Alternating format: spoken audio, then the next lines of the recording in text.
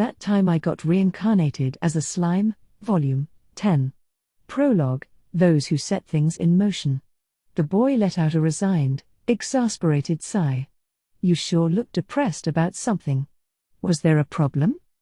He was asking a man wearing an asymmetrical mask, Laplace, a magic-born and member of the moderate jesters. A man that Yuki Kagurazuka, the boy facing him now, counted as someone he trusted. You could say that. I got an invite, so I stopped by to pay a visit, but I'm telling you, my jaw practically hit the floor. I suppose you could say it was a big hit to my confidence, or that I thought we needed to reconsider our plans. Reconsider our plans? Kazalem, the ex-demon lord now passing herself off as Yuki's secretary, Kagali, repeated the words right back at Laplace. Right, a depressed-looking Yuki replied. I'm thinking we don't want to get on that slime's bad side, if we can help it. So why not retain a close relationship, then? I'm set to explore those ruins before long, so I assumed we would stay on friendly terms for the time being? No, the plan's still the same as always. It's just that now, it's gotten a lot harder. And why's that?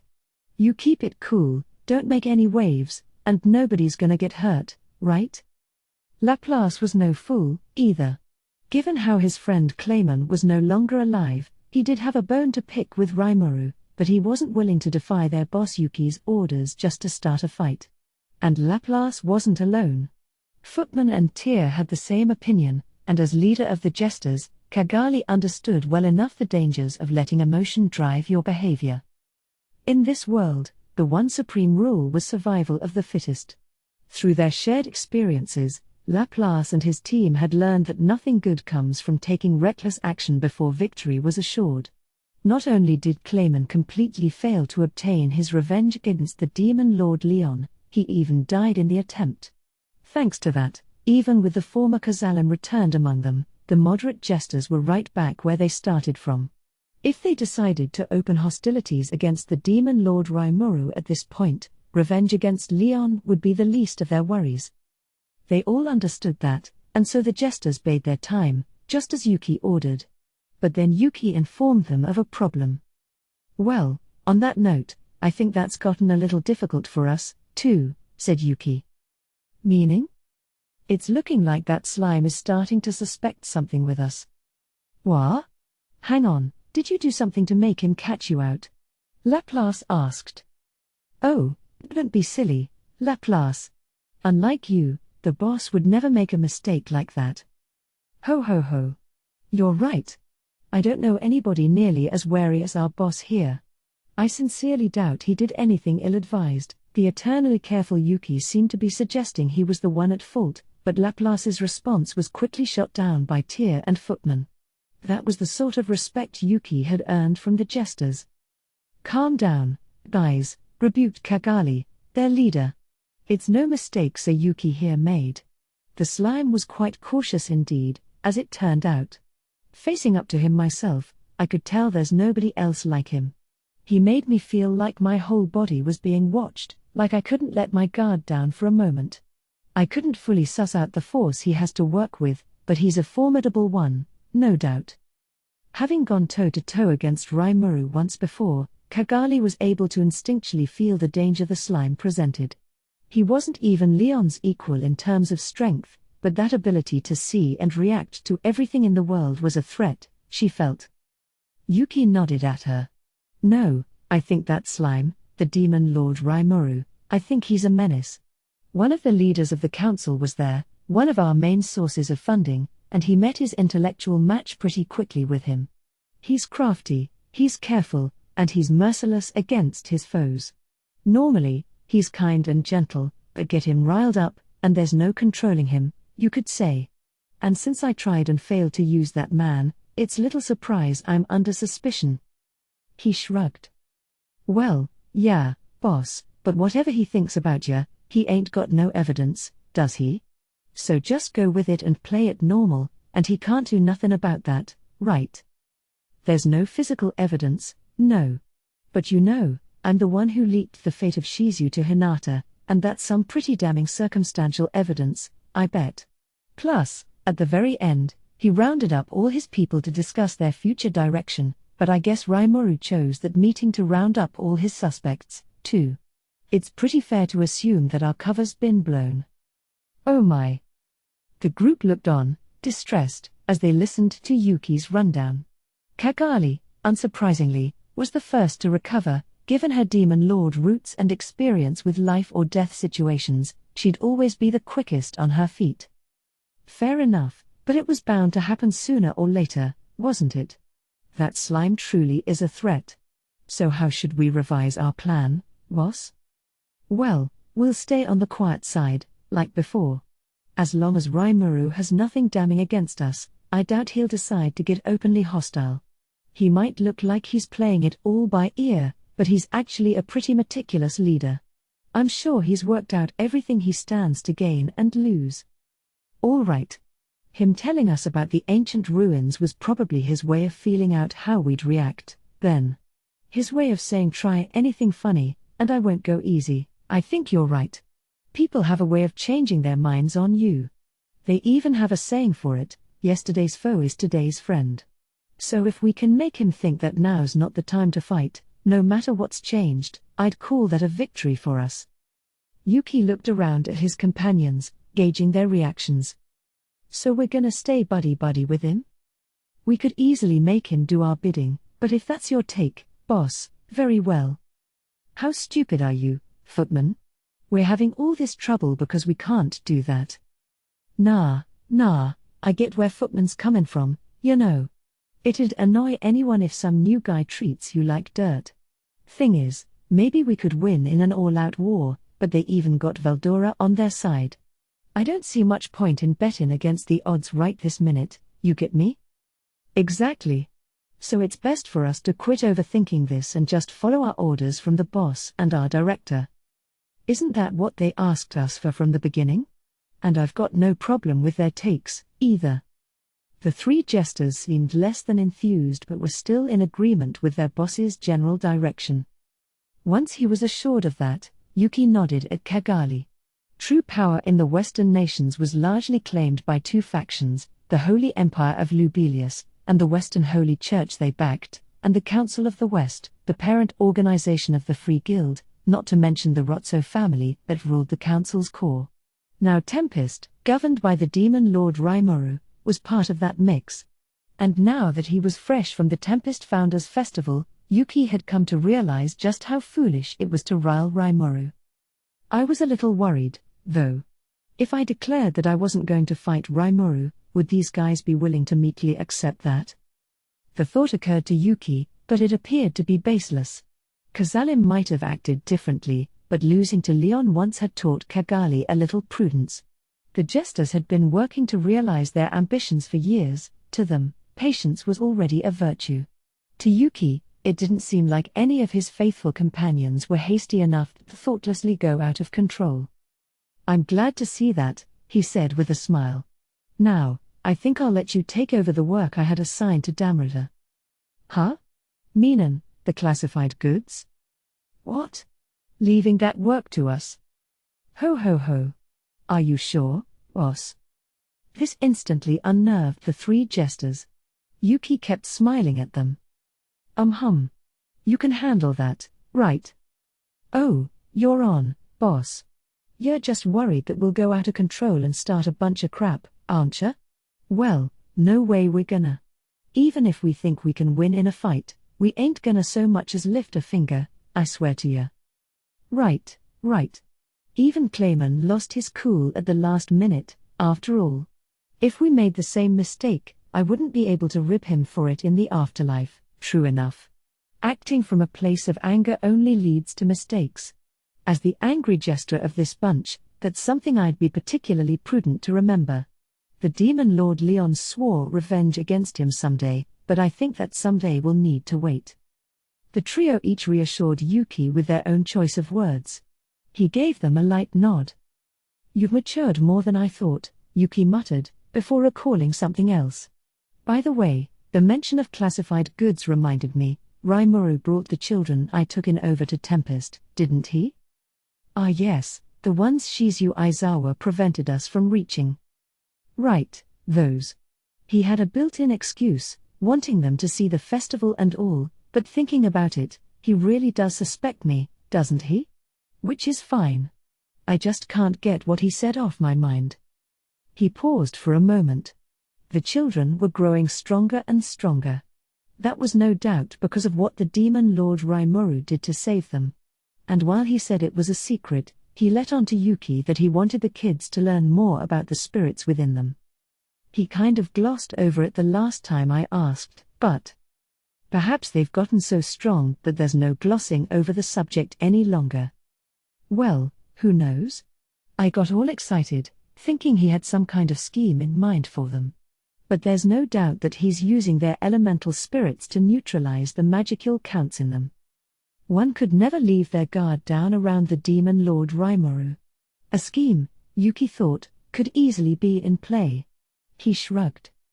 True, Kagali said. And Shizu Aizawa was an elementalist capable of wielding high-level flame elemental.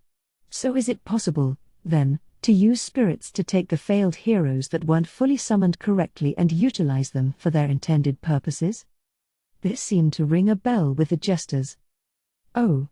Is that what Leon was after? He seems to be collecting otherworlders from failed summonings. You think he could raise them into fighters? Ah, now I remember. Ifrit used to be in Leon's service, too, wasn't he? Clayman ordered his armies to attack him several times, but Ifrit killed them all off. Ho ho ho. And now he's using the same method to create more elementalists like Shizu. Then perhaps he deserves to receive those classified goods after all. They excitedly talked among themselves. Footman may be right, thought Yuki. But that left a few things unexplained. The classified goods were, in fact, a group of children that had been subjected to failed summonings. Even now, in an undisclosed location, these summonings were taking place again and again, within the Western nations, while Shizu Aizawa was never informed. More attempts, of course, meant more failures, and it was Damrada and his team in the Cerberus group that retrieved them, as they could never be allowed to become public knowledge. They were marked as test materials, but there was another purpose meant for them. That purpose was the demon Lord Leon. And Leon's order was to gather otherworlder children under the age of 10. Is Leon trying to build more power for a war? That sounds convincing, but why not do that himself, then? And by the way, he's leaking new theoretical summoning techniques to the Eastern Empire and Western nations. It seems like he's got other goals in mind. Better keep an eye out. Yuki couldn't reach a conclusion yet. Thus, he was forced to stick with the pact Leon signed with them and keep up their current obligations. Yuki frowned as he gave the jesters his orders. All right. I'll leave the negotiations with Leon to you. If you can determine whether he's trying to improve his armies or has some other purpose, try to figure it out. Misha is handling negotiations with the Rotsos, so take the goods from her and get moving. Roger that. No problem. Yeah. I'll do my best. Ho ho ho. Very well. Kagali smirked at her enthusiastic group. Just don't get so excited that Leon figures out who you are. Listen, be as careful as you can, okay? We don't have the capacity to take on Leon as well right now. The trio nodded at Yuki's reminder. Laplace and his cohorts were no fools. His trust placed in them, Yuki began to explain the details behind his plan. With the jesters given their orders, it was now Kagali's turn. She turned to Yuki, door-faced. So what should I do? She was asking about the expedition into the ruins. But ruins was a misnomer. Really, it was a city that Kagali and her acquaintances knew well. Back when she was still the demon Lord Kazalim, Kagali had constructed a defense system for a city that used the most advanced of magical techniques. That city was the so-called ancient city in question. Its name was Umrata, and unlike the surface zone protected by the system Adalman was part of, Umrata used a combination of a golem army and intricate, Kazalim-woven spells for its defense. Even Viola, the masterpiece Clayman crafted with the skills he inherited from Kazalim, was only slightly above average compared to the golems guarding the ruin.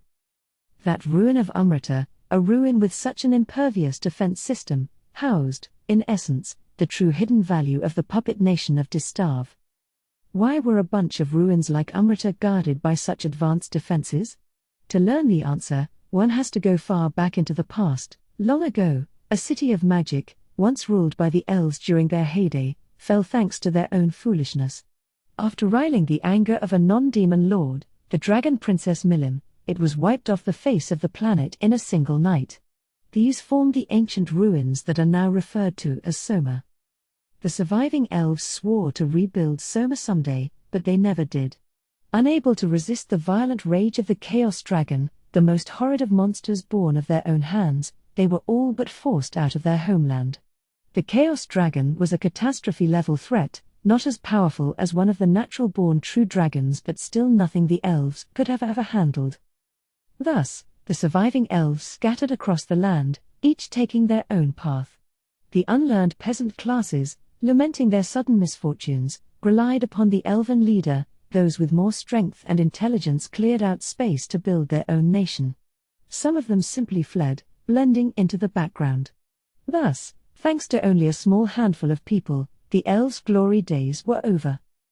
Now the Dark Elves, accursed by their own sin, set off for new and distant lands, hoping to escape Milim's watchful eye. Kagali, the demon lord Kazalim, was among them, one of the few members of elven royalty to experience Milim's rage and live to tell the tale. Not a demon lord yet at the time, Kazalim built a city in the region he eventually found himself in, modeled after his homeland. It was his way to leave everything elven technology produced intact before it was gone forever. That city was Amrita, the capital of the puppet nation of Distav. Kagali shook her head, driving the memories from her mind. Amrita's defense system is still active. Could we use it to lure Rimuru into a trap? Based on their previous promise, Kagali would be joining him as they explored the ruins in Clayman's domain. If she was asked to direct Rimuru into an ambush, that would be simple for her. Besides, the only real threats in Kagali's mind were Milim and Veldora. If she caught Rimuru alone, she thought, she'd be able to do away with him. She had no doubt she could activate the defense system, at least. But Yuki didn't waste a moment to reply. That sounds like a neat idea, but you realize the demon lord Milim might be joining you, right? Well, I think we can work something out. If it's simply activating the system, I can do that without coming under suspicion. Kagali, or Kazalim, had already had a nation destroyed under her feet. Yuki worried about whether that still traumatized her, but she didn't seem to pay it much mind. She had transformed from an elf to a dark elf, then to a walking dead and demon lord. Any hang-ups she had about Milim had been fully conquered in the midst of that. Did that mean Kagali thought she had a chance against her? No. It wasn't impossible so much as it was suicidal. All right. In that case, have at it. I doubt it'll defeat him, but I was just thinking we need some data on how well Rimuru can actually fight. You think he can handle all that? Oh, no doubt. So please don't do anything that might reveal yourself, all right, Kagali? I know he's suspecting me, but right now, you're neither a friend nor a foe to him. Be careful that you don't give him any kind of information. I know, boss. They smiled at each other. Great. In that case, we'll all go make contact with Misha. And I'll stay here and keep preparing. So what will you do, boss? Me? I'm planning to contact Amrita and expand our bases of operation in the east. That way, if something happens, I can always flee over there. But first. Oh, so you are scheming something, then? You're telling us to lie low, but you're out pulling who knows what? Yuki snickered. Nothing like that, Laplace. It's just, I'm thinking I should play whatever cards I have in my deck. I haven't given up on ruling the West, after all. He grinned, and then, as they sank into the darkness, the Magic-Born quietly began to set their plans in motion. Chapter 1, A Brisk Labyrinth Business. The Tempest Founders Festival had ended in a resounding success. Those hectic days of preparation and festivities were now a good 10 days in the past. Our VIP visitors, as well as the common folk who visited from neighboring countries, were already gone. The same was true of Fuse and the King of Bloomond. They had hurriedly made their departure, promising to discuss matters once they had returned home. Garzel, the Dwarven King, had left in a similar rush to build the science and technology research team he was planning to send my way. Meanwhile, Elmesia, Emperor of Thalion, was nice enough to purchase one of the lodging houses in the swankiest district in town, near our reception hall. She had a teleportation circle installed in one of its rooms, ensuring she could visit any time she wanted. That's the rich for you. When they buy into something, they go all the way. I still remember the superiority-laden smile Elmesia gave the clearly jealous Garzel. Chances are he'll march right back to Dworgen and have their treasury authorize the cash to purchase one of our villas. Maybe I should be thanking Elmesia. Even better, she agreed to continue employing our local people working there, under the same conditions. Rigott was handling all the details, arranging for regular cleaning, meals when Elmesia was staying, and so forth. Of course, next time I pay a visit, I'll do so by transferring my consciousness into a homunculus. That might prevent me from enjoying myself to the fullest, but... Your Excellency, we cannot allow such selfishness. Once again, the mere fact that Elmesia left her nation's boundaries sent shock waves across Thalion. Not that it was any of my business, but in Errol's eyes, it must have been unbearable. Simply mobilizing the Magus, the top-level Night forces protecting Elmesia, presented huge national defense concerns, apparently. I see. Would that apply to Ellen, too? Ellen, being Errol's daughter, was elven herself, although her ears were the regular, rounded human sort. No, Ellen can visit in person. Homunculi have their flaws, after all. Spending too long in one can have adverse effects on one's own body. Your Excellency, please do not reveal state secrets such as this. As Elmesia had let me know on the sly, Ellen had been using certain potions to change her appearance and travel the world unhindered. This alarmed Errol enough that he apparently assigned a small army to stay in the background and guard her unnoticed. By the way, it turned out that her companions, Cabal and Guido, were both Magus members, too. Shocking, I know. So after all that whining about deploying the Magus outside the country, he assigns 2 of them to guard his own daughter. Errol's such an overprotective father. Really? But they didn't look like anything impressive to me. When I ran analyze and assess on Cabal and Guido before, they seemed unremarkable in terms of strength. But when I asked about it, Errol just frowned. This is also confidential, but fair enough. Their abilities are actually being restricted by the magical rings on their fingers. Their restraints are lifted only when Ellen is in truly mortal danger. That was kind of a surprise. So Thalion's magical tech was a level beyond what Analyze and Assess told me? That said, my analysis skills back then were a far cry from the accuracy I enjoyed now. Maybe I'd notice the concealment this time around. For that matter, maybe I should stop resting on my laurels just because I analyzed something once. Next time I see those guys, they're definitely being scanned again. Please take good care of my daughter, then. Okay. See you later. With that, Elmesia and her crew headed back for Thalion, riding a ship pulled by a dragon lord for protection. By comparison, the demon lord Luminous had it easy. With her vast magical force, she could cast spatial motion as much as she wanted, so she just puffed her way back home. Apparently, she'd contact me later about the musician exchange we talked about. Hinata, meanwhile, was still in town, watching the kids study at our church and helping out with battle training. Right now, we had no really suitable teacher for those children. Hinata had been busy keeping the peace in the Western nations with her paladins, but now we'd be helping out with that, taking over the southern portions, and that opened some time in her schedule. If you like, would you mind helping the kids a little? I'm good with magic and everything, but I'm not so hot at teaching. Sure. This town's been added to my list of warp portal destinations, so I can watch them when I'm free. She gladly accepted the offer, and believe me, I was elated. I never had any intention of giving the children back, really. Now that I had my concerns about Yuki, I figured it'd be better to keep them away from the Kingdom of Inglesia for a bit. That's why I brought them over to Tempest, and luckily, the festival was a good excuse for that. Their school transfer had already been arranged, which was a blessing in disguise, since it was getting hard to provide much guidance for them in Inglesia's academy. Now that I had combined them with their elemental spirits, they had grown to be pretty darn strong. They were too much for any normal teacher, and it was about time they had a real instructor watching them. Yuki himself mentioned that paladins were a good match for spirits.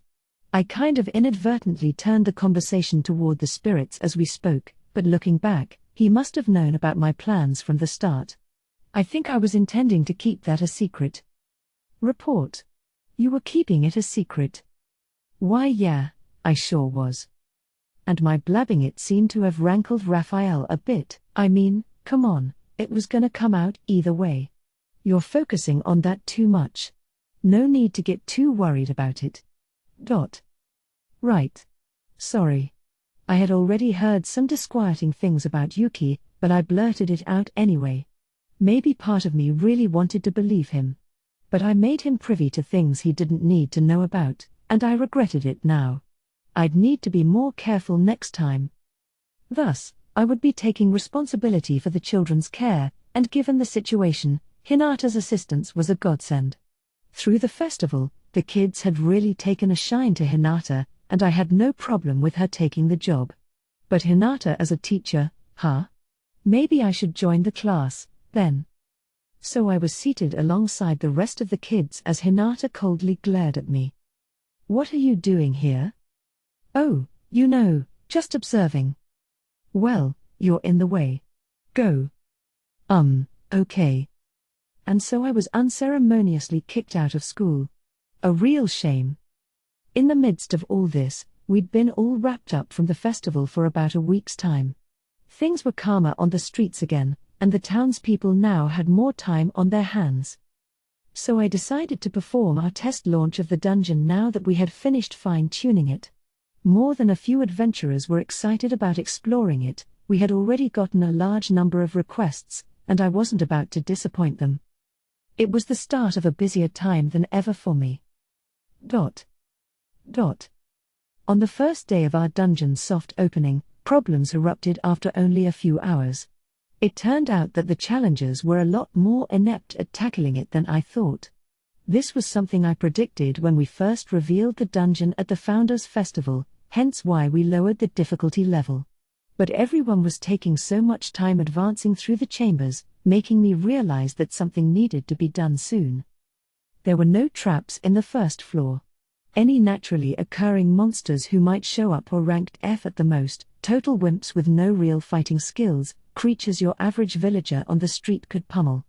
I designed it to help people get used to the labyrinth's atmosphere, so all it really contained were rooms with treasure chests and monsters guarding them. But I had already removed the traps Ramirez set up, so if you wanted to reach the next floor, you couldn't count on a handy pit trap taking you there, you needed to make a map. Even with everything involved, I figured the first floor could be conquered in a day of holing up in there at the most, no matter how slow you were. But in the past 3 days, the number of parties that made it to floor 2 was zip. Even Basson's team gave up after getting hopelessly lost on the first floor. They had already experienced just how big the labyrinth was, but I guess they didn't bother taking any measures against it. It was really just exasperating, but if anything, Basson was on the more decent side. Some of the parties were getting killed by the D-ranked monsters I had as room guardians. In fact, not some, a lot.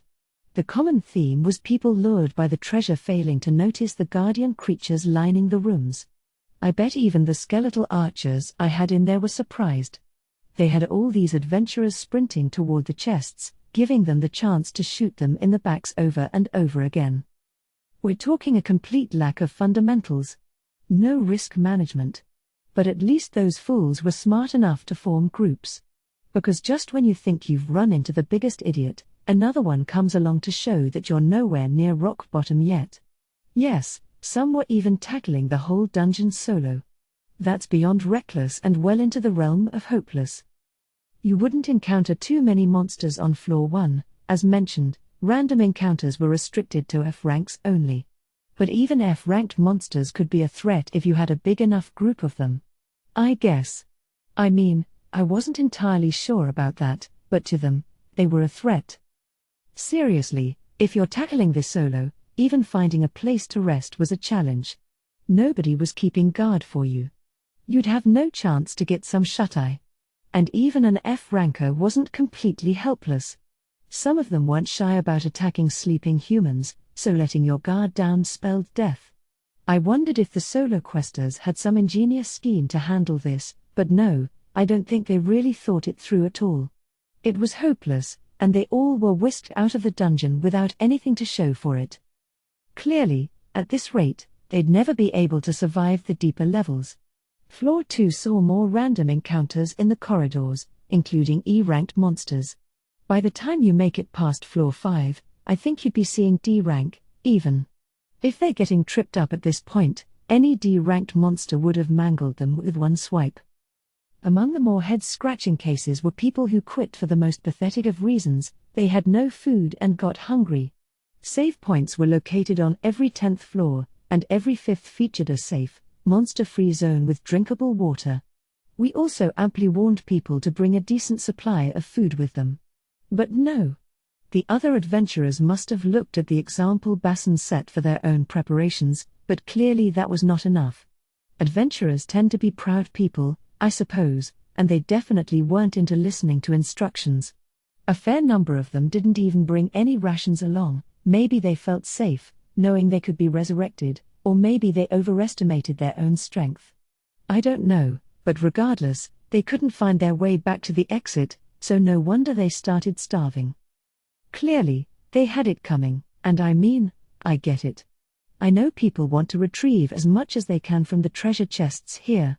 But if I was seriously intent on killing my challengers in this labyrinth, I don't think anyone would conquer it in 100 years. Still, most of this first wave of customers were broke bodyguards and mercenaries looking for a quick buck, none of them with much exploration experience. No need to panic yet, I thought, as I watched things unfold for 3 days. But in the end, not a single party made it to floor 5 safe zone. I could barely stand to watch. We made money from their admission fees, at least, so it was no loss for us. But if this keeps up, it'll kill adventurers' enthusiasm, and we'll lose any shot at repeat traffic. I figured we needed to reevaluate things from the ground up. This was far beyond expectations. I just wanted to bury my head in my hands. So I called for an emergency conference. This consisted of Veldora, Ramirez, Masayaki as an observer, and me. I also invited Mjolmal as the main businessman behind the dungeon. Once everyone was present, I spoke first. Well, it's been about 3 whole days since we opened the labyrinth, but I think it's safe to say the results have been unsatisfactory. Or really, just crap. If we want this to be any fun at all, if we want our user base to keep coming back to the labyrinth, I think we'll need to give them some guidance. The way things were going, I wasn't sure anyone would even reach floor 10. Everything about my plans for this place was in stasis. My conclusion: we needed to offer at least a little bit of strategic help for our users, or we'd never get anywhere. Indeed. Rimuru is right. At this point, I'd need to wait until the end of time for anyone to reach me. True. And I want people to see all my masterpieces below floor 50. I think people deserve some hints. Along those lines, Veldora and Ramirez were in agreement. Masayaki was still thinking, or really, just standing there confused. I guess he wasn't too sure why I called him here. The invite came kind of suddenly, so I couldn't blame him, but he was bound to get into the swing of things soon. I'll call on him, then. I turned my eyes from him to Mjolmal, who looked pretty excited about getting to meet Masayaki the hero. Maybe that's why he so eagerly spoke up once he noticed my gaze. May I offer my impressions? Mjolmal asked. Anything's welcome, I said. Give me your worst. He nodded. You mentioned offering hints, but I'd like us to approach that with a soft touch. It's still only been 3 days, and our challengers so far have all been from the lower ranks. We've asked the Free Guild to invite more seasoned adventurers for us, so I think we'll see more rated C and above from here on. You think that'll work out? I do. I have trouble figuring out Sayuki's motivations sometimes, but he's always true to his word. He's been sending magical communication to advertise to Free Guild offices worldwide on our behalf. Yeah, it'd benefit the guild, too. Anything else? Yes, I've been using my own connections with other merchants. We've been reaching out to more talented bodyguards, as well as their friends. According to the feedback I've received, we've had quite a good reaction so far. Relaying the news and gauging the results were both key. I had asked Soka, leader of Team Kurayami, to work with Mjolmal and help him on those fronts. The two of them had led the labyrinth presentation together. Mjolmal was always good when dealing with people, and they had quickly broken the ice. I was glad to see there was no discrimination involved there. Soka's team was now following Mjolmal's instructions, and actually, CI was as well. At the moment, CI was tracking the movements of Duke Mers and the people around him, but when that didn't occupy him, he was meant to help advertise my nation a little. Now rumors of the dungeon were spreading even to little country towns, places not big enough for a Free Guild post. So you don't think it'll be too late if we wait for some more talented challengers to travel here from afar? Exactly. We've only just kicked this off. In my personal opinion, we shouldn't expect instant results. Better to settle down and focus on our long-term future. And once the noble ranks worldwide begin to invest in us, we can expect to see challengers ranked B and above before long. Mjolmal certainly sounded passionate. Masayuki gave him some appreciative nods, which made him visibly grin. He must have been bursting to show off to the hero. But he did have a point. Maybe all Veldora's and Ramirez's complaining was making me feel a needless sense of urgency. Even Bassan's band was rated B as a team. With their current equipment, the individual members would rank about a C or C+ at best, not exactly outstanding. Once we started seeing single-party members ranked B or above, I figure they'd be used to labyrinth work without too many hints. Money bought you safety in this maze, so even if we didn't walk them through every step, I'm sure they'd be able to figure things out through their own experiences. Right. Guess there's no need to panic, then. The labyrinth was generating a lot of interest. There were magic crystals, as well as other materials, to harvest from fallen monsters. A lot of people would enter the labyrinth as a way to earn a little spending money, no doubt. And the nobility was even more eager to dive in, it seemed, including some very sensible ones who'd enlisted adventurers back home to go conquer the dungeon for them. Those kinds of adventurers wouldn't let greed steer them off course, they'd fully prepare, set up goals, and execute a plan of action. They'd be the minority, for sure, but we figured their numbers would grow in time. So what should we do now? Veldora asked. We have a front desk set up in the first floor. Maybe we could offer some guided experiences? I said. Experiences? What do you mean by that? Ramirez wasn't the only confused-looking one. I mean, I explained, we could set up a training area that lets you test things out a little.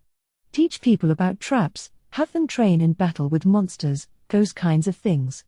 That's a lot more meaningful than just giving out tips, isn't it? I'd also like to set up a gym of sorts, to help us train all the new Tempest recruits we've seen lately. It was impossible to get accidentally killed in the labyrinth, so I think it'd be pretty useful to have. Then a rather unexpected person offered their agreement. In that case, maybe you could offer some courses in conquering the labyrinth, too. It was Masayuki nonchalantly chiming in. I looked at him, surprised. Oh, should I not have butted in? No, you're fine. Ah, well, good. This is a topic I could contribute to a little bit more, so I thought I'd speak up. He grinned. He was adapting faster than I thought, but then again, he always was bold like that. What kind of classes, though? Would we have a big band of adventurers sit down in our meeting hall? Setting up times to give a rundown on the labyrinth seemed worthwhile. You know, kind of like video game tutorials. Tutorials? What are those?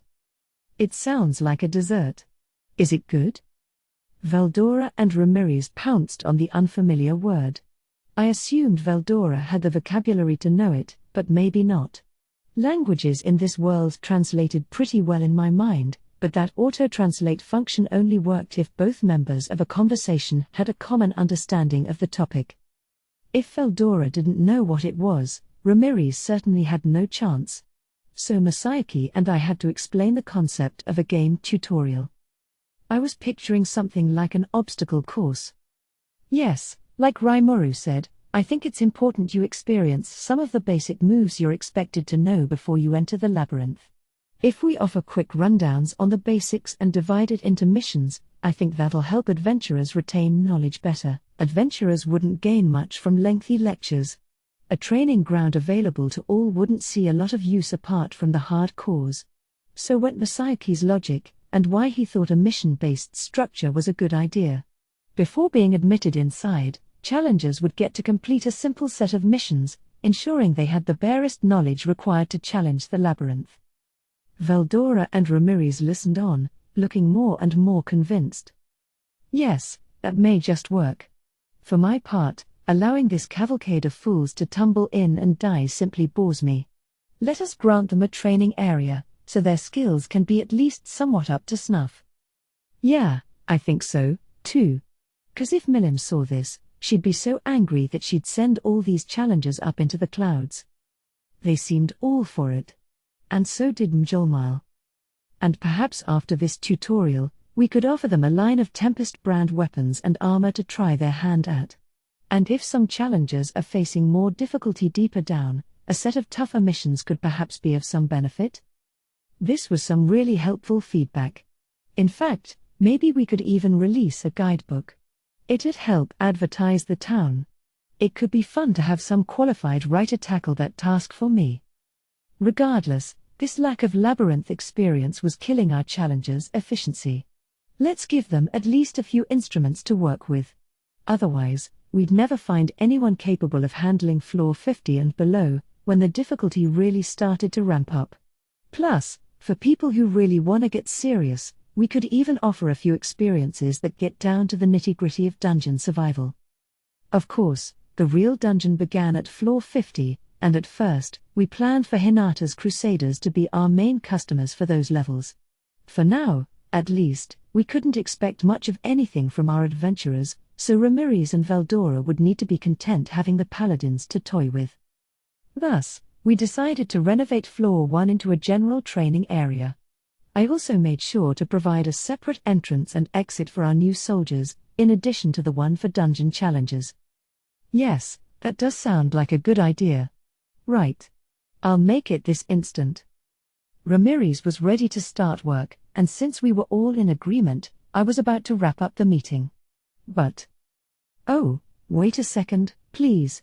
There's something else I've noticed. Masayuki spoke up again, his eyes sparkling. So right now, the only inns and taverns are in the safe zones, right? Don't you think we ought to offer them on each floor instead?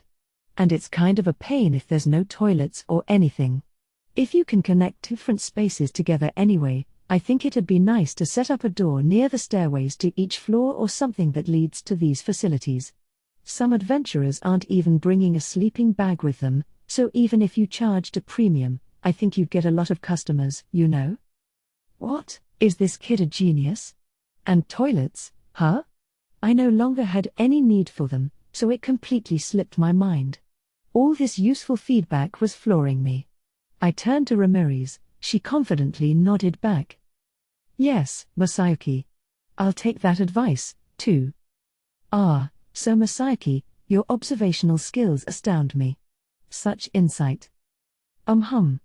I'll get rid of the safe zones and set up a door leading to a rest stop near each stairway. It was kind of like setting up a vending machine selling toilet paper packets at high prices next to a train station bathroom that had no paper on hand. Unfair? Yes, but extremely effective.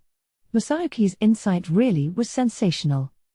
Well, I said with a smile, if you have any other thoughts in mind, don't be shy about sharing them. Masayuki pondered for a few moments, no doubt recalling all the video games he'd played. Could we maybe have a portable save point you can only use once? I was lucky enough to make it to floor 10, but now that you've removed the trapdoors, I think it's taking a lot more time to reach that point. This isn't a game to the challengers, so I think the time commitment involved is making things a lot harder as well. Yes. That's fair, too. I had to agree with him. The way things were, a journey to floor 10 would take several days.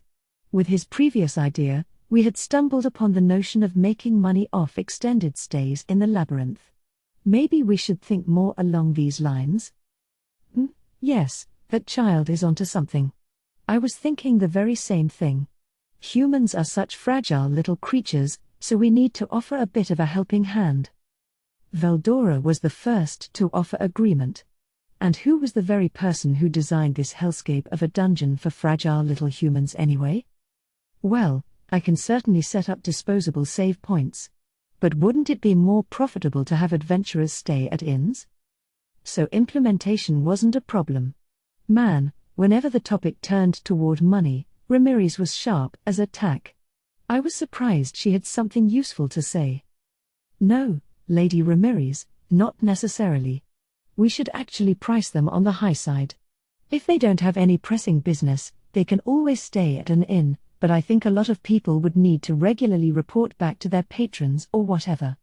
That, and I think some people would want to carry them around as extra insurance, in case something unexpected happens in the labyrinth. It could help sell our return whistles as well. Mjolmal was keen on this, too. I think he sensed a business opportunity. And he was right, you could use them in many different ways. If you were spending several days in the labyrinth at once, you may want to know what's going on outside. Plus, the idea was to attract mercenaries hired by the nobility going forward, and they may need to file regular reports with their bosses. And also, in my case, my companions beat him pretty easily for me, but the save point on the 10th floor is protected by a powerful monster, right? I think a lot of people would want to use a save point before they challenge that guy. I nodded deeply at Masayuki. To a gamer, saving before you tackle a boss, or a floor guardian, in this case, was common sense. I recalled moments when I skipped that vital step before the final boss, only to lose several hours' worth of play. Sad accidents like that can be laughed away because it's only a game, but how frustrating would it be if that happened in real life? Right, I said. Thinking about it, maybe we're being a little too unkind. Veldora and Ramirez nodded their agreement at me. Boy. Right, your name was Masayuki? The advice you provide is quite helpful, yes. Yeah. I'm really amazed. You sure are an otherworlder, aren't you? Just like Rimuru. It's gonna be great working with you, Masayuki. Somewhere along the line, Masayuki had been accepted as a peer. Now, there's no need to spoil anyone past floor 50, I don't think. But in the floors that won't entertain too many veteran adventurers, I think it'd be a good idea to at least go a little easy. And now Masayuki was advising them as a full-fledged labyrinth administrator. That adaptability is probably his greatest asset of all, I think, and I had no objections to his take. All right. So let's set up a rest stop before the stairway on each floor. When you reach it, you can pay a fee or something to gain access to part of floor 95. And we'll set up an inn and tavern down there? Right. I'm not gonna open up the Elven Lounge to the general public, that's still members only, but we could easily set up something similar for adventurers. And don't forget, we'll charge a premium for it. He. Oh, I understand, believe me, I do. As a rule, prices are high in tourist sites. There's a soda and coffee vending machine at the summit of Mount Fuji, but you're gonna be paying the equivalent of $5 for a soda. There's nothing like eating a cheap box lunch at the peak, but while something like that's never gonna be gourmet cuisine, if you purchase it on the mountain itself, you can bet it's gonna go for 4-star restaurant prices. So it's a given that the facilities inside the labyrinth will be pricier than their equivalents outside. Now the little town we had going on floor 95 would be more useful than ever. But can you really craft disposable save points like that, Ramirez? Absolutely no problem there. Easy peasy. There are these things called recording crystals, and they're fine for disposable use. The item Ramirez produced was actually quite handy. You could use it anywhere in the labyrinth, and it worked exactly like a regular save point. Add yourself to a recording crystal, and the next time you die, you'll be able to restart from where you saved. If you use a return whistle to exit the dungeon, the next time you go in, you'll pick things up from your recording crystal. That held true even if the structure of the labyrinth itself changes. You wouldn't reappear in the exact same location, but you'd get transported to the nearest safe place, kind of. We can sell those at high prices, too, indeed. Well, actually, I'd like to distribute those a little more widely. How about we mix them in with the rarer items in treasure chests? The discussion was humming now. Qua ha ha ha. Now I have more to look forward to. Oh, I wouldn't expect anything to change too quickly, but I do think we'll see fewer challengers give up. Even Veldora and Masayaki were excitedly joining in. This was working out well. We were tackling our problems, addressing them, and debating together to come up with solutions. Right. That was certainly a worthwhile meeting. Floor 1 would now house a training area to help people learn the ABCs before tackling the dungeon, as well as a place for general announcements. We'd provide virtual missions for visitors to try out, helping them acquire the minimum knowledge necessary to survive. They were free to undertake this training, or not, as the case may be. Forcing the challengers into it wouldn't help much. All the risks fell on their shoulders, besides. We would also set things up so that you couldn't die in the first floor, either. You never know, we might get some crazy adventurer in here causing problems, and I don't want our staff in any danger. Besides, I wanted people to experience for themselves what death was like in this space. We'd made it so you were instantly revived on the spot, so maybe it'd be a fun place for kids as well. For the more advanced challengers, we'd also prepare a room for battle training against a few different types of monsters. We'd put bracelets on the monsters we captured for the purpose, so they could be revived again and again. That way, people could learn how to fight and polish their battle skills. In addition, there was a large gymnasium-style area for the use of our nation's new soldiers. Maybe, on occasion, it'd be fun to capture a whole bunch of monsters and stage a large-scale group battle in there.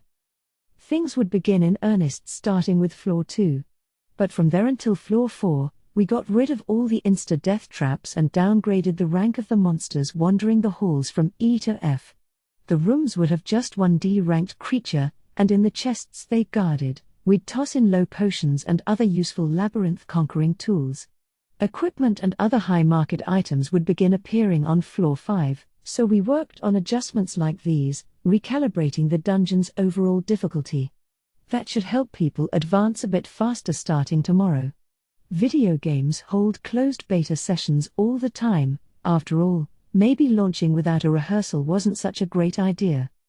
I mean, we did do some testing, but our test party was 6 people from Xi'an's Team Reborn, so the feedback we got wasn't particularly useful. They had no trouble storming all the way down to Floor 40, before we had the Tempest Serpent serving as that level's boss wipe them out. Thanks to that, I had the mistaken notion that the labyrinth's difficulty level was just right. The traps and minion-level foes were no sweat to them as they breezed their way downward.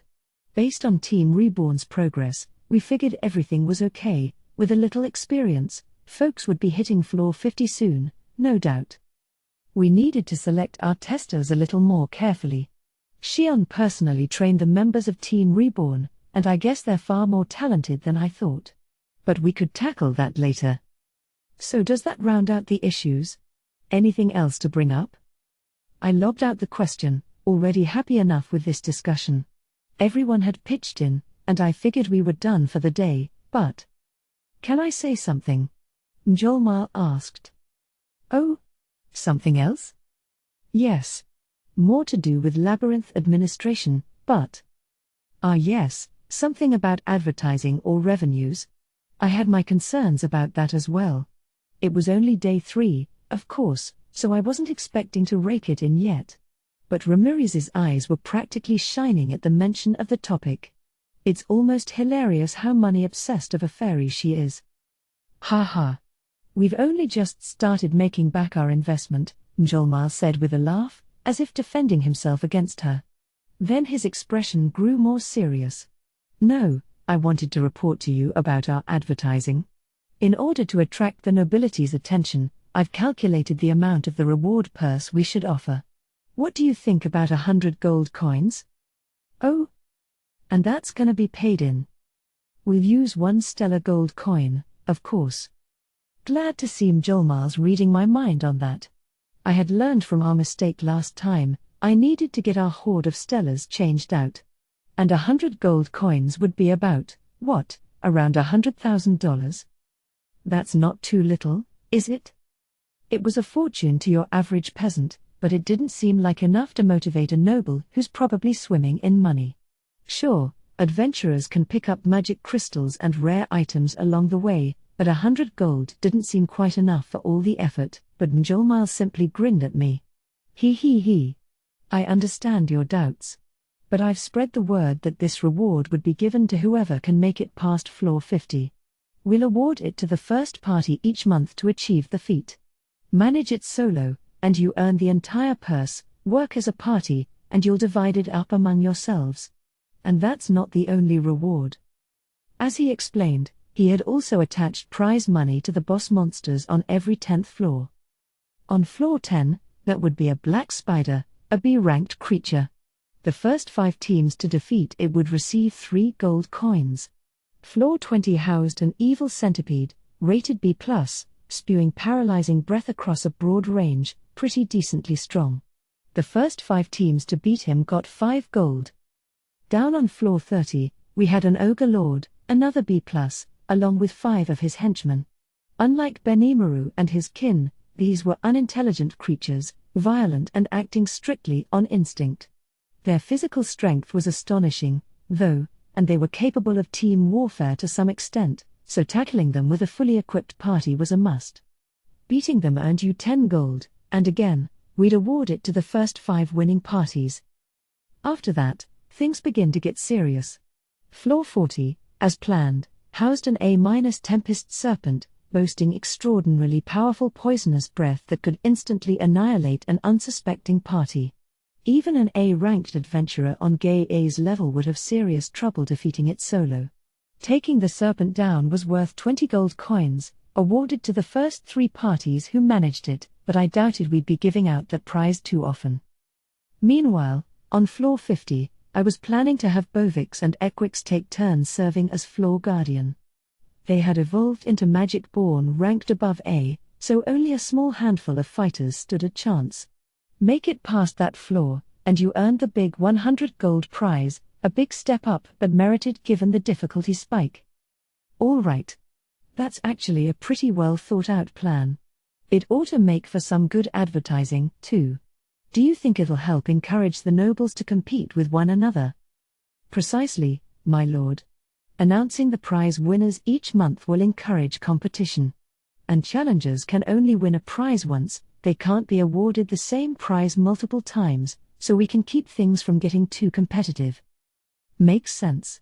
If you could only get it one time, there was no motivation for people to farm bosses strictly for money.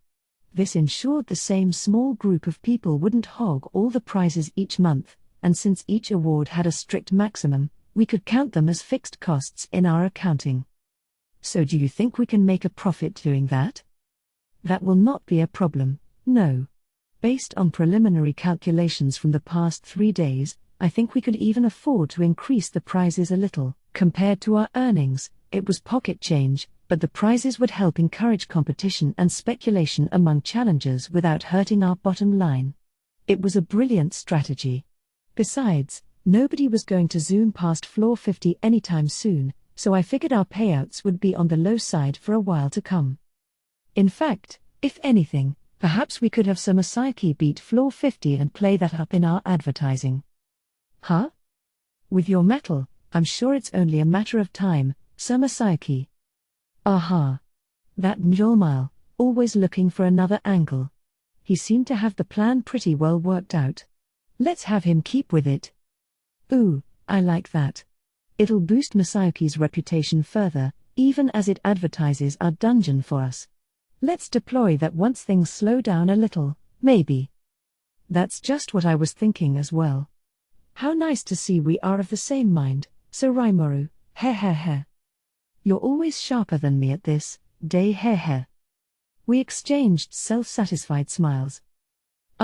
If I could interject. Masayuki looked like he had something to say. I pretended not to hear. But Mjolmal wasn't done there. In fact, he was just getting to his main topic.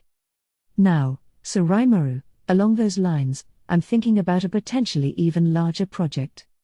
He flashed an evil grin, champing at the bit to reveal his news. I was starting to like that smile a lot. It was proving reliable. I'm all ears, Molly. Go ahead. I gave him a friendly smile of my own. As I see matters, if we really want to impress the nobility in the local area, I think we should announce that anyone who survives the bottommost floor will earn 100 stellar gold coins. ? Oh ho? What? How much is that in yen? Maybe about 1 billion? And with the cost of living as low as it is here, it might be worth even more. Pretty bold, huh, Molly? He. Such a generous reward should motivate any reluctant challengers to spring into action. They're all bound to hire adventurers to conquer the labyrinth. And that means even more money would be changing hands. The more people gather someplace, the more prosperous it gets. If we can drive people's interest, potential customers who weren't interested before may hop on just so they're not left behind. But that's a lot of money, Ramirez shouted, looking concerned. But the confident Mjolmal wasn't perturbed. And who was the master of this labyrinth again?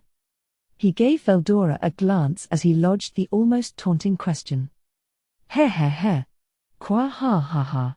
It is I, Veldora the Storm Dragon, the very precipice of the draconic races. Veldora made no attempt to hide his opinion of himself. Huh? Veldora the Storm Dragon? That name sounds familiar. Masayuki looked a bit pensive about something as Mjolmal villainously nodded. Yes, I'm fully aware of that, Sir Veldora. And I'm also fully aware that not a single soul is capable of felling you in battle. Of course not. Mjolmal, you are truly an intelligent man. Qua ha. He. No. I'm simply leveraging what I've learned observing Sir Rimuru. What? Me? As Veldora and Mjolmal shared an echoing laugh, I thought over his proposal.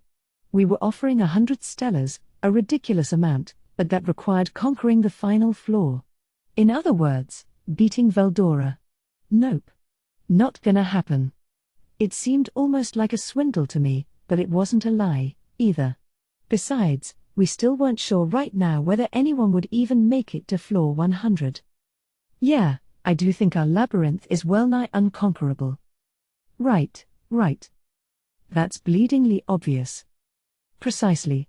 Floor 50 is one thing, but the difficulty beyond that is simply unimaginable to me. We have literal dragons. Where will you find an adventurer who can slay a dragon? Mjolmal looked a little flawed. The concept even exasperated someone as bold and driven by greed as he. Our labyrinth was well defended, to say the least. I doubt we'd ever have to pay out those 100 stellars. No. That's the whole idea. This is just bait for the nobility, so I humbly believe we can be a bit lavish with the figures we throw around. I understand the paladins will be trying their luck, but I do look forward to seeing the results. He left it unsaid, but I'm sure he didn't think they could reach the bottom. I agreed with him. The money figure shocked me at first, but thinking about it with a cool head, we didn't have to worry about anyone actually claiming it. Molly, let's go with it. Make it happen. Very well, my lord. And try to get as many people coming here to take the challenge as you can. Let's tout it up as much as possible, then. We could call it the Demon Lord's Challenge. Would that work as advertising? Actually, wait a second. If I was going to keep calling myself Demon Lord, there was a good chance that reckless, suicidal people would keep on trying to fight me. It was a pain to deal with each and every one of them, so why don't I let them take a crack at me if they conquer floor 100, or something? Yeah. Let's go with that. In fact, tell everyone that if they beat the challenge, I'll give them an opportunity to fight me. That applies to you, too, Masayuki, so if people tell you to take me on, try to change the subject or something, okay? All right. Because honestly, I have no intention of fighting you at all. Thanks. Oh, I know. Well, Molly, you have my official permission. Have at it. At once, my lord. I'll just excuse myself, then. Mjolmal is so dedicated to his work. Once the conversation died down, he stood up, offered each of us a quick bow, and left the room. We could have ended the meeting there, as we all watched him go, but Masayuki looked concerned about something. Curious, I decided to inquire. What's up? Something on your mind? Well, about fighting, I guess people think I'm taking a wait-and-see approach, but I really am gonna have to do that fight sometime soon, aren't I? Fight? Ah, the promise he made during the tournament? You mean against Bovix? Yeah. After what I said in front of that huge crowd, I can't really escape it. But if I fight him, I'm absolutely gonna lose. I'm sure he would. Masayuki's unique skill was about as unique as they came, but it wouldn't be much help in actual combat. Although maybe it would be, come to think of it. It let him win without fighting, after all. But we would need to consider that Bovix battle. The crowd truly believed Masayuki could win, and so did Mjolmal for that matter. Masayuki wasn't shy about playing himself up in the arena, either. It was too late to say never mind. Maybe you could train with our kids while Hinata is here? That sort of thing would kill me. All I want is to live in peace, you know. He smiled briskly as he stated that rather sad fact. I thought at one point that he needed someone to teach him a lesson, but as a kid who came from Japan at the most peaceful point in its history, of course he wasn't gonna be this belligerent wild man. I'm not unlike him, if you think about it. Well, I can't have you lose either way, so let me think about that a little. Will you? Thanks, Rimuru. Sure. Just give me a hand when I need it, okay? Of course. Masayuki was being cooperative, and his reputation was helping me out a lot right now. If Bovix beat him, I stood to lose a great deal. It was a thorny problem, but we'd have to do something about it. I could try to reason with Bovix, but that didn't seem fair to me. I'll work on it. We chatted for a little while longer before I wrapped up this emergency meeting. The adjustments to the labyrinth were completed before the end of the day. So we excitedly continued our watch over the dungeon. Personally, thanks to the things Masayuki pointed out, I felt like the labyrinth had gotten a lot easier. But considering Mjolmal's warnings, I didn't think it had gotten too easy or anything. How would people react? First off, of course, there were always idiots who didn't bother listening to the instructions. They just breezed right along, ignoring the missions completely. They didn't get far into the ensuing floors, of course, but they just kept on trying, nonetheless. What drove them to do that? Their employers? Their pride? No, the answer was nothing so noble. They had a more calculating reason than that. When we debuted the labyrinth, the rare level sword that Bassan's party grabbed from a treasure chest was apparently a truly excellent piece in their mind. I guess they saw it in a much different way from me. Rare, in this world, referred to superior magisteel forged gear that had evolved to exhibit unique capabilities. The magisteel our nation produced was made by taking the magic ore from our high orcs in the mountains and exposing Veldora's magicules to it. Simply storing it inside the labyrinth made the process happen by itself. This gave us an easy supply of high-quality steel, and we could liberally use it in our own weapons and armor. Unlike the gear circulating around the Western nations, we could craft items made out of nothing but pure magisteel. The difference came down to the materials themselves, so even the swords distributed to our regular forces could be classified as special in make, several times better than the equipment most labyrinth challengers ran around in. Kurobei's workshop apprentices handled equipment production for our army, a good dozen of them or so by this point, hammering away daily under Kurobei's careful instruction, and even their gear was equivalent to special, a level above the normal stuff sold across the Western nations. Now their goods were being placed into our treasure chests. The production failures were disposed of, and things deemed worthy of actual use were brought into the labyrinth. We had a wide range of quality in this gear, and some of it really was excellent. Bassan had gotten his hands on something that only barely qualified as rare. You usually had 100 to 1 chance at one of those, and as odds went, maybe it was an enticing offer for a lot of people. By the way, even items from Kurobei's workshop dismissed as failures could be appraised at the rare level.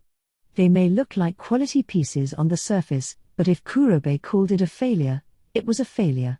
There's a clear difference, he'd tell me. So I looked into this a bit more, and it led to a discovery. Even with gear in the same class, there can be individual differences in capabilities, something Kurobei had picked up on and used to craft his definitions of success and failure. I decided to compare 2 rare-level swords, one from Kurobei and one from an apprentice. The difference was obvious, something I noticed only because my analyze and assess skills had improved. If Kurobei hadn't pointed it out, I'm not sure I would have picked up on it. Different how? Let me give an example. Let's say I made a copy of one of Kurobei's works. The results, of course, would be in the same class, but like I said before, I can't completely copy all its capabilities. They may look the same, but what I produce is still an inferior copy. That's the difference. Maybe this happens because I don't have the blacksmithing skills of Kurobei. But what I can say here is that even weapons come in different levels. Maybe a weapon seller would never notice, to say nothing of an amateur, but I feel like I can tell the difference between these levels now. To someone who stakes their life on these weapons, differences in capability are important. In this world, you never knew when monsters might attack you. High-quality weapons and armor were a kind of lifeline. Kurobei's presentation during the Founders' Festival must have generated a lot of buzz, enough to create a deluge of requests for the goods we'd exhibited. We were still considering how to handle that, but the plan was to make a decision after investigating the market more. The rare equipment dropped by the boss on floor 10 was the best that Kurobei's apprentices could produce right now. They were inferior to Kurobei's own work but still on the upper end of what's generally available worldwide. Adventurers naturally want quality, of course, and I could see why Bassan was so delighted. Even normal weapons, after all, could fetch over 10 times the usual price if they were good quality. Once you got into the special realm, that was more like 50 times. Rare? Obtaining one was a matter of luck more than anything. There weren't many around to find, and realistically speaking, money can't buy them. So it made sense that people were clamoring to enter the labyrinth. And Bassan and his gang were even advertising for me at the taverns. Heh. Look at this, all of you. A sword just as wonderfully powerful as I am. And so on. The fact that the floor 10 boss dropped rare gear spread like wildfire among the challengers, then the merchants, and then around the free guilds of every nation. In an instant, people hoping to strike it rich were beating a path to our labyrinth, and that's what led to where we are now. I do have to thank Bassan's band for all the free advertising, but you can't just run in and grab rare equipment like it's a trip to the convenience store. Thus, the people who refused to take our guidance began to lag behind those who completed our missions before tackling the labyrinth. If you had a little intelligence, you'd know it pays to listen to our instructions, after all, and as more people seriously took up the missions, training on the first floor began in earnest. Now we had challengers taking what they'd learned and fully preparing with it, helping our own budget with the equipment they purchased near the front desk. Then, a few days after we rebalanced the dungeon, we began to see parties reach the 5th floor. Floor 2 was vast but simple, and the traps up to floor 4 were more like jump scares than anything really malicious. So long as you kept an accurate map, making it to floor 5 was actually pretty easy. This seemed acceptable to me. Floor 5 downward was more of a test of ability. The traps got more hazardous, and monsters ranked D and above made their debut, but the treasure chests also held more valuable items. I wanted our customers to really pound those floors, doing their best to conquer them, but alas, it really was a challenge for most. To put it simply, fatigue began to be an issue. Keeping a constant watch for monsters is an easy way to mentally exhaust yourself, I suppose. Many people retreated back to the last stairway to take advantage of our rest space. The inn on floor 95 was doing fabulous business, so that much worked out as planned. Around when our challengers began to strike a presence between floors 5 and 8, we started to see adventurers arrive from the world's free guilds, following the rumors. Some of them were seasoned adventurers bearing contracts from noble sponsors, and before long, the whole town was getting busier. With this second wave livening up the old guard, the race to conquer the floors grew frenetic, and with these serious contenders, we also began to see people try to cheat their way to glory. Yes, people decided to sell maps of the labyrinth in broad daylight. A lot of people, myself included, had no sense of direction, and in a labyrinth, all the strength in the world couldn't help if you kept getting lost. So I could understand the demand, but I really wished people would have formed parties and assigned map-making duties to members instead. So following an announcement posted in and out of the labyrinth, we began to change its inner structure. The challengers were livid, of course, and we got lots of complaints, but I'm a demon lord. I'm not beholden to them. I needed to show them early on that maps were meaningless unless you made your own. If anything, I was being kind to them. If they didn't make their own, they'd find it impossible to adapt if a change to the labyrinth rendered their maps useless. Call it tough love. As a rule, we changed the labyrinth layouts once every 2 or 3 days. Completing a single floor took at least a few hours. There's no way you'd reach the save point on floor 10 in one go. Thanks to that, the layout changes were a pretty big success. The challengers gave up on selling and buying maps, instead taking a more serious approach to the labyrinth. It seemed like some people plunged in right after a layout change to whip up a map to sell anyway, but I decided to let that slide. We were pretty happy about the anti-cheating measures. But we sure couldn't let our guard down. The Free Guild adventurers may have gotten a late start at the labyrinth, but some of them wielded Automap, the elemental magic spell that gave them a skillful advantage in exploration.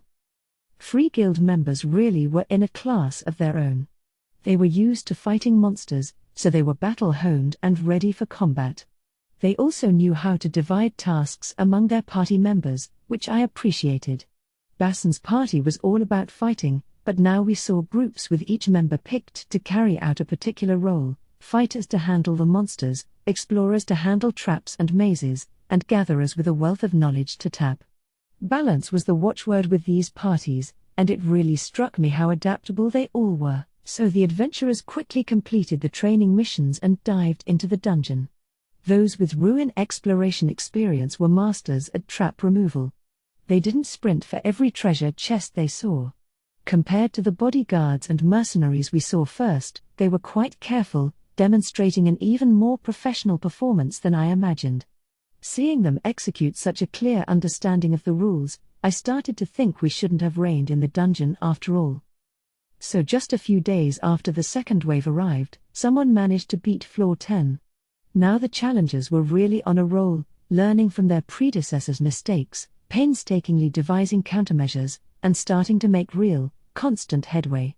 And once someone figured out how to handle this trick or that monster, word spread fast about it. People started to imitate the winning formula. I bet people were selling their advice, too. No stopping them, I suppose. If maps were a non-starter, I suppose information comes next. I really had to hand it to them, and really, the more enthusiastic everyone was, the better. And the town was starting to see the challengers' progress as a kind of spectator sport to enjoy over drinks. The shops, the inns, the taverns, rumors spread everywhere, packed with tales that delighted and thrilled. Among them came word about one party appearing out of nowhere to blaze down the labyrinth at a previously unheard of speed, a stout and well-balanced group of 10. The first thing they did was add themselves to the save point on floor 10. One of them joined a party who had already made it that far down. He then put his info in the save point, used a return whistle to go back to the entrance, and then headed down with his own party. I was anticipating this and had no issue with it, but the speed they proceeded at astounded me. In just 3 days or so, they had defeated the boss monster on floor 20. They had talent, no doubt, each one ranked around a B individually, but maybe B+ as a group. All 10 of them showed great teamwork, too, so in terms of real strength, I bet they could earn an A-. But if they're going this fast, there had to be some kind of trick behind it. I mean, they kept on selecting the shortest routes through each floor, every time. Understood.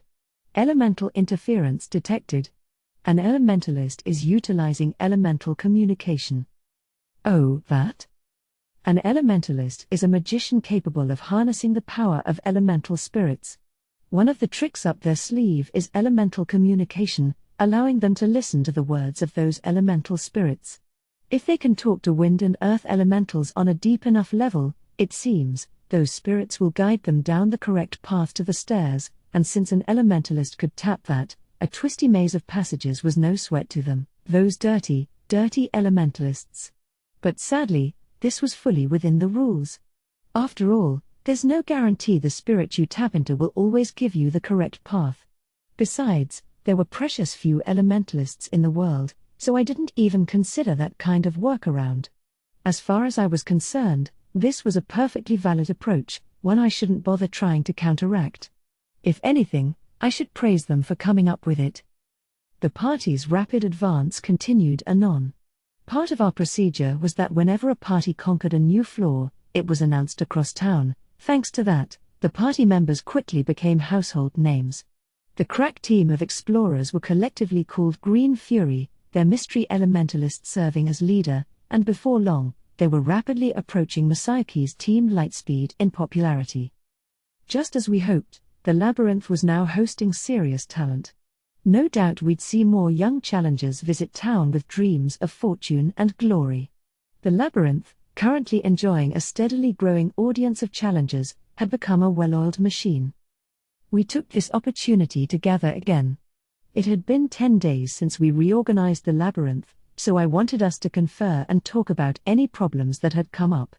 Unlike before, everything was going great, so the mood was light-hearted, natural smiles all around. Ah yes, Masayoki, was it? I always thought you had potential, but now I see you are a mighty man indeed. Veldora seemed very chipper today, and the moment we were all together, he was heaping Masayoki with praise. Oh, you think so? Thanks. Masayoki didn't seem sure how to respond. He looked at me, as if to ask who is this guy? I did introduce them to each other last time, but Masayoki was kind of nervous back then. I could see it if he didn't remember him. I think I introduced you before, but... No, people just started talking and stuff, so... Oh, did we? Understood. As the subject Masayoki Honjo stated, no introductions were made. Oh. Guess my memory was pretty hazy, too. Can't blame Masayoki then, I thought. Ah well, let me do that now. This is Veldora, a good friend of mine. He's serving as the master of the labyrinth's 100th floor. Indeed, 'tis I, Veldora, and I gladly accept you as one of us, Masayoki. Welcome. To Veldora, Masayoki was part of the club already. He flashed him a friendly smile. Then Masayoki's face visibly whitened. By Veldora, do you mean the catastrophe that killed the entire army of farmers? Oh, right. That was the rumor we spread around. I don't mind telling Masayoki the truth, but it's kind of a long story and there's no pressing reason to. Let's just go with this. Yeah, he's kind of a big shot, so try not to rile him, okay? Kwa ha ha ha. Oh, but I am a generous soul indeed, so it takes a great deal to anger me. And if you provide me with sweet treats to eat, I would not hesitate to offer you my protection. There he goes again. I rolled up my notepapers and swatted him with them. Punishment complete. Discipline, you know, it's important. It must have surprised our local dragon, because he shouted, "What are you doing?" And so on for a bit, but I still had Ramirez to introduce. And this is Ramirez, a fairy and someone you could call the ruler of the labyrinth. Masayoki had been muttering things like so I wasn't imagining it. In the midst of this, but my voice helped him regain his composure. His eyes turned to Ramirez, flapping in the air. Oh. You're a fairy, Ramirez. And you built that entire amazing labyrinth? That's really great. The compliments were more than enough to get Ramirez going as well. Whoa. Hey, I like you. In fact, I'll gladly name you my underling. And Rimuru. Did you hear that? He said that I'm really great. She was kicking the air in my direction, visibly excited as she bragged. God, lay off. If I played along, she'd only get worse. Ignoring the drop kicks she applied to me, I tried to move things forward. Yeah, congrats, I replied. If Masayuki wants to be your underling, have at it, I guess. A hero serving as a henchman for a demon lord. Whatever. But this must be hopelessly confusing Masayuki, right? Who is Ramirez, exactly? She may not look it, I said, matching Masayuki's quiet whisper, but she's a demon lord just like me. What? He exclaimed, frozen as the beaming Ramirez approached him. Our voices were hushed, but not enough for her sharp ears, I guess. Hey that's me, Ramirez of the Octagram. Good to become officially acquainted, Masayuki. Huh? Ramirez. You're a demon lord? And Veldora's a dragon. Wow. Really? Masayuki. The thought of dealing with a demon lord and storm dragon all this time dazed him. I guess I should have explained things fully before making the introduction. That's on me, but Masayuki had to take some of the blame here. He's the one who acted all cool and collected at our last meeting. That's why I assumed he knew them already. It was his nerves of steel that allowed him to keep his composure. I didn't realize he was clueless this whole time. They say ignorance is a sin, but sometimes it's your greatest asset. Masayuki had been accepted by a dragon and demon lord, and he never even realized it. Once again, I couldn't help but marvel at his luck. It was Njolmal who finally threw Masayuki a life preserver. Lady Ramirez, please, none of that. Why, so Masayuki would hardly even know how to respond, would he? Since he was such a fan of Masayuki, I suppose Njolmal assumed that conversation was a joke, Ramirez making unreasonable demands, and the kind hero unsure how to react. I figured Masayuki's response would have disillusioned him, but I guess that's the hero's skill at work. Or maybe not. Somehow, it seemed like Njolmal really believed in Masayuki from the heart. Seeing it, or maybe even feeling it, Masayuki smiled. This is Njolmal, my trusted advisor and the head of Tempest's financial department. Kind of our Minister of Finance, I suppose. A pleasure to meet you again, Sir Masayuki. Ha ha ha. That's kind of you, Njolmal. Oh, no, I'm just an upstart from the underground. Well, as you said, I'm afraid I can't join with you right now, Ramirez. I've already promised Mikami, Rimuru that I'd give him my support. Masayuki lightly bowed at Ramirez. I'll bet, Njolmal said. So Rimuru does have a way of taking advantage of people. What had I ever done? And Ramirez was ready to join him. Well, if that's how it is, so be it. You're so cunning, you know that, Rimuru. Hey, I nonchalantly replied, first come, first served. Then Veldora started bragging for some reason. Qua ha ha ha. You won't find many people as dependable as Rimuru. Ramirez, I think you'll have to give up on ever getting ahead of him. But let's hear from Masayuki now. We need to proceed. I had my qualms about what everyone here thought about me, but, yes, we were still making introductions. It seemed kind of moot, though. Everyone already knew his name. All right. Masayuki, you go ahead. Okay, he said with a nod. I think some of you are aware by now, but my name is Masayuki. I come from the same world as Rimuru, and now we're working together. People call me a hero, but please don't let that cloud your judgment.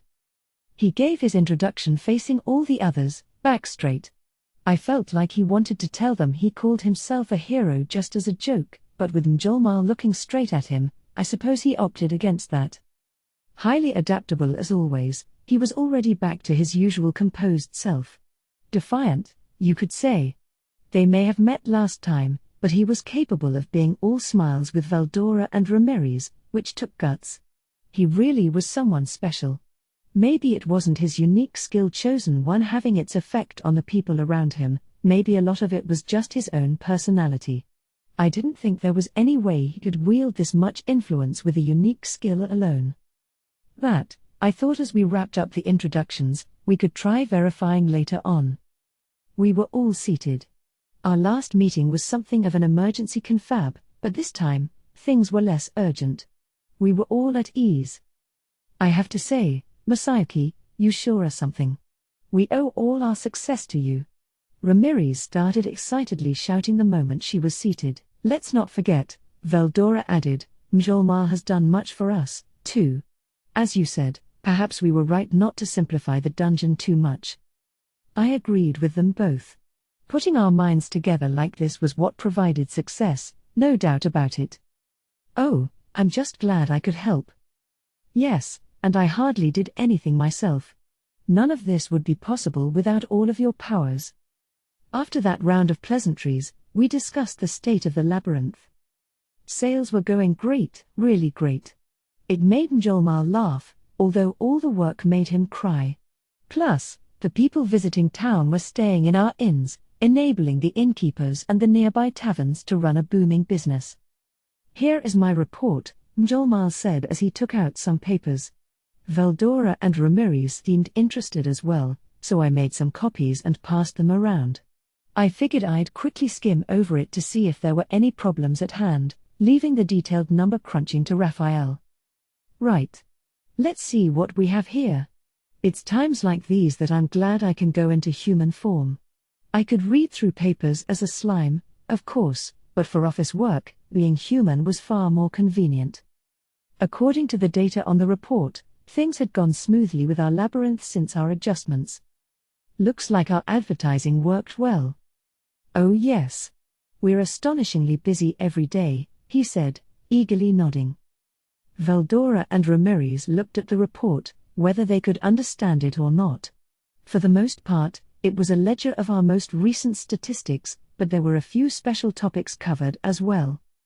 One of these was the adventurer cards, the guild membership IDs that could be used as admission into the labyrinth now that Mjolnir had received Yuki's approval to do so. These cards were magic in nature, keeping track of the bearer's vital signs and retaining that data in a record, which was quite convenient. They allowed for seamless labyrinth entry, just like how you'd use it at your free guild post, so it was easy for adventurers to get to grips with. Hardly any bodyguards or mercenaries weren't guild members, either, so the implementation went pretty smoothly. For the moment, the labyrinth's admission fee was 3 silver coins ago. The cards were manufactured by the Free Guild, saving us from production hassles. Our own nation provided basic cards as well, at the cost of 10 silver, and while most challengers were guild members, we occasionally sold these cards to people, too. Between all of that, we were raking in a lot of money just from admission alone. The report also contained details on the 3 Ramirez-produced items in the labyrinth. Your first resurrection bracelet cost nothing, a freebie so you could see how useful they were. After that, you had to pay for them, but at just 2 silver coins, they were quite reasonable, especially considering they not only resurrected you but also healed any of the wounds you incurred that led to your death. After debating it for a while, we decided to keep the price low as a service to our audience. By the way, we had a warning announcement play if you re-entered the labyrinth without wearing your resurrection bracelet. If you got yourself killed in there, that's none of my business, but it'd still leave a bad aftertaste in my mouth if that happened. To make them easier to buy, the bracelets were sold right next to the front desk, where we had the dead resurrected. Between that and being a pretty indispensable item, they were selling like hotcakes, definitely the most popular out of the dungeon's 3 items. Return whistles, meanwhile, allowed a single person to instantly zoom back to the surface, a godsend if you got lost. This was insurance for a lot of parties, so it was priced on the high side, 30 silver per whistle. People tried to cheap out on these and just rely on resurrection bracelets instead, but I wouldn't exactly call that smart. Yes, you would be whisked back to the entrance that way, but you could lose your equipment and stuff as well. You'd keep whatever armor you had on, but anything that slipped out of your hands at the time of death was gone for good. Nobody's literally carrying booty while in a fight, of course, you'd probably drop it in the corridor for the time being. Losing that stuff could make for a pretty hefty penalty. Few people would take that risk just to get back to the entrance, so there was a pretty decent demand for whistles. Finally, recording crystals weren't selling as well as we hoped, but we did see some clients purchase them in large quantities. At $1 gold coin a pop, close to $1,000, they were luxury goods, no doubt. And why not? They let you basically turn back time whenever, and wherever, you wanted. And since a lot of people would be focusing strictly on the bosses, letting them go for cheap seemed kind of dangerous for us, so we priced them sky high instead. Still, I thought there was a demand for them. In the deeper levels, the difficulty really ramped up from floor to floor. The save points on every 10th floor could very well seem like a trip across the continent. Thus, I figured it'd be a while before we profited from them, but even in these shallower levels, some people were still using them. We were also experimenting with renting weapons and armor out to people, but that hadn't turned a profit yet. These were Kurobe crafted goods, pretty decent quality, and since many people rented them after dying and losing their main weapon, the feedback from them was excellent. With the right word of mouth, I think we could see demand rise soon. So by and large, things were going well, but just because we were succeeding now didn't mean we could let our guard down. Right now, we needed to be more prudent than ever before. The party at the forefront of the dungeon was continuing to do well, going deeper and deeper without anyone dropping out. They were drumming up enthusiasm among the other challengers, too, people who kept coming back after messing up. That improved our sales, a cycle we needed to keep going. If we can convince people that it's worth coming back again and again, then even our initial goal of at least 1,000 admissions per day seems surprisingly attainable. So, looking at Molly's report, I'd say we're a pretty resounding success right now. But we can't rest on our laurels. If you've noticed anything, don't be afraid to speak up. I wanted everyone to be at attention as I got the ball rolling. Ramirez was the first to react. Me. All right. Ramirez. You know the elementalist using elemental communication? Boy, I sure never thought about relying on the spirits for info like that. But I can interfere with that, if you want. What do you think? Interfere, huh? I did want to put some obstacles in their way, but it seemed kind of like a coward move to me. The approach this party took was completely orthodox, so getting all evil with them felt like we'd be going against the spirit of the rules.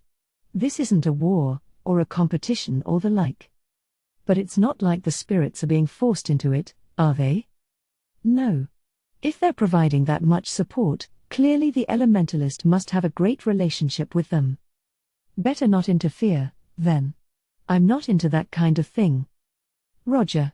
I figured you'd say that, Rimuru. Ramirez was quick to back down. I suppose she wasn't much for it but thought it best to bring it up anyway. No, it is not good to lie. But, Ramirez, why not create an elemental-free zone? That elemental communication, it works by listening to the smaller spirits that have taken root in the area, no? And it can't work if the spirits aren't there, yes?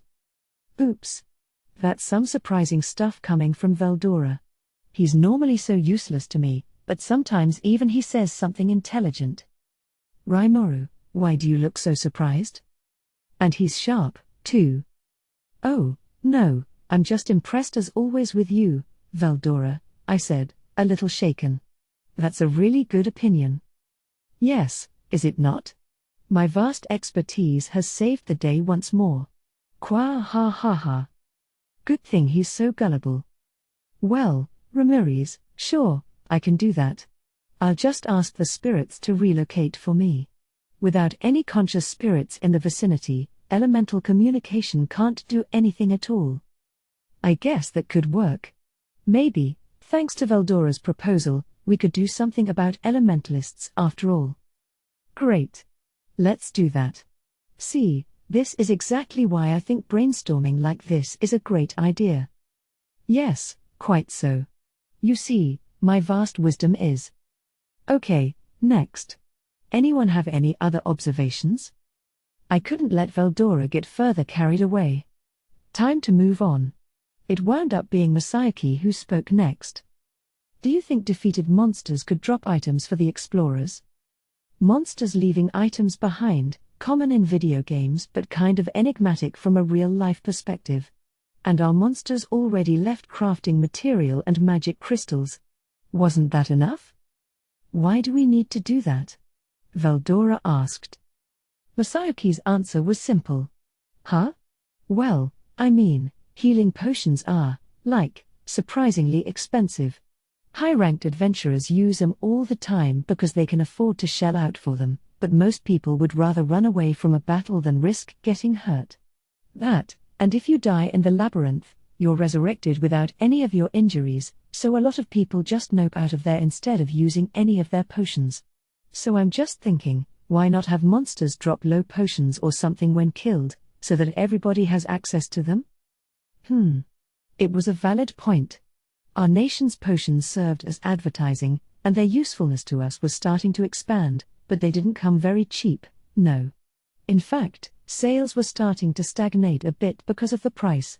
Within Tempest, low potions cost 4 silver coins, high potions were 35, and full potions, while not offered for direct sale, would probably need to be priced at over 500 silver, or 5 gold coins, if we did offer them. Meanwhile, the cheapest inn in our city cost 3 silver a night without meals and 5 with a bath and dinner. A nicer room, used by passing merchants and the like, averaged around 10 silver plus meals. On the other hand, a D-ranked adventurer earned, on average, about 15 silver coins after a day of work in the labyrinth, maybe 20, if they worked in a party for more efficiency. That was good, for now, enough to live day by day on, but not enough to prepare for any kind of emergency. The treatment they'd need if they were sick or badly hurt, or any kind of social safety net, really, would be out of the question. Plus, they needed to maintain their weapons, buying new ones if they broke and saving up for better quality goods. In short, low-ranked monster hunters lived a hard-scrabble life. If they wanted a better one, their only choice was to polish their skills. And in a life like that, 4 silver coins was a painful investment to make. They need to put money aside for admission, of course, and I sure get it if a potion just isn't in the budget for them, and yeah, I know they're gunning for a treasure chest with a major find inside, but it's not like whatever they discover will make them filthy rich. That's common in games, yeah. I understand what you mean, Masayuki, but the monsters are naturally generated within the labyrinth, so I think it'll be hard to have them carry items. It'd be a mistake to excessively spoil our visitors, giving them something they didn't ask for in the first place. I'd like to do something to help, but I think they need to be able to support themselves first. That's what the Free Guild is there to assist with. From our nation's perspective, we can't really provide welfare to people who don't even live here. It's not exactly pretty, but you need to be strong to survive. I think we can do that, Ramirez casually commented, just as I was mentally throwing in the towel. Really? Sure. Just have them swallow the item right after they're born. If that was possible, it opened up a few possibilities. Maybe we could populate the treasure chests with more useful items and let the monsters drop the junkier stuff for explorers. Junk or not, it'd still be a source of income for the lower ranks, and going forward, I'd like those lower ranks to have something to live on. In a perfect world, people are rewarded for their efforts, and I wanted to make that happen as much as possible. Well, no problem, then. If it'll help people gain more of an income beating monsters, I bet it'll make them try even harder for us. And it'd have the side effect of boosting the trade in monster-derived materials, as well as providing another attraction for our nation. And once we have some more money to work with, we can divert some of that into welfare programs. I don't know how much we can do about illness, but serious injury? We could assist with it. If Japan can have universal healthcare, it's not a dream for Tempest to have something like it. A system like this is something we'll want to implement at an early stage in our nation's development, lest people call it unfair. If possible, I'd like to see that happen sooner than later. The problem is to figure out who, exactly, we'll call citizens of Tempest. Labyrinth runners, passing merchants, and people like that aren't, naturally. Maybe now is the time to register all our citizens and make the ownership of rights clearer to everyone. Tempest is a developing country right now, So we welcome any and all immigrants, but once our nation matures, there might be movements to ostracize non-citizens from our borders. A nation is, in a way, a large cooperative entity. Nobody can live alone, so we form communities to help one another survive. We don't need parasites latching onto our nation, and I didn't want to embrace anyone who didn't have a sense of belonging here. It's hard, after all, for people with different thoughts and principles to coexist in the same community. Basically, if a citizen belongs to a nation, they have a duty to work for the sake of it. In turn, they can receive certain services from that nation. That being said, people have the right to not belong to any nation, free of civic duty and retaining full, unfettered freedom. If you want to be part of Tempest, come on in. If not, you're still a welcome guest, but I can't provide you all the services a citizen would receive. We'll need to define the difference soon, and I think Rigard and I need to have some detailed discussions about this. See? I can think about serious stuff sometimes, too. You think so? In that case, maybe we could mix in some unfamiliar potions, or weapons and armor whose capabilities are unknown. So you won't be able to determine if they're high value when you find them? Oh, right. We were still in a conference. I hurriedly considered Masayuki's suggestion. I think I see what he's getting at. Unappraised tools and equipment that you can't use until you get them appraised at the entrance? Yeah. I mean, I guess you can't really drink a potion if you don't know its effect. Oh, maybe some people would. And if we mix in some poison flasks, that'd be another labyrinth trap for us. It'd help warn people about making item appraisal a habit, too. Let's go with that. Cursed equipment might be tough, but magic weaponry would be pretty neat. You think something is a piece of junk but appraise it to reveal its true colors. That's good. You can't throw away junk then, and you'll also need to exit the labyrinth to have it appraised. Masayuki and I, with our video game knowledge, were getting excited over this. The idea of actually implementing it was thrilling, and Ramirez and Valdora, overhearing us, seemed to be getting into it. If you want to hide the true nature of something, my illusory magic ought to come in handy. Kwa ha ha ha. Ah, how lovely it is to see challengers jump for joy, only to be agonized by doom later. Now things will be even more exciting. Yep. Definitely into it. Yes, and since junk equipment will take up valuable space, people will want to sell it in town in short order. That ought to boost return whistle sales. And now here's Mjolmal with some more reality-based feedback. And he was right. Anyone would hesitate to toss out unappraised weapons and armor. Planting that thought in people's minds would make those people camping out in the labyrinth in search of big finds reconsider their strategy. And since we're charging admission, the more people going out and in, the more profit we make. Plus, we wouldn't be the only ones having fun here. There's something attractive about the term unappraised. Your heart can't help but race as you wait for the appraisal results, real pulse-pounding excitement. Something you thought was junk transforms into treasure before your eyes, and even if it turns out to be junk after all, you'll still treat it as your own. We don't need to have a ton of jackpot items like that, but along those lines, I think we could certainly mix in some more low potions and the like. That'll help support the lower-ranked customers, although we'll have to fine-tune the ratios of trash to treasure. All right. Well, it's about time we get to work. Time to push a system update, huh? Masayuki replied. Given that we came up with all that only just now, it's about time wasn't too appropriate. But our last system update went just fine. Sounds good to me. Ramirez nodded, as if she knew what we were talking about. I flashed her a quizzical look, and she quickly averted her eyes. I suppose that little sneak was just trying to ride along on the wave. Mjolmal looked confused, and Valdora was back to his usual shrill laughing, but I didn't mind. Masayuki and I looked at each other and nodded. The following evening arrived. My days were now full of serious work. They were usually spent inspecting projects around town. No, it wasn't just a leisurely walk, I promise, and each night, I'd receive reports in my personal office. Rigard was handling a lot of my affairs, but a fair number of them still required my personal approval, so I had an office set up in our government building for that. "Sir Rimuru," Shion said as she handed me a sheaf of papers, "here's your report from Sum Julmal." She was a hard worker, almost like a real secretary. Kind of surprising. "Yes, thank you," I said, trying to sound all haughty as I accepted the report.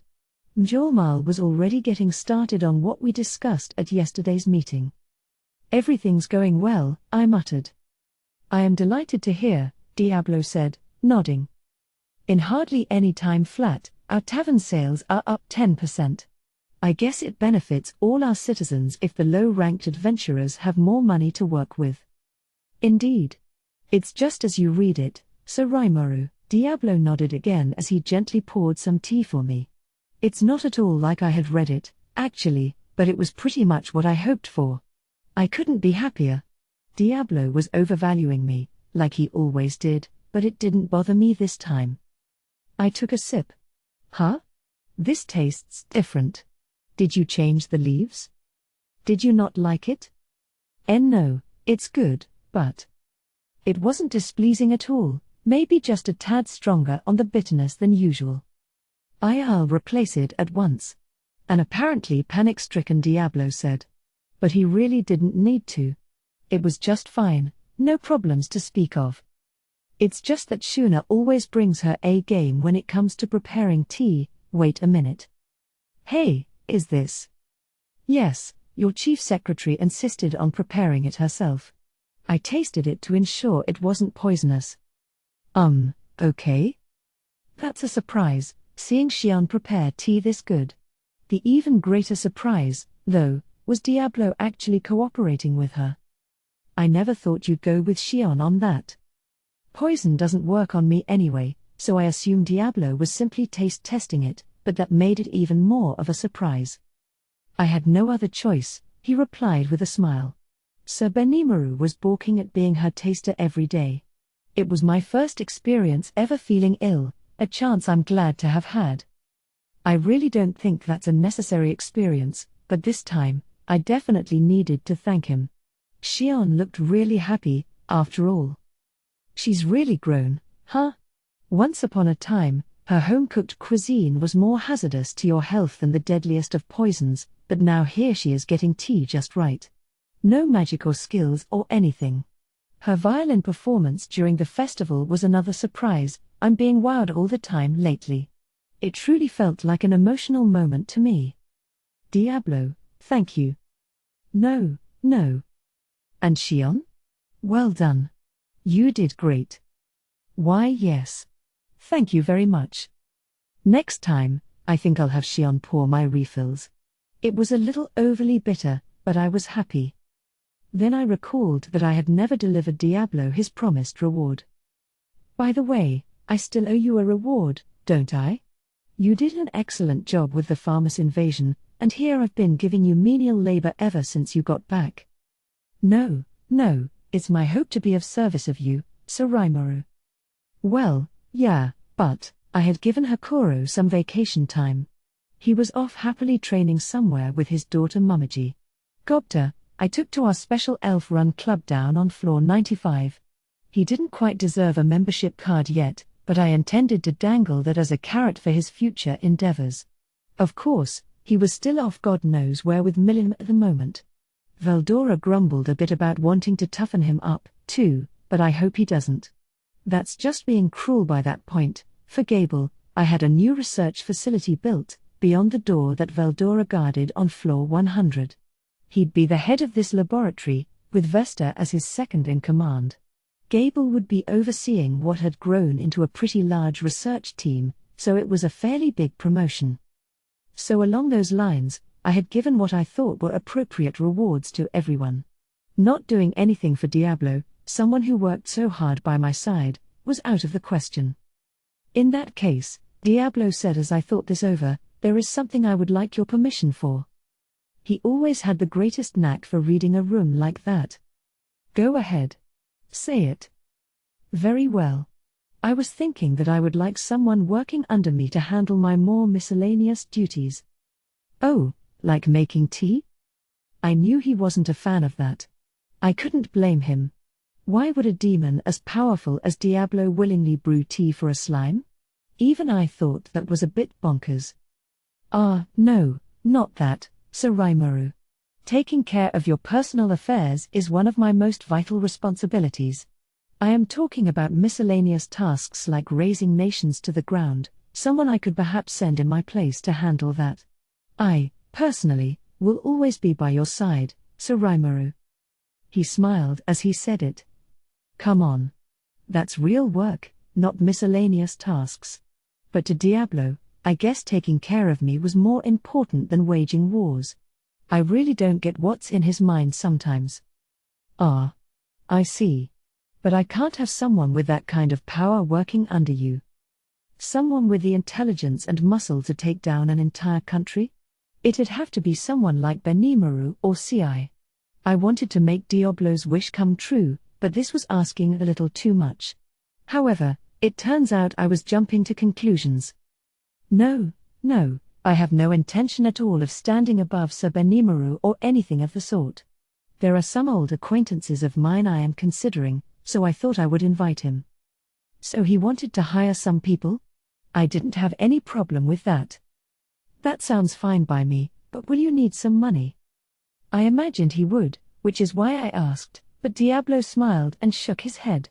No, I doubt they would be interested in money. In place of that, however, they will need some manner of vessel to serve as their physical bodies.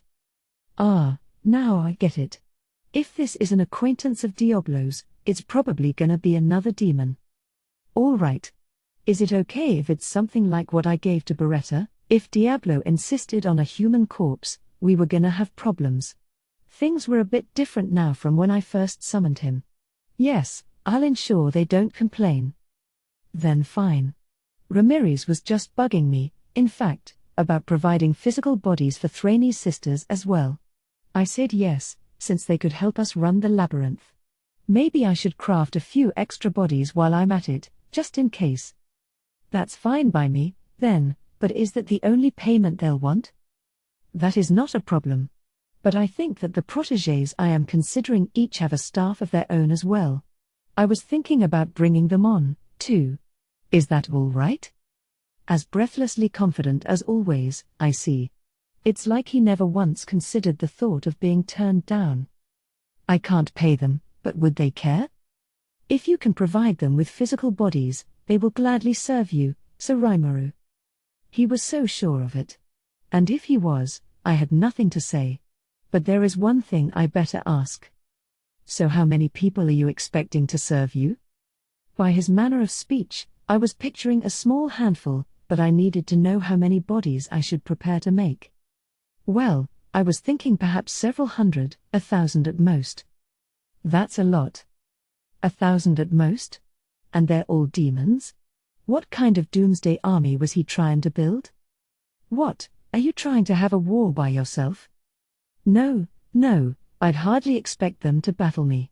Even if they did, I doubt it would be a hard fight for me. And so deadpan about it, too. Where does all that confidence of his come from? Are you gonna be okay, though? Yes, perhaps there is no need for such a large number. Very well. I will carefully choose among them and dispose of the unnecessary. No, I didn't mean that. I'm asking if you're gonna be okay. Diablo gave me one of his happy smiles. There will not be a problem, he declared. Well, now it just seemed ridiculous to worry about him. For all I knew, Diablo may very well be stronger than me. If he says it's not a problem, there was no point in me protesting. All right. I'll prepare 1,000 vessels for you. You will, Sir Rimuru? Sure. I need to reward you anyway. So try not to get yourself hurt doing this, all right? I didn't think I needed to worry, but I went ahead and said it anyway. Diablo bowed at me, overcome with emotion. Very well, then. It pains me to say this, Sir Rimuru, but I hope you will forgive my absence for a period of time as I prepare. Part of me just wanted to say yeah to him. You can leave things to me for now. Get going. Xion sounded like she was showing someone she disliked the door. I could kind of empathize with her. She must have been feeling the same way I did. Wasting no time to strike while the iron was hot, Diablo decided to head right out on his journey. To be honest, I was a little anxious about having Xion be my only secretary, but, hell, Shuna was there for emergencies, and I doubted anything too hairy would happen. Such were my thoughts as I saw Diablo off with a smile. Chapter 2, Lively Days. A few days after our previous meeting, a party finally made it past floor 30. This was Masayuki's team, and just as he had worked out with Mjolmile, they were making their way down the dungeon at a steady clip. It was fixed, I'll freely admit that, but what the general public didn't know wouldn't hurt them. Besides, with his chosen one skill, Masayuki can make some pretty big screw-ups and still look squeaky clean to everyone around him. I couldn't ask for a better advertising partner. So we held a big announcement inside the labyrinth that the Orc Lord guarding floor 30, as well as his 5 henchmen, had been slain. The results were electrifying. Cheers erupted from the inns and taverns people gathered at. Masayuki. Masayuki. You could hear it all across town, and Masayuki reacted to the chants with a casual smile. His expression was stiff, to say the least, but to the crowds, it must have looked like a radiant smile. Once again, Masayuki's fame and popularity had risen to the stars. Some shops even held Masayuki the Hero 30 floor commemoration sales. With all the excitement, and all the merchants whose eyes sparkled at the potential profits, things were, to say the least, lively. Now we were holding another meeting in the conference room we had built in the labyrinth. Ah, the populace loves you more than ever, don't they, Hero? Rimuru, can you not pick on me, please? It's hard. I thought my choice of greeting would be a fun way to break the ice, but he really did seem overwhelmed. Truly an excellent performance. Magnificent. Stirring. Mjolmile couldn't help but join in. He really meant it, too, making Masayuki snicker a little. Now I see. If this is how everyone reacted to him, I could understand how that would get tiring. I really didn't do much of anything, though. Oh, there you go again. You're such a modest champion, Sir Masayuki. I doubted Masayuki was being modest at all.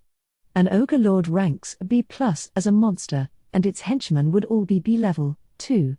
One B-ranked monster could threaten the existence of a small village, and here we had a small group of such monsters, so beating floor 30 requires serious talent, but Masayuki's team emerged from that battle without any major issues. The mithril armor I gave Jinrei did a lot to boost his defense, so the party's strategy involved keeping the monster's attention squarely on him, an effective one, as it turned out. The rest of the party was pretty decent, too, focusing their attacks to unlock some pretty powerful magic. Bernie's elemental magic, Jiwoo's spirit magic, and Masayuki's chosen one-based buff effect all worked together to raise their abilities to their peaks. Masayuki said he didn't do anything, but, really, he played a huge role just standing there, still. Not that it's for me to say, but we couldn't ask for much better advertising. Having rare equipment from a distinct series show up in the chests is quite attractive to a lot of people. Right? I came up with that one. Equipment that unlocked special effects if you completed the whole set, that was an idea I discussed with Kurobe, and the memory of that discussion inspired him to make a test set, the so-called Ogre series. The gold box inside Floor 30's boss room awards you with one random item from that set, which was really a diabolical way of going about it. There were 5 weapons, an axe, sword, bow, saber, and knife, and 5 pieces of armor, the helm, breastplate, gauntlets, gaiters, and boots. No shield included. What you got was completely down to luck. You were guaranteed an Ogre series item, but you didn't even know whether you'd get a weapon or a piece of armor. Plus, keep in mind, there was no guarantee you'd see a series piece drop. The gold box the boss guarded was programmed to drop rare items 2% of the time. Even if you beat the Ogre Lord once an hour, that box would still only contain 24 items a day. You'd be lucky to see a rare drop every other day, at that rate. It's the perfect drop rate, in fact, to encourage the gambler side of people's psyches. It's human nature to want to collect them all. If you obtained a piece you already had, you could always trade or sell it. Now people had yet another reason to tackle the labyrinth. And we picked up the ogre greaves. Yeah, and if you can find all 5 armor pieces, it'll grant you magic interference, which is a powerful anti-magic skill. Real effective against the boss at floor 40, hint, hint. It was the same effect boasted by the scale shield I gifted Cabal a while back. That shield gave you the effect by itself, but with the ogre series, you needed the whole armor set to unlock it. That's the difference between a unique piece of equipment and a rare one. And to be honest, the ogre series was made from the magisteel we salvaged from the byproducts of processing the shield like scales of Charybdis. This meant it was already a powerful magic blocker, effective against the Tempest Serpent's poisonous breath, and I hoped people were excited about collecting them. Oh, really? Aha. So the tactic I'm hoping people adopt going forward is to collect the whole set before taking on the next boss. With Masayaki's team conquering floor 30, we had now formally announced the ogre series. It wouldn't be long before the information spread worldwide, and I'm sure it'd energize even more would-be challengers to try their own hand at the labyrinth. Parties were allowed to be up to 10 people in the dungeon. No matter how strong a group of monsters you found in there, if you had a party of adventurers ranked P or higher, there was nothing they had zero chance defeating. It'd be a trial and error process ahead for them, I'm sure, but if they think of it as training for group battles against monsters, I think it'd be good experience for them. I definitely want them to build up their equipment for the floors beyond. Besides, everything was going to plan. We didn't miss a thing. That's your idea, huh? So you think we need to complete the series? Well, that's a good question. The mithril armor I gave Jinrei is a rare piece as well. It's got no special traits, but it provides better defense than the ogre breastplate. You could just keep pushing and beat the Tempest Serpent that way, maybe. The serpent was a tough foe, but there'd be only one of it. Tackle it with a party, and your strategy would probably involve keeping a decoy healed while the rest of the gang fought. That would be Jinrei with this group, and I figured he'd be up to the task.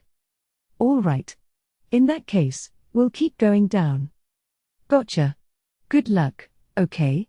Because you're the best pitchman we got. Jinrei and the others are a lot more enthusiastic about this than I am, but yeah. I think having monsters drop items is kinda adding to the fun, too. It's always exciting to discover a chest, but the simple idea of having monsters drop items turned out to be absolutely the correct thing to do. Some monsters, skeletons, for example, didn't have any materials to harvest, and their magic crystals could often be low quality and worth pocket change. The stronger an explorer you were, the more of a pain in the ass monsters like that became to deal with, but now things had changed. The creatures that parties used to reluctantly mow down were now getting actively hunted again. With monster materials circulating more than ever in the marketplace, I couldn't ask for better results. Giving labyrinth-generated monsters items was actually pretty simple. The Dryads, led by Thraney, helped us out with that, taking newly born monsters and having them swallow the items. That sounded tricky, given that monsters may appear anywhere in the labyrinth and you can't track them all. In fact, though, there was no need to. The flow of magicules in each floor was supplied with special pipes. These pipes were set up to run through certain rooms from floor 5 downward, rooms that subsequently would have lots of monsters born in them. Monster lairs, you could call them. To manage the labyrinth, Thraney and the Dryads would place the items I specified in each of these rooms, the monsters would swallow them up, and then the Dryads released them into the maze at large. Tracking all the monsters generated in the labyrinth was a pain, but one greatly reduced by only having to watch over the monster lairs on each floor. Monsters who self-generated in the regular corridors wouldn't carry any items, but that wasn't a problem, we didn't need every single monster to drop something anyway. Thus, we had a reasonably efficient way to enable monsters to carry items around on each floor. I originally envisioned the monster lairs as a kind of trap, but now they were more like administrative pens. Of course, you might see a hapless party tiptoe into these rooms right when they were packed to the rafters with monsters, but hey, it adds to the tension. It's all part of the charm for everyone, you never know what you may find around the corner. And the appraisers are working around the clock. We're charging $1 per appraisal, but there's pretty much a line at all times. From slain monsters, you may find flasks of fruit juice or milk, magically treated to keep for several days, plus a few low potions mixed in. Some of these drinks might go bad after a while, of course, so an appraisal was a must. We also threw in some of the failed efforts from Kurobei's apprentices, junk that we then bought off them for cheap. This might sound like we were taking a loss on them, but they're kind of like crane game prizes, reinvesting our profits in order to attract more customers. And speaking of prizes, we had to have some jackpots, of course. Occasionally, we'd mix in a masterpiece from Kurobei's assistants. This, of course, generated a ton of buzz, with people going around town showing off the special sword or whatever that they picked up inside the labyrinth. It really added that addictive touch we were hoping for. Now, like ants to a hill of sugar, we were seeing people come back again and again. So we had booty in the treasure chests, monetary rewards for beating every 10th floor, and plunder from the monsters themselves. A lot to attract repeat business with. Thus, it was fair to say that the labyrinth was going well. It was perhaps inevitable that more people were showing up in the town. And floor 95 is just packed. Effused Ramirez, the others nodding their agreement. Yes, the new inn on floor 95 was already a big success. Each floor had a conspicuous room before the stairway containing a rather unnatural-looking door reading INN on it. There was a bell next to each one. Explorers rang it to call for a labyrinth manager who'd explain what lay beyond the door and how they could take advantage of it. 1 silver coin was required to open it, not much less than admission to the labyrinth, but to regulars, that wasn't going to be a big outlay. The majority of people who heard the manager's spiel wound up paying, after all. And there was a good reason for that, the ever-changing labyrinth structure. Thanks to all the corridors and such changing every 2 or 3 days, it was much trickier to conquer a floor than its size suggested. Few people could advance through a huge map without getting lost, and we had measures in place to prevent elementalists from relying on elemental communication too much. It was now a challenge to find the shortest route through a floor, and as a result, you really couldn't reach the save point at every 10th floor in a single day. Thus, until now, parties were forced to camp out in the corridors. I've never slept in an open corridor before like that, actually. Oh? I turned to Masayuki. How was it? Seems pretty fun. Ha. Maybe for you, Rimuru, but if you're sleeping on cold, hard stone, you're gonna get terribly sore and maybe bruised up. The other 2 guys besides Bernie and me seemed pretty used to it, but not even Ji-woo, a woman, objected to roughing it like that. But to Masayuki, sleeping in shifts to keep a lookout for monster attacks was nothing short of hell. Ah. Sounds rough. Can you give me some actual pity, please? Because I never want to do that again, that's for sure. I suppose it would be an ordeal for most modern-day kids, whether you were an otherworlder or not. You could secure a treasure chest chamber or some such and set up camp there, of course. But you'd still need someone keeping watch, since some monsters constantly wandered the hallways without rest. In those circumstances, providing a safe place to rest was unexpectedly popular. There was also the question of what to do with the equipment you found inside. Discarding it would be a waste, since, as we planned it, there may just be a rare find among things that might seem like junk at first. But between your sleeping kit, a few days' worth of food, and backup equipment, you had only so much room to spare. When space is of the essence, food is often the first thing to go. If you ran out of stores, you'd have little choice but to retreat, although some monsters left behind edible goods when defeated. Water could be procured with magic, so a lot of people made do with the barest minimum of sustenance. If you were at the end of your rope, you could always die and get transported back with your resurrection bracelet, that cost you your items, but it beats struggling with starvation. Along those lines, people were starting to reconsider the merits of the return whistles. Since they let you return to the surface with all your items, more and more people were starting to purchase them. Thus, A consequence of the labyrinth's new emphasis on dropped items was that people tended to carry less food around than before. So what if we had an inn available down there? If you're well enough to reach a stairway, the inn was there for you, obviating the need for food or a sleep sack and making your pack a lot lighter. Yes, if an inn were available, a lot of people would naturally want to take advantage.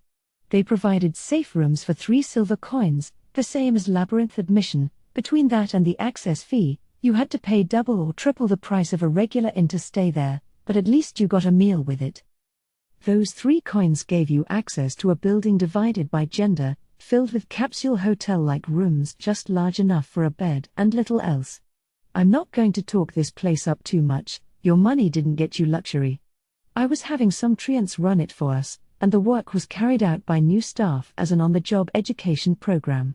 Cleaning, laundry, cooking, customer service, our hires would get to practice all of that here, and if they make the grade, they'll be able to find work up on the surface. Despite the rustic conditions, the inn still found its clientele. Your money bought you safety in the labyrinth, after all, and nobody was about to complain about that. We also provided a few extra services for additional fees. Clothes laundering, 3 silver. Access to a large open bath, 3 silver. Equipment cleaning and basic repairs, 5 silver. That sort of thing? These services were all kind of popular, actually. Extended rounds of fighting in the labyrinth could make you a bloody, sweaty mess, after all. The bath was also a big hit, which I figure is because women might be more sensitive to people stinking up the place. Either way, it was all at exorbitant prices compared to the surface, so our profit margins were through the roof.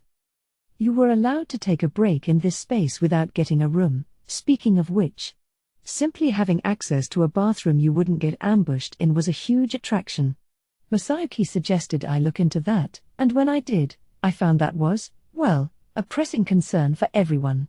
There were no flush toilets in the labyrinth, and since you were on the razor's edge between life and death for much of your journey, you often had to resign yourself to some wet trousers, or worse. The labyrinth itself never needed cleaning, though. The generated monsters cleaned everything up for us, in particular, the slimes in the labyrinth ate anything. Human waste, the remains of dead monsters, you name it. Monsters of that rank popped right back into existence after an adventurer killed them, so hygiene wasn't a concern, at least. Plus, every time the labyrinth layout changed, Ramirez cleared out any useless garbage strewn around, ensuring the dungeon remained in remarkably spotless condition. Of course, this didn't mean people were comfortable with dropping true and doing their business in the middle of a monster-laden hallway. The labyrinth management didn't want their maze to look like an open sewer, and our challengers weren't great fans of that, either. If they got attacked by monsters in the midst of a bathroom break, it'd probably make them want to cry, yelling timeout. Didn't work against monsters. You'd need someone keeping watch for you, for number 1 as well as number 2, and I know I'm speaking for at least some of you when I say that going to the bathroom in an open hallway while encircled by your friends is the perfect formula for performance anxiety. Maybe a quick whiz would work, well, maybe not. If a monster caught you with your fly down and you had to fight like that. Or, even worse, you put it back in and had to piss your pants during the battle, ugh. I don't even want to imagine it. You'd probably just want to march right back home, but then you'd have to go tromping around the city of Rimuru with a huge urine stain on your pants, like you lost a bet or something. A man might be able to cope with this, I can hardly imagine how a woman would handle it. For some, death might be better than the humiliation. And considering that lots of adventuring parties were mixed gender, toilet-related practicalities were another incentive for people to use our inn. By the way, some people tried to solve this problem with magic. Certain household magic spells like clean wash and health management can help you maintain normal bodily functions inside the labyrinth. Health management, in particular, allows you to manage the times at which your body needs to eliminate. There were certain limits, of course, but you could use that spell to hold it in for around 3 days without issue. Unless you were the type of maniac who didn't care if he sprayed his waist all over during battle, this was a must-have spell for adventuring. Still, health management didn't work forever. If you were gonna wander around the maze for extended periods of time, relying strictly on magic was risky. Thus, it came to pass that even sorcerers and the like saw fit to call upon the inn's services. So labyrinth management was all systems go for now.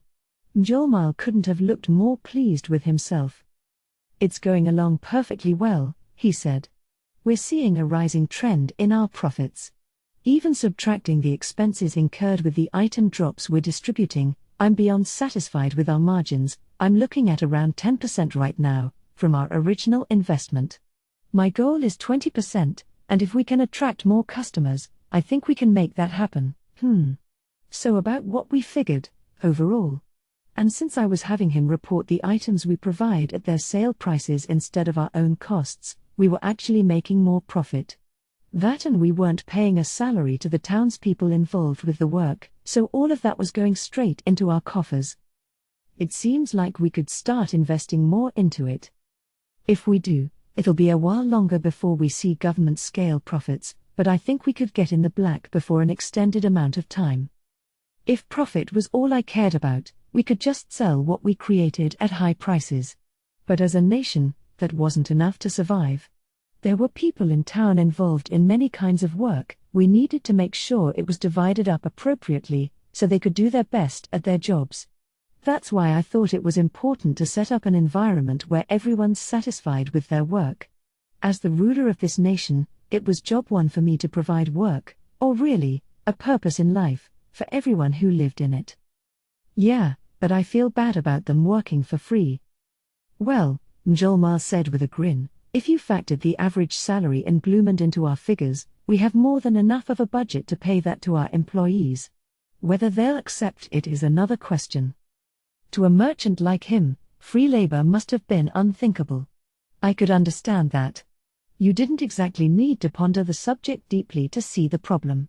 We were providing food, clothing, and shelter, and everyone seemed happy enough with that, but it didn't seem like a good work environment at all like this.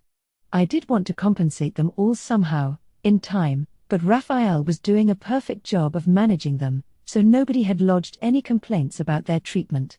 Nonetheless, I decided I'd better bring this up with Rigard and my other officials shortly.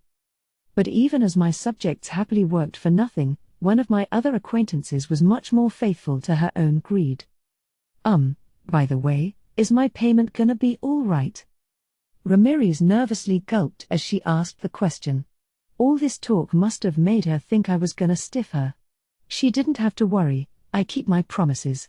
So I signaled to Mjolnir, who then nodded with a smile of his own. "You have every reason to expect it," he proclaimed, trying to sound as important as possible. "I think we can pay you quite a figure, in fact." Ramirez gave that a satisfied grin. "This is it," she exclaimed. "Huh? What is?"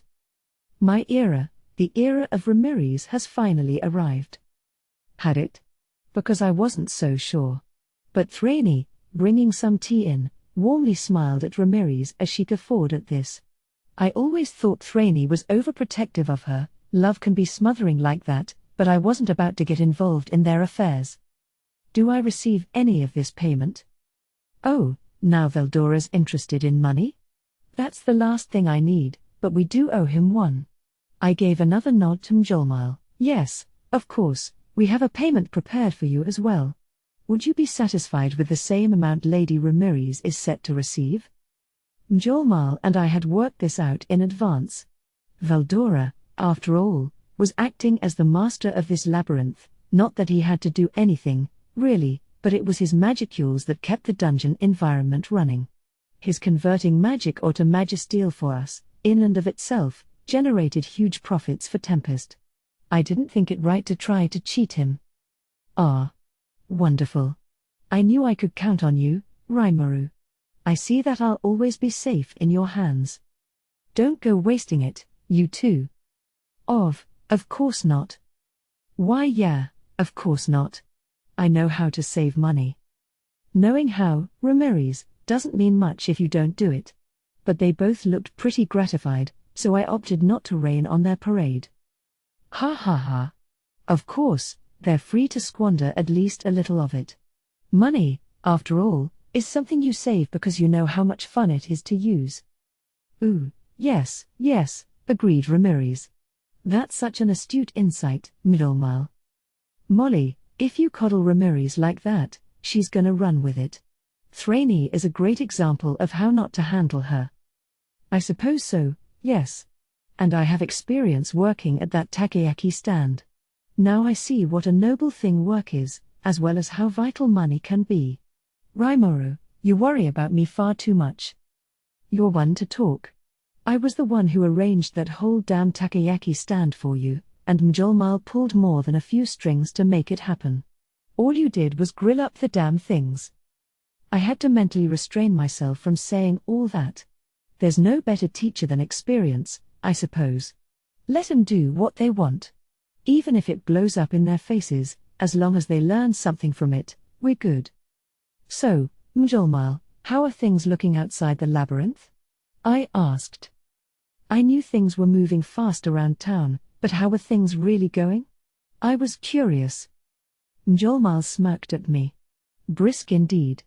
That's the only word for it. The festival is long over, but really, we haven't seen any major drop in our population. We now have a pretty steady clip of merchants going in and out, and I think that's going to be quite stable for the time being. Would you say the town is starting to function as a stopping point for trade? Precisely. Merchants are starting to come see me so they can begin to do business here. They're not going through intermediaries all the time, either, so Sir Rigard has a rather full schedule these days. From free guild members to big-name merchants from the Western nations, they're all inquiring about opening up shop here. Sounds better than I thought, then. The Founders' Festival was meant to prime the pump, and in terms of attracting people, it was a big success. Now the labyrinth I'd made for fun was building a good rep of its own, winning favor with all our visitors. After that, all we had to do was fine-tune things to keep the money flowing. I wanted people to challenge the labyrinth, earn money, then spend it on our nation's goods, not just our inns and taverns, but weapons, armor, and other consumables. I'm sure our merchants from other nations would play a big role in that. The Free Guild purchases monster materials, then deposits the money with us. Foreign merchants would bring us rare and exotic goods, no doubt, and at the end of it all, our town would be livelier than ever. Give it enough time, and people the world over would know just how fine this nation's goods are. We've got a lot of exclusive things to offer, rare foods and liquor, all the cuisine Shuna was developing, the gear from Kurobei's workshop. Even Kaijan's apprentices were helping flesh out the selection. That wasn't even all of it, and the selection was only going to grow. Word about all this could easily spread by now.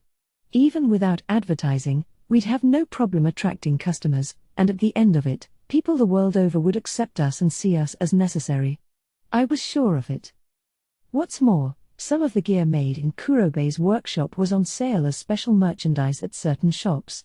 The gear circulating in these shops was doubtlessly going to generate attention, and while different stores dealt in different levels of quality, if you had the money, you could buy it for yourself, although anything from them rated rare or higher would be available for purchase only on floor 95. I'm sure some people might doubt this gear's capabilities, but that wasn't a big problem. We've got a place right by here, after all, that lets you test out what you bought. We rented it out to people in the labyrinth, even, although not too many people had taken advantage yet. It'd only be a matter of time, either way, before they used that gear and began talking up how good it was. Little by little, we were building trust in our nation. Trust is more important than profit. I'm not about to go into the red for the sake of trust, but as long as we stayed in the black overall, I'd call that a success. We're not in this to make money, we're in it to get our nation accepted. Sounds like exactly what we aimed for. Even if Tempest's a monster nation, if merchants can see profits, they'll come for us. The labyrinth's seeing more and more visitors, and I think we can build a relationship with the Western nations too. Mjolnir nodded. Smooth sailing, indeed. And yes, more and more visitors are coming. People know it's a monster nation run by a demon lord, and they're still coming. Just as you surmised, I think it's safe to say that people are trusting us. He was in firm agreement. But he's a funny guy, that Mjolnir. He said us just now. From that, it seems to me that despite being human, he's fully looking at matters from our perspective. I'm glad for that. We can't earn trust overnight. Trust is gained in drops and lost in buckets, that's the truth. And maybe we're stimulating people's greed to bring them here, but there's no easier thing to connect to trust. If you think that someone can address and satisfy your desires, that's the same thing as earning their trust. Mjolnir's a good example of that. We're connected by a desire-based trusting relationship. Do good work and receive just profit from it, that's really important, I think. And, of course, it's no fun if that's a one-way street. You need to look at the other side of the equation and figure out if you can trust them. Right now, we've got the perfect environment for training ourselves on that. We've got a teacher in Mjolnir, and I'm gonna study as much as I can under him. Then I paid Ramirez and Veldora their salaries. They both seemed satisfied with the amount. I told them not to squander it, but have they thought at all about how they'll use it? The question weighed on my mind as we kept discussing matters. Hey, do you think we could set up a space for my personal use? Sure, Ramirez replied to me, but what for? You want to do some research, too? No, it's more about development in my case. I have a few ideas in mind that I want to try building. In terms of research, Kurobe was way ahead of me. His workshop was in the southwest part of town, along with the workshops of those apprentices he deemed worthy of going independent. That district was seeing weaponsmiths from all over now, hearing the rumors and building their own forges and repair shops to compete. It was a full-fledged industrial zone by now, and as a result, it was getting hard to keep new discoveries made there a secret. The atmosphere was more convivial among those artisans, amicably sharing in one another's neat new stuff, so classified project development wasn't possible. Instead, my order for Kurobe was to develop new weapons and armor that nobody could imitate. Besides, when conducting research, I didn't actually need a physical space. I have the good Professor Raphael with me. What I did need, though, was a development facility to implement the blueprints in my mind. Sure thing. I'll get it set up today. Ramirez was eager to please. So now the 100th level on the bottom began with Veldora's grand hall and continued on to rooms housing a plethora of research facilities. In terms of keeping the space defended, not to mention preventing leaks, I couldn't ask for someplace safer. In fact, it was impregnable. Let's use it for really important R&D from now on, then. But what are you trying to make down there, Rimuru? Ramirez asked me. It's a secret, huh? But I really wanna know. You're always cranking out all kinds of crazy things, so. Indeed you are, said Veldora. There will be no secrets between you and me. Oh, great. Who decided that? And I knew full well Ramirez and Veldora were doing this and that behind my back, too. But they were always so persistent with things like this, and I didn't have the energy to try to deceive them, so I gave them an answer. Their bodies. I've been thinking about providing physical vessels for Thrane's sisters. Plus the ones Diablo requested, of course. If I needed 1,000, painstakingly carving them by hand wasn't gonna happen. I needed a setup that allowed mass production. And give me as much space as you can, by the way, okay? I want to try out a few different things. Coming right up. Anything for my faithful underlings. Ramirez was emphasizing the underling part, but she agreed, nonetheless. Heh. Good thing I let her in on part of my plans. Now I'll have the space to try all sorts of things. Up to now, I didn't have the time to make the things I came up with, now I could start implementing some of those ideas. The thought made me grin. I spent the next few days setting up my development equipment and tapping Raphael's full abilities for the first time in a while and copying all sorts of things within my stomach. Any tech I wanted to pass on to future generations couldn't rely on this, of course, but I didn't intend to share it with anyone anyway, so all inhibitions were out the window. Then I heard someone calling me from behind the door. Eesh. I was just getting into a groove, too. Report. You have not communicated with the outside world for several days. There is a possibility that something has happened. Come to think of it, I had been skipping out on meals, hadn't I? Raphael's observation reminded me that maybe I'd been a little too caught up in my own world. Even if nothing was going on at all, it's natural that Shion or Shuna would get worried. Better make my rounds, now was a good stopping point anyway. Replying to the voice I heard, I left my research center. As expected, Shuna and Shion were right there. So Rimuru, are you all right? I was worried. You didn't even appear for the meals you enjoy each day, so I thought that something might have happened. Ah. So they were concerned for me. Sorry. I got a little lost in thought. No, not at all. As long as you're safe. Shion is right. With all the hard work you've been doing, of course, nobody will complain if you want to take some more time off. Once they saw I was fine, they were all smiles again. Now I felt kind of bad. They really cared a lot for me. Well, I'll make sure to check in at least once a day from now on. That would make me very happy, so Rimuru. Yeah, better not get too wrapped up in my hobbies.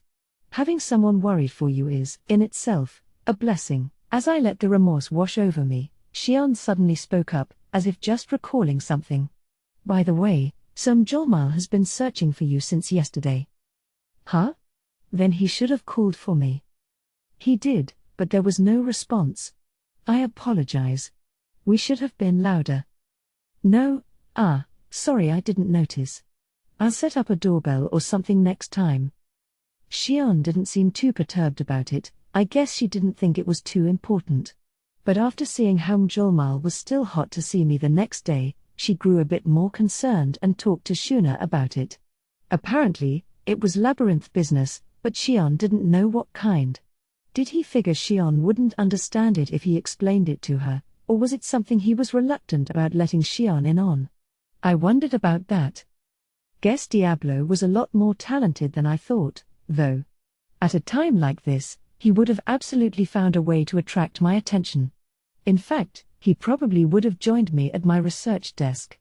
Maybe that made Diablo more selfish than Shion, if you think about it, but enough about that. Jolmal's waiting for me.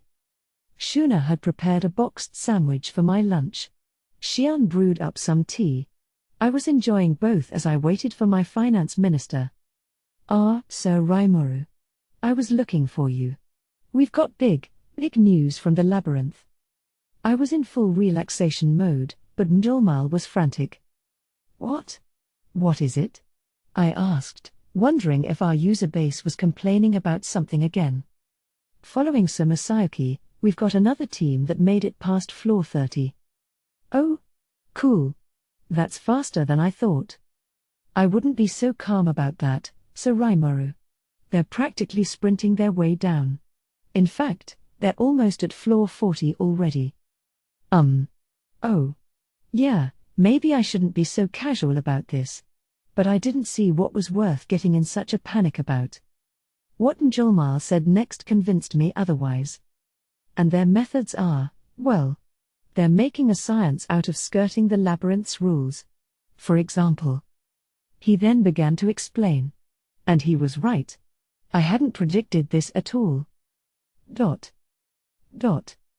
As he put it, this party had come upon fairly ingenious ways of using Ramirez's labyrinth items. First, they activated a recording crystal in front of the boss monster on floor 20. One crystal works for an entire party, so even if the boss wiped them out, they could revive themselves at the location they set for themselves.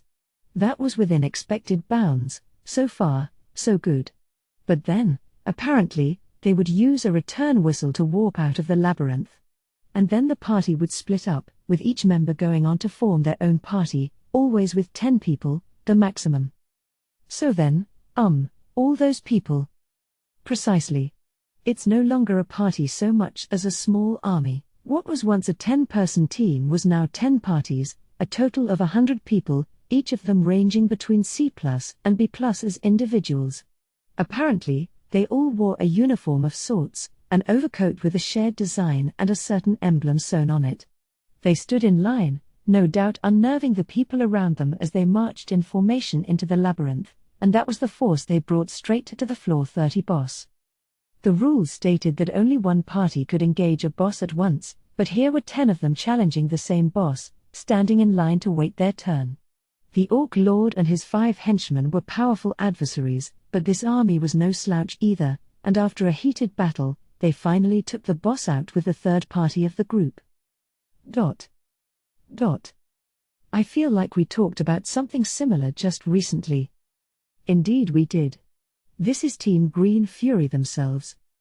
Ah, there you go. Judging by the matching overcoats, this must have been a set of people working for one noble or another. The sheer budget they must have had for recording crystals made me shiver. Time is money and all that, but those cost 1 gold coin a pop, and they were tossing them all over the place. Do we know which patron they belong to? I had Lady Soka look into that.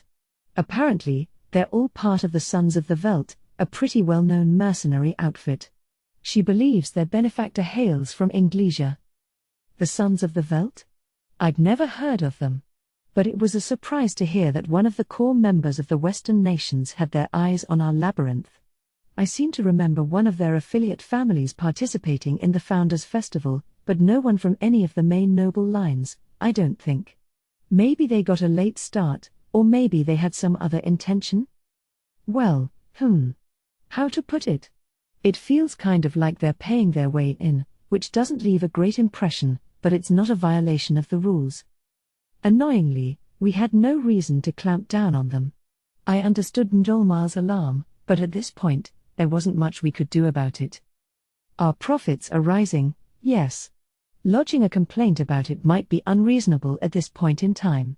But if this keeps up, the floors you spent so much time filling with traps are going to be conquered in the blink of an eye, it seems like. So Njolmal was going nuts looking for me because he thought someone would beat the whole labyrinth while I was holed up in here? Yes, I made you worry, huh? Well, it'll be all right. Things don't really kick off until beyond floor 40. And I think the Tempest Serpent is going to stop them in their tracks for a while anyway. Team Green Fury had some excellent teamwork going. I think they ranked an A- as a fighting party, but as individuals, they were each around a B, so I doubted they could hold out against powerful ranged attacks for long. A Tempest Serpent is among the stronger of the A- gang, so even 10B+ fighters could have trouble emerging victorious against one. Indeed, but judging by what Lady Ramirez and Lord Veldora tell me, we have reason to believe the leader of Green Fury is misrepresenting their actual skills. Huh? True, I can't really run analyze and assess on someone in a video. Like. Report. Accurate magicule counts cannot be calculated via analyze and assess on a motion picture of battle. Right, Raphael warned me as much. I just used that video footage to assign a rating based off how the Free Guild ranks its monsters, so I couldn't really say with any accuracy exactly how powerful that party is. After all, I was only ranked a B+ by the guild, even though I'm definitely an S in actual skill. Ranks can differ from talent like that sometimes. And if someone was deliberately concealing their skill, we needed to consider addressing that. I think I better hear from Veldora and the gang about this. Certainly. I've already reached out to them, so let's pay them a visit. That's Njolmal for you. By the time he rounded me up, he already had everyone else on call. I nodded and stood up from my seat. We were back in the Labyrinth's conference room, the usual gang. You are late, Rimuru, Veldora scolded me. Yeah. Look at what happened. You're the leader, start acting like it. Ramirez added. I'm the leader? That's news to me. But that didn't matter right now. So how's it looking? I asked. It's looking grim, replied Ramirez. They've penetrated all the way to floor 38 now. She began to show me some video of their progress. She seemed pretty flustered, restless even, as she went over the footage, projected inside a little transparent box, with me. The effect was kind of like seeing 3D miniatures move around by themselves. Too bad I couldn't analyze and assess this directly. Suggestion. If I receive permission to interact with the subject Ramirez's intrinsic skill macecraft, it will be possible to collect more accurate, detailed information. Ooh. A rare proposal from Raphael.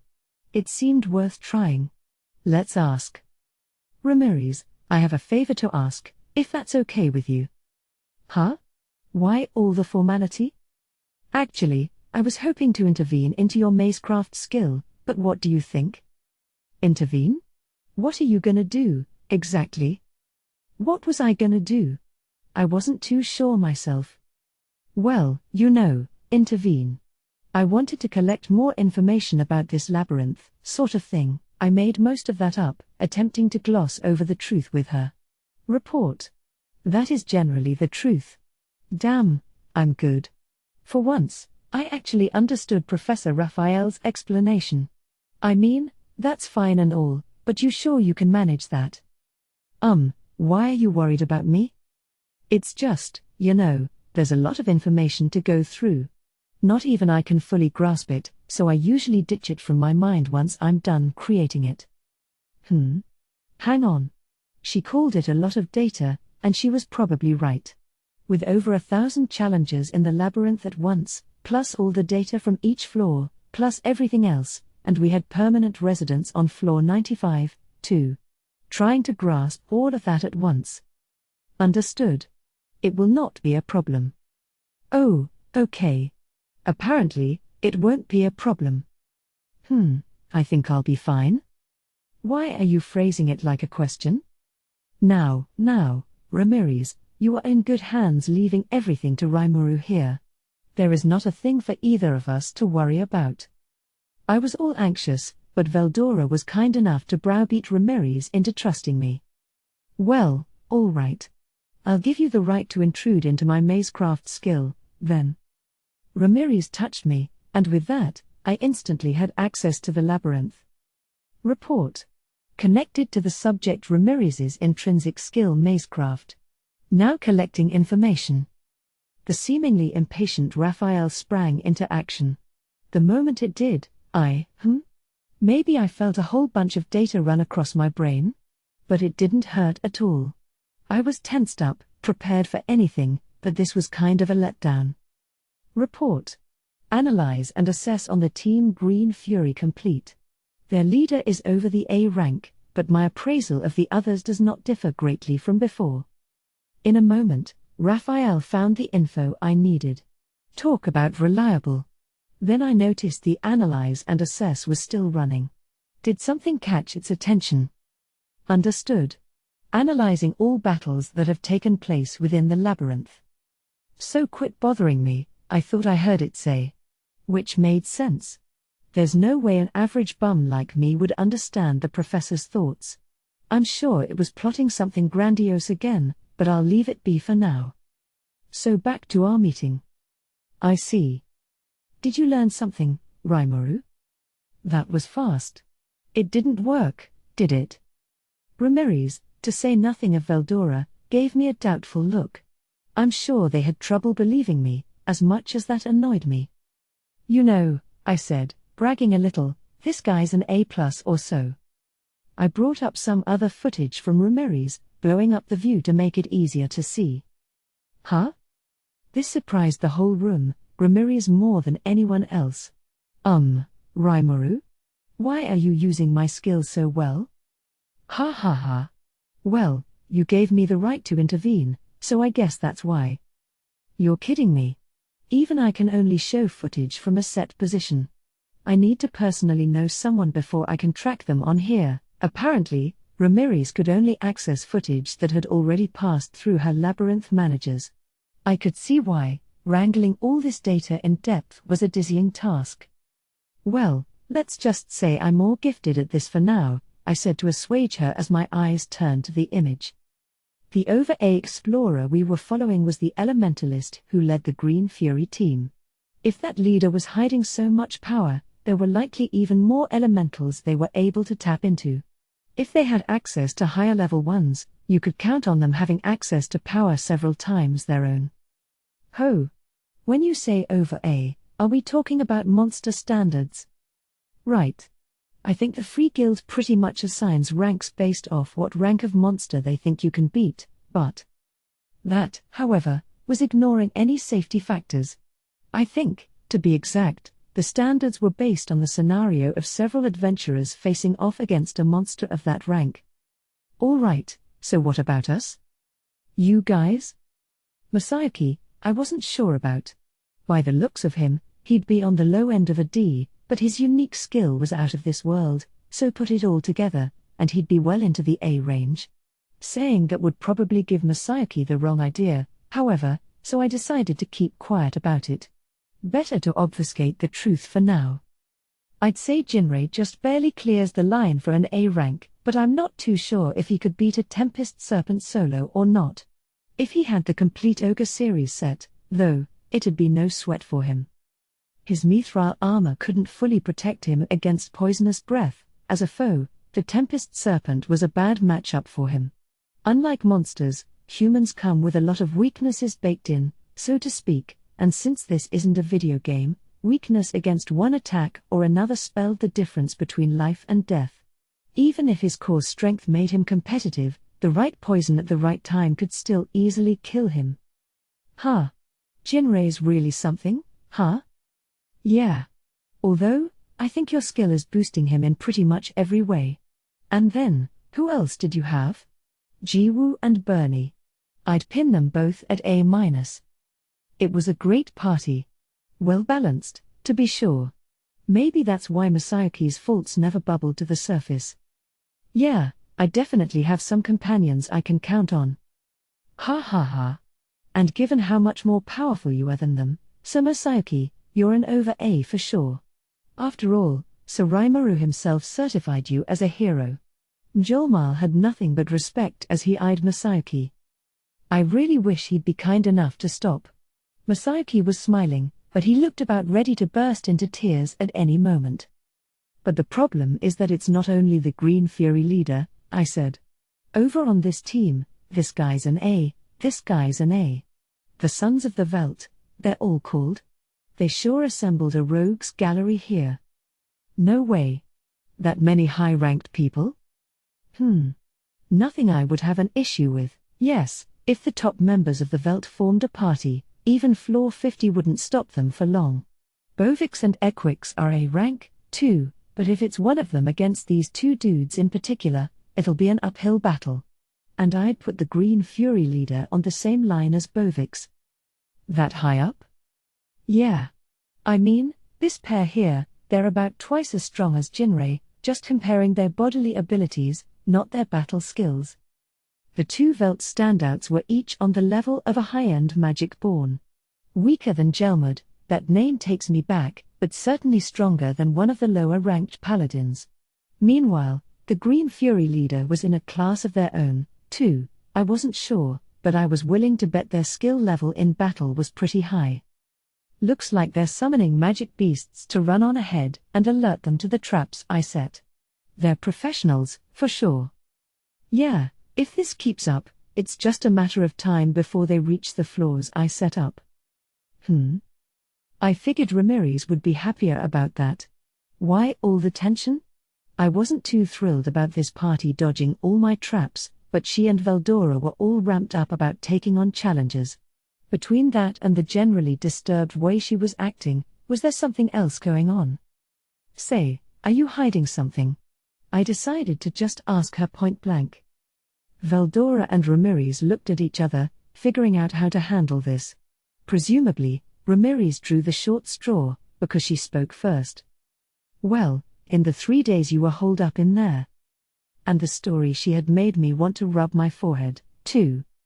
As she explained, Hinata's Crusaders had begun their training, beginning with floor 51, as we agreed upon.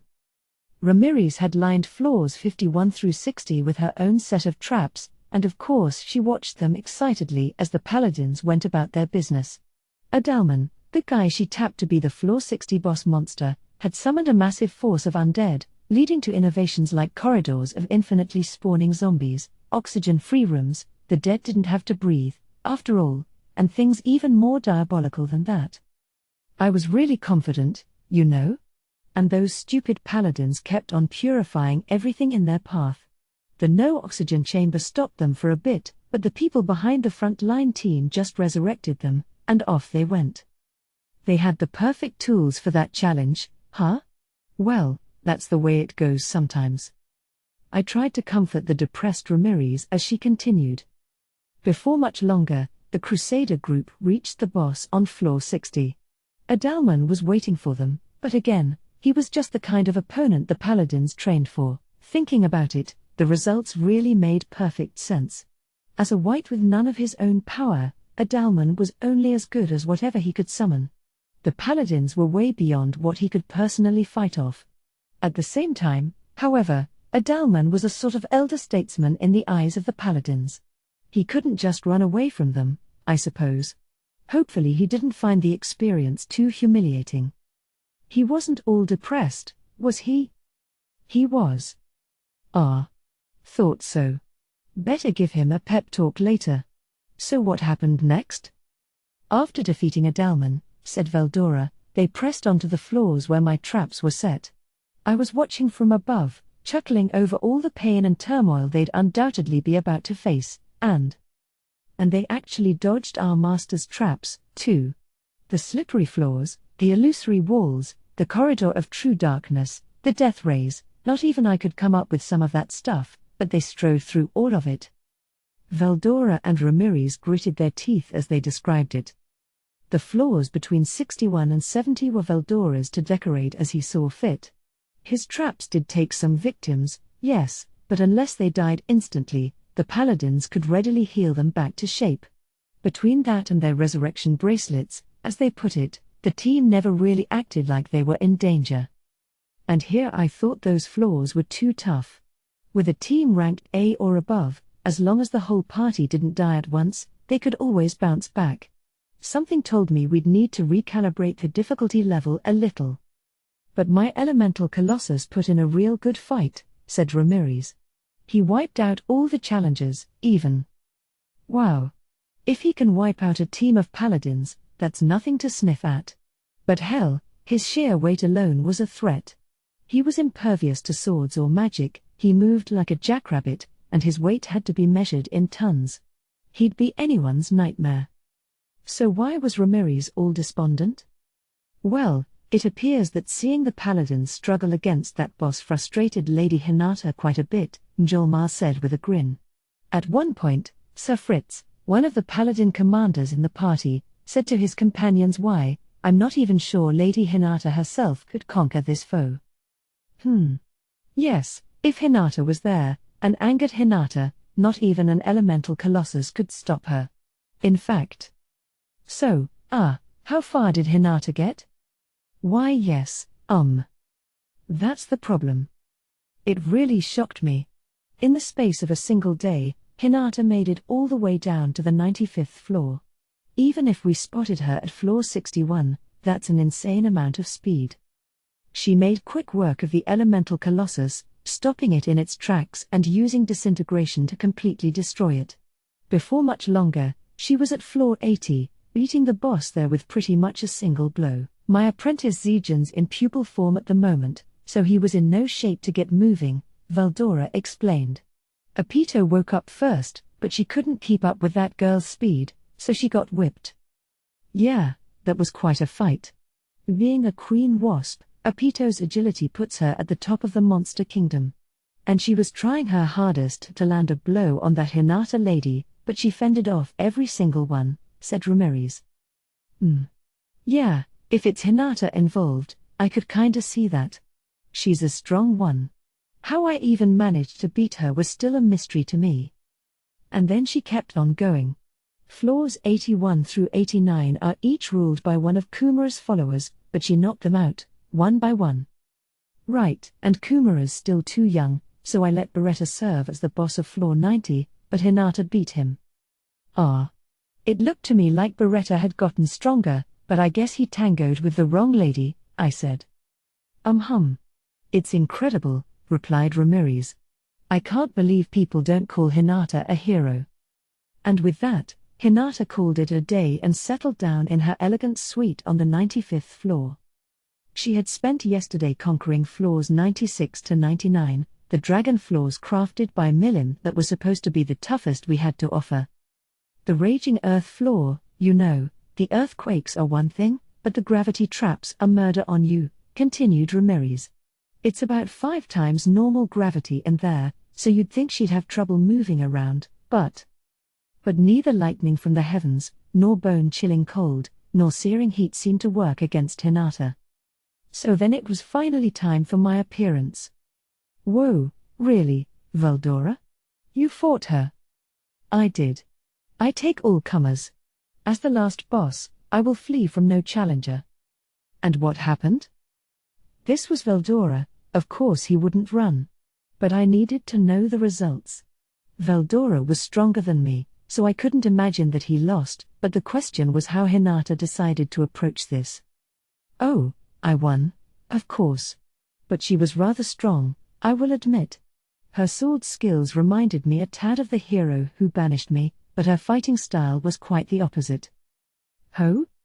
Whether Veldora's victory was a foregone conclusion or not, I was kind of sad I missed the fight. I really wish someone thought to record it. Understood. Unfortunately, all battle records appear to have been deleted. Yeah. But damn. I can't believe how stupid I am for missing an epic event like that. I tell you, Sir Rimuru, I could hardly believe my own eyes. Ah, Lady Hinata was poetry in motion. Oh, Mjolnir saw it, too? I am so jealous. Yeah, I have to hand it to Hinata. People argue over who is better, am I or is she? But honestly, every time the question comes up, my stomach starts to hurt. Ah ha ha ha. Modest as always, Sir Masaki? Molly, please. That's not modesty at all. It's the cold, hard truth, he. Oh, no need to joke about that, Mjolnir. The smile on Masayaki's face looked taut and thin as he talked his way out of the question.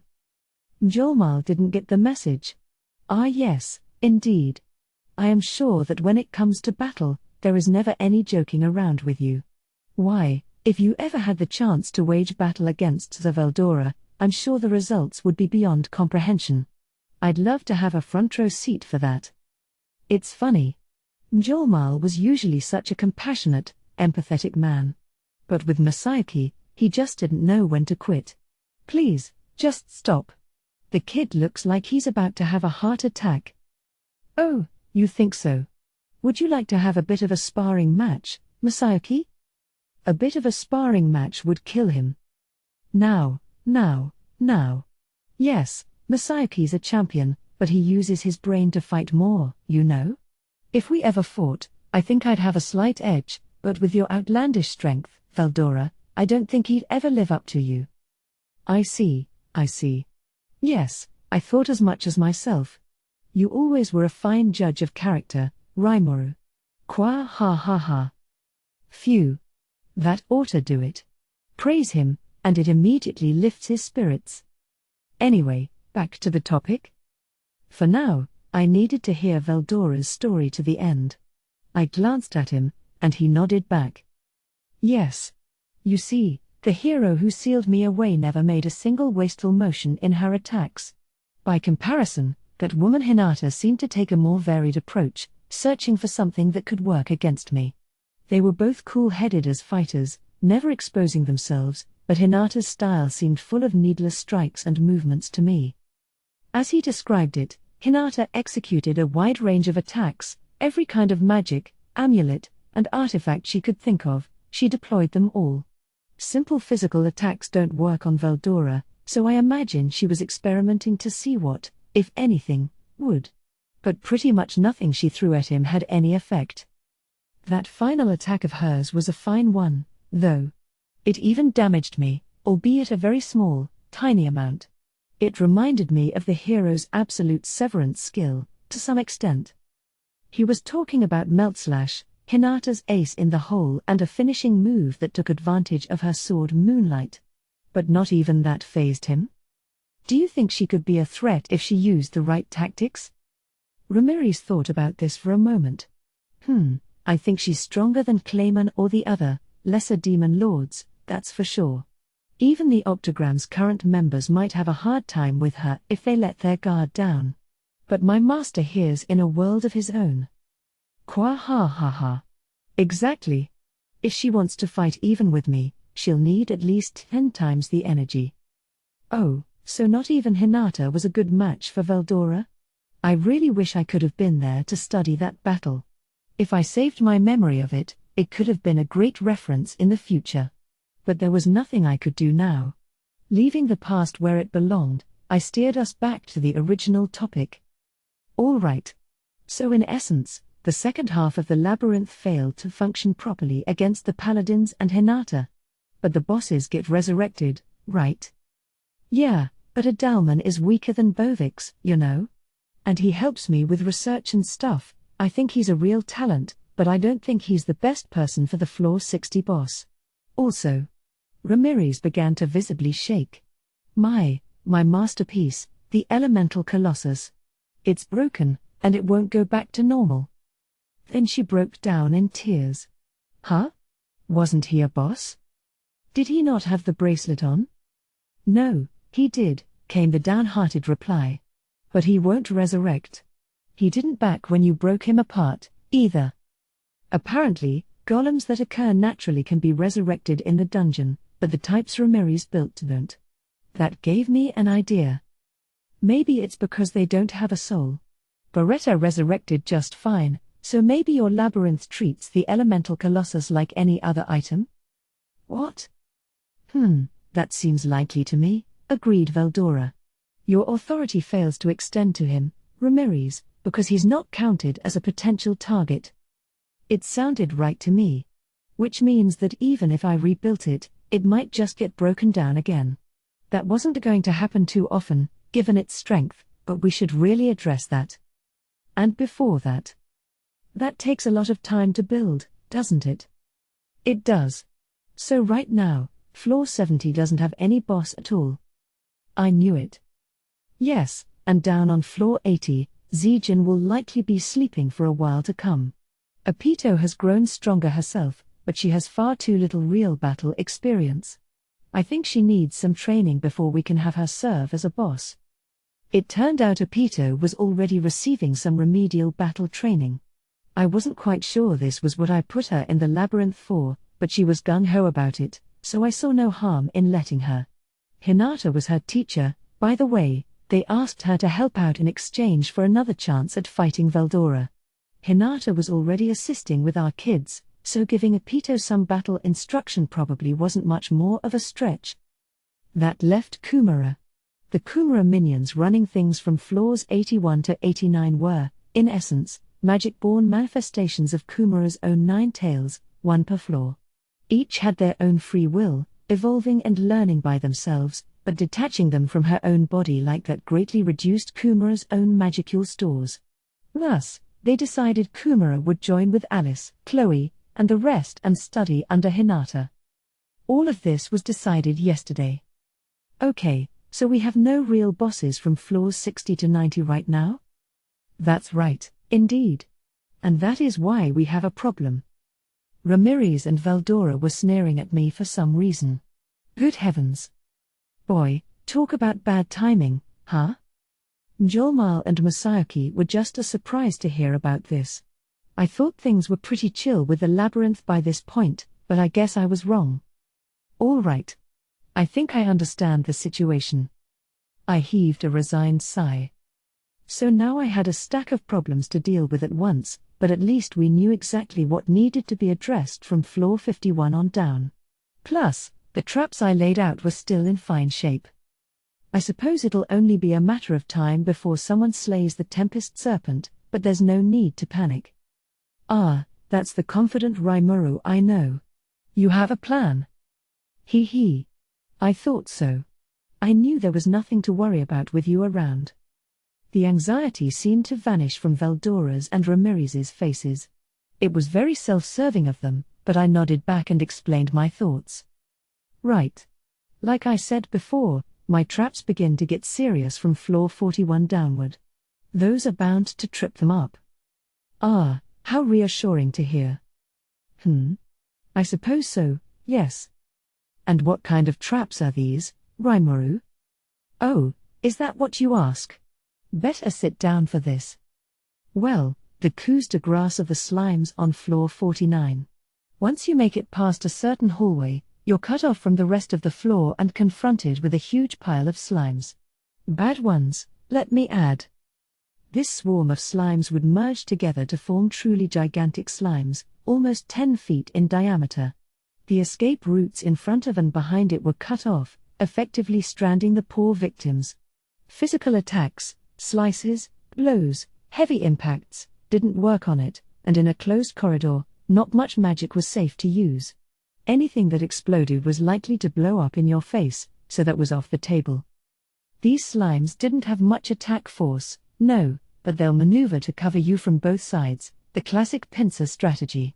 If you can picture edging closer and closer to the wall behind you as one of them advances, you can probably see how much of a threat they could be. Kwa ha ha ha. Victory is ours. Yeah. It's in the bag for us now.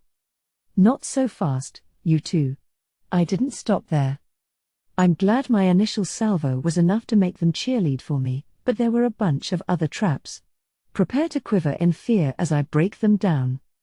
Slime pool, what at first glance looks like a bouncy, rubbery corridor is actually a slime, one that opens into a soupy grave halfway down.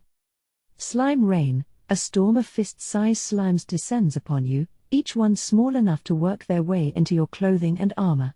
Watch for acid burns. Slime doll, looks like a monster at first, but it tirelessly takes all your attacks, gradually exhausting you. Even worse, each attack you try on it exposes your weapon to corrosive acid. Try not to let your equipment get destroyed, and so forth. I had other ideas, but for this set of floors, I wanted the focus to be on explorer harassment. Breaking their weapons, in particular, could make it impossible for them to fight any longer. It's the perfect way to buy us time. Brilliant. Truly, a brilliant selection of traps. So even if we don't defeat our enemies with these traps, we win as long as we can leave them damaged? That's right, Veldora. And breaking their weapons is a good way to chase off the stronger contenders. I didn't think about that. Right. If you can beat them, it's fine, but now they're gonna have to think about what if they can't. It ought to buy us some time. For now, these traps wouldn't do much more than slow the challengers down. That was a shame, but we needed that time to come up with more permanent solutions. So what do you intend to do with the time you buy? Veldora asked. Better give a serious response to that. It's important we don't forget that our labyrinth isn't your normal, run-of-the-mill labyrinth. This is the advanced dungeon, a newer, evolved type, and it's meant to keep evolving and growing more advanced. Exclamation mark. Yes, of course. So we just need to make adjustments so the dungeon can handle things better next time. First off, Adalman. I'll figure something out with him. I wanted to change up the atmosphere in his boss room anyway, Ramirez, so I'll need your help. Sure thing. Adalman had made it up to the rank of cardinal in his life. I think his job was officially high priest or something. In a party, he'd be your back row support type. Leaving him to serve as a boss solo was a mistake. He needed to be paired up with some kind of front row partner. I had some other thoughts, as well, so Ramirez and I decided to visit Adalman later on. Next came the Floor 70 boss. We'll just have to make another elemental colossus, I said. And the perfect person for the job's just come back. I could get the needed materials, so let's take that approach. But it wouldn't be any fun to just build the same thing again. The perfect person? Ramirez asked. I nodded at her. Yeah, Kaijin is back. He knows a lot about spirit engineering, so I think he'll happily take the job. Plus, I think this'll help with the experiment I was conducting earlier. I'll show him my research results, so I think you can expect an even stronger Colossus than before. Really? Oh, great. We couldn't produce immediate results for her, but with Kaijin on the team, we'd be stronger than ever. It wouldn't be ready immediately, but it'd definitely be a threat for the next set of challengers who made it down there. So for floors 80 and below. I think that will work itself out over time. Once Siegen wakes up, your garden variety challenger will have no chance, let me tell you. And the dragon's Milim God should evolve for us once they spend some more time in the labyrinth. Kumara was a growing creature as well.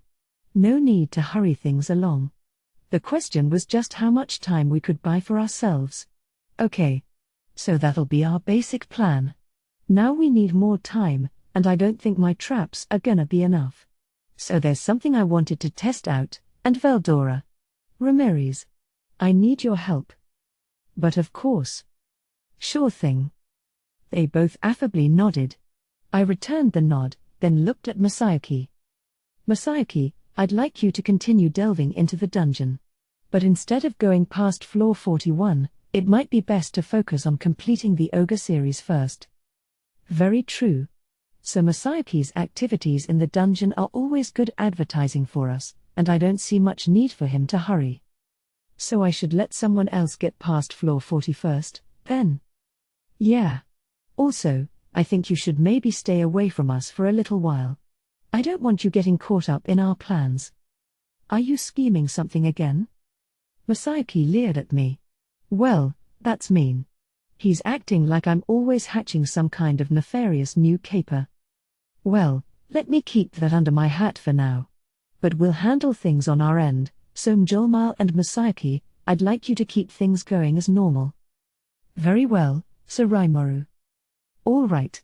I'll give the news to my party. Good, then. Now to see how long my traps can hold out. Okay, if there's nothing else, let's. Oh, one moment. I did want to discuss something. Just as I was about to adjourn the meeting, Mjolmal stopped me. I guess he had other business to address. What is it? Well, what Mjolmal had to say threw me a bit. Lady Hinata was asking me about her reward money for conquering the labyrinth floors. Huh? I reflexively replied. Those prizes, awarded for clearing every 10th floor, were meant to attract the nobility's attention. What did Hinata want with them?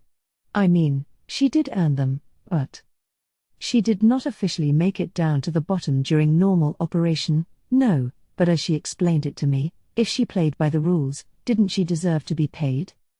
Mjolmal looked concerned. Okay, Hinata. Yes, you're technically right. But weren't we kind of in this together? It was a test for us, too, and to them it was on the field battle training. I didn't see how money had to be involved. No.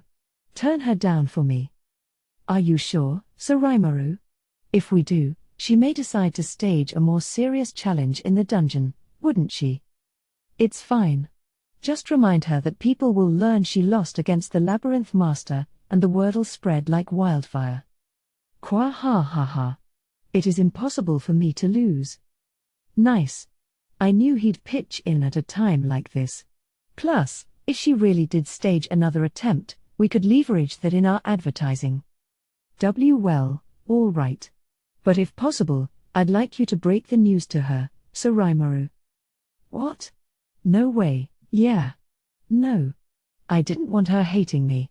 It'd suck if she thought I was being a tightwad. Better to leave this role to someone like Mjolmal, with the firm, resolved attitude I needed. But if I may, riling Lady Hinata's anger honestly scares me a little. Thanks a bunch, Molly. I think he was about to say something, but I cut him off.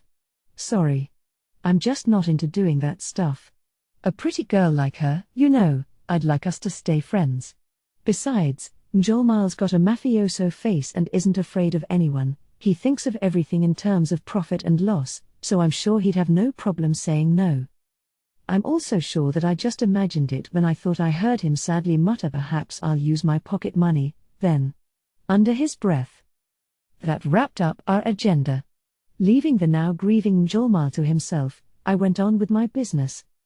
I told Veldora and Ramirez our meeting time tomorrow. There was some prep I'd need to wrap up before then, but before that, I had one errand to attend to. Xion was on standby outside my chamber, so I took her along with me to visit Shuna. Shuna was overseeing dinner preparations when we saw her, giving out instructions to her staff.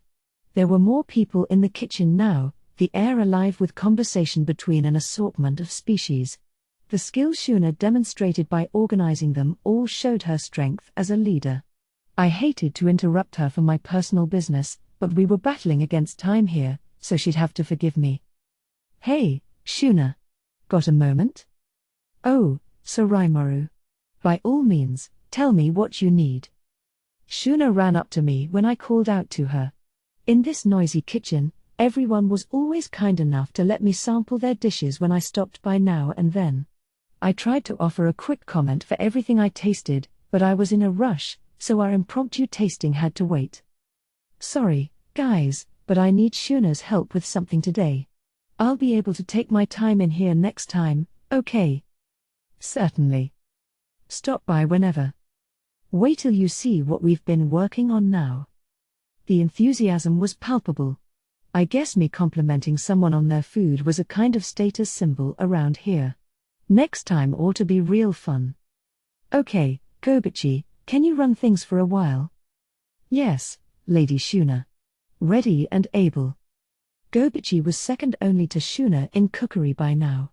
He was the head chef whenever Shuna was gone, so we were in good hands.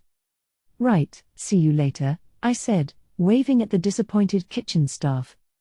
We were on our way to floor 60, Adalman's lair. Oh, thanks for that sandwich, by the way. It was good. Shuna smiled as we walked along. I'm so glad you liked it. Allow me to make a box lunch for you next time, Soraimaru. Shion was quick to volunteer. I considered my options before replying. Yeah, you're certainly improving by leaps and bounds. Could you maybe work with Shuna on one sometime? I thought I was safe trusting Shion by this point, but a little insurance never hurt. Shuna's presence should keep Shion from going crazy in the kitchen. Perhaps tomorrow then, Lady Shuna? Hee. All right, Shion. Let's begin with something simple first. It was a pleasant exchange. Their musical performance had been in perfect sync, too, actually. I'm glad they were getting along. So we chatted along those lines as we reached the 60th floor. Adalman, I'm coming in. Ah, it's you, Soraimaru. Truly, recent events have filled me with anguish. I am fully prepared to accept any punishment you deem fit for my inferior self. He immediately fell to his knees when I said his name.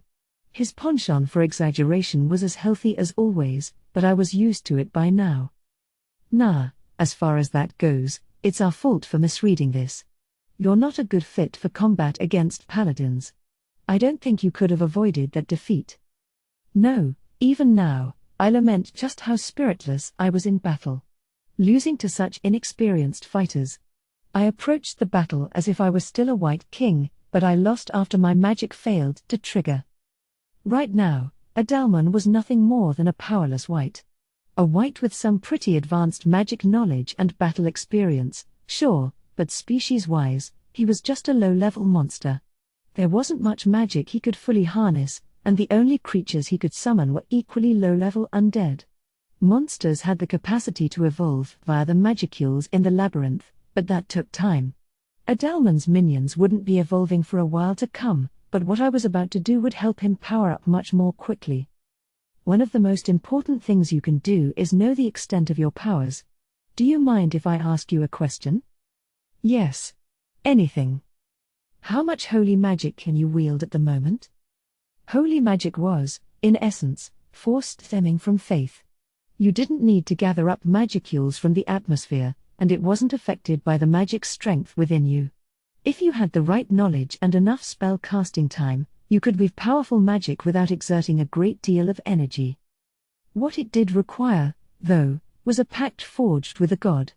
A god, for the purposes of this kind of magic, was an existence who could wield the spiritual particles that were the building blocks for magicules. It wasn't dependent on the caster believing in this or that god, or some other divine concept in this world. A god was just anyone who could directly interact with spiritual particles. In Luminism, for example, Luminous was a god for this reason. Adalman was a devout Luminist, and becoming a monster hadn't shaken his faith at all. That's why he could cast disintegration as a white king, I suppose. Now, however, he was worshipping me as a god instead of Luminous, and we couldn't forge a pact of faith with each other. I figured holy magic was thus out of the question, maybe. These days, not very much, I am afraid. Even lower-ranked magic is inaccessible to me. I thought so. Holy magic, in essence, worked the same way as spirit magic. A pact was involved, and you were borrowing force from a higher power to cast your spells. Not even Hinata could cast holy magic without borrowing Luminus's powers. If the human race didn't align itself with a godlike Luminus, they'd lose access to one of the most effective ways to handle monsters. It'd be ironic if it weren't so scary to think about. If Luminus's whims had driven her to go in a different direction, the world might have wound up far more chaotic than it already was. All right. So let me ask you, Shuna, how much holy magic can you use? And what's your faith pointed at? In my case, it is not exactly holy magic. It is an imitation, powered by my unique skill parser, and it works surprisingly well. I see. An imitation?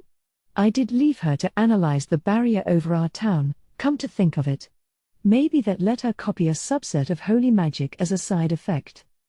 And in addition to that, my faith is in you, Sir Rimuru, and there's no doubting the power that brings me. That's why I think I might be able to do this. Shuna gave me a somewhat bashful smile. Huh? But when you fought me, didn't you say that even monsters could use holy magic?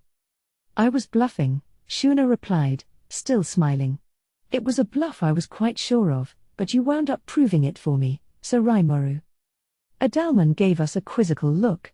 It was surprising how much variety there was to his facial expressions, being a skeleton and all.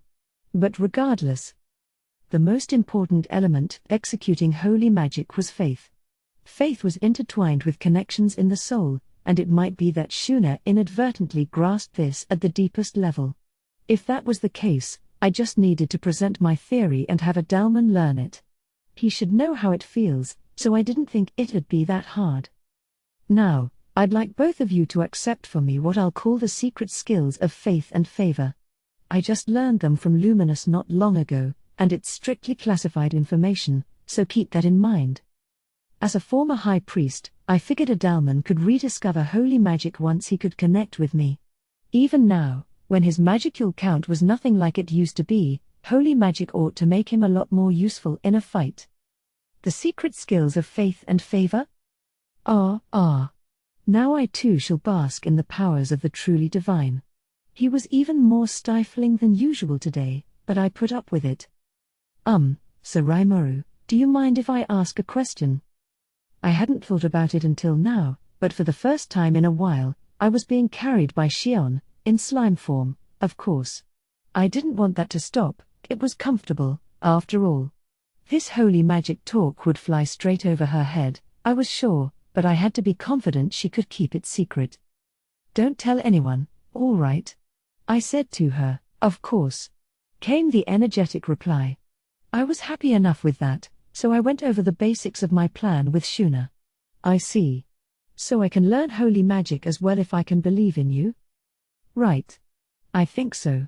It's something you can research in your free time anyway. Maybe talk about it with Adalman and stuff. All right. I look forward to seeing how much of it I can learn. Shuna was picking this up fast. With her parser skill, maybe learning disintegration wasn't a pipe dream, even. As for Adalman. Oh. I am swelling, overflowing with power. He was pretty excited. Holy cannon. With a red light sparking up from deep within his eye sockets, Adalman pointed a hand forward and screamed. A concentrated ball of energy flew out from his palm, a bolt of holy cannon, a full-fledged holy spell. A powerful one, too, and one he had generated all by himself. Oh, Sir Rimuru, my god. He prostrated himself before me in worship. I wish he wouldn't. It kind of made my spine prickle. Great, that worked, huh? Now keep practicing so you can start casting some higher level magic. And if something comes up, you can always turn to Shuna for advice. I was clearly trying to hurry things along. Shuna, understanding my intentions, lightly nodded. So you want me to be his advisor since you dislike dealing with him yourself? I heard that question loud and clear, but pretending I didn't was probably the best move here. If she could just assume I'm an insensitive clod who doesn't understand anything for myself, that'd be great. I promise I will live up to your lofty expectations, Sir Rimuru. Adalman, meanwhile, was energized like never before. I decided now was a good time to give him another important piece of advice. Now, as a white, if you cast a holy spell, doesn't that damage you? There were two types of holy magic, one neutral type that worked with spiritual particles, and another of the holy type that cancelled out magicules. Holy Cannon was the latter type, and as a monster, I figured that would cause him damage. Ha ha ha. A little pain is nothing that would faze me. Ah. Adalman's just soldiering through it. But that doesn't really solve the problem. I could tap Beretta's reverse, a unique skill to flip the holy attribute around to demonic, but that's another future research topic. For the time being. Then how about this, Adalman? Still enveloped in Shion's chest, I sent a beam of light into the air. Oh. I removed the holy attribute and powered it up a bit. It's called Holy Ray, and it's my own creation. Holy Ray is a neutral attack, neither holy nor demonic in nature. As long as you didn't screw it up, it would never damage the caster. However, it was a trickier spell to cast. In other words, it required the user to have more faith in me. It was meant for a single target, and in terms of spontaneous force, it was better than my Megiddo spell. It launched quickly and emitted a bright light, but it was actually a long string of concentrated, spinning spiritual particles. As a piercing attack, it wasn't as powerful as disintegration, but took much less time to cast. Wonderful. Truly a wonderful spell. Adalman was beside himself with joy. If he could master this spell, it might help him get used to manipulating spiritual particles in general. Then he'd be able to launch bigger beams with tons more lethality. This was one of the spells Raphael developed based on my requests, and for Adalman at the moment, this was the most ideal weapon I could give him. I'll be glad to discuss magic with you at any time, so don't be afraid to contact me. Shuna had already kindly accepted my request. That was, to say the least, a relief. All right. Keep up your training, then, and try your best to learn holy magic that won't damage you. I wanted that to be a focus. It would complicate fighting otherwise. Raising a hand to quiet down the jubilant Adalman, I then tackled our next problem. So right now, you don't have too many ways to attack. We can help you gradually build up an arsenal, but before that, there's something quick we can do. How do you mean? Well, you're more of a back row fighter by nature, right? I would say my role more often was to provide rear support, yes. When I was a White King, I'd often use summoning magic to bring forth an army of undead, overwhelming foes with my sheer numbers. I'm sure he did. There was no rule that said a floor guardian had to fight solo, so all we had to do was bring on someone to take up the front row for him. Right? So I think it was a mistake for me to pitch you against parties of people. Yes, I do have a variety of martial arts at my disposal, but with this body of bones, it's all rather incompatible. No, that's not the issue. He must have mistakenly thought I was scolding him. Punches and kicks weren't going to solve anything. Nah, don't worry about that. If you're fighting a single person, then fine, but if it's more than one, call for some friends of your own. You had one, didn't you? I think his name was. Oh, you mean my friend Alberto? Yeah, right, Alberto. I guess he's a skeleton right now, but he used to be an Imperial acolyte, didn't he? Good enough with a sword to trouble Hakuro, even. That's the kind of strength you need. And if he's got the right equipment, he can still cut it in a fight today, right? Yes, with his talents, I am sure he can live up to your expectations, Sir Rimuru. I could sense the pride in Adalman's voice. Now I was getting more confident about the idea I had. Okay, can you give him this equipment for me later? I produced a set of gear from my stomach and laid it out on the floor. Previously, I had heard Alberto was capable of fighting without a shield, so I figured this was the best set for him.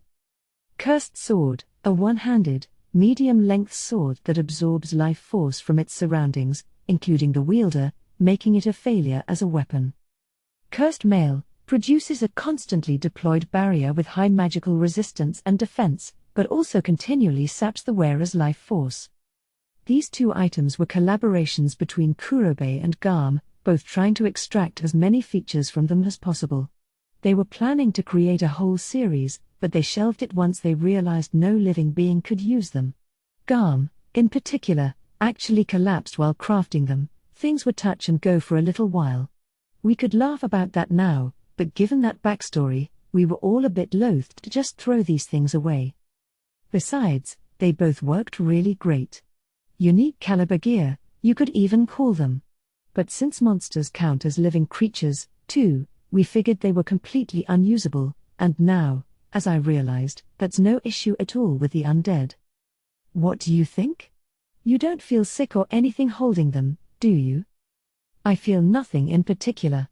We're already dead, after all. Adalman checked them himself to be sure. The moment he unsheathed the sword, Shuna and Shion began to wince. That life-absorb feature must have been working. Given how Adalman wasn't phased at all, undead must have been impervious to it. Great. I think you'll be okay, then. Back in its sheath, the sword no longer sapped our energy, but that alone could make it pretty decent for attacking. Oh, and there's this, too. It was a surcoat, an outer garment, made of my sticky steel thread, a superior piece, resistant to heat and cold and also resilient against bladed weapons.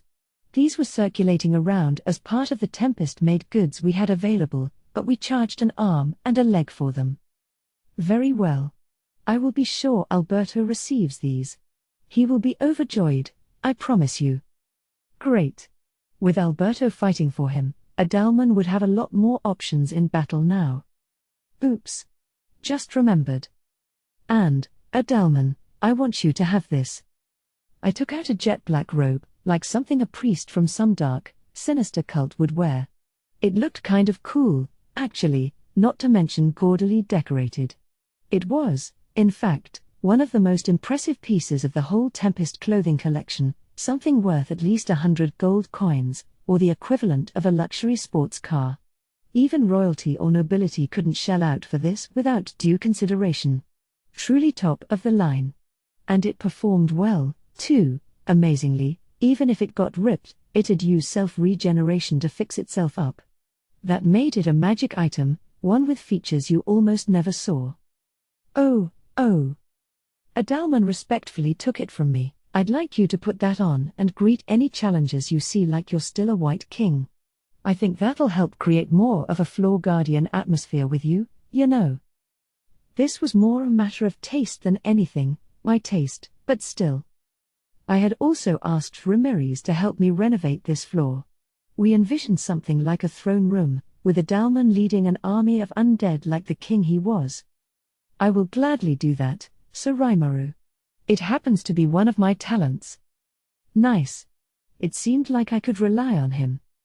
Okay. I'll leave you be here, then. Also, if you have any other talented knights you'd like to have serving you in here, knock yourself out. Understood, my lord. If I could check with you on one thing. What is it? Well, I would like to bring one of my pets here with me, but could I ask for your permission? A pet? Didn't seem like an issue. Well, sure, if that's all it is. You can use whatever pets you want in battle, actually, just try not to have them outnumber the parties attacking you. Yes, my lord. I have been granted this land by my god, and I promise you that I, Adalman, will protect it with all the ability I can muster. Overreacting again. I let it slide. It wasn't worth commenting on. Okay. We're gonna be renovating this space to look like a throne room tonight, so feel free to choose whoever you want to serve you. If you have any questions, ask Shuna or Ramirez.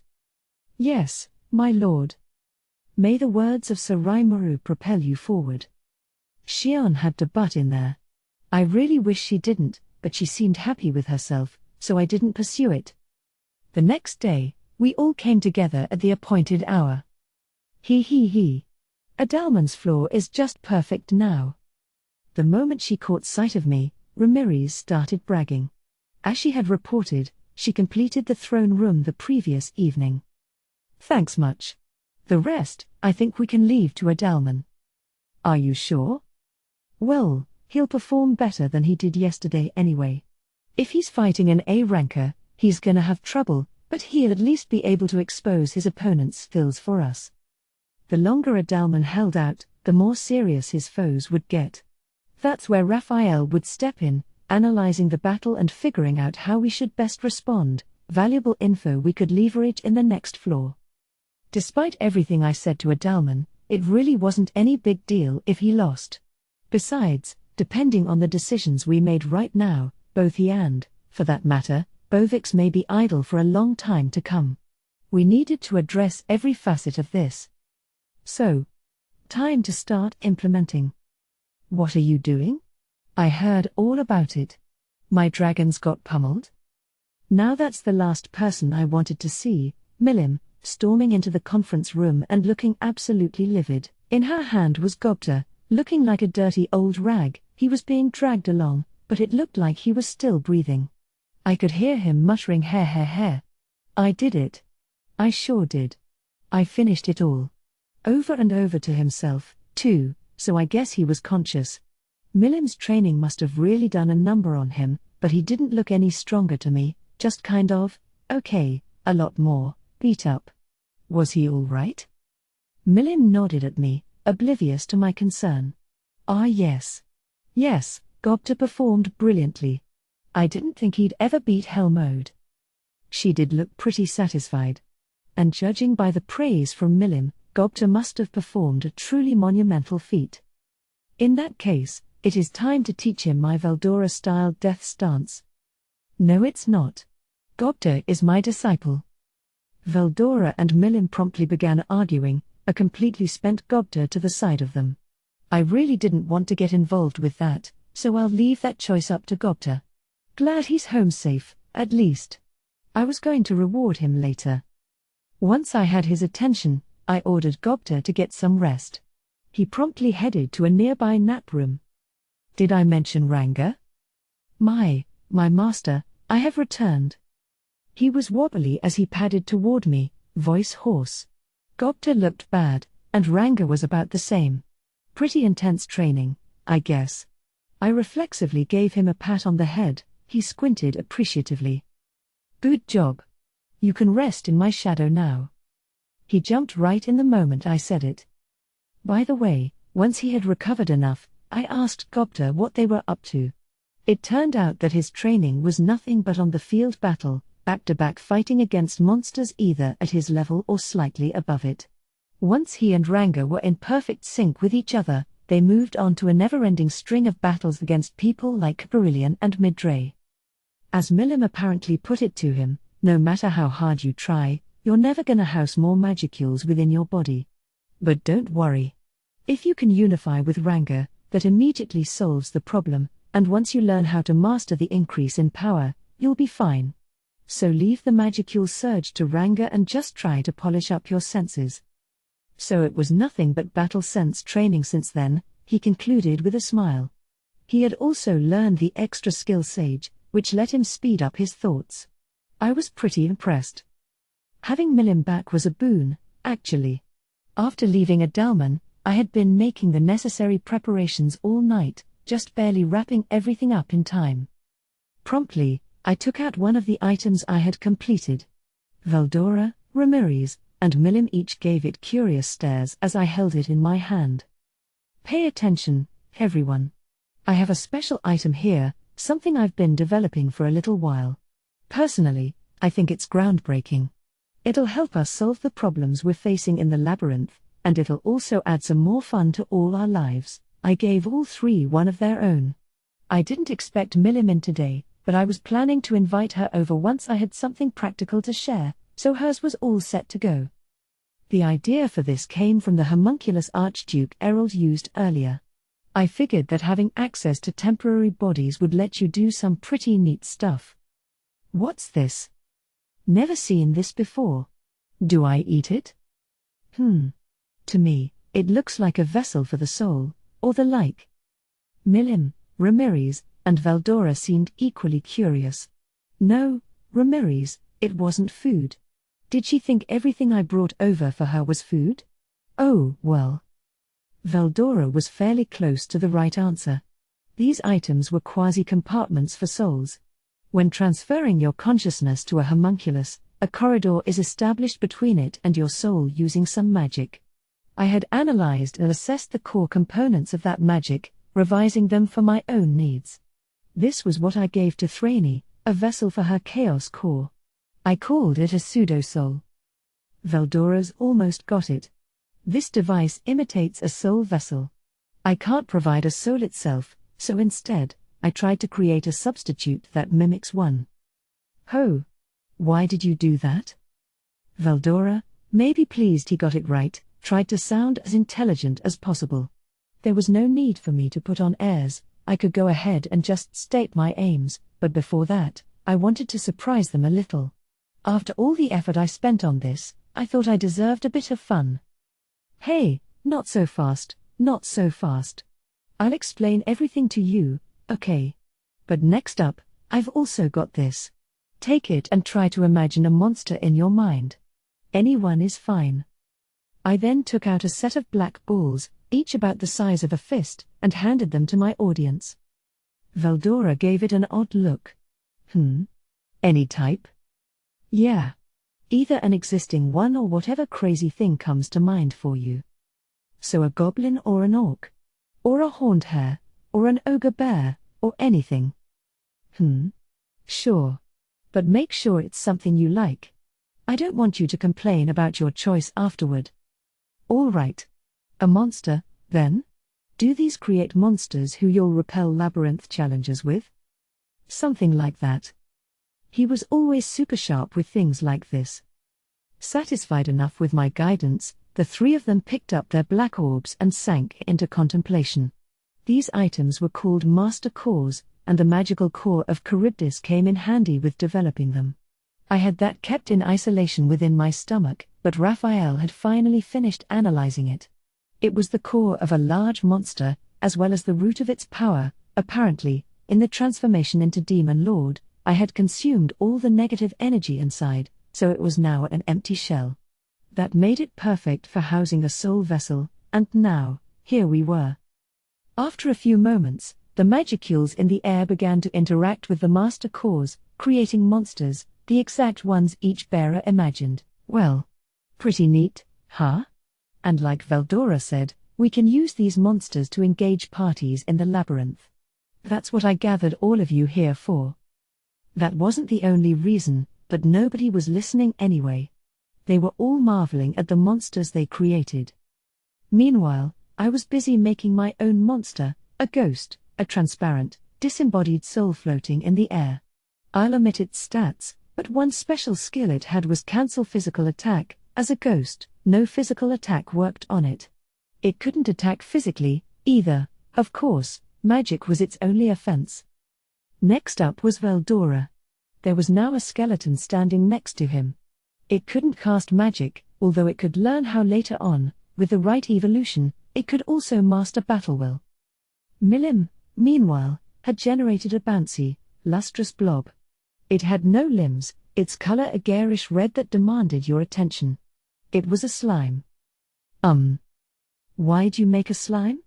Are you picking on me? No, you asked me to go with something I liked. What's the issue? Now she was firing back at me. Ah well. She was clearly happy, at least, her eyes all but shouting slime. Out loud. I was wondering about the day glow red, however. Finally, we had Ramirez. What was this? A knight? Or a suit of armor? Yes, it was a suit of living armor, to be exact, full plate, but looking worn out for some reason. It was still the largest out of the 4 monsters we made. Maybe Ramirez's hang-ups about her size drove her to imagine something big. The fact that it was completely empty inside was pretty appropriate for her. Everyone peered closely at the monsters they just willed to life. But the surprises were only beginning. All right, so listen. As Veldora pointed out, I'm thinking about using the monsters we created to dispatch the intruders inside our labyrinth. Intruders? Yes. These monsters are the guardians of the labyrinth, so anyone stepping inside has to be intruders, right? I see. Huh? What? Indeed. Remember, Ramirez, we are running this labyrinth. Calling them challenges is rather strange, if you think about it.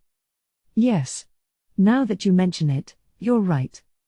Yeah, I was thinking the same thing.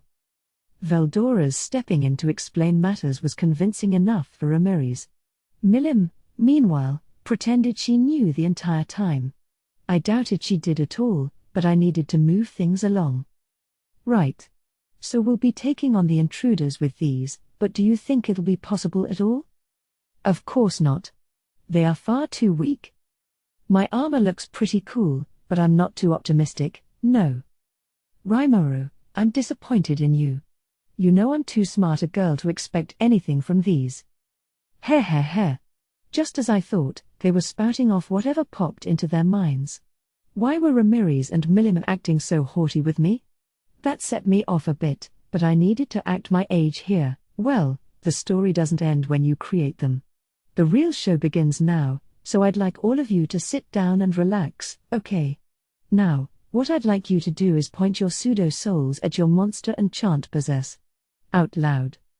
There were some incredulous looks, but they all settled into their seats for me. We had some pretty comfy chairs in this conference room, the cushioning was excellent. Then, all at once. Possess.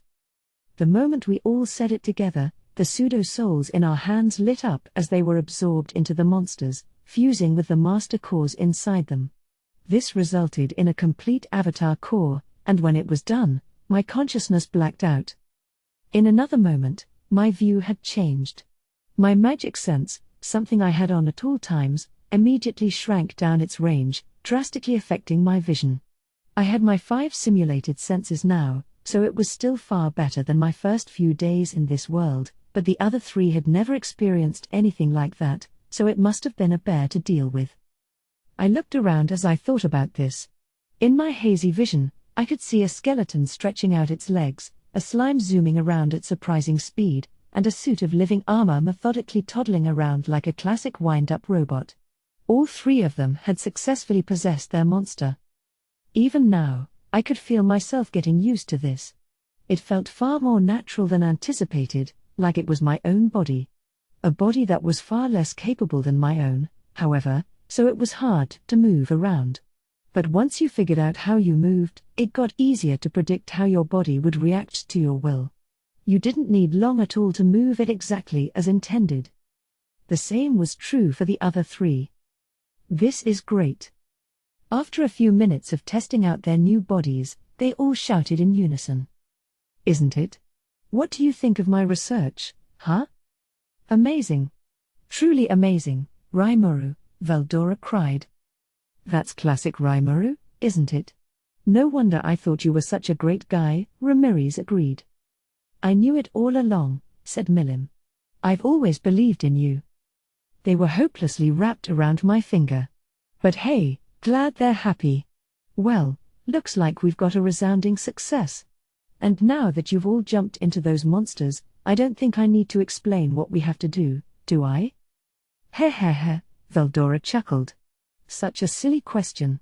So instead of having the monsters do our bidding, we take matters into our own hands? What a creative idea, Rimuru. Exactly. I replied. Although, I wish I could have tried conquering the labyrinth in this form. So this is what a video game is like? I've heard about this. What? Is that true, Veldora? Said Milim. Master.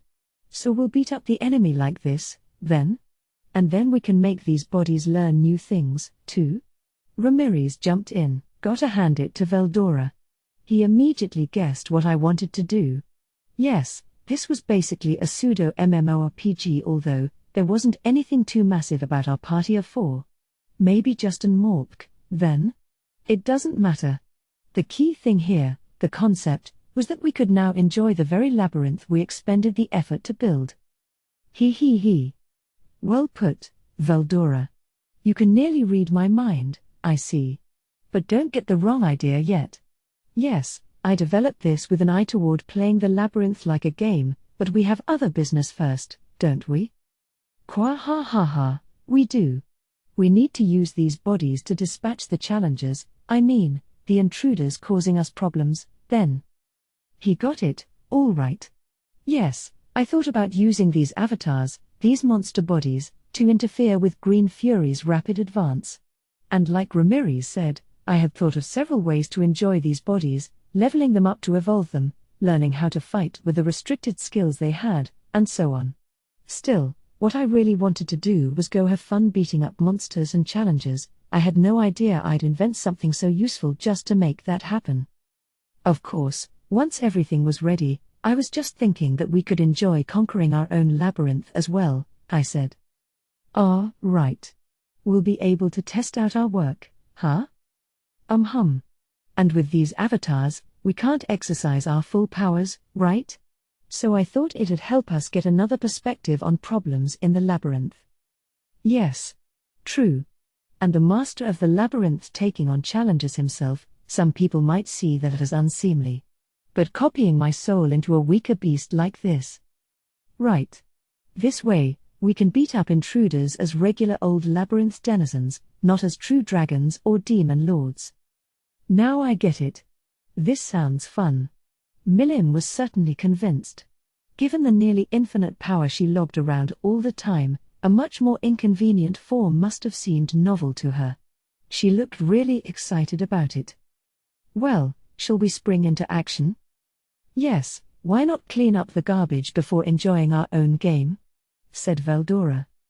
The time has come to fully stretch out my arms, I'd say, said Ramirez. I can't wait to test all 48 of my finisher moves. I'm not sure how any of this works, but this seems kind of fun to me. Milim cheered. We all triumphantly stood up. Time to go down there, get in Green Fury's way, and ensure they couldn't challenge the bottom floors for a little while. How would we do that? Well, I had a few other schemes in mind. First, we needed to get used to our avatars. After that, the next important thing was equipment. We all put on resurrection bracelets with infinite charges, ensuring we could die as much as we wanted, but that wasn't enough. Our avatars were freshly born and extremely low level. Pushovers like us wouldn't deter Green Fury, no matter how well we surprised them. If we had some decent equipment, though, right, we'll definitely want to get some equipment together. Let's go to Kurobe's and have him craft some weapons and armor. Ah yes, indeed. I'm a mere skeleton as it is, after all. Hee hee. You fools. I'm a slime built for speed and mobility now. I could work just fine in the labyrinth. I'm just a suit of armor. Can I put more armor on over this? Oh, we can figure something out. Let's just head over. And if you don't need equipment, Milim, just stay here. You don't give me that nonsense. I can hold my own as it is, but I still need some gear. Talk about selfish. She should have just said so. I wanted some equipment as well, so I prepared to undo the possession and leave. To go back, just picture the word separate in your mind. That'll bring you back. I gave them a quick demo, putting the avatar core in my pocket as I taught them. These avatar cores had the monster encoded in them, one per core, and they couldn't be shared between different people. These cores were a second self for you, really, so I wanted to be sure people took good care of them. With these, I added, you'll be able to call on your second form anytime you like. Pretty neat item, definitely. We'll need to think about what to do with them while we're busy possessing. Veldora and Ramirez, back in their original bodies, stood up from their chairs. Maybe fit it on our bracelets so we don't lose them? Suggested Veldora. That's a good idea. I think I'll do that, said Ramirez. They both played around with the avatar cores in their hands. I think I'll do that with mine as well. But what about Milim? Hey, Millie. I'm gonna go like this. Before I could call for her, Milim, in slime form, was digging her way into my pocket. Okay, let's go, she shouted, bossing me around and demonstrating her utter lack of interest in listening to me. She must have really liked that body. Pretty childlike of her, Yeah, she is a child. Calling a child childish wasn't very constructive, so I gave up on scolding her and got going. We were at Kurobei's workshop. You there, Kurobe? Oh, Sir Rimuru? What brings you here today? Kurobe came right up when I asked for him. Seeing Veldora and Ramirez with me surprised him. Well, we're looking for some weapons, I said as we walked inside. I hadn't been around for a while, but the workshop definitely had more people now, monsters included. It was scorching hot as usual. Temperature didn't affect me, so it was fine, but working in here must have been grueling for the others. Looks like you've hired some more apprentices. Yeah, luckily. They still need practice, but some of them are pretty talented. Some of them looked up as they heard us talking in the workshop. Once they saw who I was, they leapt to their feet and bowed at me. Seeing all of them do that at once startled me, but Kurobe was used to it. It's not break time yet. Get back to work. His ornery shouting drove his staff to return to their jobs. But I kind of understood their thought process. If you're sitting at your cube, and the CEO comes in out of nowhere, you'd be nervous, too, especially if you were on the bottom rung. And maybe it didn't feel that way to me, but I was the ruler of this nation. I hadn't let it concern me before now, but maybe I should have given more advance warning as a rule. Coming in casually like this might have just caused trouble for everyone. Whenever a district manager or whatever came to view our workplace in my old world, we'd always spend the previous day cleaning up the whole office to prepare. If it was the president, then no mistakes would be tolerated. The higher up you went, the more it unnerved people when you got all casual with them, I guess. Still, I didn't want every trip out to be filled with pomp and circumstance. I hated to call Kurobe out of his busy work schedule, better for me to just show up whenever he's free.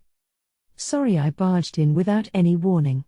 I think I'm gonna make a regular habit of it for a little while, so no need to get all tense, okay? Thus, I decided to address the staff.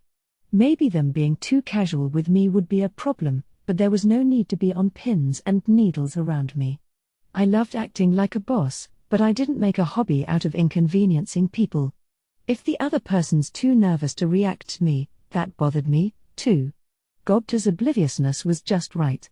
Just keep in mind the acronym TPO: time, place, occasion, and it was easier to find the right approach. My advice seemed to relieve the staff a bit. Once I was sure of that, I nodded and went into a room deeper inside the workshop. I wasn't aware of this, by the way, but the apprentices weren't anxious just because I was a demon lord. While I wasn't paying attention, someone had held a Tempest popularity contest, and apparently, I had been voted into the top 3 idols alongside Shuna and Shion. A surprising result, they told me. Ramirez and Milim were in the rankings as well, and while I won't say exactly where, I can tell you that Milim and I were way ahead of Ramirez. I wasn't sure whether to whine about it or marvel at how my town's grown. Either way, hearing about it later made me roll my eyes. So what kind of stuff do you need? In his personal chamber, Kurobe got straight down to business. Well, we all went over the hopes we had.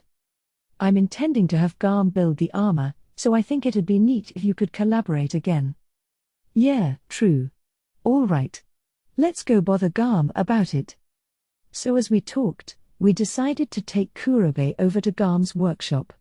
I wound up causing a similar commotion over there, but I'll skip describing it. Equipment for monsters? Wow. You always have the craziest projects for me, don't you? As Garm groused about this, the 4 of us all possessed our avatars to demonstrate for him. All right. We'll make you exactly what you want, no, even better. Yes, we're on the case. I love a nice, creative project like this, and I'll try to craft some stuff that'd never work on a human. Kurobe and Garm both readily agreed to the project. And really, I couldn't wait to see what they came up with. They said the work would be done in several days, so in the meantime, we trained ourselves to get more used to our avatars. Nothing too complex, fighting monsters in the labyrinth's upper levels, attacking obvious newbie adventurers. Over the past few days, we had grown adept at dividing up our roles. Reaching that point, though, was a slog.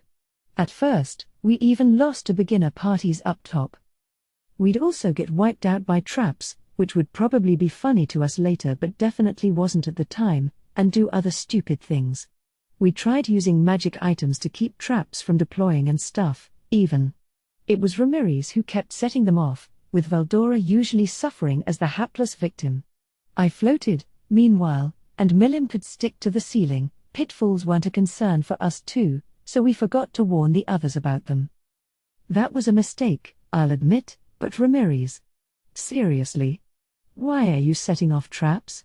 We made sure to give her an earful about it, and I think she deserved it. Through all the pain, we skipped out on sleeping to keep on training. In battle, teamwork was the most important thing. Normal parties would talk to one another or give signals with their eyes, but we had pretty much none of those skills at all. We had Valdor and Milim with us, after all, two people who were the strongest in the world all by themselves. What we did have, however, was one cheat-level skill, thought communication, letting us stay in touch and give orders with pinpoint accuracy. I was the party's command post, Valdora, Milim, and Ramirez serving as my hands and feet. Thanks to that, we began to rapidly build ourselves, eventually gaining some decent experience and abilities. Once we had a good footing, we patiently waited for our equipment as we fine-tuned our teamwork. As we did, we heard the news that Team Green Fury had beaten Floor 40. "Hoo boy," said Ramirez. "Now they've beaten the Tempest Serpent, huh?" They took a pretty careful approach. The first team was all about gathering intelligence, the second whittled down its energy, and then the A team killed it, said Valdora. Bosses were resurrected regularly, of course. But if a boss successfully beat a party, that didn't erase its current damage or state of exhaustion. If a group of people had the right teamwork, this gave them a clear advantage. That was a mistake. Bosses really need a way to heal. Yeah, but those monsters work strictly on instinct, so. As Valdora saw it, they lacked the intelligence to use healing items anyway, making it a moot point. He was right, but we weren't out of options. Why don't we bring it up with Thraney? I suggested. The labyrinth managers can heal monsters, can't they? Oh, right. I'll do that. So we decided to have Thraney's sisters heal bosses if they were involved in a consecutive streak of battles all at once. Little by little, we were addressing and solving the labyrinth's issues. And then. They're about ready to hit floor 49. What'll we do, Rimuru? Milim was on the verge of panic. But she was right. Green Fury would reach their most climactic battle yet as soon as tomorrow. Well, we may not have our equipment at the moment, but I'd say our teamwork is golden, said Valdora. Shall we try taking them on now? I'm game. Time to use my arms of steel to beat them to a pulp. Ramirez crowed. Those two were always out for blood. Honestly, though, I don't think we stood much of a chance in a clean fight. For now, floor 49, packed with the most devious traps I ever devised, was our only real chance at messing with them. Well, so be it. Maybe we can scrounge up some weapons. Even if Kurobe and Garm provided us the best gear possible, we probably wouldn't take a frontal approach with them. It'd certainly up our chances a lot, but we could probably hold our own anyway. But just when I was about to commit, I heard a knock on the conference room door. "Sir Rimuru," came Shion's refreshing voice. "Kurobe said he's ready." Our party looked at one another and grinned. Our specialized avatar equipment was complete. I was given a death scythe and hell garment, two magic items that even ghosts could wear. Valdora got the death blade and hell mail, along with a Hellgate shield to complete the picture. As a slime, Milim could only equip simple objects, swallowing up a death stiletto and covering her body with a crimson cape. The moment she did, her body grew a pair of blood-red wings, quite a transformation. "See?" she gleefully shouted. "It's really true. You need to equip your items, or else they won't work." Yeah, great. If she was happy, I was happy. Finally, Ramirez. She had ordered heavy full-plate armor, which looked like a work of art, but we weren't sure if she could even equip it. Nervous, she possessed her living armor and tried to take it up, and at that very moment, she switched armor. With a clatter, her old tin suit crashed to the ground, turning to dust and vanishing in the wind. She had upgraded from living armor to heavy living armor, not an evolution, but more like a total replacement. Whoa. This is so much easier to move in. She was right. Her old, creaky gait was now smooth and ninja-like. It'd help her teamwork a lot, I was sure. Funny to think a suit of armor's feature set could affect the way you moved, though. Kind of an unexpected discovery. Elated, Ramirez now had to select a weapon and shield. Haha. I don't need no stupid shield, was her opinion, so she opted for a large two-handed weapon instead, the death axe. The power it packed made it the ultimate in weapons. Wielding it was tricky, but oh well, not my problem. She got picked on all the time for being a wimp, so maybe this'll assuage her ego a little. Funny how her personality kept coming out like that. So we were all decked out in brand new equipment. These weapons and armor were all on the level of a unique item, but since they were heavily modified for use by monsters, they were more novelty items than anything. For beginners like us, however, they were crazily overpowered. What's more, they had a type of curse applied that registered our names to them, thus, they could never get stolen. It was the best equipment we could have possibly asked for right now, and it gave us a new perspective on everything. It was almost time to rumble, and we couldn't have been more excited. Time for a quick check of our avatars. My ghost dropped physical offense in favor of magical and spiritual attacks. It was classed as a sorcerer, and in time, I'd like to maybe teach it spiritual and illusory magic so it could make the upgrade to full-fledged wizard. Holy magic would be a nice addition, too. What would happen if I placed faith in myself to drive that? That'd be a fun experiment. Veldora's skeleton was an all-rounder, capable of various kinds of attacks. It was a fighter class, and I think he wanted to teach it magic so it could become a magic knight later. Milim's slime, meanwhile, was geared entirely for speed, and for landing telling blows in a single strike. Wish fulfillment for her, I suppose. Her class was assassin, and maybe I could have give her some training, but I didn't want to occupy his time with our dumb little make-believe fun here. Her basic strategy involved lunging down on foes from the ceiling, a powerful strike if it worked, but what did she intend to do if it didn't? Run, I suppose. She certainly was fast enough for it. In a way, she was the ideal slime fighter. Finally, as you'd expect, Ramirez's heavy living armor was an attacker with more than ample defense, giving it a lot more stability than I originally gave her credit for. The class was Berserker, and while she was no crazed warrior, defending herself was never really a priority in Ramirez's approach. As a dangerous, attack-oriented creature, that was the name she was given. Once she got used to things, I could picture her as a tank, providing a twin wall of defense with Veldora. We were all set to go. Given that we never got hungry, long, dragged-out battles were our lone major advantage. Let's do the best job we can to get in Green Fury's way. Such was our thoughts as we set off, but, well, we sent them running so fast, the actual battle was a total letdown. If you threw away all emotion and ran a completely impartial, third-party analyze and assess on our avatars, you'd realize that we were probably already pushing an A in rank. Our equipment was more than half the reason for that, but even without it, as long as we made good use of our powers, nothing could stop us.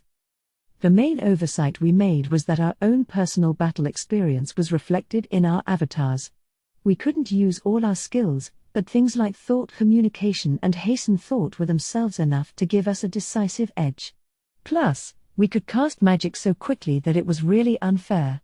Our restricted magicules blocked us from using much of it, but we had the knowledge for it, and thus we could handle magic better than even your average royal court sorcerer. This came with no casting time, so we could engineer tandem magic strikes with practically zero time lag. Our foes had no chance to react. Veldora, meanwhile, was such a genius with his sword, it was like he had eyes in the back of his head. Qua ha ha ha. My Veldora-style death stance gives me instant access to an infinite number of sword skills. Oh, wait, this doesn't work. He was trying to imitate the moves he saw in the manga he read. I thought he was just screwing around, but some of his moves were actually kind of plausible. His power was off the charts to start with, of course, so I should have expected anything and everything from him. Treating this whole thing seriously at all now seemed silly. Milim was exactly as blazing fast as she set out to be. Even speeds that nobody else had a chance at controlling were no problem with her reflexes. I really had no idea slimes could move that fast if they tried, sliding frictionless across the ground, with enough elasticity to bounce off walls and lunge at foes. That worked just as well off the ceiling, too. Your average person would have trouble even following her with their eyes. As a slime myself, these new discoveries were a huge shock. Ah ha ha ha ha. Slow. Too slow. Face my wrath, you chump. She was getting exceedingly carried away as she dropped down on her foes' backs, stabbing with her death stiletto. That was enough to end most battles. Her body was largely impervious to physical attack, and if you want to cast magic against her, you needed to capture her in your sights first. Think about it, and you'll realize that Milim's slime was a pretty scary enemy to face. But what let Veldora and Milim truly shine was Ramirez, the unsung hero of the pack. Hurrah! Time to be crushed. Ramirez's battle strategy was pretty simple: find an enemy, run straight at it, and stage a full frontal attack. This would be a bad idea for most, an imbecilic strategy, but in our case, it was the way to go. She never listened to any of my advice anyway, so I figured we might as well take advantage of her. She'd be our tank, our diversion, and the remainder of the party could get on the attack then. Normally, that wouldn't work too well, but Ramirez ran around like a daredevil, never bothering to defend herself, this big suit of armor sprinting for you and spinning a death axe in its hands. Anyone who saw it would be forced to deal with it, and since she didn't care about defense, her attacks tended to find their target. She also had cancel pain, which helped a lot. Plus, the armor itself was pretty sturdy. A heavy full plate used what seemed like a cartload of magisteel. Weight concerns were tossed out the window with it. It came with a self-repair function as well, so most damage wasn't an issue. If a regular person put it on, they probably wouldn't be able to move at all. Having such a hefty chunk of magisteel come your way, well, I wouldn't want to be her enemy. What's more, I had recovery magic. I had been experimenting with holy magic as part of my work, and it was surprisingly easy to deploy. It wasn't a matter of having faith in myself so much as offering prayers in exchange for control over spiritual particles, a skill usually shut away from me. In my case, my magical power as a ghost was sent over to the real me along with the words of prayer. I was, in essence, borrowing force from my main body to cast magic. These words of prayer were mainly about building up an image.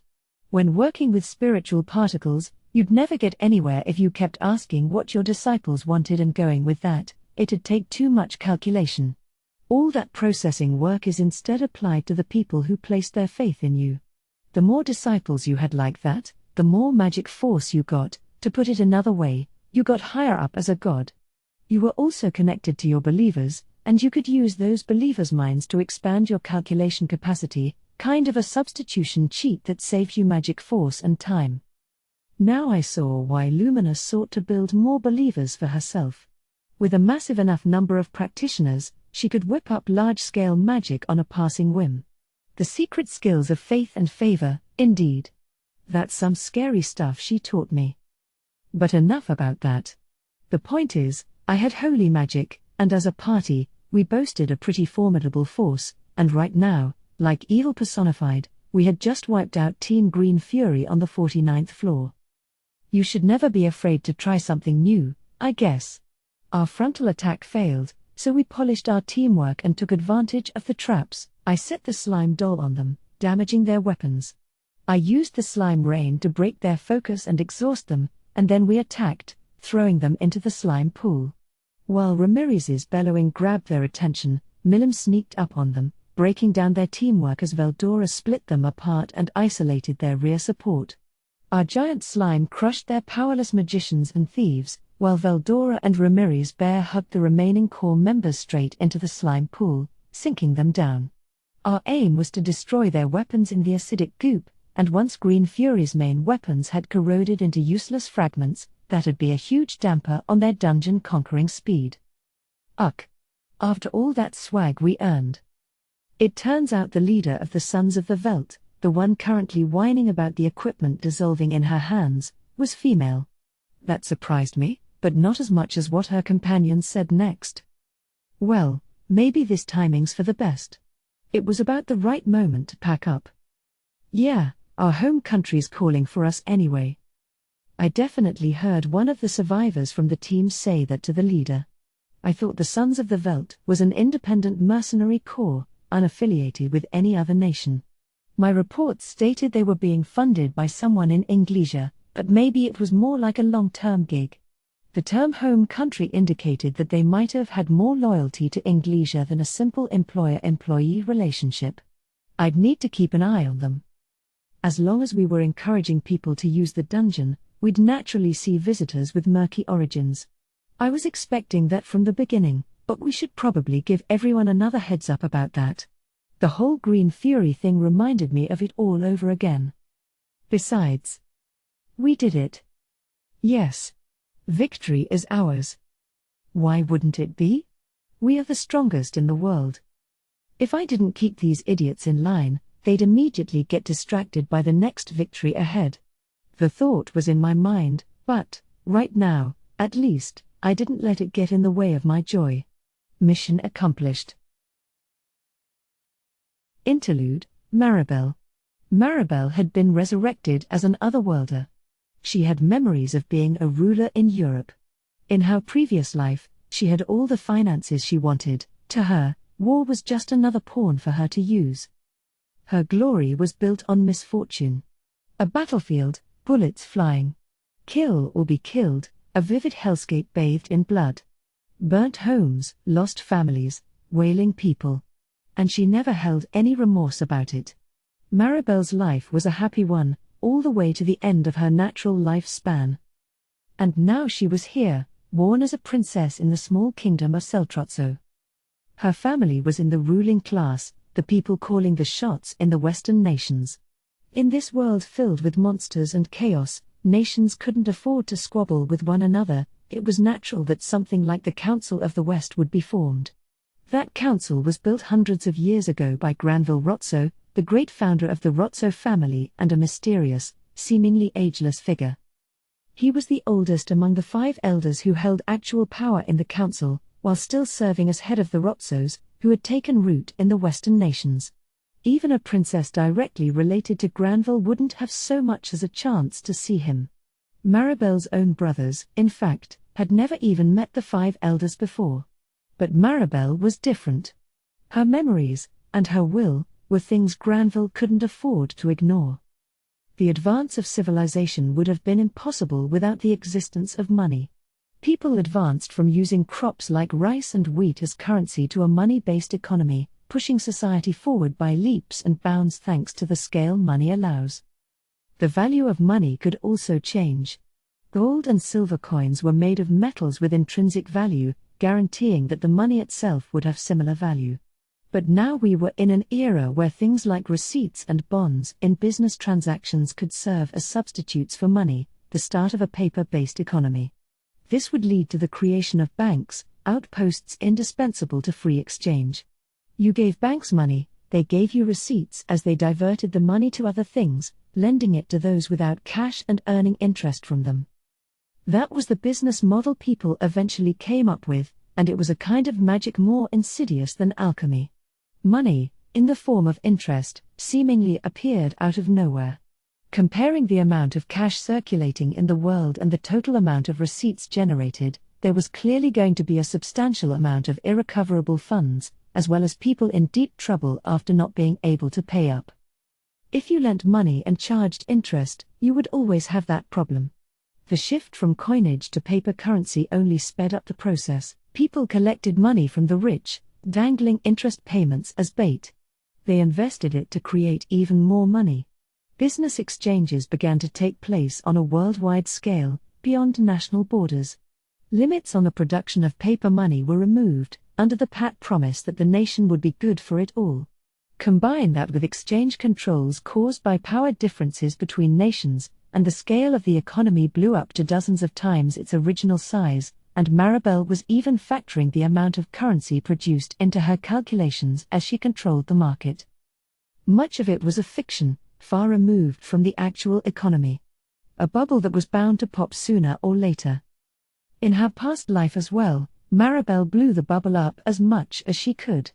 Any debts she couldn't recover, she shunted off on the weaker nations and disposed of, in other words, waging wars to balance her accounts. The weaker nations thus fell, and the rich got richer. The parties being harvested for everything they had went from individuals to whole nations, but the basic process was the same. Maribel was a seasoned master at this. She was a golden child of finance in her previous life, and she had both her memories from that and the intensely powerful greed of a ruler. This manifested itself in her unique skill avarice, a sinful skill based on one of humankind's core vices. If a unique skill was a set of emotions and desires that took corporeal form, those based on a cardinal sin like greed were treated as special cases among uniques.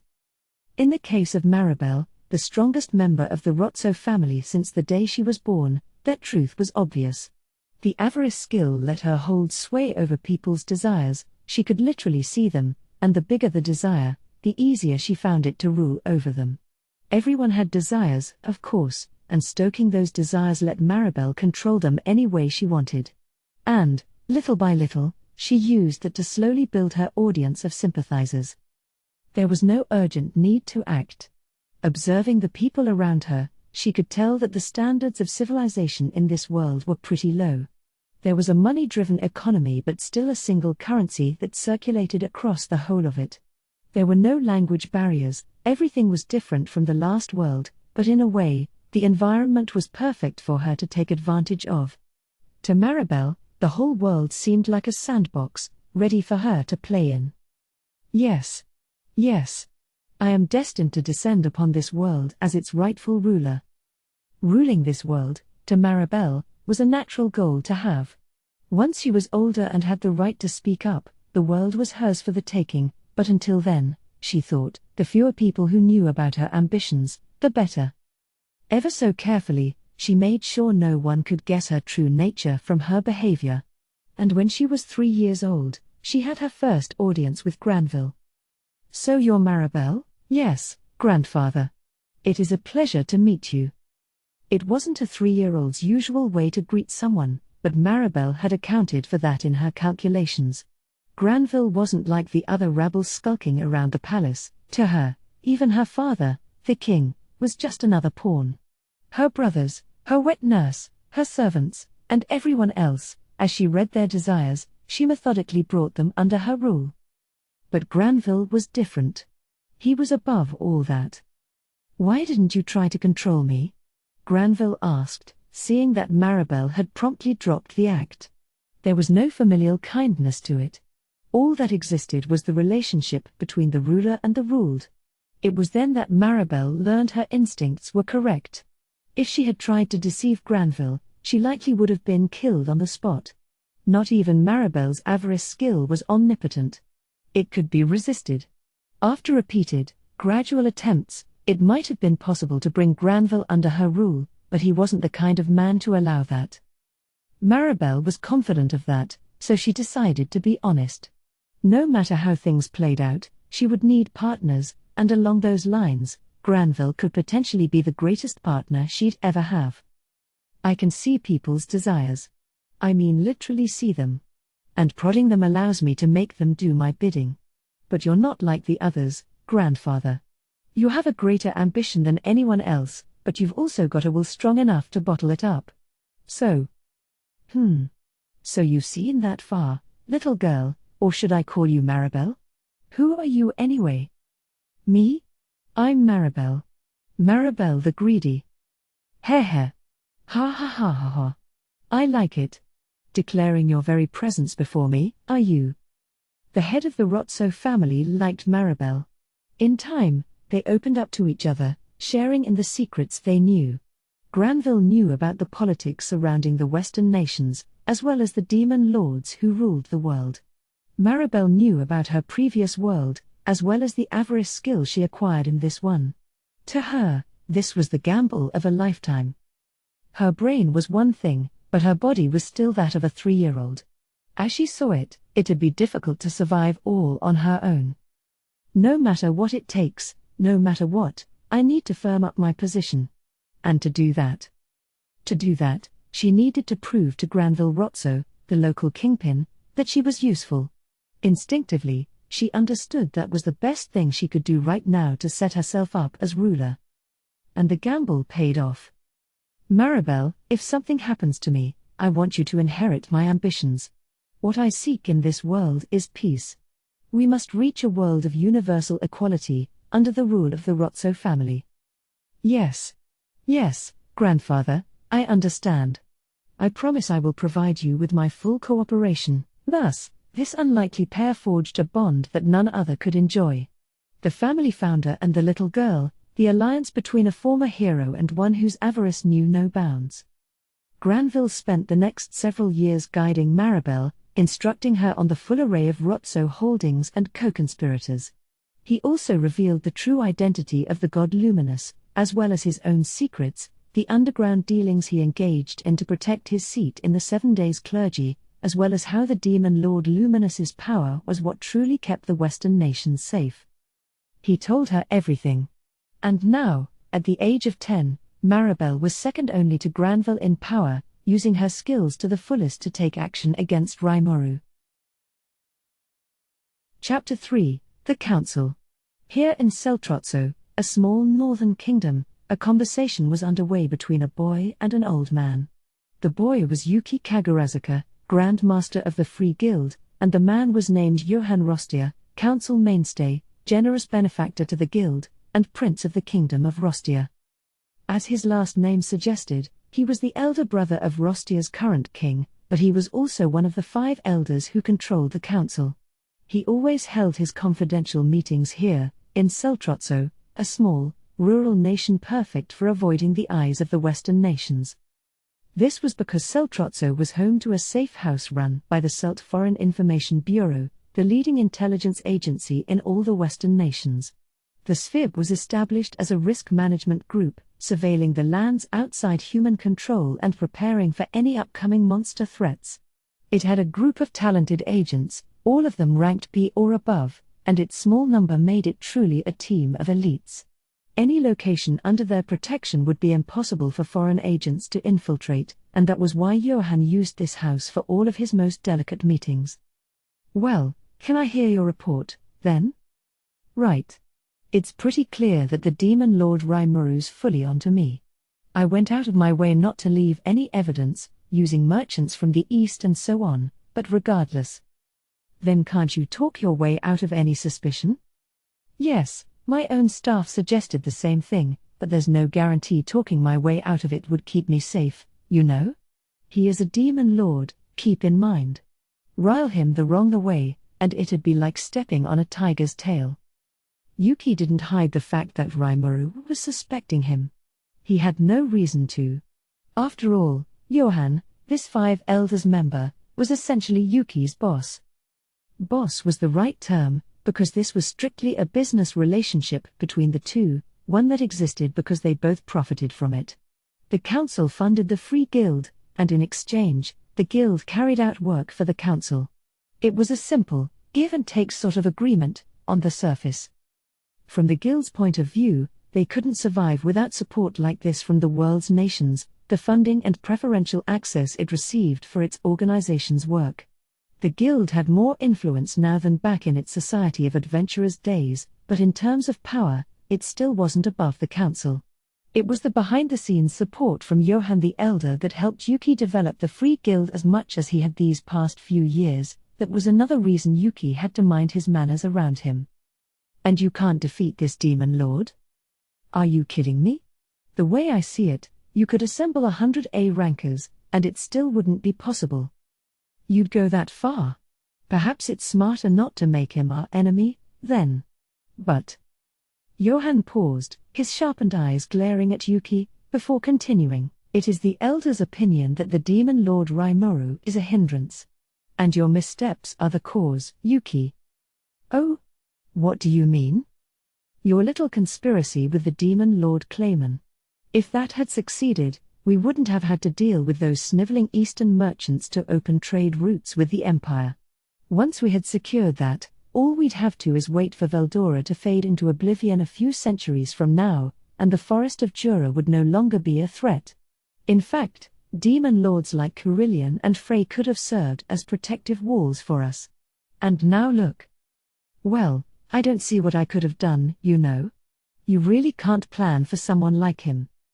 Johann was one of the people aware of the plans Yuki's group was working on. They were applying their own spin to the games played among the demon lords, trying to work them to their own advantage. And the whole reason that was possible.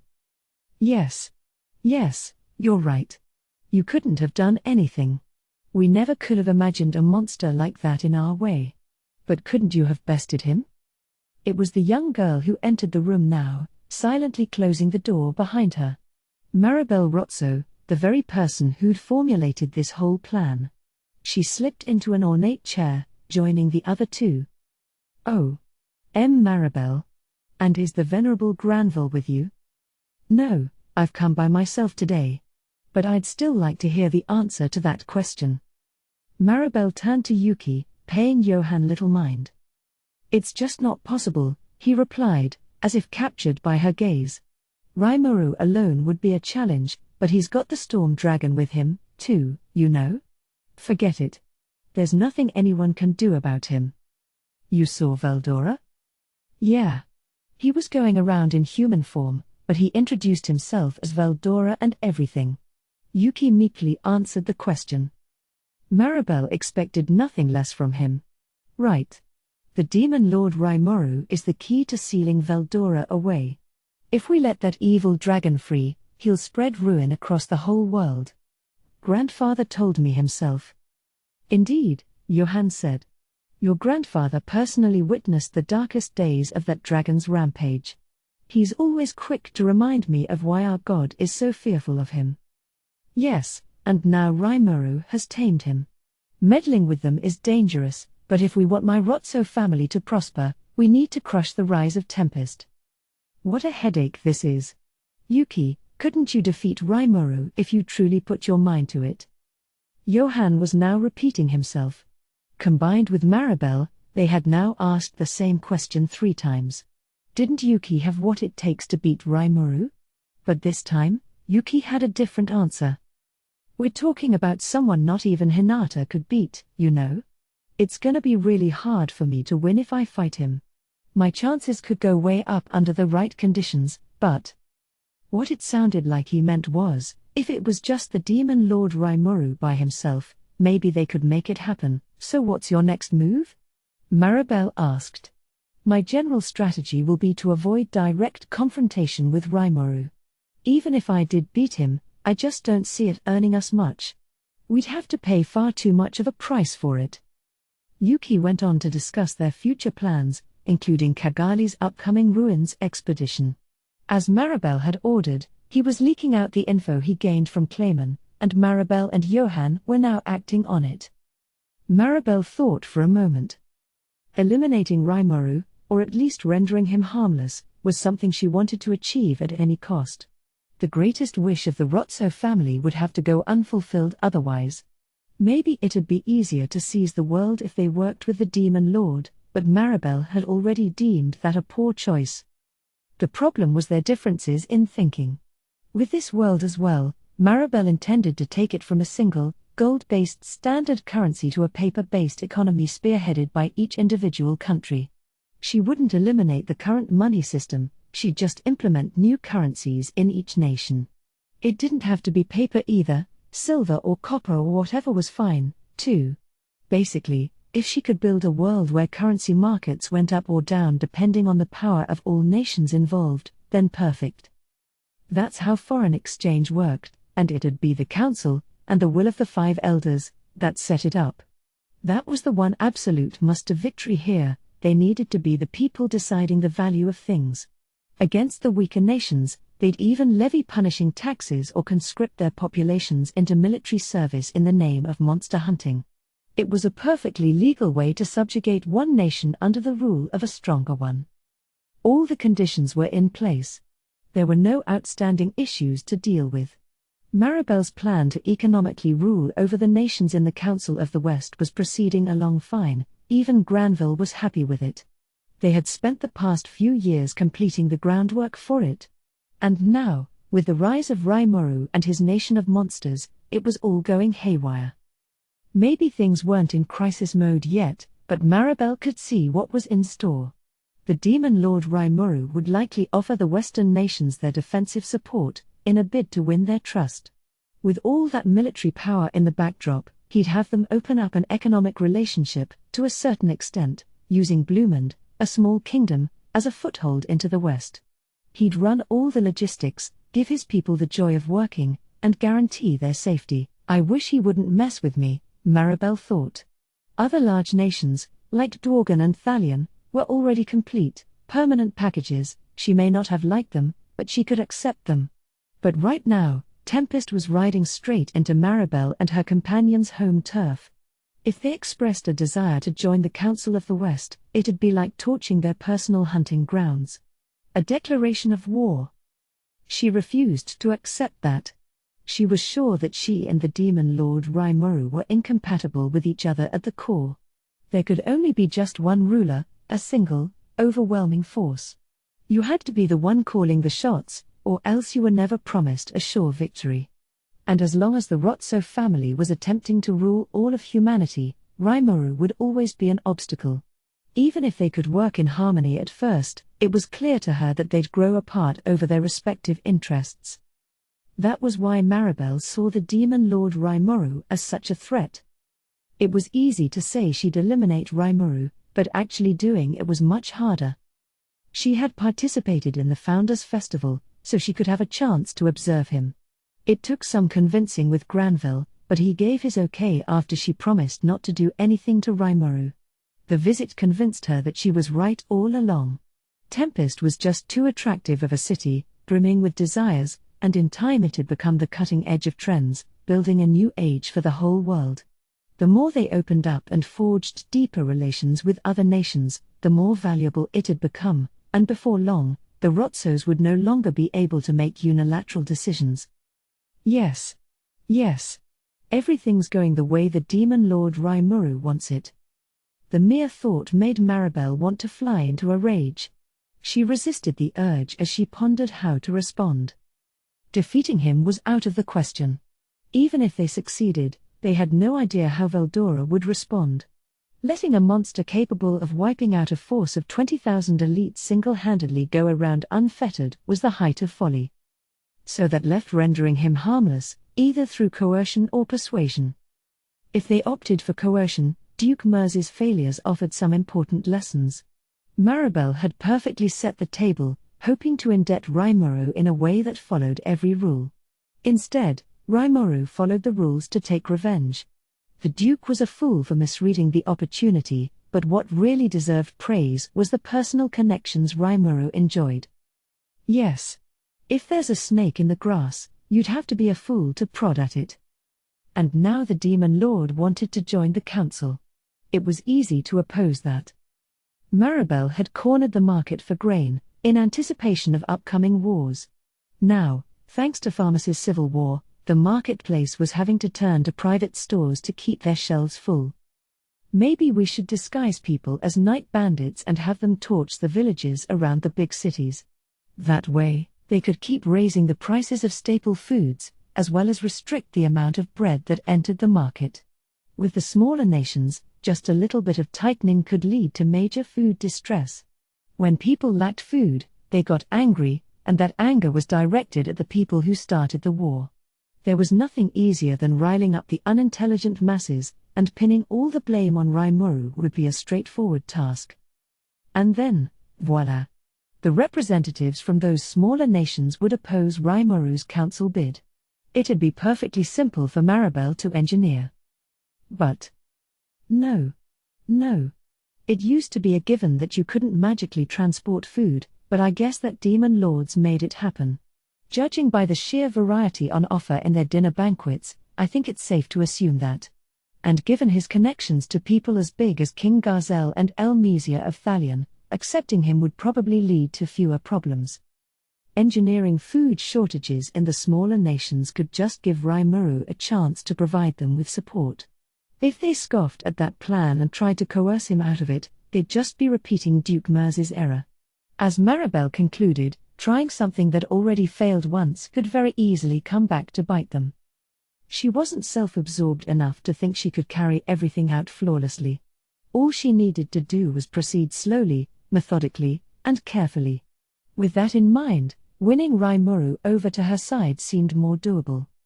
If we want to sway him, we should try meeting with him and offering a chance to join a united front. If I'm willing to compromise a little, no, I can't do that. No need to be timid. I'm Maribel the Greedy. Whether he's a demon lord or not, I swear I can rule over him. There's no other option, she thought. The unique skill Avarice could freely control its target, ruling over their desires and making them do their bidding. Just as she had done with Yuki, Maribel could easily bring him under her rule, with him none the wiser. She had not one, but two ways of doing this. The first was to overwrite the target's desires with Maribel's own, making them into a cooperative partner with the same goals. This approach had a weakness: she needed to be within conversational distance of the target to trigger it. Plus, like a slow-acting poison, it took a certain amount of time to take full effect. If she didn't want to arouse the target's suspicion, she'd have to make several contacts with them to make it seem more natural, and since the conversation would need a reason to take place, there was only so much desire she could inject at once. It required a major time commitment. The second approach, meanwhile, went much faster. It involved using Avarice to force the target to accept her rule. A quick injection of greed could even destroy the target's self-awareness, turning them into a living puppet. This, of course, was much more dangerous. Depending on the size of the target's desire, this approach could also take some time, and even if it only took a few seconds, that'd be more than enough for someone as powerful as the Demon Lord Rimuru to kill Maribel. Taking this tactic required very careful preparation, which was why Maribel immediately gave up on it against Granville. Those were the two ways Avarice could take over a person. And given the way that it worked on people's primordial desires, there wasn't a soul in this world that could resist it. The main drawback was its dependency on time, not to mention the size of the target's desire. No matter which approach she took, Maribel couldn't take over a target unless they had a certain amount of desire inside them. The larger that desire, the firmer the grip Maribel could have over them. But what if the desire wasn't big enough? Given that Avarice controlled people's desires, if there wasn't much to work with, the skill couldn't influence them enough to be successful. She could prod that desire, inflating it enough so she could take hold, but again, that took time and opened her up to suspicion. That was why she couldn't take over the mind of Hinata the Saint. Maybe she could if they met more often, but Hinata would have questioned her motives if she kept popping in for no reason. Maribel couldn't risk that much danger, so she gave up on the effort. On the other hand, she held regular secret meetings with Yuki through Johann the Elder. Seizing his mind was easy. Now her main question was Rimuru. I saw him up close, but he didn't seem to have much desire despite all his outrageous behavior. It's not fair. At the dinner banquet, she had a direct view of Rimuru. With that insight, she felt what might be just barely enough to rule over his desires. With a desire that small, she could take it over quickly with just a few sessions, but it wouldn't give her much overall influence on his behavior. Of course, once she got that foothold, the rest would come falling down after it, she figured. If worse came to worst, she could use her final option. If that worked, the Demon Lord would be Maribel's to use as she pleased, and since Rimuru had tamed Veldora, the Storm Dragon would essentially be hers to control as well. A dragon even the supreme being Lubelius feared. An attractive prize, to be certain. Best to keep up my observations for now. Then I can consider my options and come up with the safest approach to subdue him. Her mind made up, it was time to concoct a strategy.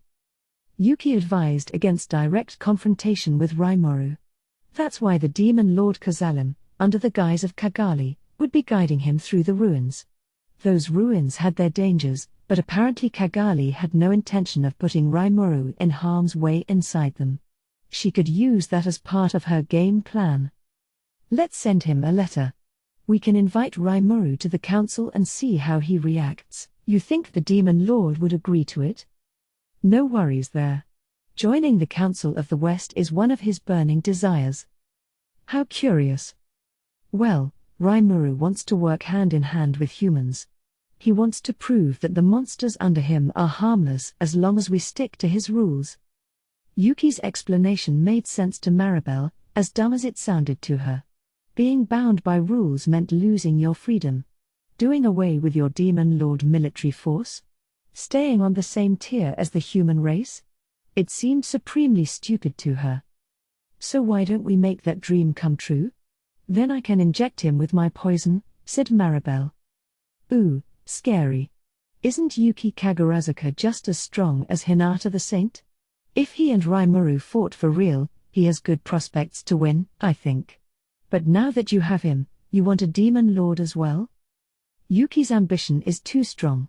He doesn't even realize I'm controlling him. He thinks he's making these negotiations out of his own free will. As Maribel explained right in front of Yuki himself, this was a happy thing for him. Her rule over him meant that he wouldn't be pushed down by any excessive greed. Yuki ignored it all, not responding to it. That was how perfect her domination was of him. And I'm sure the Demon Lord Rimuru is like a child before you, Maribel. And you'll have full control of him? What do you mean? Well, I'm just worried that your rule could be broken, somehow. She flashed a cold look at the flustered Johann. There's no need to worry about that. Once I cloud someone's desires, they'll never return to normal. Not unless you overwrite the desires I implant in them. Maribel was greed personified, enough so to cultivate the unique skill avarice within her. There was nobody in the world who could desire something more. She was fully convinced of that, and it made her laugh off Johann's concern. Why yes, I imagine not. I trust in you on that, Maribel.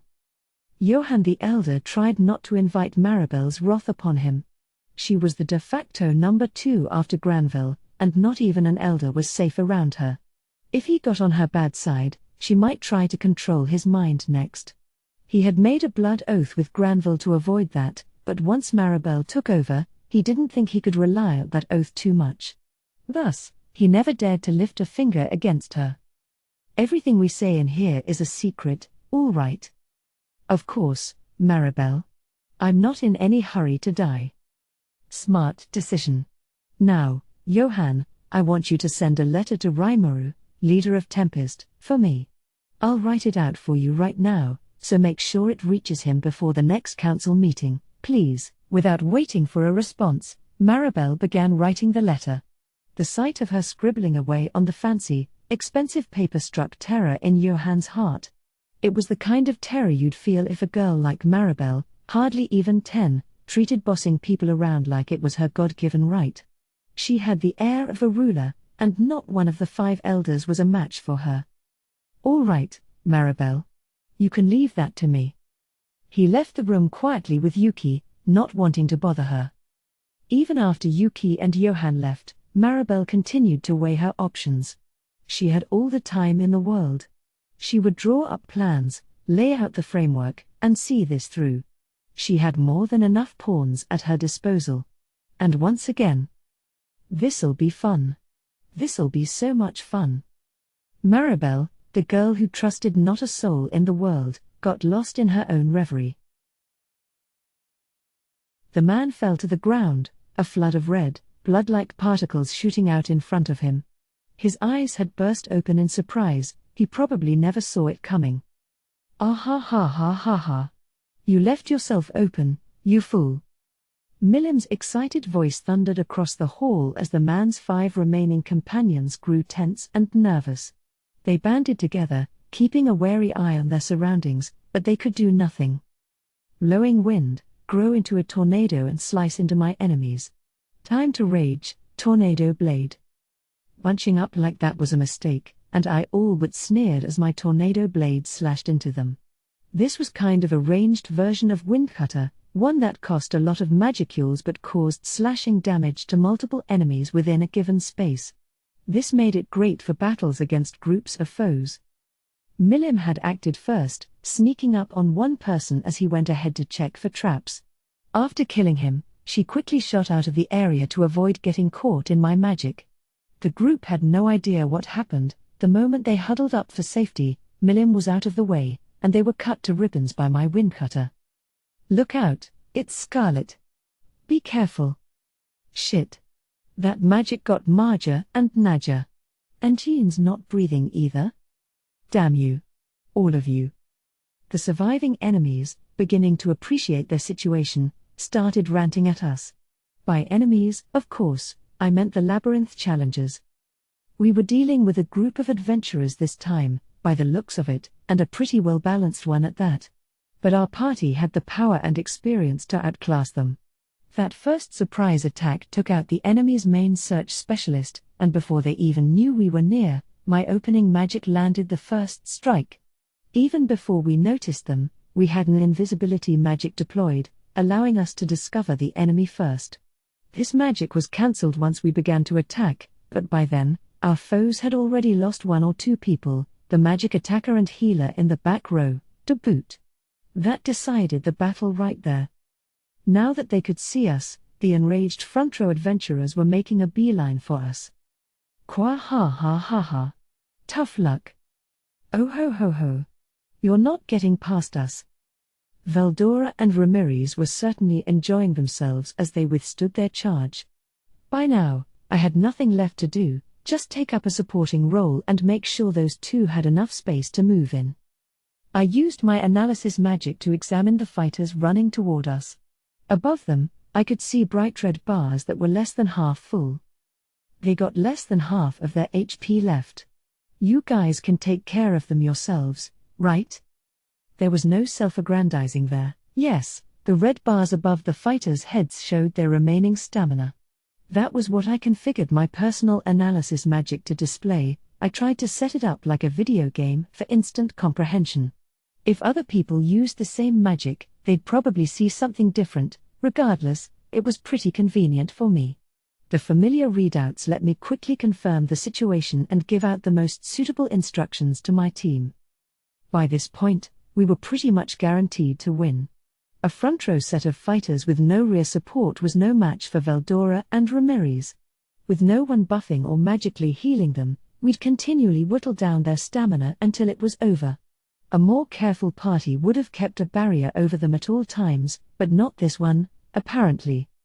It didn't take long for my two companions to prove me right, smiling insidiously as they slashed the remaining 3 adventurers into a bloody mess. It was an easy win. Using Milim's surprise attacks and my magic to dispatch the scouts and back row first was proving to be a sure win tactic for us. Of course, we'd been kind of overfishing the pond, so to speak, so our efficiency was starting to suffer. It wasn't perfect yet, but more and more parties were learning how to counter us. These challengers weren't fools, after all, and they were clearly making a dedicated effort each day. I was glad to see that, but we needed new strategies to deal with them. As I thought about this, the final survivor disappeared into a flurry of light particles. The battle was over, another sight I was getting used to. We did it. These punks were no challenge at all. Heh. You're right. We're invincible, the strongest there is. Qua ha ha ha ha. All these little ants. They leave me a tad unsatisfied, but... My companions were getting thoroughly carried away now. What were we doing, you ask? Well, researching new battle techniques against the labyrinth's challengers, of course. We were eager to learn, so we'd been putting in a lot of hours down here.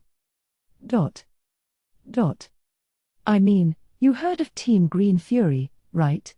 We were able to beat them last time, but we can't rest on our laurels. They got called back to their home country or whatever, and they may never come back, but maybe they just had some trouble procuring new equipment. We didn't know if they'd pay a return visit sometime, and we wanted to be ready to fend them off if it happened. Thus, even after Green Fury was behind us, we kept diving into the labyrinth, sliding into a familiar pattern of fighting off challenges. It kept the labyrinth lively, too. A few days after our pitched battle with Green Fury, Masayuki's party made it past floor 40. Masayuki really was born under a lucky star. Apparently, acquiring the entire Ogre series of equipment was pretty simple for them. It was only natural, then, that they stomped all over the Tempest Serpent. Now their focus was conquering floor 50. The news of Masayuki breaching the 40s energized the rest of the challengers. That was just what we hoped for, and now the more talented parties were aiming for floor 40 as well. Our experiments with releasing some videos of the boss battle gave us a huge response, too. The recording of Masayuki's team fighting the Tempest Serpent, as shown on our projector, created buzz all over town. People wanted us to play it again and again. As Mjolmal and I saw it, this was a business opportunity. In a TV-free world like this one, battle footage from the labyrinth was as good as entertainment got.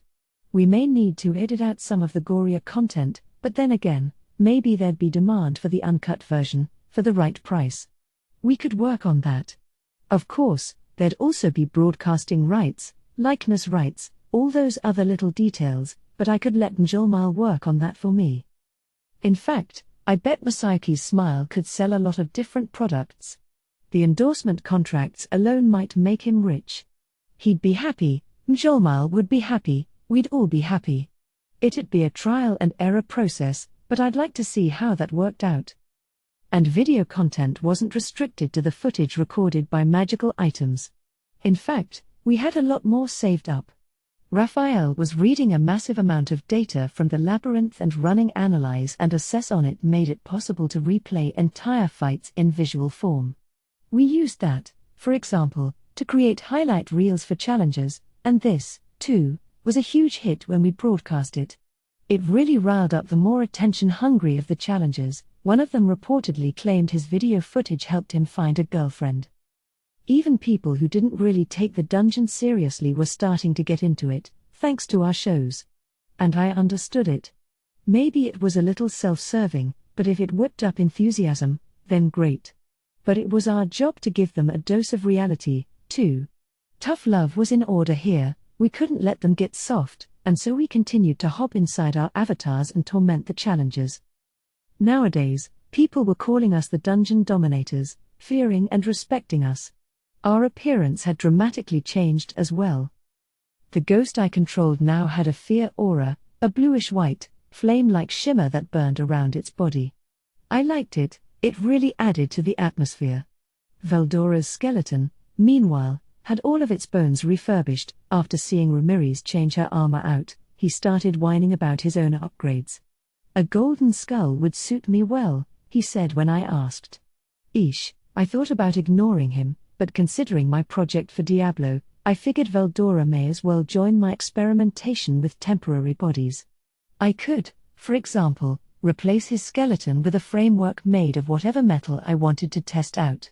Pure gold has durability issues, so I decided to go with the strongest material I had, although it was still in the experimental stage. It happened to be golden in color, too, so it worked well. This material is known as orichalc, a special alloy made by adding gold to magisteel and refining it with a denser dose of magicules than usual.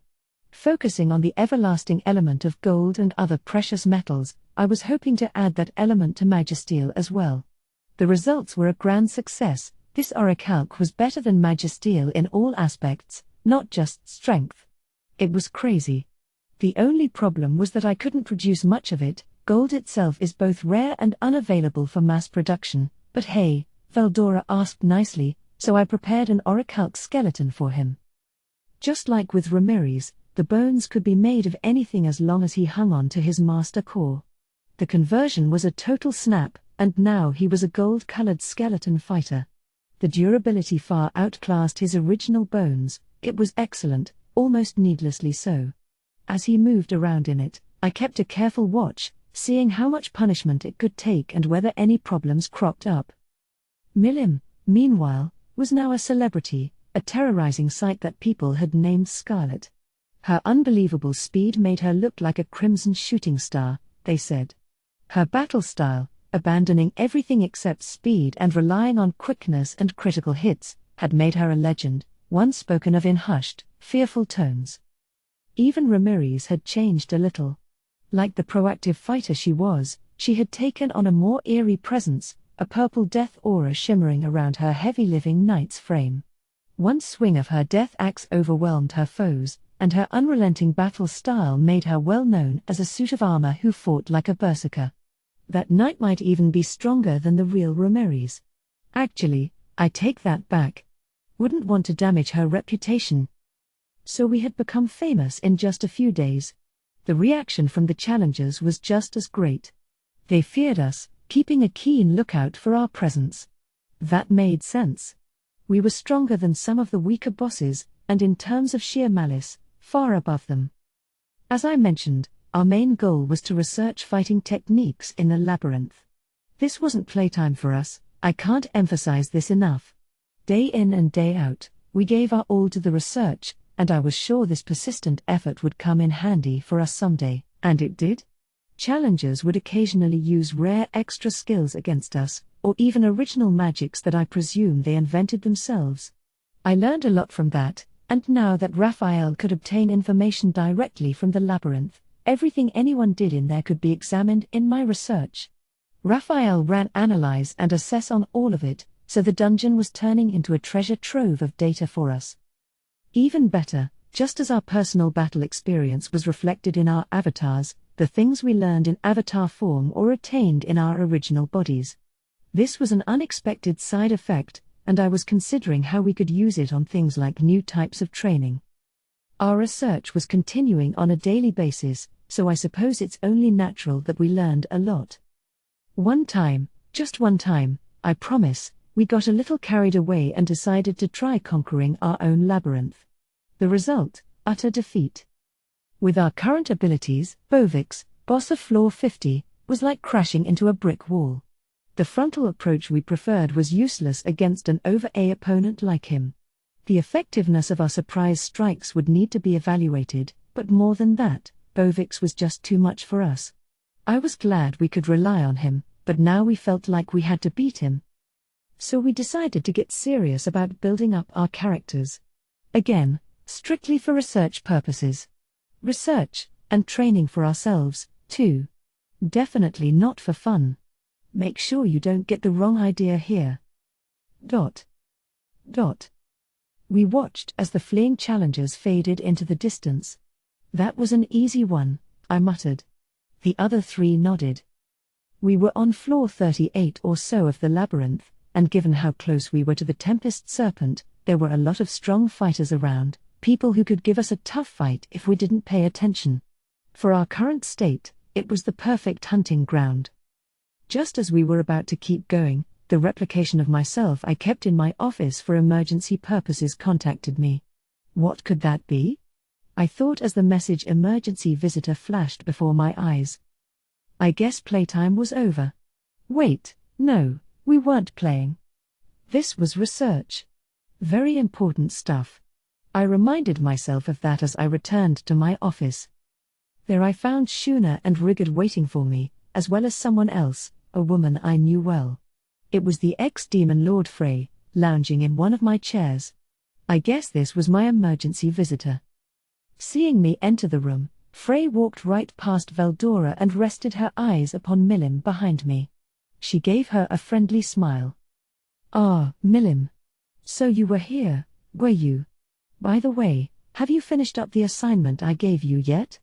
I found my watchman bound and unconscious on the ground, but you'll tell me what happened to them, won't you?" The smile stayed on her face the whole time. This was more an interrogation than a friendly question, I felt. Frankly, it scared me. It wasn't even directed at me, and I still wanted to be anywhere but here. In fact, it was exactly like when my school friend came over to play after finishing his homework, only to have his mom find out he hadn't finished it at all, so she stormed over to drag him back by the ear. Ah, nostalgia. As for Milim herself. Frey. No, I can explain everything. The moment their eyes met, Milim grew intensely nervous. Velp. Guess the party's over for her. And let me just make it clear, we've got nothing to do with this. Okay? Ha, ha ha ha. Milim, if you had work to do, you should have let me know, all right. I really shouldn't keep you here then, huh? Better head on back and get that work done. Rumbled Veldora, Rimuru is right. Our apologies for occupying you so long with our research. You should have told us you had work to do. Sorry to drag you along with us. Why yeah, that's right.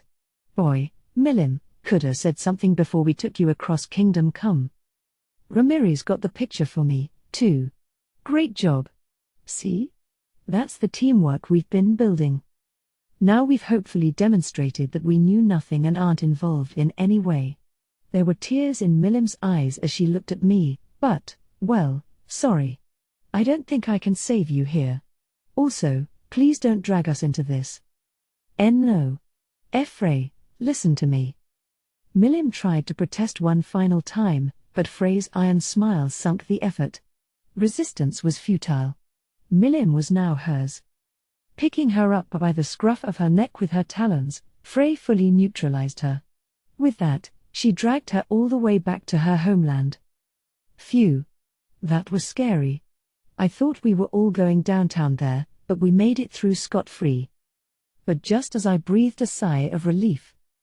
By the way, Sir Rimuru, what have you been doing all this time? Shuna had appeared behind me without warning, and she had a sharp question ready for me. Sweat that I knew I physically couldn't sweat seemed to bead up on my forehead. No. I'm fine. This is fine. I wasn't playing this whole time. It was research. Yes. Research. My resolve firmed, I decided to make excuses. But before I could give it a shot, Veldora spoke. I think we might be getting in your way here. Allow me to continue my sorcery research back in my own chambers. There is much deep knowledge even I may still glean from it. He kept up his muttering as he took a volume of manga out and turned around. He's running out on me. By the time that thought crossed my mind, it was already too late. Oh, yeah, I think I'll join him down there. Now even Ramirez was stabbing me in the back. They both walked briskly out of the room, leaving me to rot. I can't believe them. Only at times like these did they operate like a practiced team, but I couldn't dwell on my heartless friends. I had to give a reason fast, or else Shuna's rage would scare me to death. A bad excuse would destroy me here, calling it studying or research seemed a little weak to me. As I watched Veldora and Ramirez leave, my brain cells went into full operation, desperately seeking the best response. Damn it. I couldn't think of anything. But I didn't need to panic yet. If it had come to this, I had one last resort. It's time to shine, Raphael. Nope. No need to fear. I had Raphael, a font of wisdom, on my side. Come on, I begged my friend. Give me a shining excuse that'll get me out of this. And the result? Understood. There is no need to make excuses. Just stand your ground, and the problem will be resolved. Huh? No need to make excuses? What do you mean, just stand my ground? Oh, there you are, Sir Rimuru. I've been looking for you. Just as I had that thought, my beloved Njolmal burst inside, looking harried as usual. So that's what it meant. Talk about Deus Ex Machina. Molly, you're a savior. Hello, Molly. I was expecting you here soon.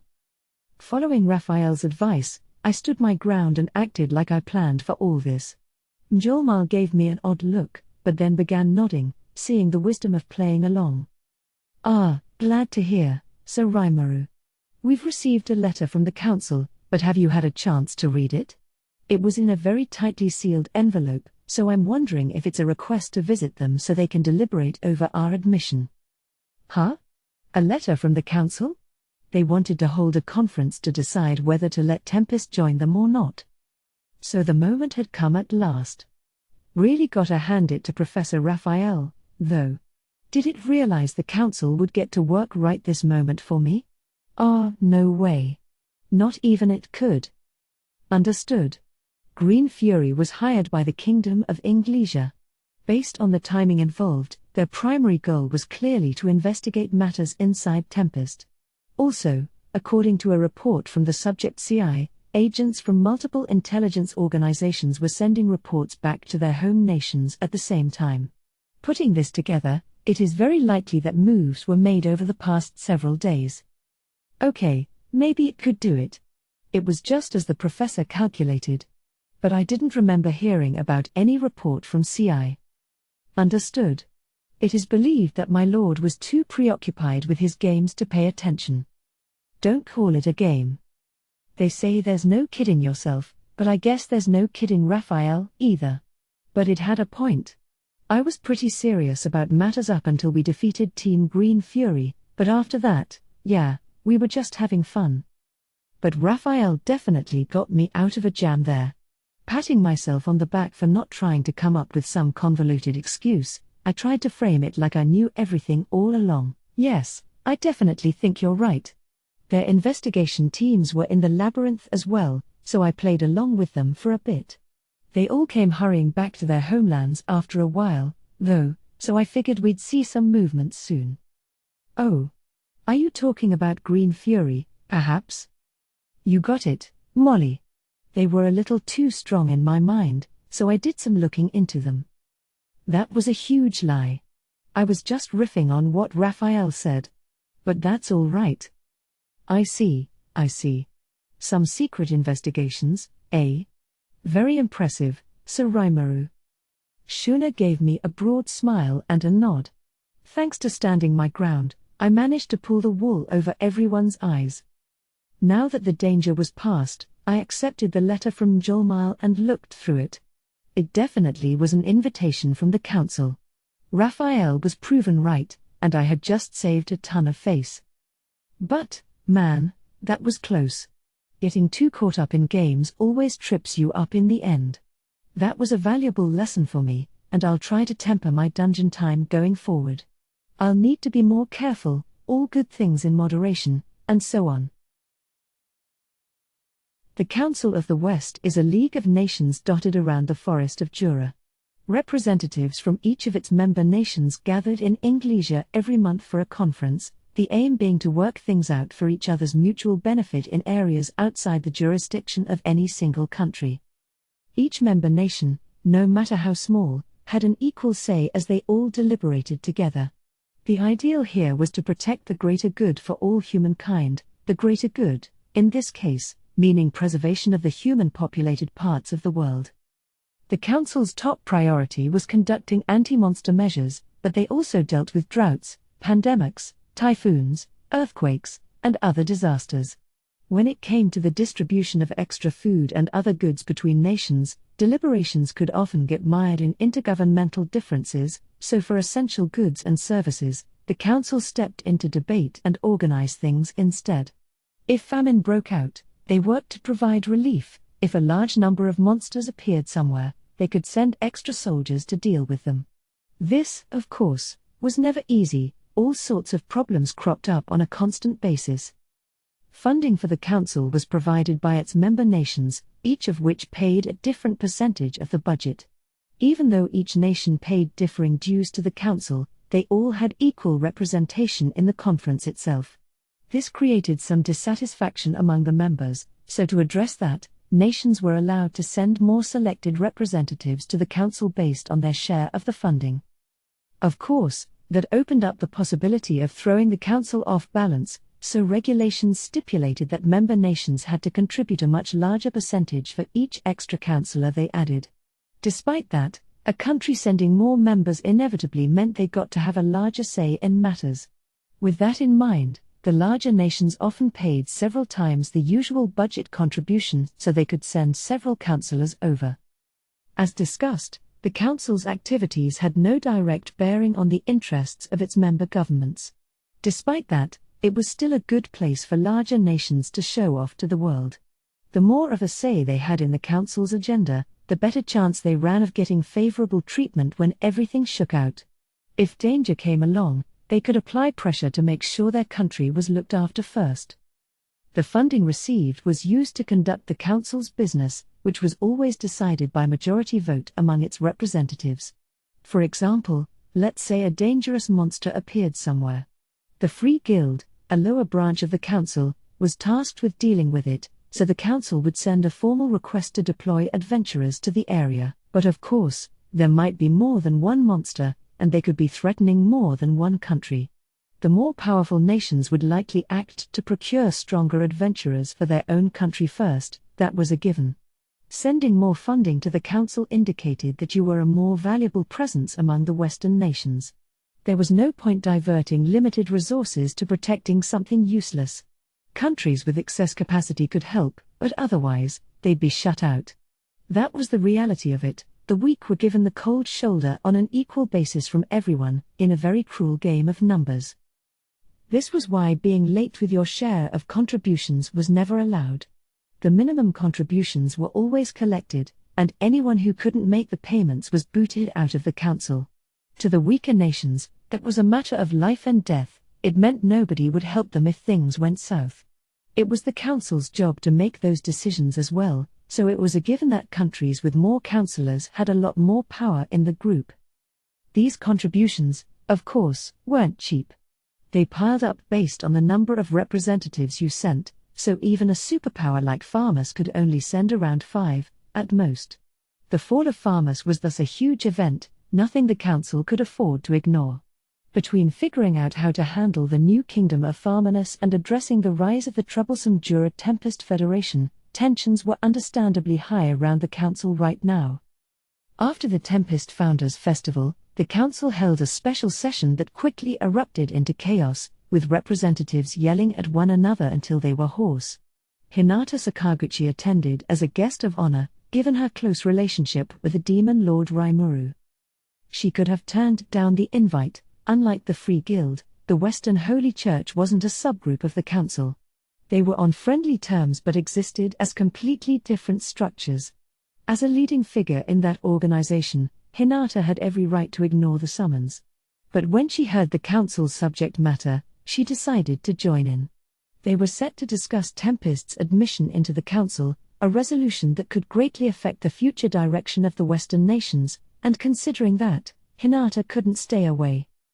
The current chaotic disorder in the council made her wince a little. When you collect a bunch of fools together, it's not surprising how little work gets done. Hinata led all of her own meetings, keeping decision-making as quick as possible without things falling too far out of hand. A serious enough disagreement, after all, could always be decided with battle, such was her philosophy. And in the conferences in Tempest she attended, they always managed to decide on vast, pondering matters, even with all the big names that constantly seemed to join in. It was hard for Hinata to comprehend, like something out of a fairy tale. But even if that's a notable exception, she mused, couldn't this council be a little more constructive?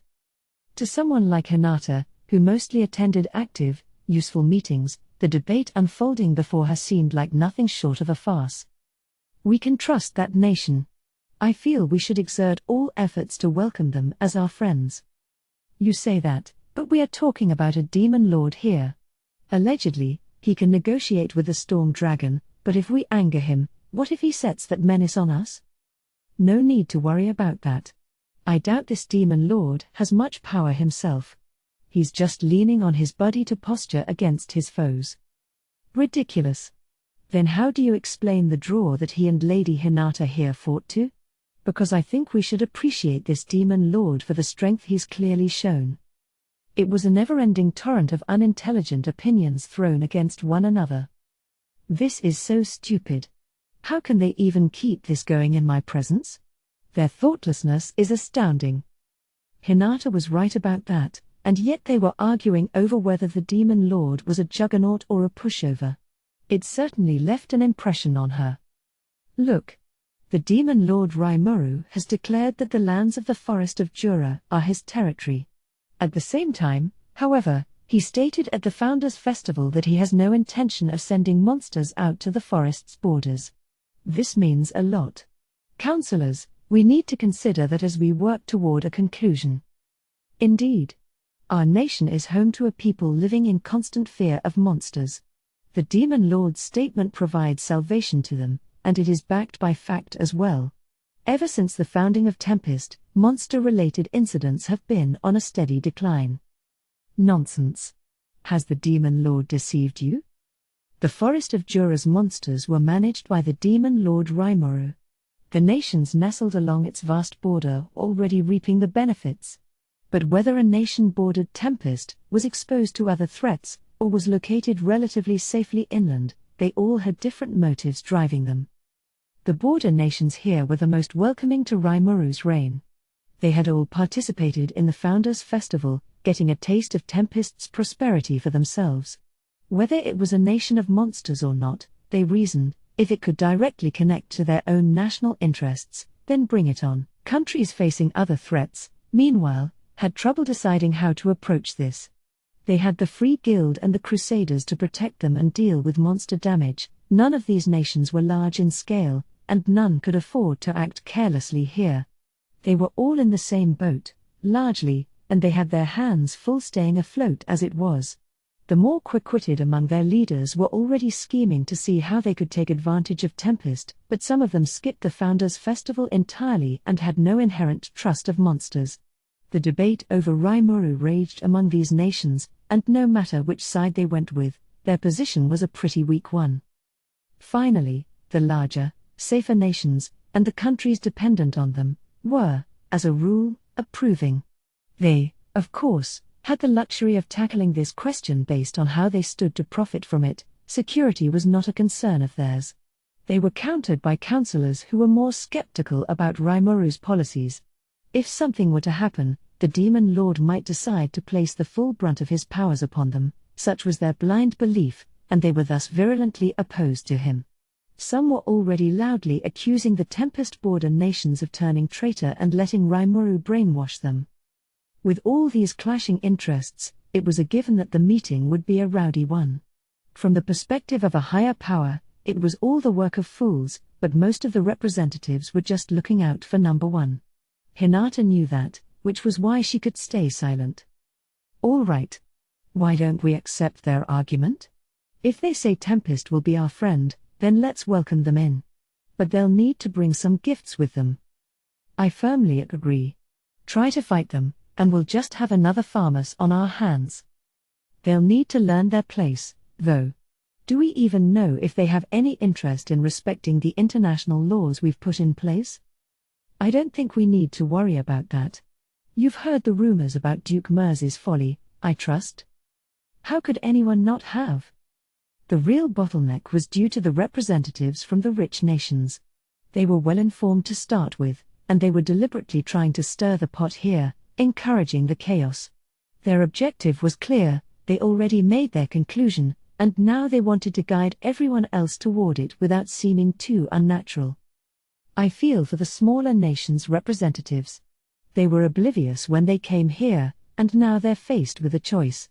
They may as well throw their vote down the drain. Ignorance really is a sin.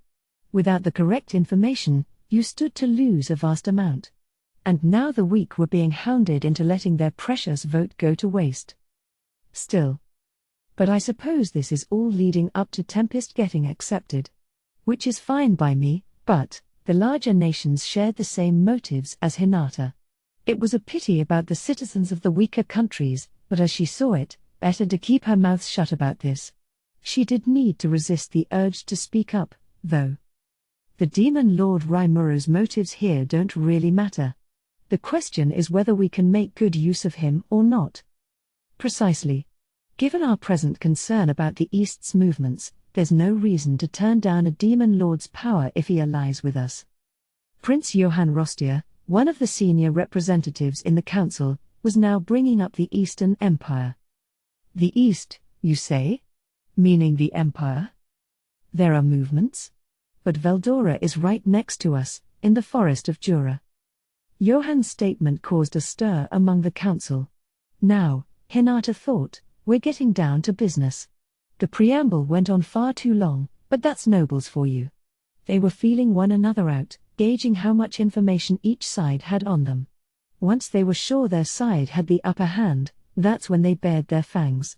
That was their style, just as Johann showed when he so expertly seized the initiative. As I'm sure you're all aware, the military of the Eastern Empire, namely, the Nazca Namriam Ulmaria United Eastern Empire, has begun making certain maneuvers. According to reports from passing merchants, they've been conducting military exercises at a higher rate than before.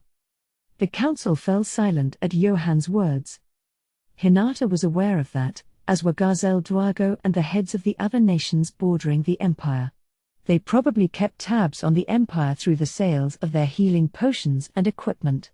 Since the Dwarven Kingdom was officially neutral, Garzel was no doubt following his obligations to keep what he knew confidential. Plus, Rimuru undoubtedly knew as well. The proof was in the tech announcements he made at the Founders' Festival. Rimuru insisted that no, that was really all Gable's and Vesta's own work and so on, but that was a barefaced lie. He had to be involved, too, and he meant his statement as a threat against Garzel. Not a threat exactly, perhaps, but it was Rimuru's way of saying, hey, Tempest is making the potions now. You can never underestimate him. He knows what's going on in the East, and he's needling Garzel about keeping quiet. How far ahead is he looking? It's just amazing to me. Thus, whether he knew it or not, Rimuru was being vastly misunderstood by Hinata here in Inglesia. Now, while all of this might have been known information to Hinata, it was shocking news to the majority of councillors here. Everyone sat on the edge of their seats, waiting for more from Johann. They needed as much information as they could as they debated how to protect themselves. Nations rich enough to have regular armies were one thing, but the smaller ones didn't even have the free budget to retain one of those. Small scale was the watchword with their militaries. They preferred to hire mercenaries at times of war, but if the whole region was building up their firepower, they'd be facing pretty slim pickings. Everyone, Johann said in a voice that carried well across the chamber, calm down. I'm not saying the Empire will make their move at once. Let us keep our heads cool and debate how to respond. Just as Hinata thought, this was the real topic of the day. And what will we do? One representative asked, followed by many others. How to respond? What measures do we even have against them? The kingdom of farmers is gone. Even if we wanted to build a defensive line, we can't do that with just us smaller nations. Order, please. The Empire isn't on the move because of you-know-who in the forest of Jura. I wouldn't be as assured if he was still sealed away, but now he's alive and active for us. Wait one moment. You want us to pin our hopes on that evil dragon? Please, I'm telling you, calm down. Right now, if the news is to be trusted, Veldora has been tamed by Sir Rimuru, the Demon Lord. The very same Demon Lord who seeks admission to our council, am I right? Then I think the answer is clear. The man calling for order was Count Gabon, a representative from Inglesia. Councillor Gabon is right, Johann continued. As we face this threat from the east, now is no time to wage a war of words against each other. If the Demon Lord Rimuru will join the council, I am sure their military might will aid us. Ah. Certainly, yes. Cheers of agreement rang out. Johann smiled approvingly. In my humble opinion, I think we should recognize Tempest as a full-fledged member. His voice was solemn, as if gauging the reaction around him. That alone changed the atmosphere in the chamber. Even those who feared the Demon Lord as a complete unknown now recalled the very real and recognized threat from the east. Tempest was a land of monsters but also a nation that responded to common sense. The Empire, on the other hand, was a ravenous foe bent on gobbling up everything in its path. They were a human enemy, and as such, if they lost to the Empire, everyone could see that they'd be next at the dinner table. The ruling class, all of them, would undoubtedly be killed. The Empire was a massive military state, with a history of growth powered by the nations they swallowed up. They were always thorough with their enemy, and to the Western nations, they were a presence to be feared. I think Councillor Rostier is making a valid point. A point I agree with, I should add. I'm very glad you understand, Councillor Gabon. And I think you won't be alone in this chamber. I think it's time to take a vote on Tempest's admission first, but what do you think? Seconded. The West needs to put up a united front before anything else. Quite true. Now's no time for infighting. Several representatives voiced their approval of Johann. It led to a general commotion that forced the chairman to shout for quiet once more. At the chairman's lead, the vote began. First Johann fanned everyone's fears, then he put on the pressure to conform. A very impressive performance, indeed, in the classic style of nobility. I suppose this is all part of the script, too? Even without the preamble, that took forever. Clearly Johann and Gaben were colluding on this, with the supporting cast voicing their agreement in the audience. As a non-voting attendee, Hinata could tell that much from her seat. It was all just a scripted performance, and the ending was coming up shortly, much to her relief. 8 hours had passed since the session was brought to order, and despite the regular breaks, the exhaustion was palpable. Not physical exhaustion, of course, but the mental kind, making it all the more painful to Hinata. I can't believe all the stupid questions I got asked, though. They could have just asked me to watch Rimuru to make sure he doesn't go crazy, but no. That was the main reason Hinata was there. Whether the council knew him or not, they were about to ask a demon lord to join their ranks. They just wanted to cover their asses in case he decided to get violent, and considering she, reportedly, fought into a draw, Hinata helped the councillors feel far safer. That's basically what the nobles wanted, although they asked her in the most roundabout way possible. The talk about an empire on the move was just an idle threat as well. Those military maneuvers probably were happening, but they were just an empty show of force. If they were really about to invade the West, they had mountains of obstacles to deal with first, the forest of Jura and the armed nation of Dworgen, to name but two. And maybe things would have been different before Tempest and Dworgen forged an alliance, but now, the Empire didn't have much to work with. They really should have made their move before Rimuru became a demon lord. Then Veldora wouldn't be back in the picture, and the Empire really could have had a chance at world domination. Now the Empire was pinned down, too afraid of a vengeful, unmuzzled Veldora to act. They were too careful for their own good back when there was no sign of Veldora, and now they probably knew full well the golden opportunity they missed. Rimuru and Gazelle were still on the lookout for them, of course, but the way Hinata saw it, any move the Empire could make was nothing for anyone to worry about. She was pretty sure Johann and Gaben agreed with her on that point. Here they were, keeping the smaller nations' eyes fixated on outside threats while they firmed up their own footing. It was so noble-like of them. Hinata had had enough of it long ago. And after the ballots were tabulated, the ayes had it, the majority of the counted had voted to admit Tempest. The Jura Tempest Federation is now officially our ally.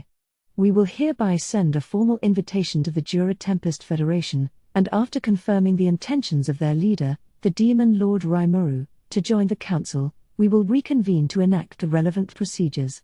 Adjourned. With the chairman's stentorian declaration, the meeting drew to a close. All in all, it was enough to make Hinata swear off dealing with the nobility again.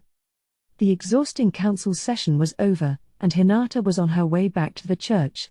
But her suffering wasn't over yet. "Hinata, could I have a moment of your time?" She was stopped by a young man guarded by a posse of nearly 10 bodyguards. He had shiny blonde hair and a refreshing smile, a handsome man, although not much Hinata's type.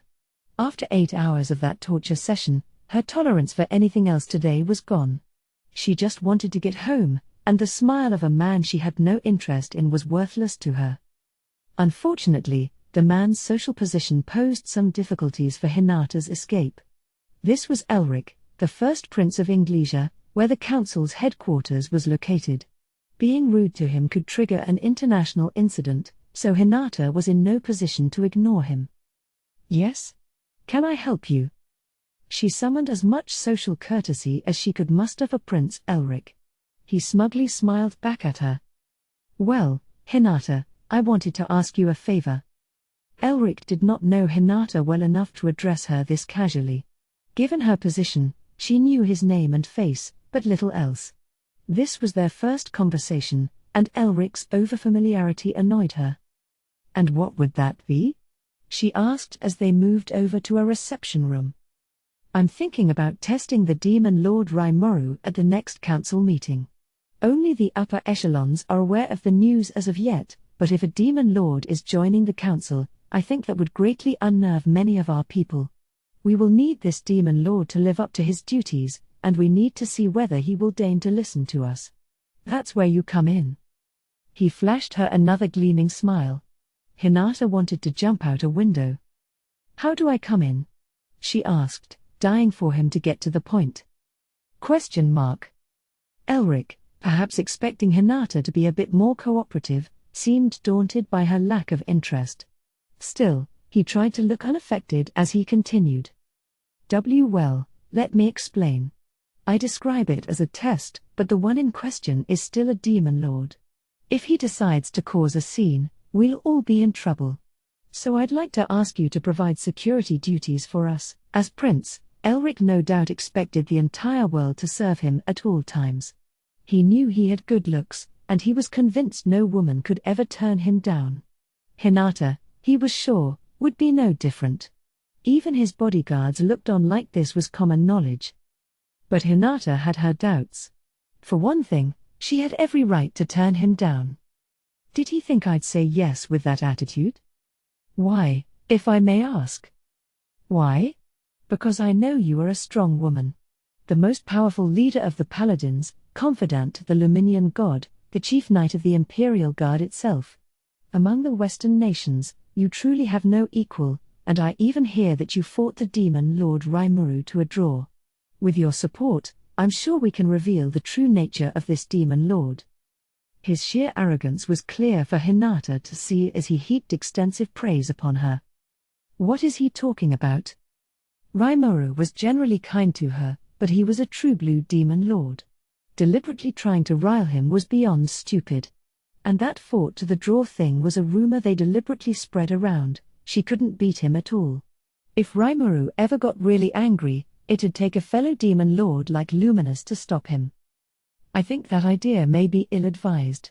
He is truly a powerful demon lord.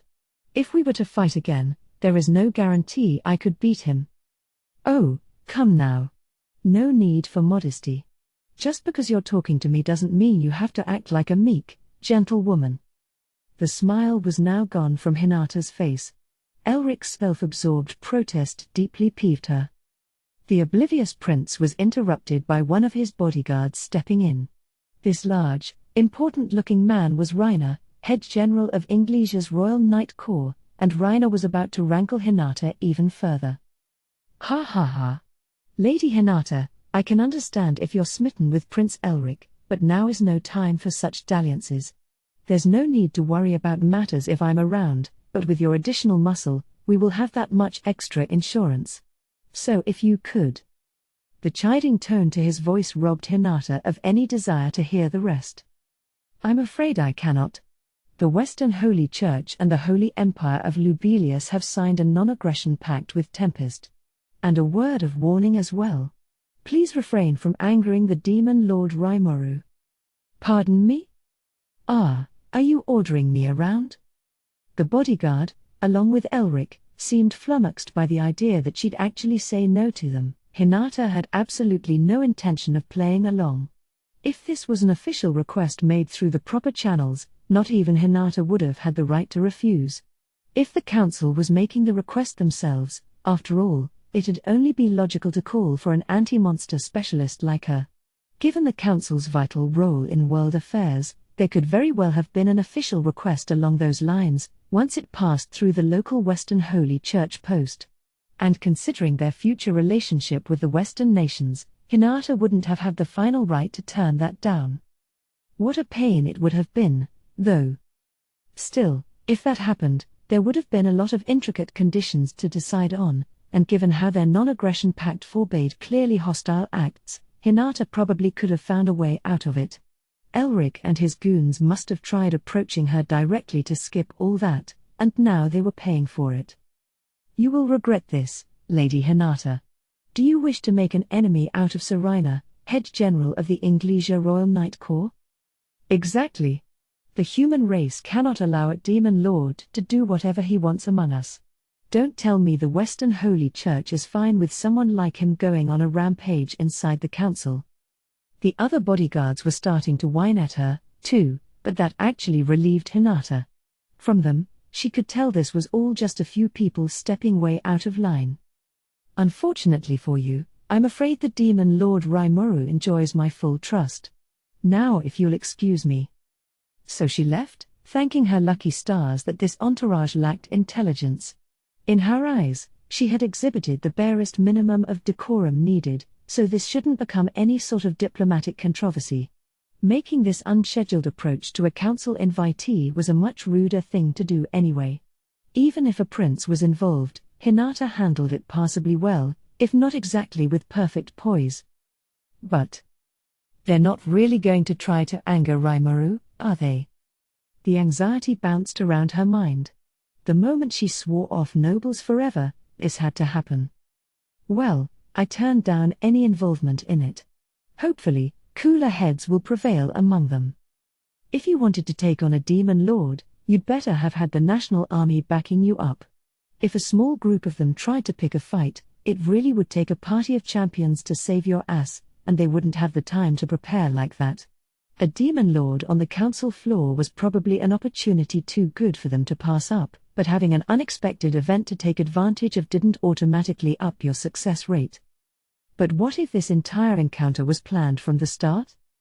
That seems pretty unlikely. But I better keep my guard up next time. The thought was depressing her already.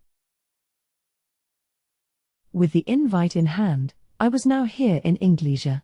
I guess they were giving me the royal treatment, because I was lodged in the fanciest hotel they had. Once this meeting was over, I looked forward to checking out the capital for the first time in a while. Benimaru was dauntlessly guarding me, with CI receiving reports from his spies in the shadows. Speaking of shadows, I was starting to miss Ranga's presence in mine. He was out hanging with Gobta often these days.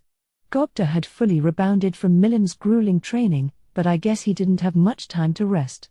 Milim had apparently declared that she was going to test him regularly from now on, with a string of real battle competitions against Carillion.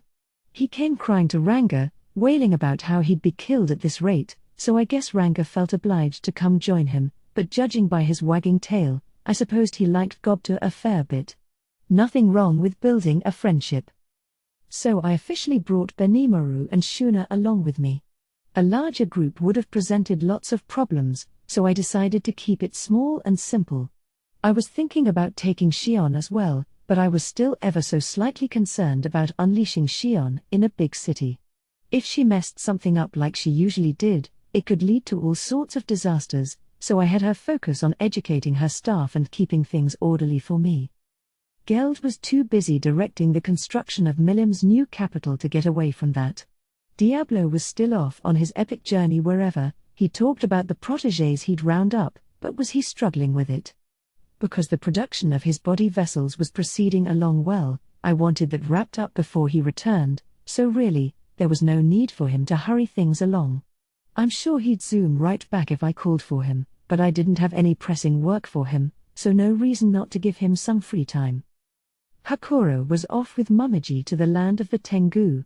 Gable was out with Midray visiting the city of the Forgotten Dragon. It was home to a flock of wyverns, apparently, and he intended to capture some and attempt to domesticate them. Building Team Hiryu into a stronger fighting force had been on Gable's mind for a while. As part of that effort, he decided to try building a flying squadron with wyverns as mounts.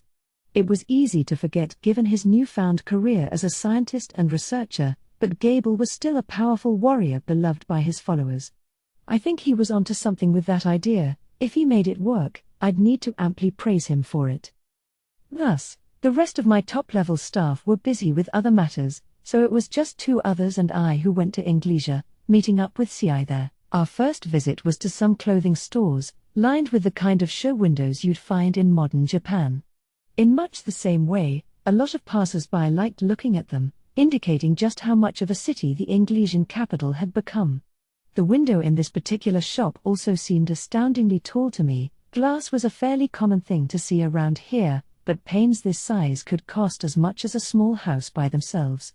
If the shop was using these for display purposes, they must have been doing a damn good business. As Mjolmal advised, look at the flow of people, and you can see they made the right choices. By the way, our town had show windows like this as well. When I told everyone what I saw in Inglesia, Shuna and our other female staff demonstrated a keen interest in adopting that custom. I had no reason to turn them down, so after discussing it with Mildo, I had him work on manufacturing glass for me. We had a valued partner in Raphael, so it didn't take long at all to produce practical show windows. Regardless, we were clothes shopping at Shuna's request. She was curiously peering at all the new fashions in those windows right now, and I have to say, it was all pretty gaudy. In the stores we passed, there were lots of outfits with novel designs we never saw back home. The clothes Shuna and her team sewed, after all, were mostly ensembles gleaned from my own memory, but these shops were full of original pieces from entrepreneurial designers.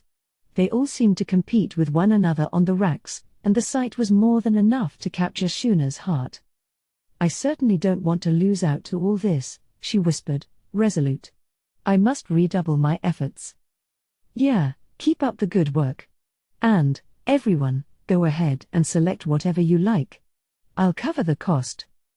"What? Are you sure?" "Me too?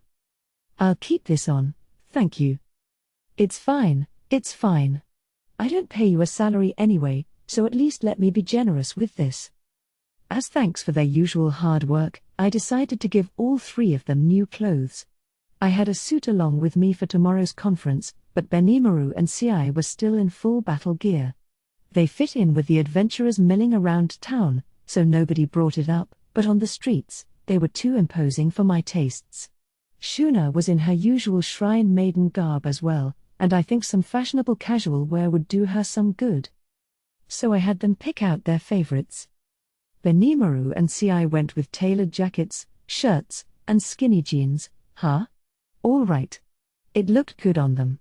And Shuna went with, whoa, a fluffy white gaucho skirt and an ice blue knit vest. Cute. That really worked on her. That looks good. I like it, Shuna. Thank you very much. I'm glad to hear that, Suraimaru. Yep. The shrine outfit is fine and all, but something casual wouldn't hurt her, either. It's also novel on her, fresh, if you will. Since we were there and all, I decided to purchase several outfits. We'd no doubt use these as models to sew our own, starting next time. I also purchased a thin, dark blue dress for Shion as a souvenir. She's got kind of a cool demeanor, in terms of looks anyway, so I figured she'd stand out in that. I'm sure she'll love it. You think so? Glad to hear that. Yes, I'm positive. If Shuna said so, it was probably true. And you guys look okay in that, too, so go ahead and take it. Not as much guidance for us, huh? No. Benimaru and Ci sounded like they had complaints, but who knows? And why were they still trying on outfits? They acted like they didn't care, but now they were diving deep into the racks. A handsome man looks good in anything, so I really didn't think they needed to agonize over their decisions that much. Meanwhile, all my decisions were snap judgments. It wasn't like I could describe the difference between one ensemble or the other, so I had the store clerks pick for me. Couldn't go wrong with that, I figured. Finally, we made our selections. We were fitted for them on site, which let us change right into them. Shuna was now lovingly clutching the box of clothes I got for her, smiling broadly. Unlike my disappointing secretary Shion, Shuna pretty much always had it together. The gap between them was charming like that. Benimaru and Ci looked happy about their own clothes, too, so I'd call this outing a success. They pretty much worked day and night, so I really wanted to thank them somehow. If this excited them that much, I thought as I settled the bill, I should have taken them here sooner. After changing into new clothes, we headed for the cafe our old friend Yoshida used to run. A trainee of his had taken it over, and it was doing a pretty decent business, and since we were one of their suppliers, we were allowed to make purchases at a discount. We were scheduled to meet Hinata there, whom we heard had arrived in Inglesia before us. I figured we could enjoy my first Inglesian lunch in a while as we talked over tomorrow's conference. As we waited for her, I let Ci give me a briefing. He had his feelers all over the Western nations, so I figured he'd know why they chose this timing for the invite. All right, Ci, your report. Certainly. First, I'd like to start with some of the feedback from the Founders Festival. He gave me a rundown of the more important rumors and discussions he had picked up from across the land, in an easy-to-grasp fashion. I appreciated that. The response to the Founders Festival was pretty positive. From the royalty up top to the farmers at the bottom, people talked about it all over the place.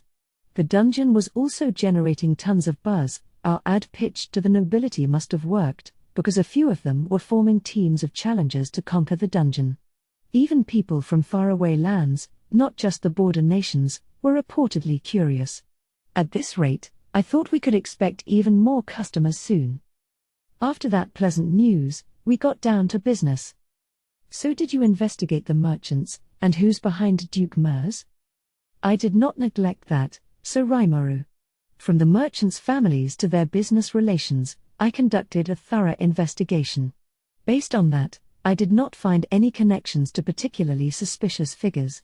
However, these merchants did go through several government intermediaries in order to obtain business licenses in the nations they work in, and when I traced these officials, I found they all had connections to Duke Mers. So, what did that mean? Understood. The merchants were likely doing the bidding of the subject Mers. All right. So there's probably not much point investigating those guys further. What about Mers, then? I guess there really is some kind of secret cabal running the Western nations, and they might be scheming something new right now, as we speak. Mers seems like a competent enough noble. We better keep him under surveillance. So Mers did a good job covering his tracks, huh? What's that potential threat up to now? As competent as he might be, though, there was no escaping CI's eyes. No matter what kind of seedy group he tried to buddy up with, it'd only serve us in catching him red-handed. But CI quickly banished that thought from my mind. He's dead, Sir Rimuru. Huh? We believe he was felled by some manner of long-range attack. As the Duke of Garstone, Mers was something of a big shot. If someone like him was murdered, I really was starting to wonder about this mystery cabal. And if this was that cabal's way of escaping capture, they must have a lot of power to work with. Report. There is the possibility that they have noticed the subject CI's investigations. So they shut him up, huh? Maybe we should give this adversary the respect they deserved. They weren't playing around. And you didn't see who did it? Benimaru asked. No, CI flatly replied. I didn't detect any presence at all until Mers fell to the ground in front of me.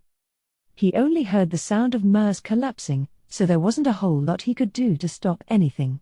He sounded despondent about it, and I couldn't do much apart from console him. That's pretty unbelievable. If not even you could spot them, they must have been attacking from thousands of feet away.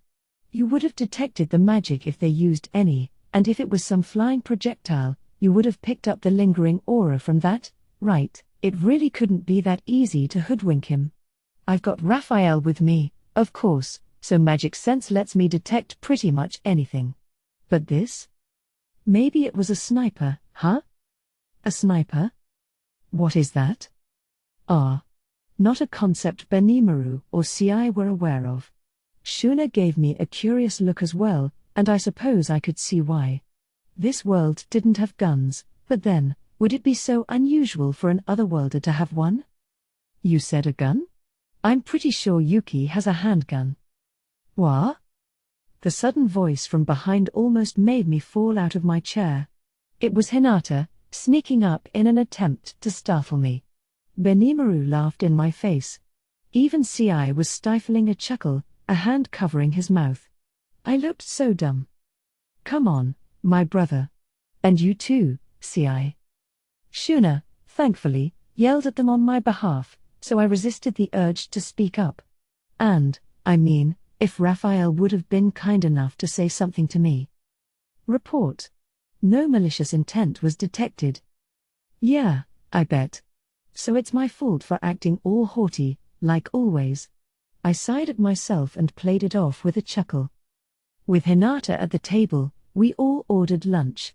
For 1 silver coin a pop, we got a pretty fancy spread, and we avoided any serious conversation as we enjoyed it. Full and satisfied, I decided to order some coffee, a little mature bitterness to round things out. And with enough sugar and milk, I had the perfect harmony between bitter and sweet. That's pretty much a café au lait, now, isn't it? I'd call you mature if you took it black, but that's liquid candy you're drinking. Hinata hit me back hard. I guess my inside voice had leaked out again. Will you shut up? This is fine. It's all part of the atmosphere. Oh? Because between that and your outfit, there's nothing mature about what I'm seeing at all. Oof. First the coffee and now my clothing? And, boy, is that really how I look? The clerk at that shop arranged what I thought was a neat poncho type thing. I thought it was, yeah, maybe a little on the young and springy side, but I trusted the staff there. And now look. I regretted ever trusting in a store employee's fashion sense. Damn it. This does seem like kids' wear, doesn't it? No, Suraimuru, it's lovely on you. Ah, right. Yeah. Looks great. I thought you liked it. It's lovely on me. So I look like a kid to them? Man. What a shock. My clothes were comfortable, at least. I didn't dislike them. But that's not the issue.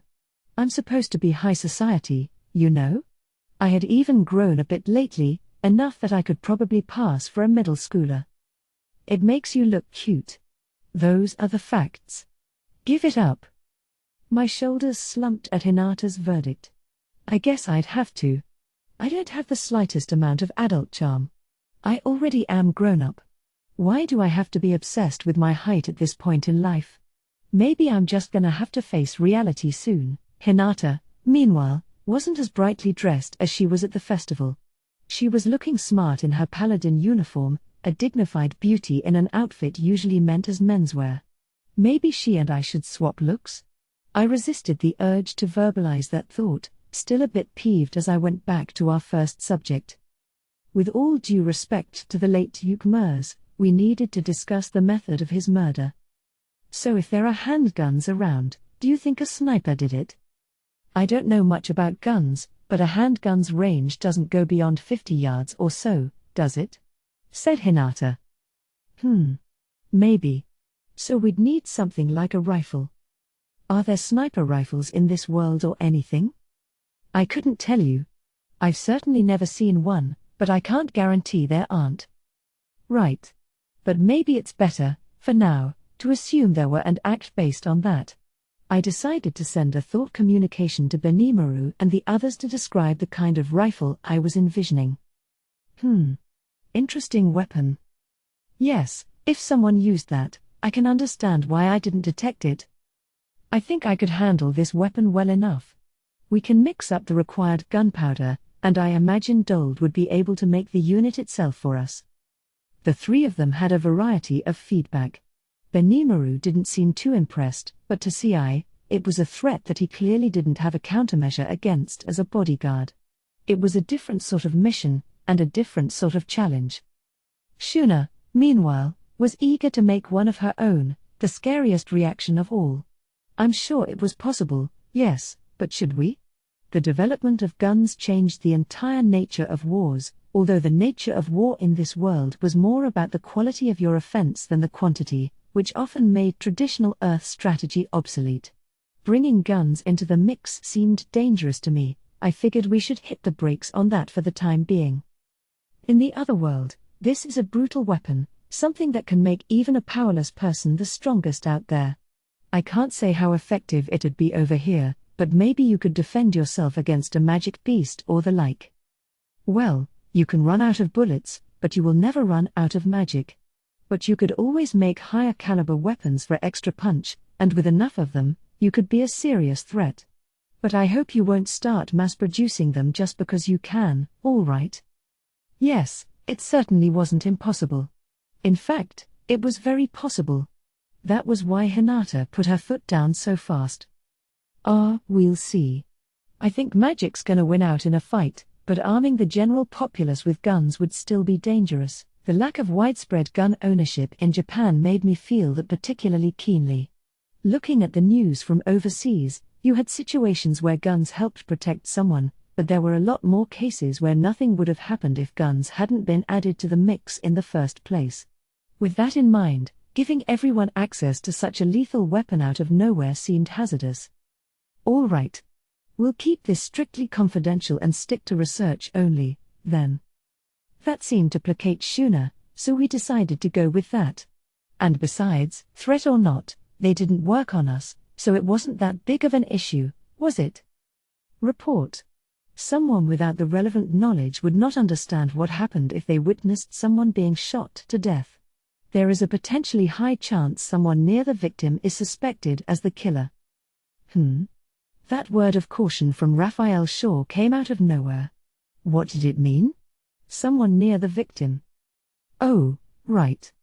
If someone right by me got assassinated, I'd be a prime suspect, wouldn't I? That did make sense. And since Hinata was so closely involved with me, she probably wouldn't be allowed to testify on my behalf. If the killer got away, and the weapon was never found, there was every chance I could be framed for murder. That was close. I could have fallen right into that trap if we didn't have this little chat. Not that I knew whether a trap was in place at all, but if Raphael was on the lookout, I'd better assume there was. Either way, we'll all have to be real careful at tomorrow's council meeting. I don't think non-magical lead bullets would do much more than sting if they hit us, though. I don't see cause for too much alarm, said Shuna. No, I wouldn't underestimate it like that. Like Hinata said, higher caliber weapons are more of a threat, and for all we know, there may be magic-infused bullets out there. Plus, if anyone got shot in the middle of the conference, I think people would point their fingers at me first. I worry about that as well. I will station replications around the council and stay on enhanced guard, said CI. That's CI for you. He must have reached the same conclusion without me pointing it out. Right. Thank you. Of course. I trusted he could handle any suspects he stumbled upon. With that concern addressed, I went back to the main topic. So, Hinata, why are they calling me here anyway? I still hadn't heard exactly what would be discussed tomorrow, although I had my hunches. Ramirez and Veldora thought it was about a dragon causing trouble, or a mystery demon lord rearing his ugly head, or some other nonsense.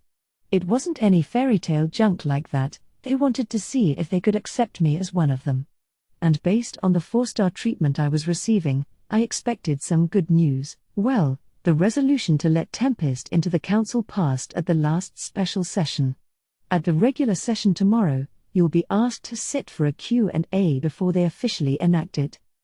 Bingo. Those fools could spout off all that nonsense because they were oblivious to the truth. I was smart to ignore them. Oh, really? I was expecting as much. I nodded, as if I knew everything in advance, as Hinata gave me a doubtful look. Report. Based on the current situation, there is no other potential possibility. The subject Hinata Sakaguchi is believed to be thinking why that act. At the moment. Huh? So sneering at her just made me look stupid, huh? And sure, I didn't have any doubts about this, but even I had my guesses about what they wanted. Like, what if they asked about my Magitrain ideas or the requests to sell the weaponry Kurobe showed off? Or what if they interrogated me about which countries were asking us to reveal our research results? There was a pretty broad range I could picture, which gave me a headache. But Raphael was confident this was about Tempest's admission. I wish it could have clued me in earlier. With a nervous cough, I took a sip of coffee. Hopefully, I covered myself well enough. Regardless, it's still not official yet, so try not to do anything dumb, all right? And I think, during the Q&A, they'll probably ask you some tough questions and try to get under your skin as a demon lord. Don't fall for their tricks, okay?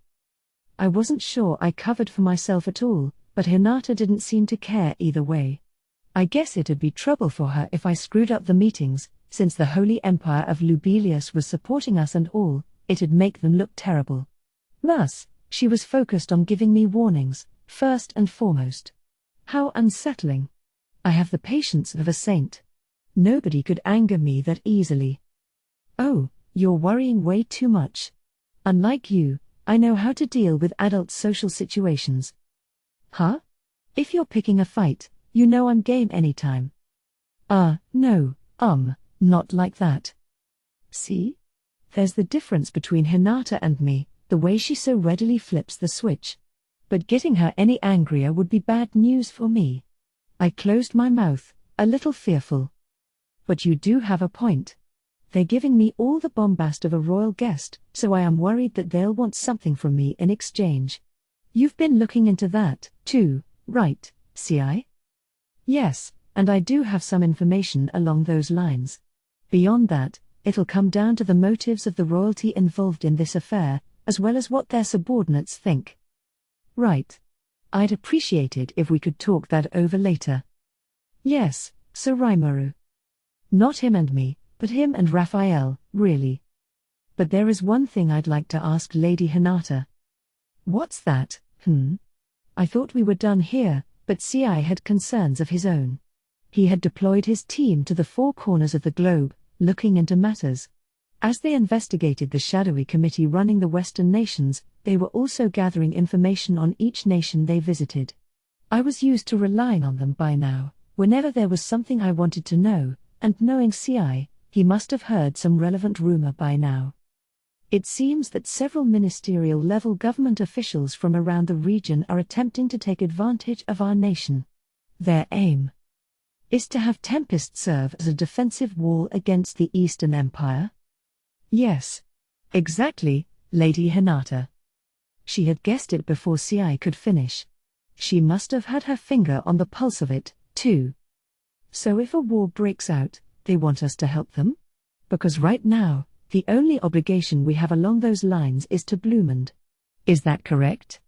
Benimaru, for his part, concluded from his own analysis that CI was worrying too much. He smiled at him, and I'd say he was right. But the real issue lay elsewhere. Hinata probably realized that as well, and judging by how worry-free she seemed, she must have reached the same conclusion I did.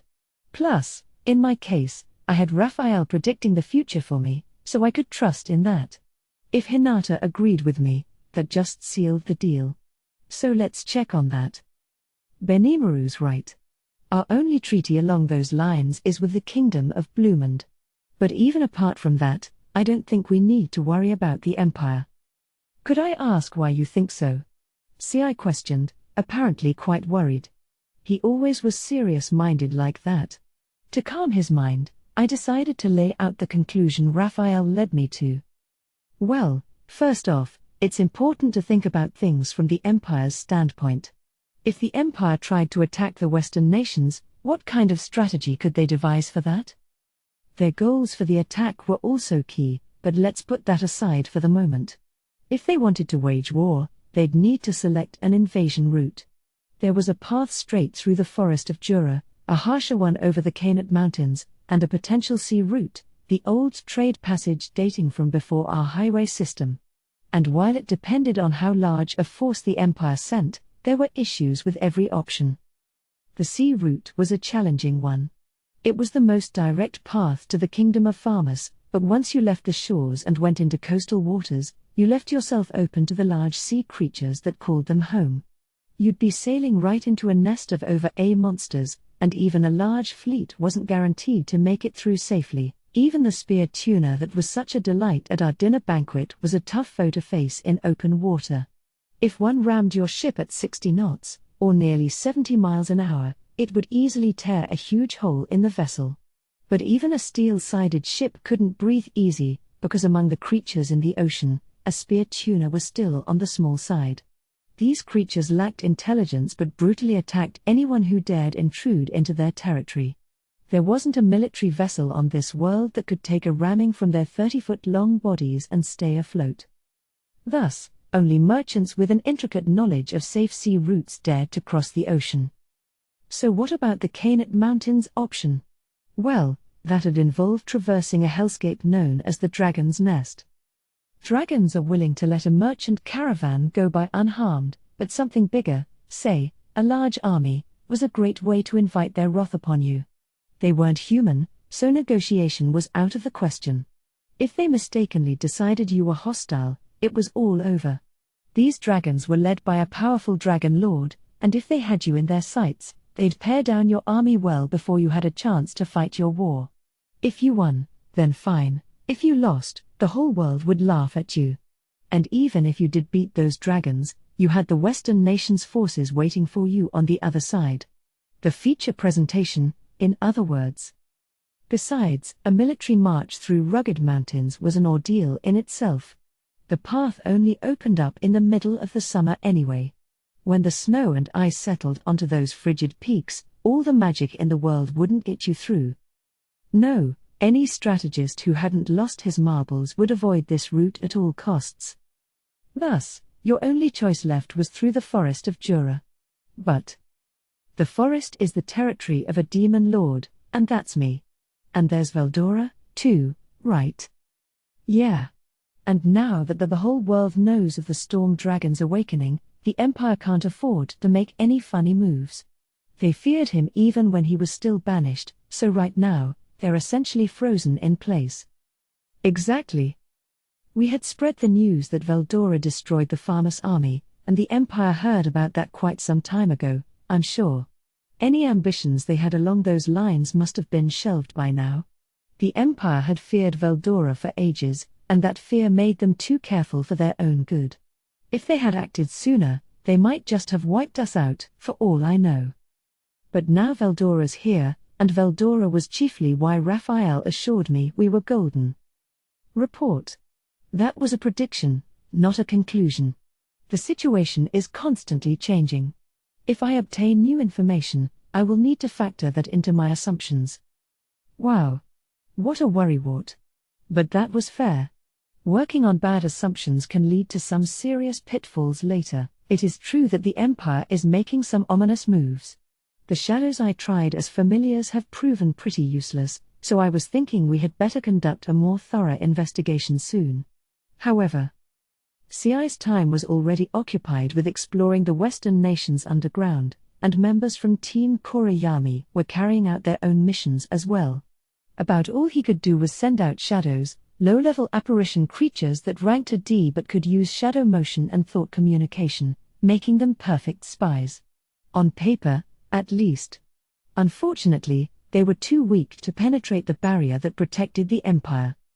It was hard, however, to send over anyone stronger than them. If I was deploying people to places with unknown security situations, that limited my applicant list to those CI could vouch for. And if I detached any of those people from their current missions, that would hinder my orders. CI was talented but not omnipotent. Even after his evolution, he could only deploy up to 6 replications of himself at once. Those were the trump cards he used to carry out the dangerous work I always sent him off to. He needed to leave some on tap in case a battle broke out, so if I sent any of those to the Empire, I'm sure he'd worry over who would be left to guard me. The Empire's moves really aren't being looked at that seriously, though. It's more of a cover story, an excuse for letting Tempest into the council, that's being spread around by a few of the louder representatives. But if you're that concerned, Sir CI, I could conduct some investigations myself. Ooh. I see that Hinata, like Raphael, doesn't like trusting her own thoughts too much. I always knew how wary she was, but seeing that in action, I kinda had to admire it. I could learn from it, in fact. But now she's volunteering to help investigate, huh? I might as well take her up on that. Report. Please ask her to look into the armed nation of Dworgen as well and see whether military activity is possible within its underground cities. Raphael never wavers, does it? Now it's trying to work Hinata to the ground, too. But that made sense to me. The Kainat Mountains had some paths that led into the Dwarven Kingdom, the territory of Garzel. I couldn't imagine the Empire can do much with those roads, but it'd be worth looking into, just in case. Could I ask a favor when you do, Hinata? What's that? I'd kinda like you to investigate the structure of the Dwarven Kingdom, I think. Right, the Dwarven Kingdom's a city crafted from a cave underneath the Kainat Mountains. That could be a possibility, too. You act so careless, but I really can't let my guard down around you, can I? Ha. Right? All right. I'll look into the Dwarven Kingdom as well. I wasn't sure what prompted Hinata's admiration, but fine. I thought Raphael was carrying on about nothing, but there's no sure thing in this world. I was just thinking about how I needed to be more careful. If there's a weed bothering me, better to uproot it now rather than later, and if Hinata was volunteering, no reason to hold back. So we carefully went through the rest of our discussions, talking about closely held state secrets and other vital affairs in the early afternoon cafe space. We had a magical soundproof barrier over us, so nobody was going to eavesdrop on our conversation anyway. Skills can be so useful like that. Hinata was kind enough to brief me on a few other things, too. It seemed like a lot of people wanted to take advantage of us, and not just for military purposes. Humans, after all, were suspicious folk, I should know. I used to be one. That's why what Hinata told me made so much sense. I just want you to know, all right. There are people out there trying to use and abuse you, so don't let them shoehorn you into anything. I had to accept that as correct. Whether I would listen to that advice was another question. What do you mean, use and abuse me? Well, in terms of your military, at the very least. That's something I'd want from you, too, and that's what you want to see, right? As she put it, one condition for joining the council was that we'd be responsible for management of the entire forest of Jura. The member nations were unanimous on that, since we'd function as a bulwark against the Empire. I got no problem with that. With fewer monsters out there, I'm sure we'll see more people challenge the labyrinth. We do want that, yeah. Better not freely admit it so much. I've had to deal with a lot of heads of state in my time, and let me tell you, they're clever. They might even ask you to station troops in their countries to keep monster damage down. Normally, allowing foreign troops to stay in your nation wasn't the kind of thing governments liked to see. But as Hinata put it, in a world where monsters were a universal threat, leaders wanted to retain as much war power as they could. Many of them weren't afraid to use other nations' troops for that, including the Western nations' Temple Knights. Proposal: you could deploy troops to their nations to create an obligation to you. If we were recognized as a nation, it made sense that we could deploy our army to foreign lands as a peacetime maneuver. If something came up, that'd make it easier to exercise our military authority. My home country back in my previous world took that strategy a lot. Oh. I see. That's not a bad idea, actually. Why don't I let them use us? I can't say I like letting them think they're taking advantage of us, but, yes. It's essentially giving influence to our nation, isn't it? I grinned as Benimaru and Ci voiced their agreement. Shuna kept up her own smile, and I suppose her lack of complaint meant she agreed. And if we were all on the same page, that meant I could do what I wanted tomorrow. Why are you looking all sinister? An exasperated Hinata asked. Guess she's reading my mind again. But she didn't say anything else, which I took as her tacit approval. That marked the end of our lunchtime discussion, but before she left, Hinata brought up something else, as if she had just thought of it. Oh, right. I think there's also a group planning to do something stupid at the event tomorrow, so be on the lookout for it, okay? Once again, she warned me not to lose my temper or lash out at anyone. What she meant, I suppose, is that the council wasn't a monolith, and I should treat everybody there as one and the same. Eesh. Why was she so concerned about a pacifist like me? She didn't need to say it, I understood just fine. So I told her she was worrying too much, and we left it at that. The next day came. We were heading over to the council's meeting hall, Benimaru, Ci, Shuna, and me, all in suits and looking sharp. It goes without saying that all our weapons were in my stomach, so at a glance, it would have looked like we were unarmed. Hinata had given me her full briefing, so I didn't have an iota of anxiety. Maybe a few councillors wanted to take advantage of us, but on the question of my admission to the council, all my worries were behind me. If I was recognized as a friend to humankind here, that'd be one step closer to the ideal society I had in mind, a world where man and monster coexisted and shared in one another's prosperity. To borrow a phrase from Juran, a monster and man cooperative alliance. On the monster side, We already had magic born, dwarves, elves, and more living with one another. That alone already resulted in a massive new economic sphere, but as an ex-human, I really wanted to reach out to them as well. But humans, they're greedy. It's all, what do I get out of this? With them, and they're willing to shut out their own countrymen just for thinking the wrong thing. But that greed helps them improve their lives, too, and it's the engine driving all sorts of new and expanding entertainment. They weren't simple to deal with. Not like monsters. Better avoid expecting too much here. I couldn't assume this would go great from the very beginning. When I reached the council hall, several councillors were there to greet me. They were from our border nations, and based on what they heard from the Founders Festival participants, they wanted to forge friendlier relations with me.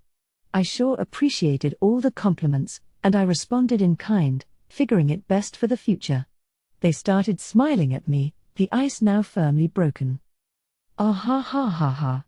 I heard you were a demon lord, Sir Rimuru, but what I didn't hear about was how much of a sociable leader you are. I would certainly like to maintain a friendly relationship with you, going forward. No, the pleasure's all mine. I've got a slate of events in mind going forward, so if you're interested, please feel free to attend. I got the idea they were still a bit too leery to attend the Founders Festival. Now, though, they were being downright familial with me. All that effort from Rigard, Mjolmile, and the others must have been paying off. Now I was feeling really good. Hinata gave me all sorts of doom and gloom yesterday, but I guess I really didn't need to worry. But the next person to greet me sent me straight into a depression. Ahem. People, quit bothering Sir Rimuru. Councillors from tiny dots on the map with hardly anything to them shouldn't be occupying his time all day. Indeed. All this rudeness may give Sir Rimuru the wrong idea about our council. So please, remember your place and leave him alone. My little entourage was promptly chased off by a group of representatives who acted like they owned the place. I wanted to ask who was being rude here, but I held back. CI told me via thought communication that these people were from nations with some clout in this council. Every representative was allegedly equal, but that wasn't really the practice. That was shown perfectly well by these people who took it as their prerogative to lord it over their peers. There was definitely a pecking order here, based on your social standing. Right, Sir Rimuru. I tell you, you'll never have any constructive conversation with people like that. Yeah, thanks. And what would you call constructive? I really didn't want to deal with these guys, but I decided to play along. Heavens be! I suppose you may not be picking up on the hints, Sir Rimuru? Ha ha ha. It stands to reason, I think. Sir Rimuru has never had to deal in noble etiquette before. But don't worry. We'll teach you everything you need to know. A simple question, and already they were answering me with stuck-up laughter. They made it seem so natural that I couldn't even tell if they were being deliberately malicious. A bit overly familiar perhaps, but it beat being feared, I think. By the way, Sir Rimuru, I hear you've been busy crafting a great deal of interesting things. Yes. They say you're considering a Magitrain system, for example, and let me tell you, my nation would be more than happy to be part of that effort. Ah yes, precisely. And the same is true with mine. We'd be happy to pitch in. Of course, we'd like a little, in return. Sure. So this is what jaw-dropping means. Rude ain't the half of it. I went lightly because these are presumably nobility, but that was a mistake. I must have really given them the wrong first impression. But I was on their turf. I needed to hold back, or things could easily spiral out of control. Broad mind. Given all my grandstanding to Hinata, I couldn't get riled up here. Well, we need to put rails in place before we can run any Magitrains. We've already created an order for our layout construction, so I'm afraid I can't take any more requests right now. No need to worry yourself over such details. I will gladly arrange matters with my government, so if you could give us some priority with your delivery, that would be quite fine. Something told me he had no idea what a Magitrain was. He'd never seen the real thing, after all. As if that weren't bad enough, he was also completely ignoring my own priorities and throwing thoughtless, one-way demands at my feet. But, again, patience. No. As I said, there's an order to this. But as I tried to bottle up my anger and turn him down, the demands just kept piling up. Then perhaps some other product, then? If you could arrange for some weapons or armor, we will be happy to buy it. Of course, don't forget to compensate us later. The bearded man in front of me, representing the Duchy of Lachia, was a particular eyesore. He was not so stealthily demanding a bribe. I wondered if he had somehow forgotten I was a demon lord. The nations adjoining the forest of Jura were exposed to monster threats, but these more inland nations enjoyed total peace and security from them. That's why they prospered so much, I suppose, and maybe they just didn't see a demon lord as that big of a deal, but this was still an awful way to approach me. I felt like an idiot for even giving him the time of day. Also, may I inquire as to what kind of education your agent Mjolmal has? I asked my officials to have him open some business channels, but he's been rather evasive about giving a reply, I hear. Would we be able to work with someone else instead? I wanted to yell "shut up" at him. If this was the type Mjolmal dealt with, then I was inadvertently putting him through a ton of pain. He always seemed to brush them off with ease, but some officials are more stubborn than others. I had a lot to learn from him. I'll look into that, I replied with a smile. Such a lovely turn of phrase, "I'll look into that." Indicating your interest in getting the job done, but offering no firm timetable, freeing you from the obligation to actually do anything. The secret weapon of elite office staff everywhere. That was the brilliant strategy I deployed: bluff my way through, then pretend the conversation never happened. Ah, good to hear. We'll look forward to future matters, then. And now, we'd best be on our way. Don't be shy about offering your lineup, now. We can talk any time. That phrase deftly shooed all those fools away. Now that's how an adult deals with matters. If you want something, go buy it yourself, that's what I say. Ah, certainly, I look forward to that, I lied as I saw the representatives go. What a pain they were. I had no obligation to give them anything. It'd be much surer for us if we just sold our wares through the Free Guild. At least they didn't demand bribes. A few other counselors approached me as well, and I gave some quick greetings before moving along. Any long conversations here seemed likely to get me in trouble. It was still morning and already I was getting a bit testy, but at least this was good experience. If I caused any problems before the conference even began, there's no telling what kind of tongue-lashing Hinata would give me later. I decided to accept things as they were as we entered the hall. Should you have let them go like that, Sir Rimuru? I can't believe you forgave their flippant behavior. Benimaru turned to me the moment the attendants guided us to my seat. He held back before, following my lead, I suppose. I was ready to vent back at him, but Ci and Shuna beat me to the punch. Don't expect Sir Rimuru to act like you. The bleating of little minions like them would never be enough to disturb his mind. Exactly, my brother. Sir Rimuru has a heart as broad as the wide-open sea. It would be foolish for him to engage with the common crowd like that. Sure. If that's what they say, I guess I'll just have to play along. Yeah, something like that. Benimaru, if you let that rile you, you've still got a lot to learn. Of course, I was angry on the inside. But if Shuna and Ci were kind enough to misread my body language for me, I had to work with it. I spent a few more minutes lecturing them on the finer points of interacting with humans. The seats were laid out in a fan shape, with us at the base, where the chairman would normally be situated. This put everybody's focus squarely on us, one desk and one chair. My associates had to stand behind me. The chairman emceeing this session had moved to a safer seat on the second mezzanine. I say safer as compared to us. Being a demon lord must have put a lot of people on their guard around here, and having all their eyes on me made it terribly difficult to collect my thoughts. So the meeting was formally brought into session, but that's when hell really began for me. I was trying to be shrewd, as haughty as my post demanded, but I couldn't lose my temper, either. I had to hold it all in, listening to everything the councillors said. Hinata had clued me in on the agenda before I came here. First, on the subject of Tempest joining the Council of the West, the representatives were debating on assorted conditions to impose on the deal. These could be broadly divided into 3 demands. 1. Adherence to international law. 2. Access to our economic sphere. 3. Provision of military power. Number 1 was no problem to me. If we became a member, we'd have a duty to follow the law, big or small. The council didn't have any right to be involved with the internal laws of other nations, which eased my concern. Each individual merchant would have to follow the rules of whatever country they were doing business in, and if any problems arose, they'd be resolved following those laws. Got a problem with that judgment?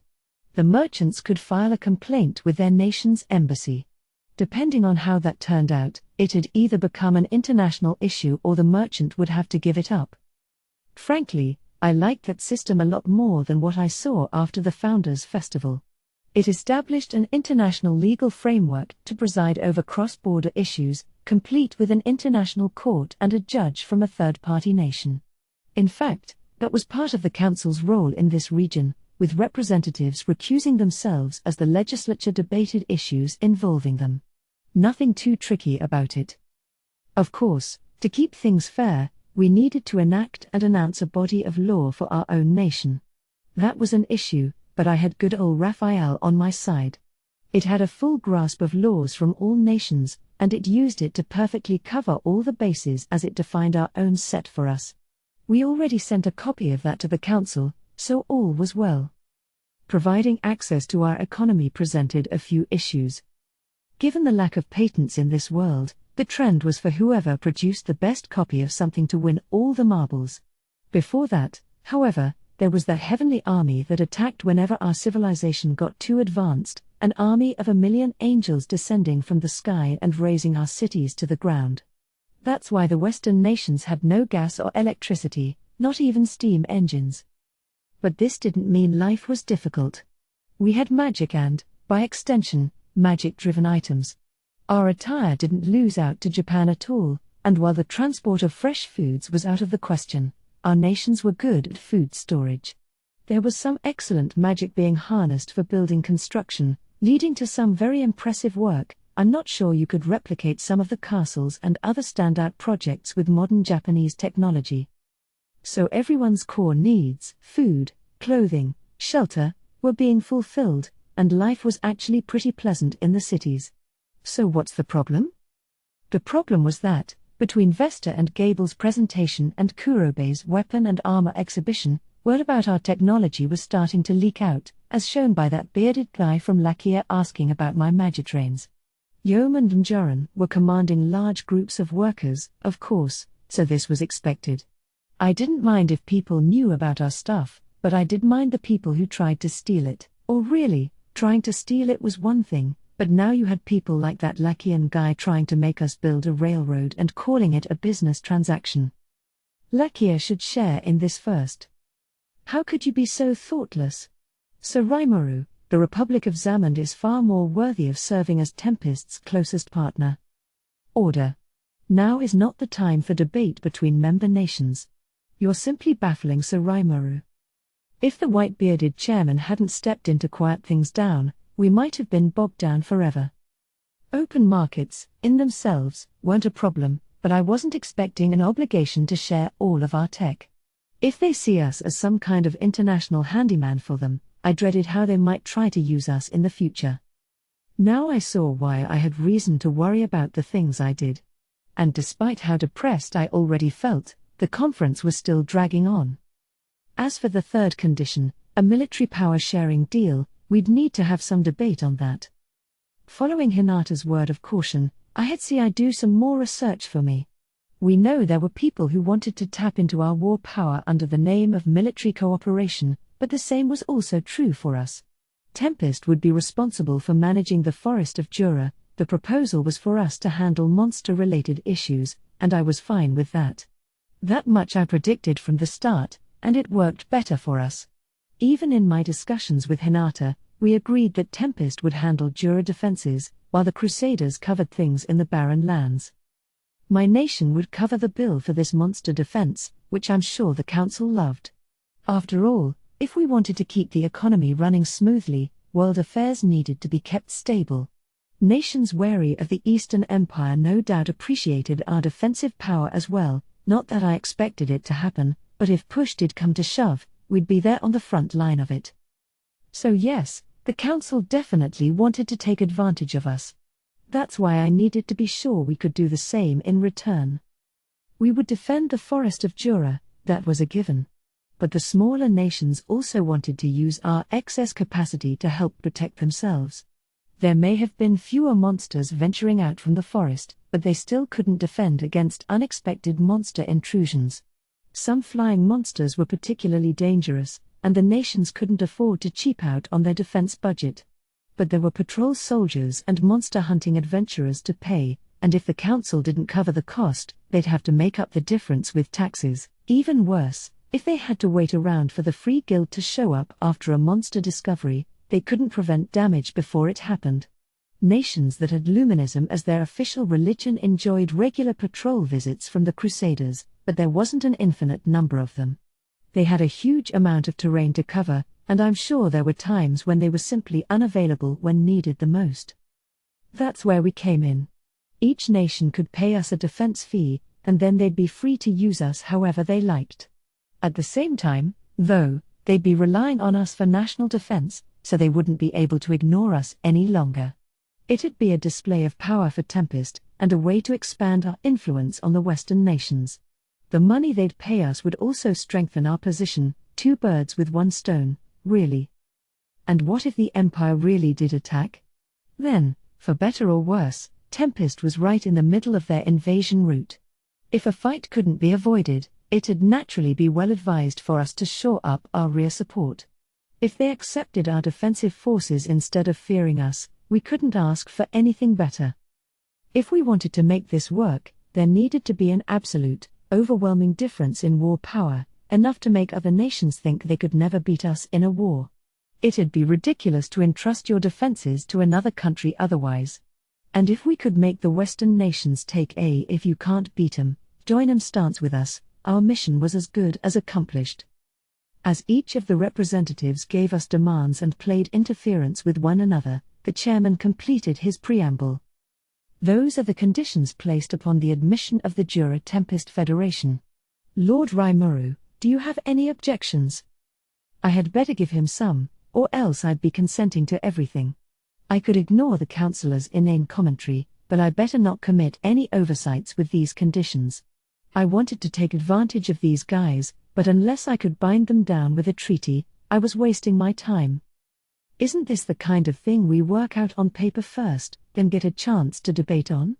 That annoyed me a bit. What if I couldn't give them an instant reply in this session?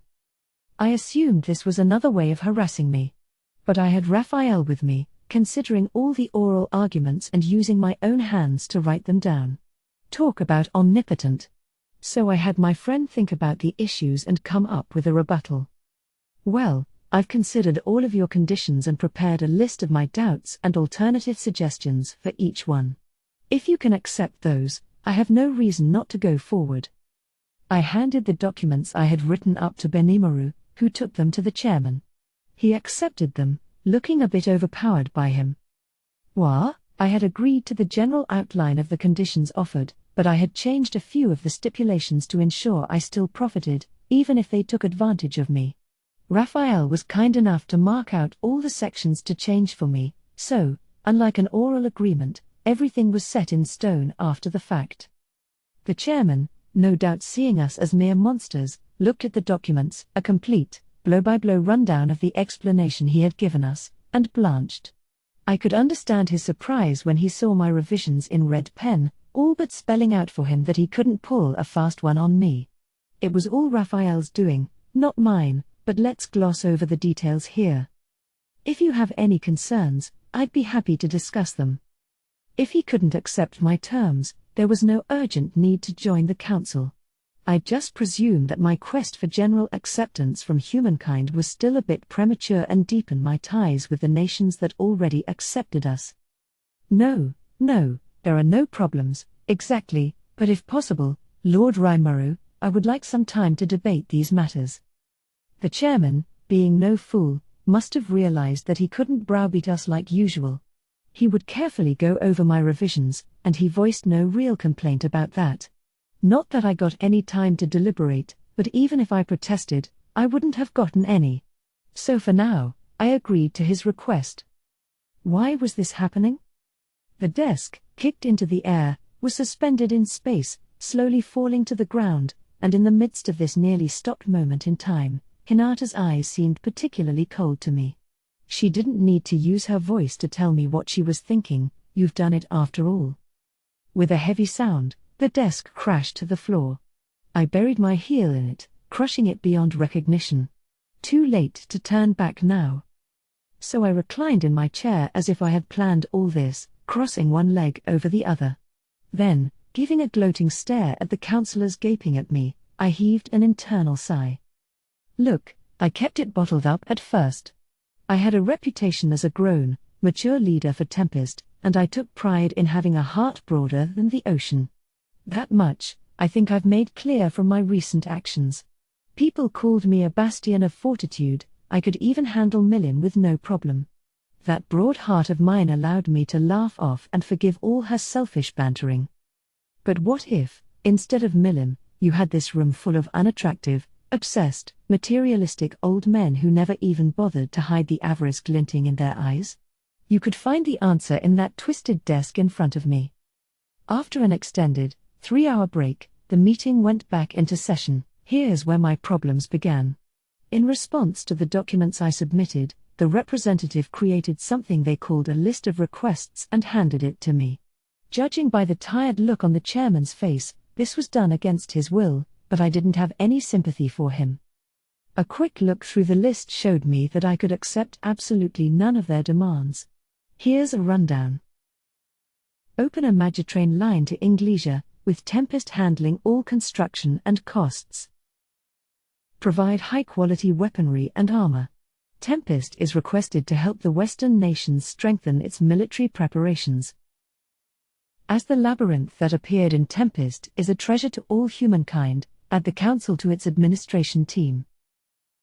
Upon admission, Tempest will provide a preset amount of taxes on a yearly basis. Due to safety considerations, the representatives it selects must be humans. And so on. There was a lot of nonsense written down. I gotta hand it to them, they made me lose my temper in the space of 3 seconds. These conditions weren't even worth debating. This wasn't just an unequal treaty. I'd sooner give up living with humans entirely than sign on to this. All right, people. Are you making fun of me? You've been prattling on and on today, but what makes you think you've got the right to make demands to a demon lord? My kicking the desk to pieces made the hall notably quieter. Holding back my rage, I spoke directly to the chairman, currently hanging his head in shame. Sir Rimuru is asking a question. Don't just sit there quietly. Please answer him. Shuna, smiling, delivered a follow-up blow for me, and I think that had more of an effect than anything I said. The councillors looked fully cowed now, some of them breaking into a cold sweat. I think you have the wrong idea here. Our nation has already almost completed a gigantic economic bloc of its own. The one reason we want to join the Council of the West anyway is so we can show the human race that we're not hostile to them. But if you don't want that, I've got no intention of forcing things along here. My voice rang quietly in the silent chamber. I wasn't shouting at all, but it seemed to make all the representatives' minds shiver with fear. I wasn't using Lord's ambition or anything like that. Against a human target, Lord's ambition would cause sheer panic at best, insanity and death at worst. No need to break that out. And I wasn't brainwashing them at all, either. If I did, I'd be throwing all the goodwill I built with humanity out the window. I had no interest in living out my life with a legion of boring puppets who said nothing but yes to me. No. This was just me being riled into destroying the desk and laying out my full opinions. But even that had a massive effect. No, Sir Rimuru, that was not at all the motive behind our requests. Certainly not. We simply provided our perhaps overly optimistic feedback out of a desire to deepen our friendly ties with you. The browbeaten councillors desperately began making excuses. The more of them I heard, the more annoyed I got. First off, why was the king of a nation only a sir? If I was convening with other kings and leaders, I'd expect that, but being called it by someone without a country to govern was the same as saying I ran no nation at all. It was a nation addressing a colony, and it demonstrated zero respect for us. I'm sure they looked down on us as a bunch of monsters. I could put up with being looked down upon personally, but if it was my whole country? Forget it. I am a demon lord and expected to be treated that way, but this was even worse than I expected. My hotel was first class, and lot of the councillors here treated me with respect, so maybe I let my guard down a little, but still, this was horrible. Oh? Then what was your motive? Because to me, this sounds like you want my nation and me to work day and night for you as your slaves. No, not at all. That was not our intention whatsoever. It was nothing like that. The councillors argued mightily. If these nobles were meant to represent entire nations, it just made my head hurt. Even with a heart as tolerant as mine, having to negotiate with people like this was testing me. If Yuki had made these sly old dogs do his bidding, then he must be the slyest fox of all. I wish I could follow his example, but I don't think I could. Suggestion. Would you like me to automatically handle this? Yes. No.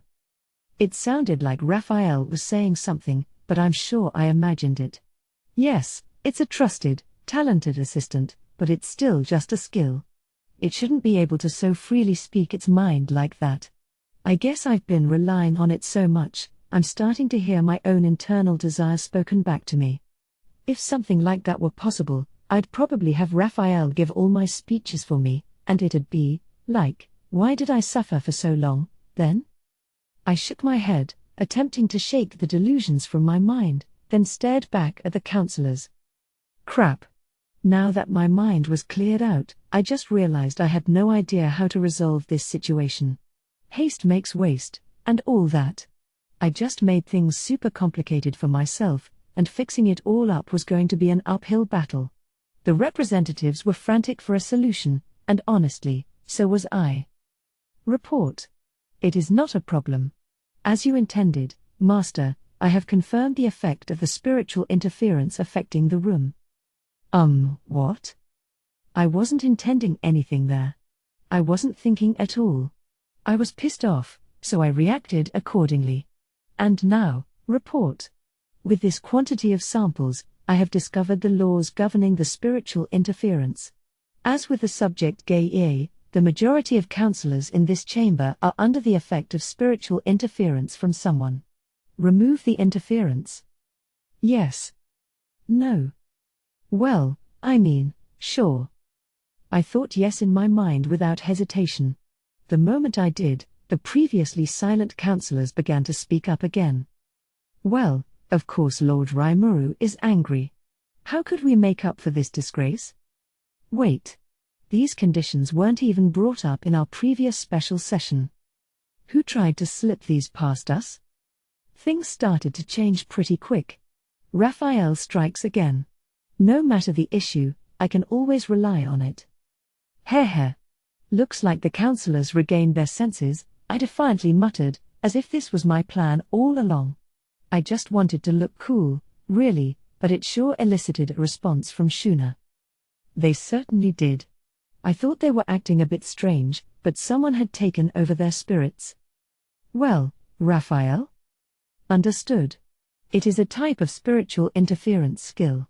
It does not exert any influence on magicules, so confirming its presence took some time, but it is statistically impossible for so many people to possess such similar wavelengths.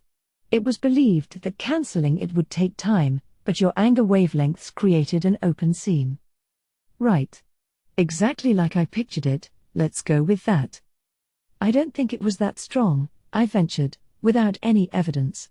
The spiritual interference gave the councillors a sort of tunnel vision, maybe? Shuna and the rest of my crew gave me looks of impressed respect. I see. So you placed pressure on them to shake them out of it? That's right, Benimaru. I considered it all clearly before doing it. Better phrase it that way, I don't want them to start imitating my temper tantrum just now. Plus, this gave me the perfect excuse for Hinata. We're all good. But I still had my doubts. Who carried out that spiritual interference, anyway? Probably not Yuki, I don't think. I doubted he'd take an approach that left so much evidence like this. If he did, he'd need some motivation too, but no point pondering over that. Now wasn't the time to pursue the culprit. Right now, I needed to solve the problems staring me in the face. The newly awoken councillors were bearing down on a subset of the council, the group who created that list of demands. There were more than I thought, but they still looked like all was well. They must have had some other scheme in mind. Suddenly, I felt something odd. A few of them were looking toward a door deeper inside the chamber. Turning my ears toward it, I could hear several sets of footsteps. Did someone call the Royal Guard? Report. No such movements were detected, so it is believed this was planned in advance. Maybe they set this up to have me cause a scene so they could arrest me? Against a demon lord, that took a lot of guts. Maybe it really was that sloppy of a plan. I could picture it, but if so, the people of Inglesia and its surrounding nations must have been pretty oblivious to danger. They were so far away from the threat of demon lords that they must have gotten soft. The same was true of their councillors. There must have been a lot of optimists around there. Or maybe these were the fools scheming something Hinata had warned about. The moment that occurred to me, the door opened, revealing a dozen or so soldiers led by a larger man. Well, someone's sure in a lively mood. So you're the fool calling himself a demon lord? You certain you can afford to act so high and mighty if you've only got 3 people with ya? The large man immediately began shouting at me the moment he came inside. He gave a vulgar smile as he made no attempt to hide his disdain for me. This wasn't just rude, he was trying to start a fight, and there was no way to excuse it. My friends and I gave one another dumbfounded looks. Hang on. This was part of their plan. They had some kind of deep design behind this. Understood. It is believed that this man has nothing of the sort. Oh, really? So he's just a huge idiot? My name is Raimaru, and yes, I call myself a demon lord. Are you confusing me with someone else? Just in case, I thought I should ask. Whoops, wrong guy wouldn't cut it when the dust settled, so I tried to figure out the man's true motives. Shuna's smile had disappeared, and Benimaru was so angry that he was now frozen in place. CI was about ready to whip out the sword he had hidden on him, and weapons in the chamber were gonna be real hard to explain later. I was just as livid as them. In fact, I was so far gone, I almost wanted to laugh. That was how I remained cool-headed enough to ask the question. But the results were pretty lacking. Yep. You're the one. He said that idiot's name was Raimaru. No mistake, then. Which meant I was safe doing him in. What? Look. Can you quit it with that? I dunno what you want, but do you think you'll get away with that kind of lawlessness in front of all these witnesses? This wasn't something I could really say after bashing up that desk, but that was then. Let's use the law as a weapon to chase this freak away, because otherwise, I really might kill him, and if I didn't, I feared Benimaru or someone else would lose it. But the large man kept at it. Moron. This is my big chance. Once I knock you around and put this on you, all of you monsters will be under our command. What? Knock me around? Under his command? What's he talking about? Maybe I really was a moron, because I didn't understand him at all. Understood. This fool is saying that he will defeat you and make you follow his commands. Yeah, I know. If you keep explaining things with a straight face like that, I really will look like an idiot. And what's that in the man's hand? It was none other than an orb of domination, the very artifact I saw in use back when Milim pretended to be hypnotized. It looked real, but would that work on me? Understood. It is impossible to rule over my lord with the orb of domination. That's a relief. I don't know where this lumbering man found it, I thought, but I'd better break it before it puts anyone in danger. I stood up from my seat. It must have woken the chairman from his stupor, because he started shouting in a panic. Wait, Lord Rimuru. This is some kind of mistake. No one in the council is sponsoring this. Please, confirm it with Lady Hinata if you wish. She's an impartial party. He was respectful toward me, and I didn't think he was lying. Hinata didn't say anything about this. In fact, she warned me to stay on guard. I didn't think it'd be this in-your-face stupid, but for now, I couldn't do much except sit back and see how things went. The chairman wasn't my enemy. Neither was Hinata. And I had a lot of allies among the councillors as well. I know nothing about this. What is going on here? Who sent you here? Those soldiers' armor bears the emblem of the Inglesia royal family. Is Inglesia instigating this? I could hear them shouting above the confused representative. Clearly, they couldn't have been involved. This wasn't something the council hatched, it was the work of a smaller group gone clearly out of control. Amid the chaos, one person made a cool-headed decision. That was Hinata. When the chairman stated her name, she stood up and stepped between the large man and me. Sir Reiner, what is the meaning of this? Reiner, was it? If Hinata knew him, was he famous around here? Do not come in here without permission. We are in the middle of a council session. Soldiers like you are not allowed. Emboldened by Hinata's actions, the chairman began yelling at the group as well. But instead of Reiner, one of the councillors answered him, Count Gabon of Inglesia, I think his name was. Ha ha ha. Worry not, Chairman Lester. I called them in here to discipline that lawbreaker over there. Gabon was all smiles from his seat in the second tier, close to the chairman. Sir Gabon, have you gone mad? The chairman's face went red as he shouted. I could see why. If a fellow councillor was involved, that kind of prevented the chairman from claiming the council wasn't in on this. And as long as we had an impartial observer in Hinata, this ridiculous farce could very well benefit me. I hated all this verbal abuse but decided to weather it for a bit. Sir Gabon. I was not informed of this. This was Representative Johann Rostier, a prince, screaming now. He was among the more decent councillors, not placed under spiritual interference. I remember the disgusted look on his face when things first went awry. Looks like he was siding with me here. I presumed he was on the pro-admission side. Everyone, please, calm down. I know that we all fear the demon Lord Rimuru. Am I wrong? And so Reiner here is the strongest man in all of Inglesia. He is here to defeat Rimuru, rule over him, and make this member of the Octagram into his personal pawn. And with him, comes Veldora. Even with the other councillors telling him off, Gabon remained unaffected, using his seat to formally declare hostilities against me. Several councillors shouted their agreement. If it was getting to this point, I no longer had any reason to hold back, but the situation was progressing so fast, I was getting left in the dust. I am possible. Unforgivable. How dare you disrespect the council? Indeed. Are you ignoring the will of the council and prioritizing your own motives instead? Even more councillors stood up and began airing their grievances. This was starting to look ominous. Some of the representatives didn't look well, hanging their heads. Given Gabon's dauntless behavior, he probably had another trick up his sleeve. And I was right. Order, please, gentlemen. What my knight Reiner says is true.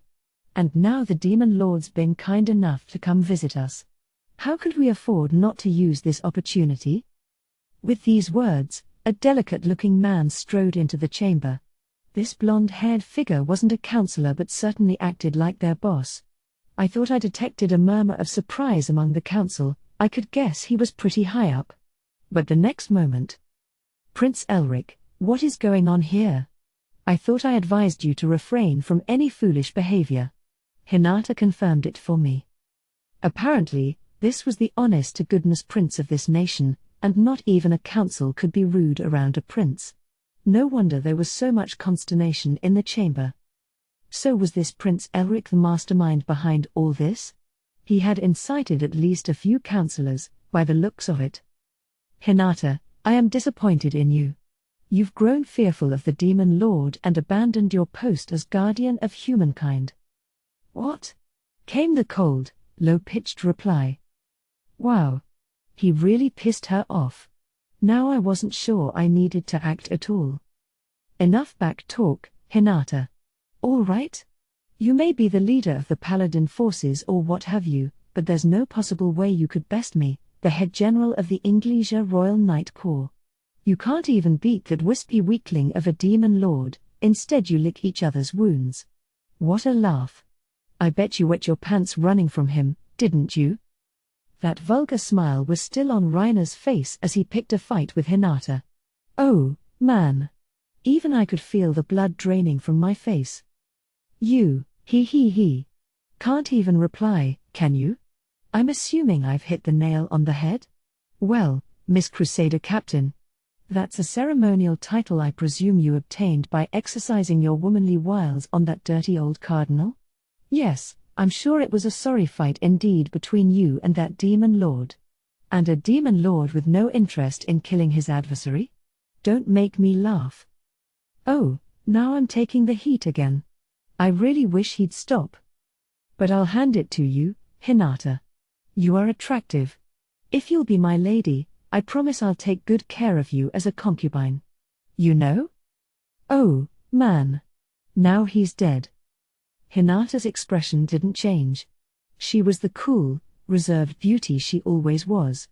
But the colder she looked on the outside, the more her insides raged like bubbling magma. Her patience amazes me, it really does. I would have lost it hours ago. Now, General Reiner. Isn't that going a little too low? But I'm interested in the demon lord as well.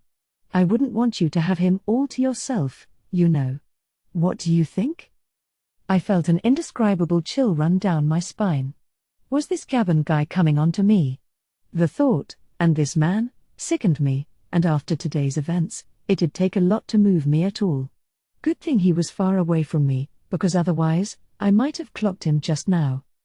Prince Elric, as the Prince of Inglesia, are you willing to allow this man, Sir Reiner, to say such things? Hinata hid the anger in her cold voice as she asked the question. Elric just smiled. He. Hinata, if you had cooperated with me, I would have given you much more honorable treatment. If you wish to blame anyone, blame yourself for angering Reiner. And yes, I forgot to mention this, but Reiner is more powerful than an A-ranked adventurer. And he's not alone. With that, Elric snapped his fingers. The door immediately opened once more, revealing a man in black, another in a green robe, and a group of people in overcoats with a familiar emblem on them. Come to think of it, I knew the first guy, too. It was Gaye, the dude who got his head cut off by Delta the Dryad. And those overcoat guys were definitely Green Fury, the team our avatars waged a life and death battle against. So was the green robe guy part of the Sons of the Veldt? He was hooded and wearing a scarf over his face, making for a mysterious, unknown figure, but he acted all upper class, so I figured he maybe ran the Veldt or something. Allow me to make some introductions. This is Sir Gaye, an A-ranked adventurer and now Reiner's aide-de-camp. And this. Elric placed a hand on green robe guy's shoulder. The theatrics made it clear just how self-absorbed he was, is the leader of the world-famous mercenary group, the Sons of the Veldt. I assembled as powerful of a team as I could, as I thought defeating a demon lord with anyone less worthy would be poor manners. Yes, you see, there are dozens of people like you running around here. Just because you have a little strength to your name, you know, doesn't give you the right to act like a king. He certainly had confidence. And if he wanted a fight, I was happy to give it to him. Report. Doing so would have a 100% chance of damaging your reputation. Right? Even to me, a demon lord starting a fight in front of such an influential audience seemed like a poor idea. And my policy was to fight a challenger only after they conquered my labyrinth. If I started bending that rule for no good reason, I'd have to duke it out with every idiot I passed by on the street. And what's more, someone in the chamber was angrier than me. People are strange that way. If someone else gets angry first, that actually has a calming effect on you. Let me ask you, Prince Elric. What you are doing is antagonizing not only me, but the entire Western Holy Church, said Hinata. Are you prepared to accept the consequences? No need to worry. I will not cause any trouble for the Western Holy Church, nor for the Holy Empire of Lubelius. Just sit there and watch, and I will guarantee your safety. Seeing Hinata fight to keep her cool, I forgot all about how angry I was. But from the chairman on down, there were councillors attempting to defy Elric's group. We weren't alone in the lion's den here, we hadn't been rejected by the council. These were just some idiots gone out of control. Maybe it wasn't worth getting worked up about. That is not the issue. I have been asked by the council to attend this session as an impartial observer. My role is to ensure its proceedings remain fair, and I am thus in no position to let your recklessness go unanswered. If this was the council's will, that would be a different story, but please don't expect I will allow a single person to act out of line like this. Given their relative positions, Hinata was trying to reason with Elric first. I doubted it'd work much. The words just weren't reaching him. Lady Hinata is right. This nonsense will not be tolerated in the chamber. Prince Elric, I heard nothing about this. And Sir Gaben, do you expect no repercussions from this? Lord Rimuru himself came out here for us. This treatment is going to spark an international incident. This is unforgivable. Is this how the Kingdom of Inglesia oppresses its people? Rage, anger, ranting, more and more councillors were putting up a fight. Now I felt like I was in a theatre, watching the events unfold from my seat. My starring role might have been taken from me, but I didn't care. Without fairness, can you call it a council at all? Now the chairman was shouting. I cheered him on in my mind. Keep it up, shut your mouths, old men. You can simper all you want once I've taken control of the Demon Lord. Rainer, meanwhile, was already up on his imaginary victory podium. He had already riled Hinata past the point of no return, so I doubted I needed to do anything. I figured we'd just ignore him. Prince Elric, our agreement only covered our bodyguard services for you alone. Any hazardous behavior you engage in would void our agreement. Whoa. So the Sons of the Veld leader wasn't in on this? And here I had bunched them all together in my mind. Good thing I learned the facts in time. Why yes. The Demon Lord Rimuru is the most dangerous figure I can personally think of. That labyrinth he created is crawling with all kinds of insane creatures. You'd have to be a madman to come up with it. Should I take that as a compliment? Maybe all that fighting was worth it after all. The elementalist leading Green Fury was almost too scared of me now. Humph. Nonsense. You cowards do nothing but get in my way. Ah, but Gay EA's in the same boat with Rainer, eh? They seemed pretty alike, overconfident and turning a deaf ear to all outside opinion. He was flashing hateful looks at me now, although I really didn't know where the grudge came from. Either way, the chamber was one step away from erupting into full-fledged combat. Elric, taking charge in the midst of this stalemate, raised a hand. Order. All of you, listen. Prince Elric is speaking, shouted Gaben, who had come down from the mezzanine to stand next to Elric. The prince nodded his approval, took a long, careful look around, and suddenly spoke. Councillors. Now is the time to express your will to me. Will you join us, the heroes who will slay the Demon Lord? Or will you side with that nefarious lord and betray humankind? I, Prince Elric von Inglesia, know in my heart that the representatives before me will make the correct choice. He gloated like a stage actor. What? I reflexively replied, we're gonna vote on it now. The prince nodded back at me, like this was common sense. After that wacky entrance he made, he still wanted to try upholding his honor? Besides, if we held a vote right now, there's no way he'd win a majority of. Heh. Why not? We must decide this democratically, by vote. Of course, I'm sure we hardly need to. The council, you see, is firmly on my side. That piqued my interest. He was supremely confident, as if he already knew the results, which, if you thought about it, was ridiculous. Not even a prince could get away with this outrageous behavior in an international council like this. So why was he doing it? Understood. He has likely bribed many of the councillors. Ah, I knew it. But I didn't think he'd buy off representatives from foreign nations as well. It'd be an international scandal if it got out, so I discounted any possibility of that. Served me right for making the wrong assumption. Now, let us decide, fairly and honestly. We are about to defeat and take rule over the Demon Lord. All in agreement, stand up. As the prince's voice rang up to the rafters, several councillors rose to their feet with vile smirks. The collusion was obvious. Well, I suppose it's come to this.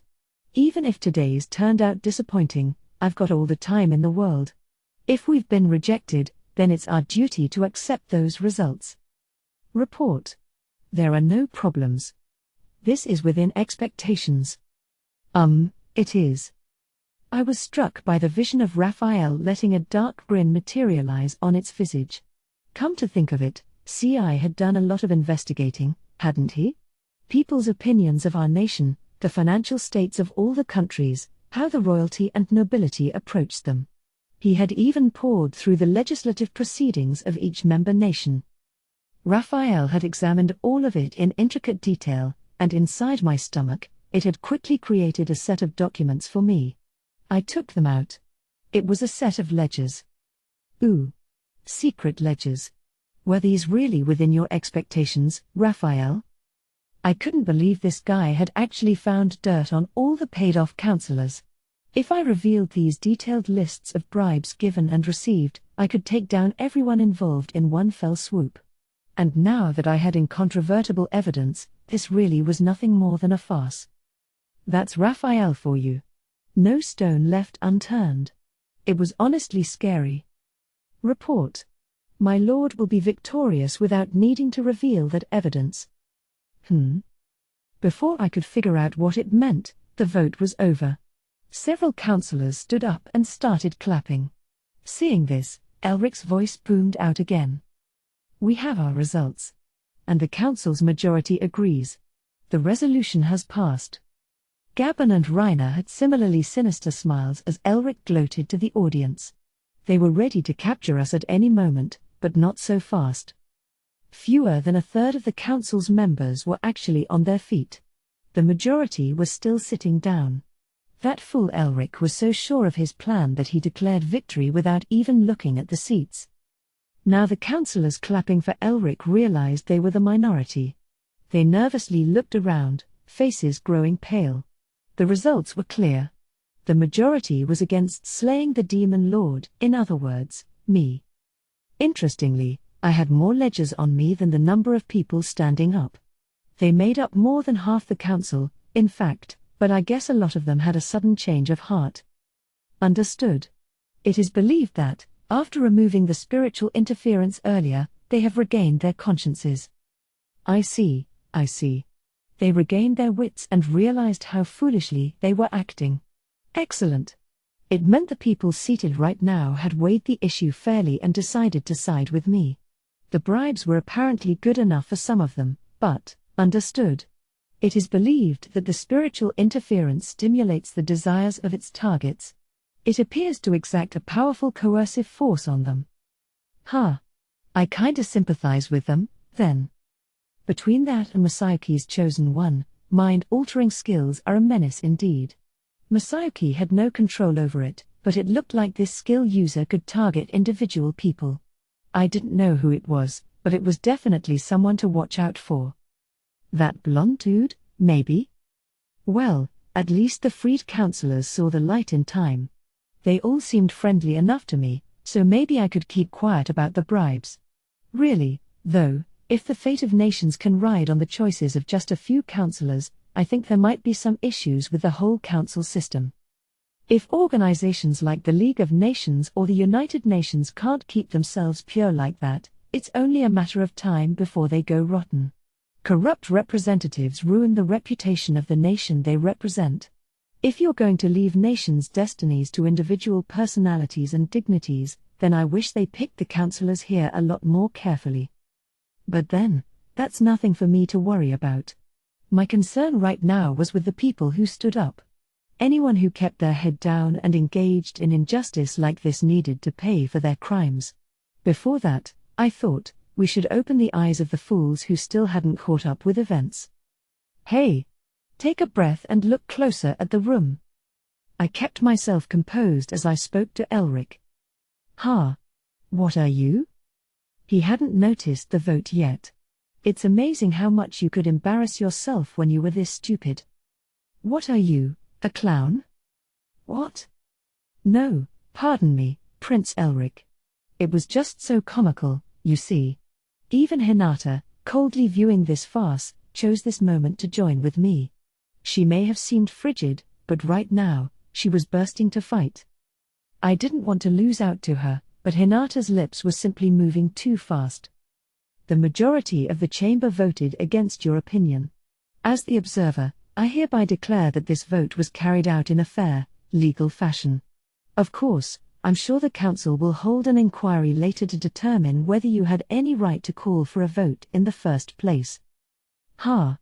I refuse to stand for this nonsense. Have you all forsaken me? PFFT. I love it. His anticipated results failing to happen, Elric was now carrying on like a child. Considering how much of a narcissist he was, seeing him break down like this was the height of comedy. Hinata was all smiles, and so was I. I could just feel all the frustration from before dissolve away. Why, yes. Yes, Prince Elric is right. Do you understand what this means, everyone? If you pull an act like this, we will rescind our nation's support to. Wait. What does that mean, Sir Gabon? Would you mind explaining it to us? The exhausted-looking chairman cut Gabon off right as he was shouting, spittle sticking to the edges of his lips. Something about that statement must have caught his attention. Our nation's support, perhaps? Understood. It is excerpted in the previous documents. I looked back at them. Ah yes. Now I see the transactions in detail. Anti-flooding construction in the Kingdom of Raybark. Food support for the drought in Karnada. They've made many other promises of support to an assortment of nations. And this is how they were meant to pay you back, huh? But if you're going to cut off that support after they stop taking your orders, it's all but admitting to the malignant bribery you've been engaging in. What? Why do you know about our internal affairs? Elric was silenced. Gabon was unable to hide his shock. I remained calm and lorded over them with a light smile. That was all I needed to bluff my opponents. I didn't really know what was going on, either, but if that's what Raphael said, I was sure there was no doubting it. Now Elric's allies were beside themselves with panic. The chairman, sensing my gist, was staring at them like a man possessed. The council had just taken another turn, now things were tilting our way for good. I saw one of the councillors try to sit down when no one was looking. None of that, thanks. CI's sticky steel thread had already kept them standing in place. Ah, I knew it, said the Sons of the Veldt leader in an indistinct, genderless voice. We're not in the business of guarding someone looking to prod the hornet's nest.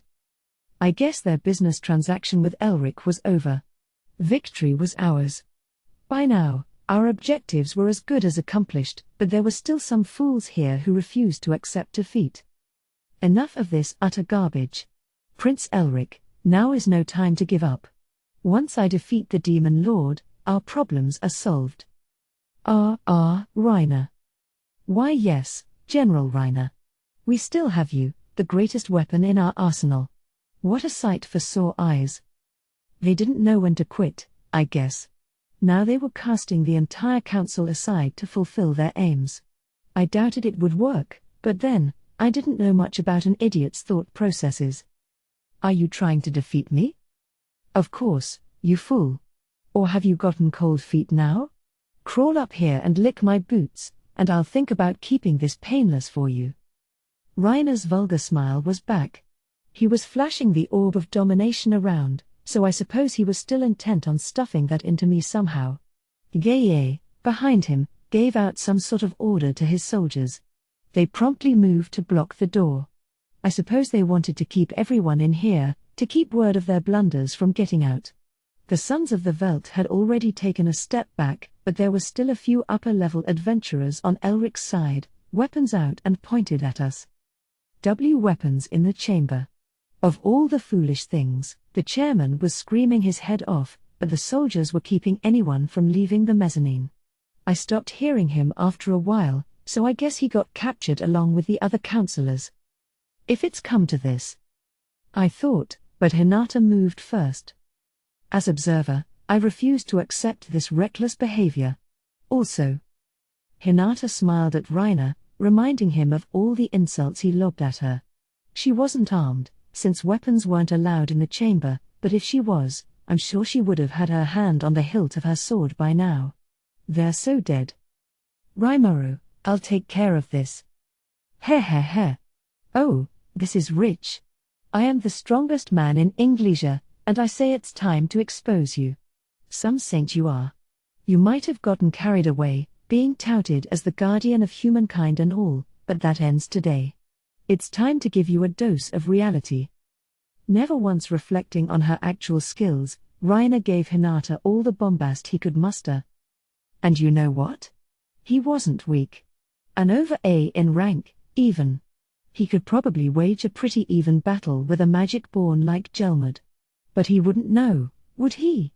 In a land as peaceful as Englischer, he was an outstanding talent and font of strength, but he hadn't put in hours on the battlefield fighting monsters. That's why he was so oblivious to the threat they posed. Gaia was the same. Herr, would you allow me to engage the Demon Lord, then? Of course. But don't kill him, Gaia. Make sure you control the force of that holy sword I gave you. No need to remind me. With this piece of equipment, I'll never face failure again. Gaia wanted to go against me. Whatever fancy weapon he got put him in high spirits, but it wasn't anything that extraordinary, kind of towing the line between rare and unique. Plus, if he's relying on equipment and skills instead of actual talent, it's unlikely he had much of the latter to work with. Gaia's another over A fighter, but to me right now, he wasn't even a threat. Faced with a foe like this, the honest thought in my mind was, man, I really don't want to have to deal with this. But apparently, I wouldn't need to. All this time, I've put up with your humiliation, but you have been far too rude to Sir Rimuru, the man I respect and admire. Shuna stepped in front of me, her attitude suggesting she'd take no prisoners. Quietly, she walked up to Gaia. Wow. She might be way angrier than me. Looking around, I spotted Benimaru, frozen in place and not moving an inch. He was caught flat-footed, and when our eyes met, he gave me an awkward look. Yeah, I get it.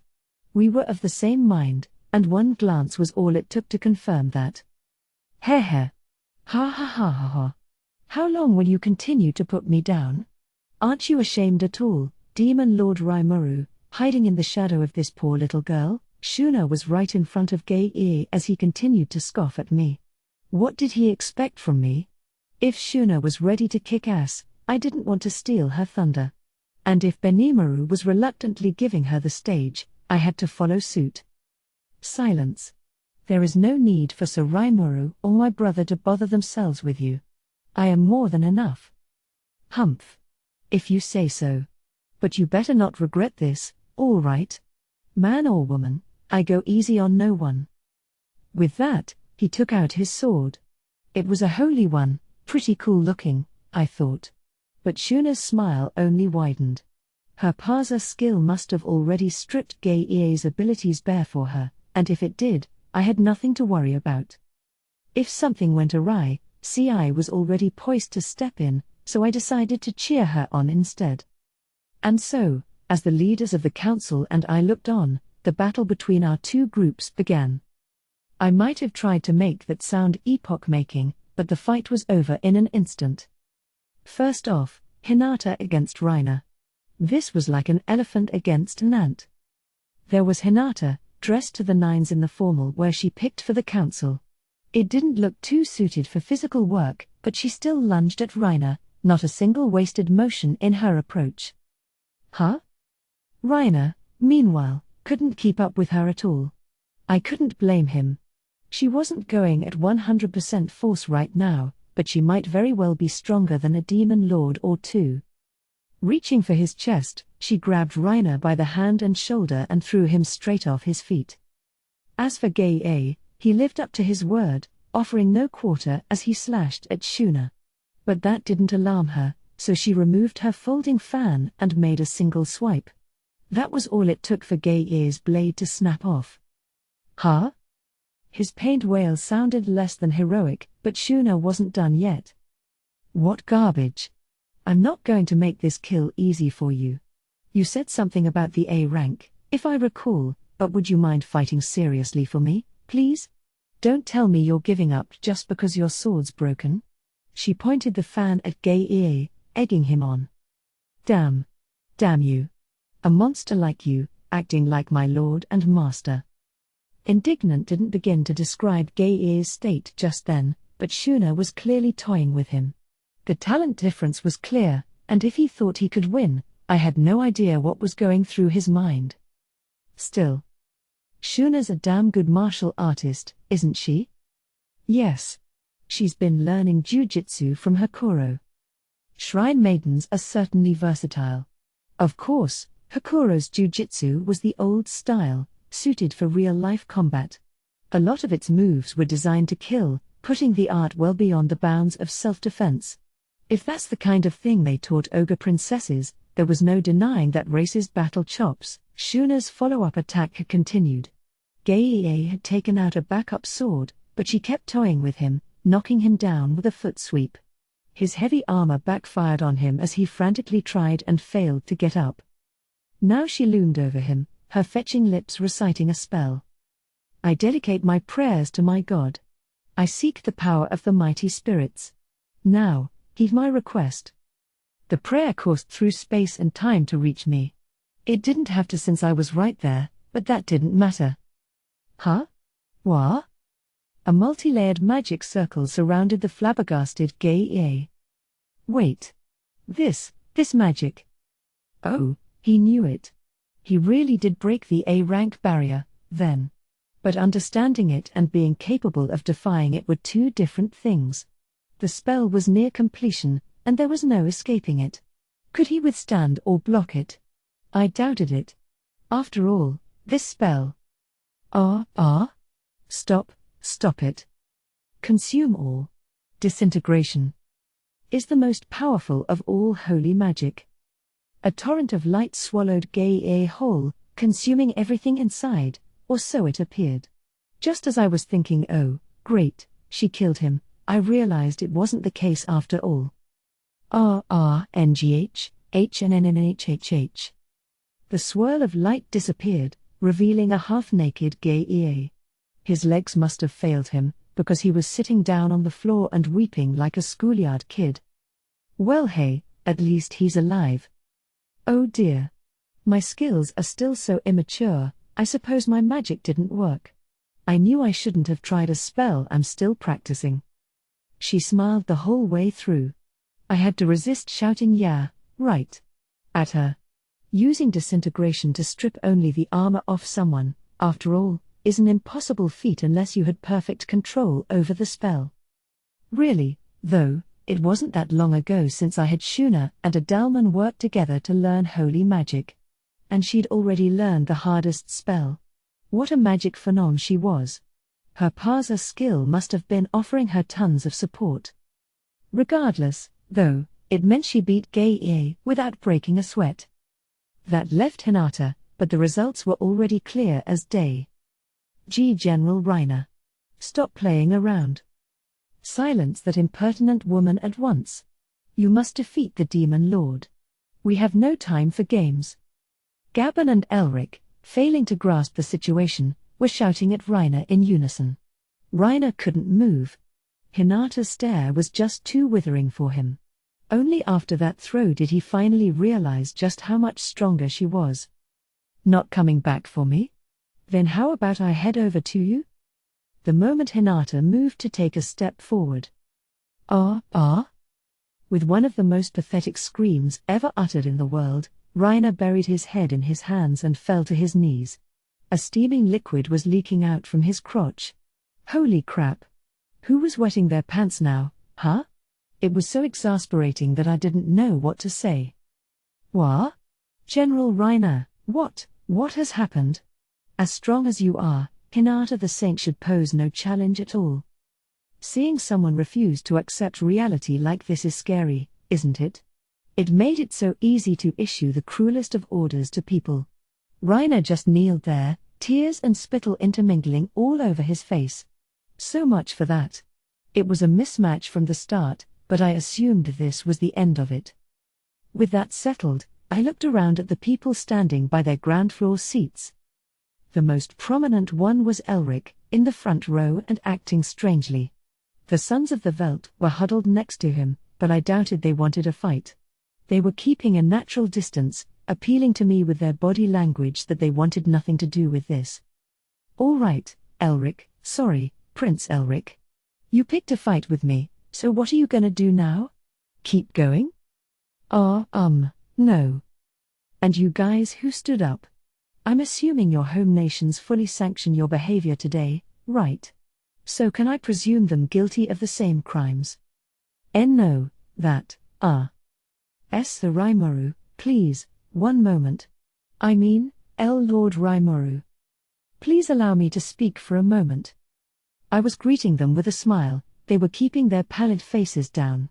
A few of them were trying their hardest to plead their case, but I ignored them. I had forced them to remain on their feet, so all these counselors who incurred my hostility could do right now was plead for mercy. Whether I engaged with them or not, they were powerless. This way, I knew I had the upper hand. From the side, it may have looked like a pretty little girl nonchalantly lording it over a bunch of grown-ups. A rare sight if you ever saw one. Comical, probably. No way a faceless crowd like this could ever oppress a demon lord.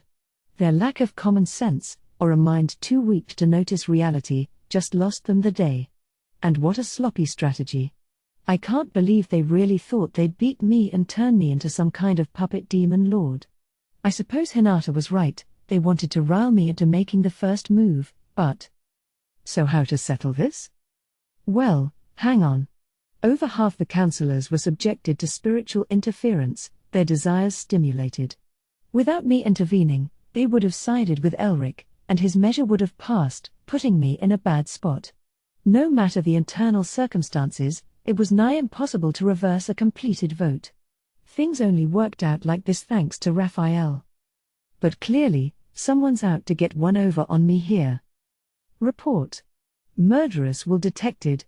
The target is the subject Elric. Oh crap. My magic sense skill was picking it up, too. Over a mile away, someone was eyeing this chamber with malicious intent. But what would they do from this far? I promptly invoked Mind Accelerate and gauged the situation. Via magic sense, I saw a girl with red hair and kind of a wild look. In her hand was something small, black, and metallic, a handgun. Huh? A handgun from that range? And I didn't know how far one could shoot, but... Understood. It is the Walther P99, a compact, lightweight, but highly capable pistol with an effective range of 55 yards. I didn't need to know all that, thanks. Maybe it's a really good gun, but if it can't clear a football field, it's pointless. Our chamber is almost in the center of Inglesia, built inside a special security zone. Anti-magic defenses are built into its walls, sturdy enough that your run-of-the-mill attack couldn't even make a dent. Besides, any bullet fired would be subject to the physical laws of gravity and air resistance. Maybe it was enhanced with magic or skills, but if so, there was no reason not to use a full-on sniper rifle. Of course, you needed to see a target to shoot it, and there shouldn't have been any way for the girl to see Elric from her spot. Even if she had access to magic sense to pinpoint his location, there was a wall in our direct path, making a sniper strike impossible. After the recent assassination of Duke Mers, security had been beefed up around the chamber. I was on my guard as well, and I had already confirmed that this building was a poor choice for an assassination strike from far away. So her behavior shouldn't have meant anything to us. Shouldn't have. Or was she aiming for a ricochet that had changed the path of? The moment I had the thought, the red-haired woman fired her handgun. In the midst of dilated time, I could see the bullet fire out from the barrel, flying at blazing speed, only to be swallowed into a black hole that appeared out of nowhere. Huh? As I goggled, the bullet disappeared. Report. This is spatial connection, a type of spatial motion. Spatial connection was just that, a skill that connected two recognized points in space together. If the distance involved was small and the portal tiny, it apparently didn't take that much effort to deploy. But I didn't have the time to listen to that explanation. The red-haired woman had used magic sense to pinpoint our positions, then aimed carefully and launched her skill so her bullet would reappear within close range of Elric. Thanks to that, she was about to assassinate someone across a full mile of walls, homes, and who knows what else. A small black hole opened up in the air, about 1.5 feet from the side of Elric's head. Coming out of it was a sure-kill bullet running at 1/4 mile a second. It was a point-blank shot, and there was nothing blocking it from drawing nearer and nearer to him.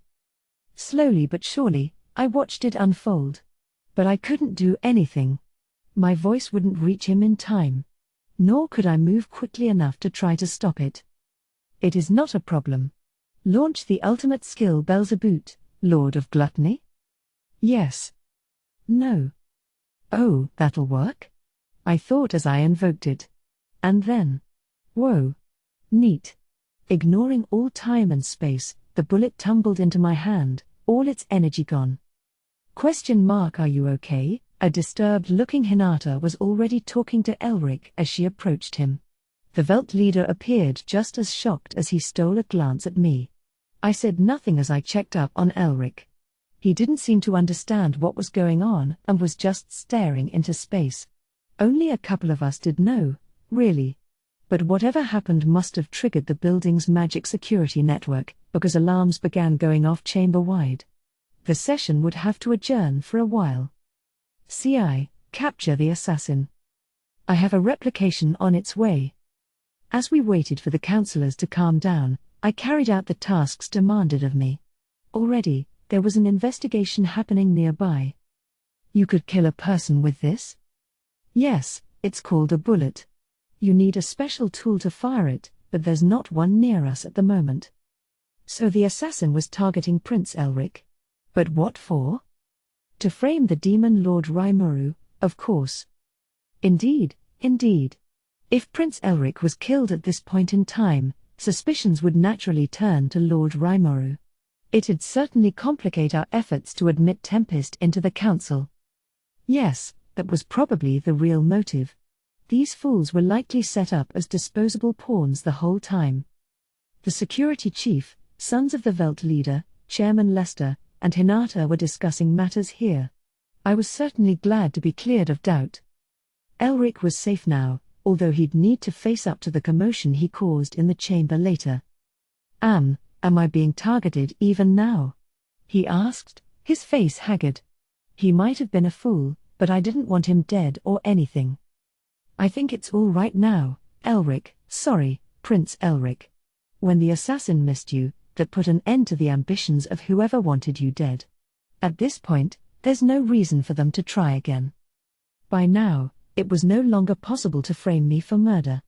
Elric was no longer of use to them, you could say, and therefore he had no need to fear for his life.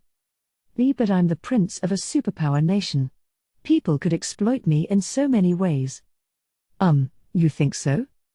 Maybe he was vulnerable, as someone in line for the throne, before he pulled all that nonsense today. But he wasn't officially crown prince, and there were other people in the line of succession, so at this point. If Elric had actually succeeded today, he would have been a hero, I suppose, but Inglesia wasn't easy enough on its royalty that an idiot prince doing dumb things would be allowed on the throne. Maybe the people would sympathize with his motives, but they'd never forgive him for screwing up. After today, Elric's chances of being King Elric someday were as good as gone. But hey, life's not all about becoming king, is it? You'll probably need to atone for today somehow, but after that, why don't you try reconsidering your future a little? I mean, I became a demon lord just by sort of drifting along, but I never really wanted to be one or anything. But there's no going back on it now, so I figure I may as well take advantage. Heh. A demon lord offering me comfort? I thought you'd be scarier. More vengeful. I'm not trying to comfort you. But generally, I'm a pacifist.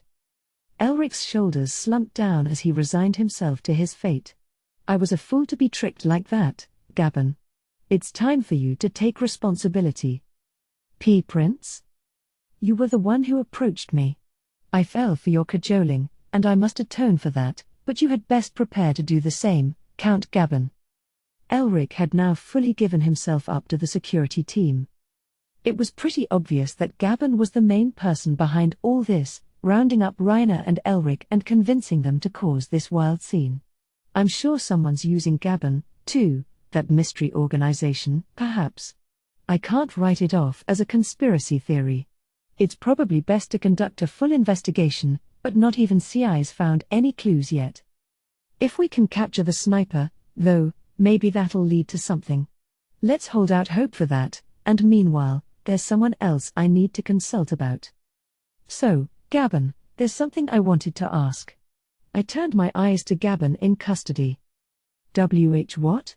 What does a demon lord want from me? Even now, his attitude still had problems.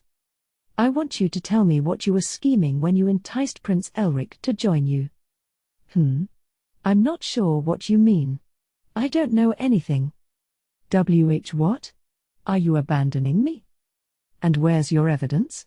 Yes, I was asked by the prince to invite you here, but I certainly had no idea he would try something like that. You will not talk your way out of this, Sir Gabon. Both the other councillors and I in this chamber will speak against your case. Johann was having none of it, and neither were the assorted representatives nodding along with him, including a few being forced to keep standing. No problem finding witnesses, then. Beer. But it's true. I didn't know. The prince designed all of this. All I did was follow his orders. Nonsense. You're the very one who procured the orb and brought the plan to me. I can't say I know what you're talking about. Again, you will need to find some proof. Gabon was sticking to his story. And as sly as I'm sure he was, he must have been convinced that no evidence was left. Would it be hard to pin anything on him, then? It'd probably damage his reputation for a period of time, but at this rate, I could see him returning to the scene after a while. That's the nobility for you. You can't take your eyes off them for a moment, and they'll never go down too easily. A more direct approach, with weapons, would be quickest, but that was a last resort. As I thought about this, the door suddenly opened. His Majesty the King Egil is here. The attendant's shout was audible across the chamber, and those responding to it immediately stood at attention. I was about to join them before Shuna and Benimaru stopped me. Yeah, me kneeling or whatever would have presented an awkward picture. Apart from Hinata and me, however, everyone was focused entirely on the new royal visitor. Even the chairman was bowing his head. That's the kind of respect the king of a nation like Inglesia deserved. King Egil glanced at the councillors CI had restrained. He didn't linger on them long before turning to me, his bushy blonde hair going well with his curly moustache. I see my son's caused you some trouble. You could say that. But I think we've cleared up our misunderstandings.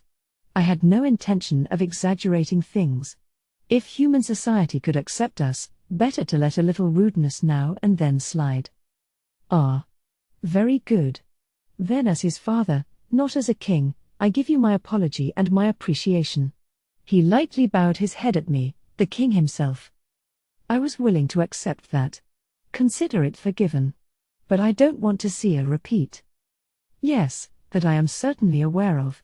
I hope to build a good relationship with you. King Egil looked straight at me, providing me with what I felt were his honest feelings. I figured I should trust him on that. If he reneged, I could consider my options at that time. It'll be good to work with you, then. And with you. We shook hands. He was also kind enough to forgive the busted-up desk, so as far as I was concerned, our reconciliation was complete. All rise. Everyone raised their faces. They had all overheard our exchange, but I supposed this formality indicated that it wasn't meant to be on the record. A king wasn't supposed to bow to a foreign power that readily, and I supposed King Egil saw it as a last resort. Father. Enough. You need some remedial education, I see. Yes, Father. With a nod, King Egil turned to Gabon. Count Gabon? Your Majesty. You were talking about evidence. Were you expecting a quick escape because you thought I wouldn't intervene? No, Your Majesty, not at all. I have called for magical inquisitors. I will let them decide your treatment. Now Gabon seemed concerned. He clung to the king. Please, forgive me.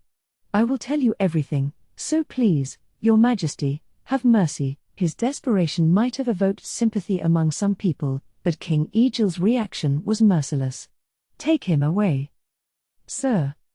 One glance at his attendants, and his royal guards sprang into action. Now, Sir Reiner, Sir Gay, you'll come with us as well. The guard began to haul them off. Stop. Let me go. Who do you think I am? They tried to resist but were stopped in their tracks by a group of hooded men that appeared, those magical inquisitors, I supposed. Reiner and Gay tried to resist as well, but the men had them subdued in short order, treating those admittedly powerful men like little children. I could tell these weren't your average prison guards, no. Inglesia really is a superpower, huh? And they got some pretty tough hombres working for them.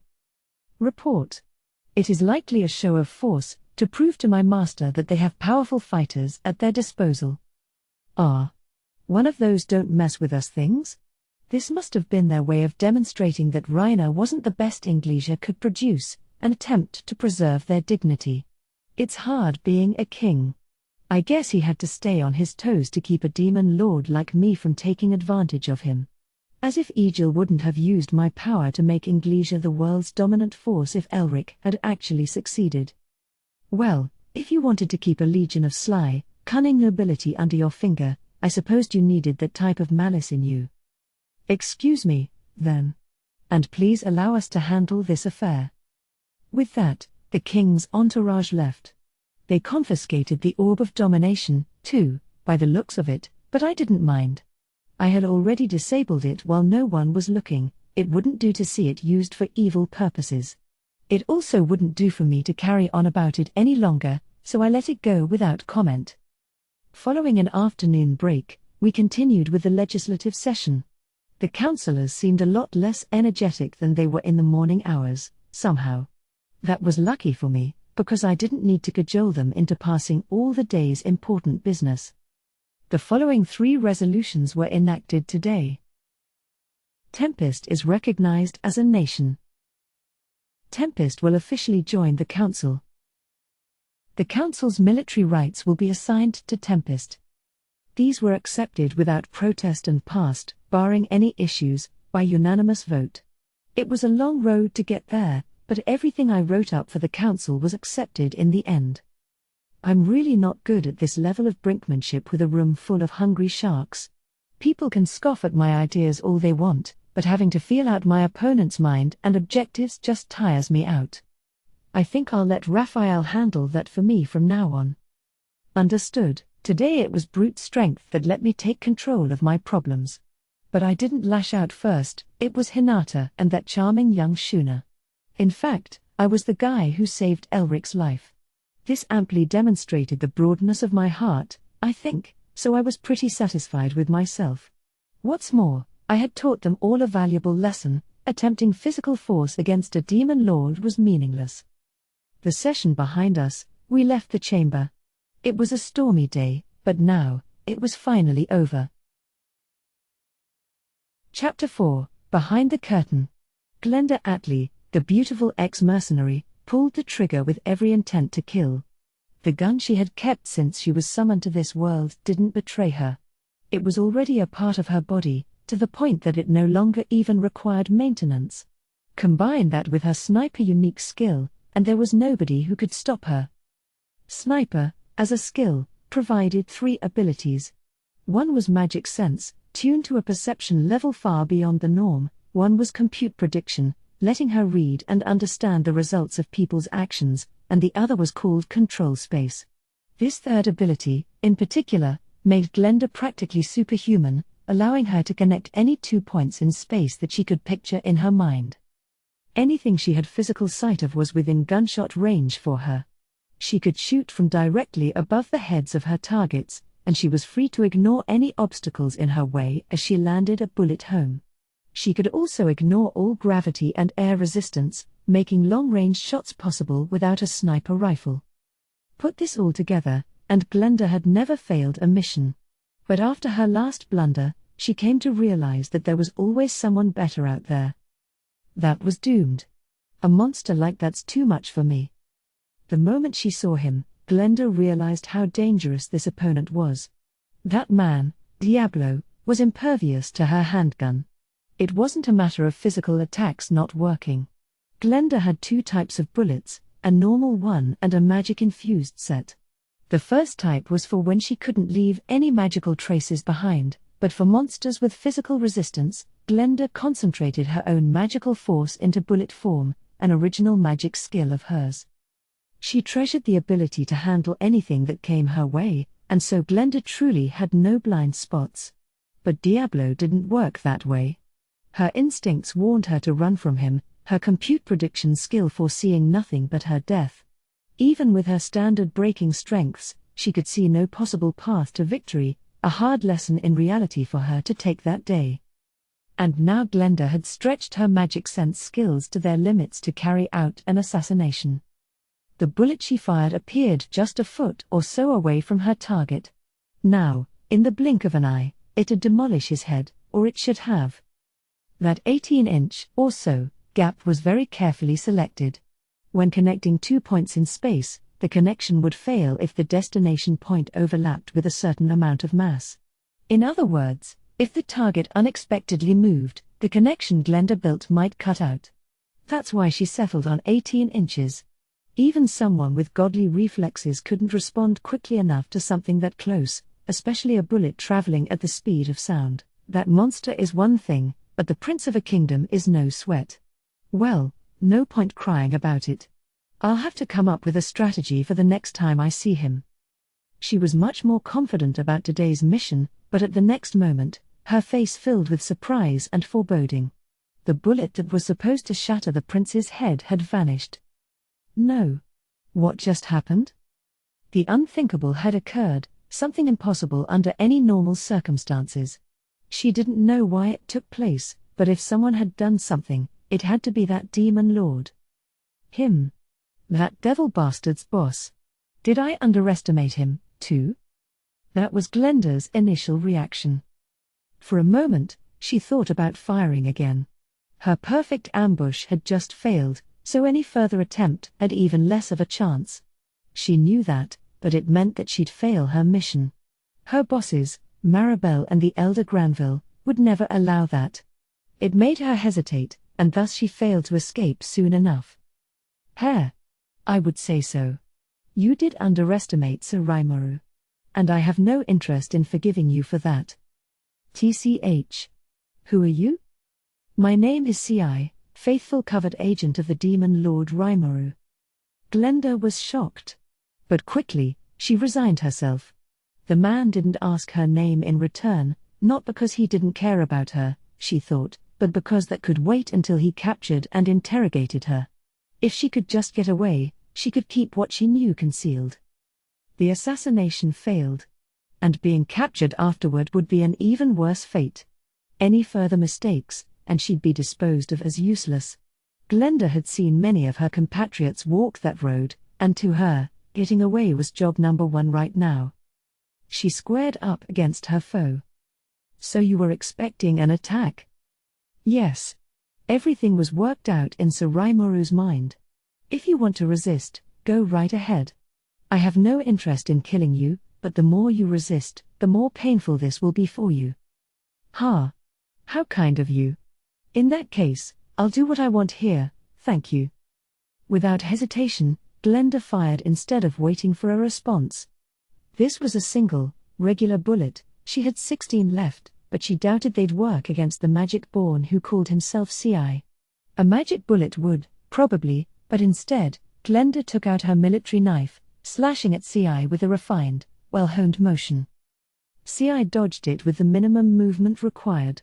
Glenda smiled at this. The knife was infused with her magical force, making it both a physical and magical weapon. She did this when facing foes where physical attack wouldn't be enough, and Ci just revealed that he saw it as a threat. Plus, Glenda had noticed another habit of Ci's. This guy's the type who hates extraneous motion. He may be more susceptible to simpler methods.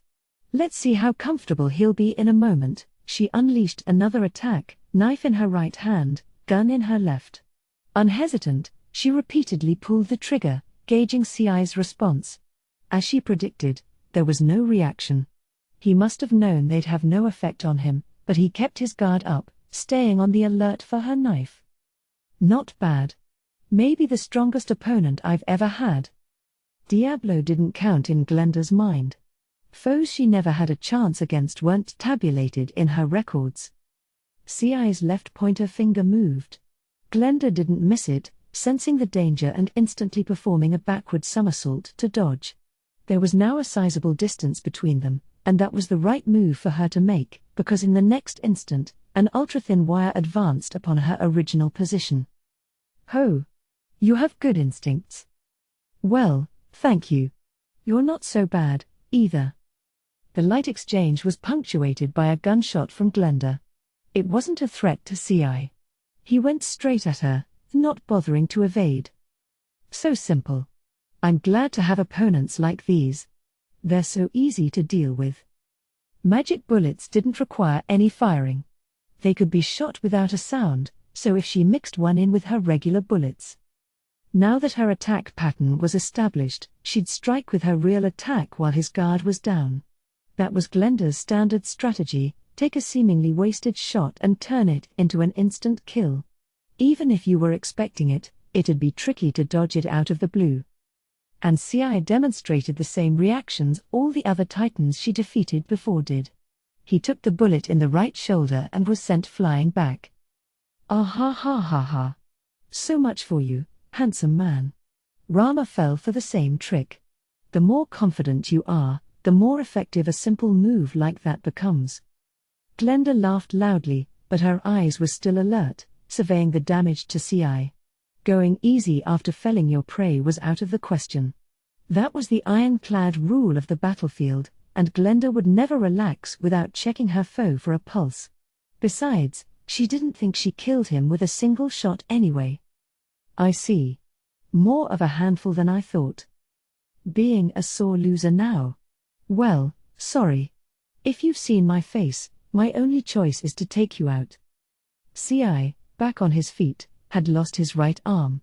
The fight seemed to be Glenda's to win. That's why she was more careful than ever as she pointed her gun forward. Magic bullets work on him. And now, with my next move, I'll blow his brains out. Launching her sniper unique skill, Glenda cautiously steadied her aim. "Hare. Don't worry. I've been asked to capture you. I imagine Suraimuru wants information from you, but he's a gentle person. Cooperate with him, and you won't be killed." "Don't lecture me like that now." With a shout, Glenda fired 3 bullets toward his head, 2 toward his heart. 5 magic bullets, whizzing straight to their targets. Then the first 3 made the leap in space, reappearing in front, above, and to the right side of his head. The other 2 quickly followed, materializing before his heart and at an angle behind it. All 5 bullets hit home, shattering Ci's body. These warp shots were Glenda's pièce de résistance. Magically created bullets, unlike their regular counterparts, could disrupt and scatter magicules. Even if he could regenerate his body, those shots made it impossible. No matter what your skills were with a sword or spear, being targeted by supersonic bullets from all directions would be impossible for even the greatest of masters to handle. Based on her past experiences, Glenda knew full well what she was capable of. That was the secret to her continued survival, and that was why she now checked to be sure Ci was dead. His body was, in fact, collapsing into black smoke in front of her eyes. She breathed a sigh of relief. Since the moment she caught sight of him, a dark anxiety had been smoldering in her heart. It wasn't as vivid as it was with Diablo, but her instincts told her this was a dangerous foe. It's over. You were a tough one. I didn't have any capacity to go easy on you. Glenda was so relieved that the words just fell out of her. But that relief came just a bit too early. Suddenly, behind her, she heard a voice that couldn't possibly be there. Oh, really? In that case, why not give up and let me capture you? She reflexively leapt out of the way. Turning around in a panic, she saw CI himself standing there. That's crazy. Didn't you die just now? Hare. You're the crazy one. You think that was enough to kill me? I have no reason to lose to you anyway. Then I'll just do it one more time, whoa. Glenda froze. Anyone would. Unbelievably to her, she now sensed CI's presence on all sides of her. She immediately activated magic sense, but it just revealed the very truth she didn't want to know. It can't be. Why are all of these physical bodies? That's ridiculous. What kind of joke is this? It's simple. I have a skill known as replication. That is all. And while my replications aren't as powerful as my true self, you should be proud that you defeated at least one of them. CI, or at least, one of the four seers in the room, offered Glenda his sincere compliments. But now, escape was possible. God damn it. With a barbaric scream, Glenda lunged at CI, and at that moment, her desperate last stand began.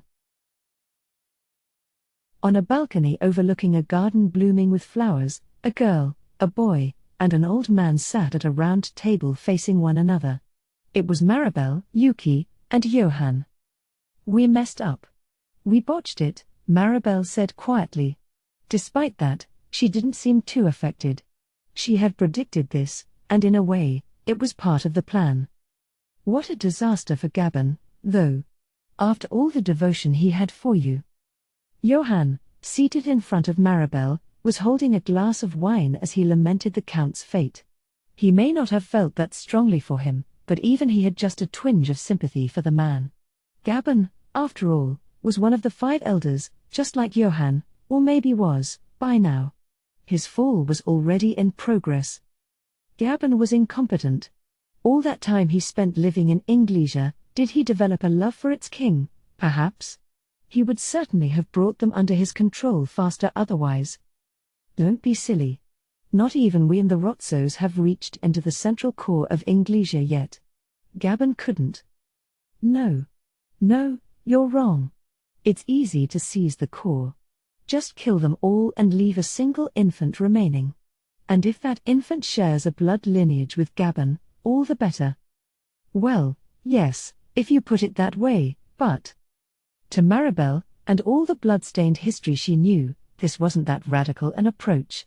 In fact, she thought it was the peaceful way. It kept the body count low. But Johann wanted to explain to her that Inglesia's security wasn't about to just let that happen. It was an easy thing to envision, less so to act upon. But I'm interested in those magical inquisitors. Those unusual-looking people who served the king? Yes. Impudent, aren't they? So impudent. They must have built up their military to oppose the Rotzos. What do you think of them? They're strong, I suppose. Gabon told me as much after he experienced them for himself.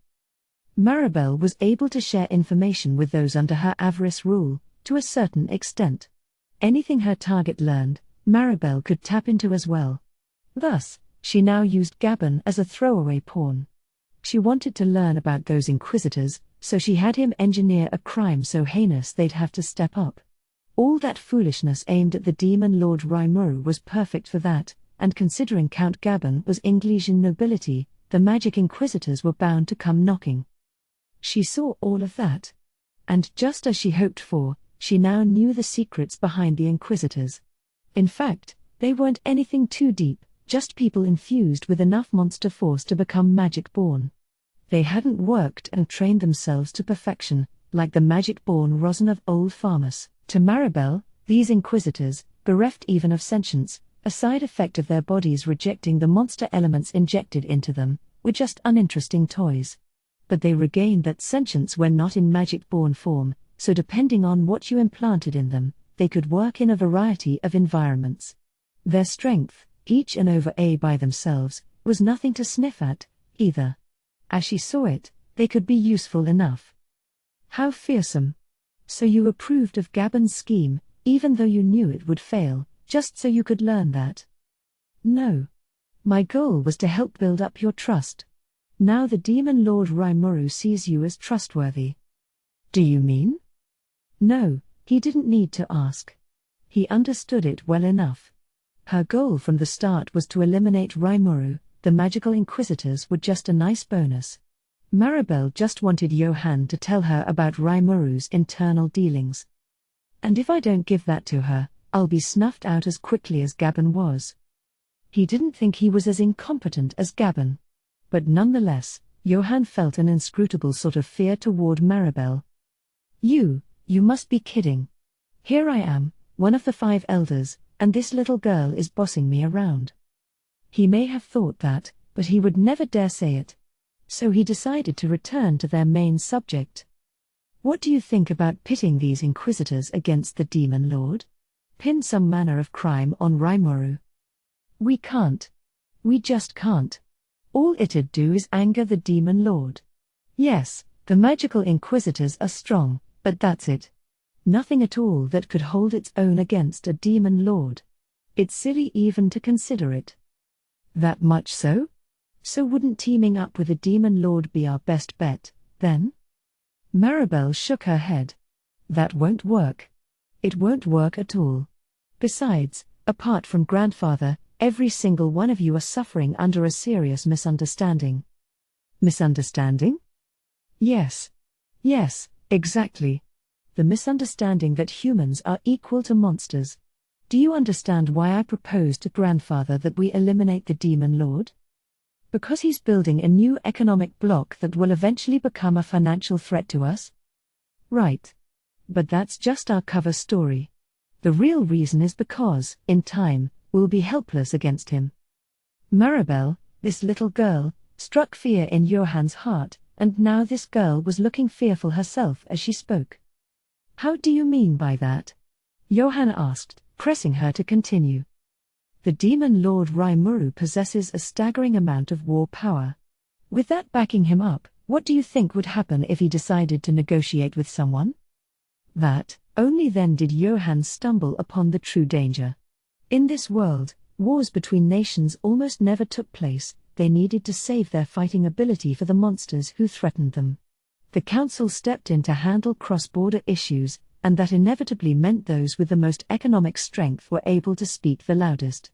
Even the largest of states, such as Inglesia and the former Farmus, didn't have enough of a military to make enemies out of every council member. And you realize that their military's not their only asset, either, right? Being bound by rules is the same thing as losing your freedom, but if you can create the rules yourself, you don't have to lose anything, do you see? Tempest might follow the council's rules at first, but after that, nobody could say. And if Tempest decided to spread its own values to the Western nations, soon the entire region would have to take orders from them. The Demon Lord's rule would be complete, a totally peaceful coup. He could threaten them with warfare, he could apply economic pressure, but either way, the stronger nation always gained the power to punish others. It's funny. So very funny. And as time passes, there will come an era where everything will need to go through the Demon Lord. And if that happened, even Johann know where it led. But doesn't the Demon Lord seek to coexist with? Maribel stopped Johann with her cold eyes. It's stupid. So stupid. Not just you, but the entire council. They're all idiots. Then she took pains to explain matters in a way Johann could understand. Essentially, things may be fine now, but the future was an unknown. If humankind, after forgetting about the threat of the storm dragon, ever did anything to cross Rimuru.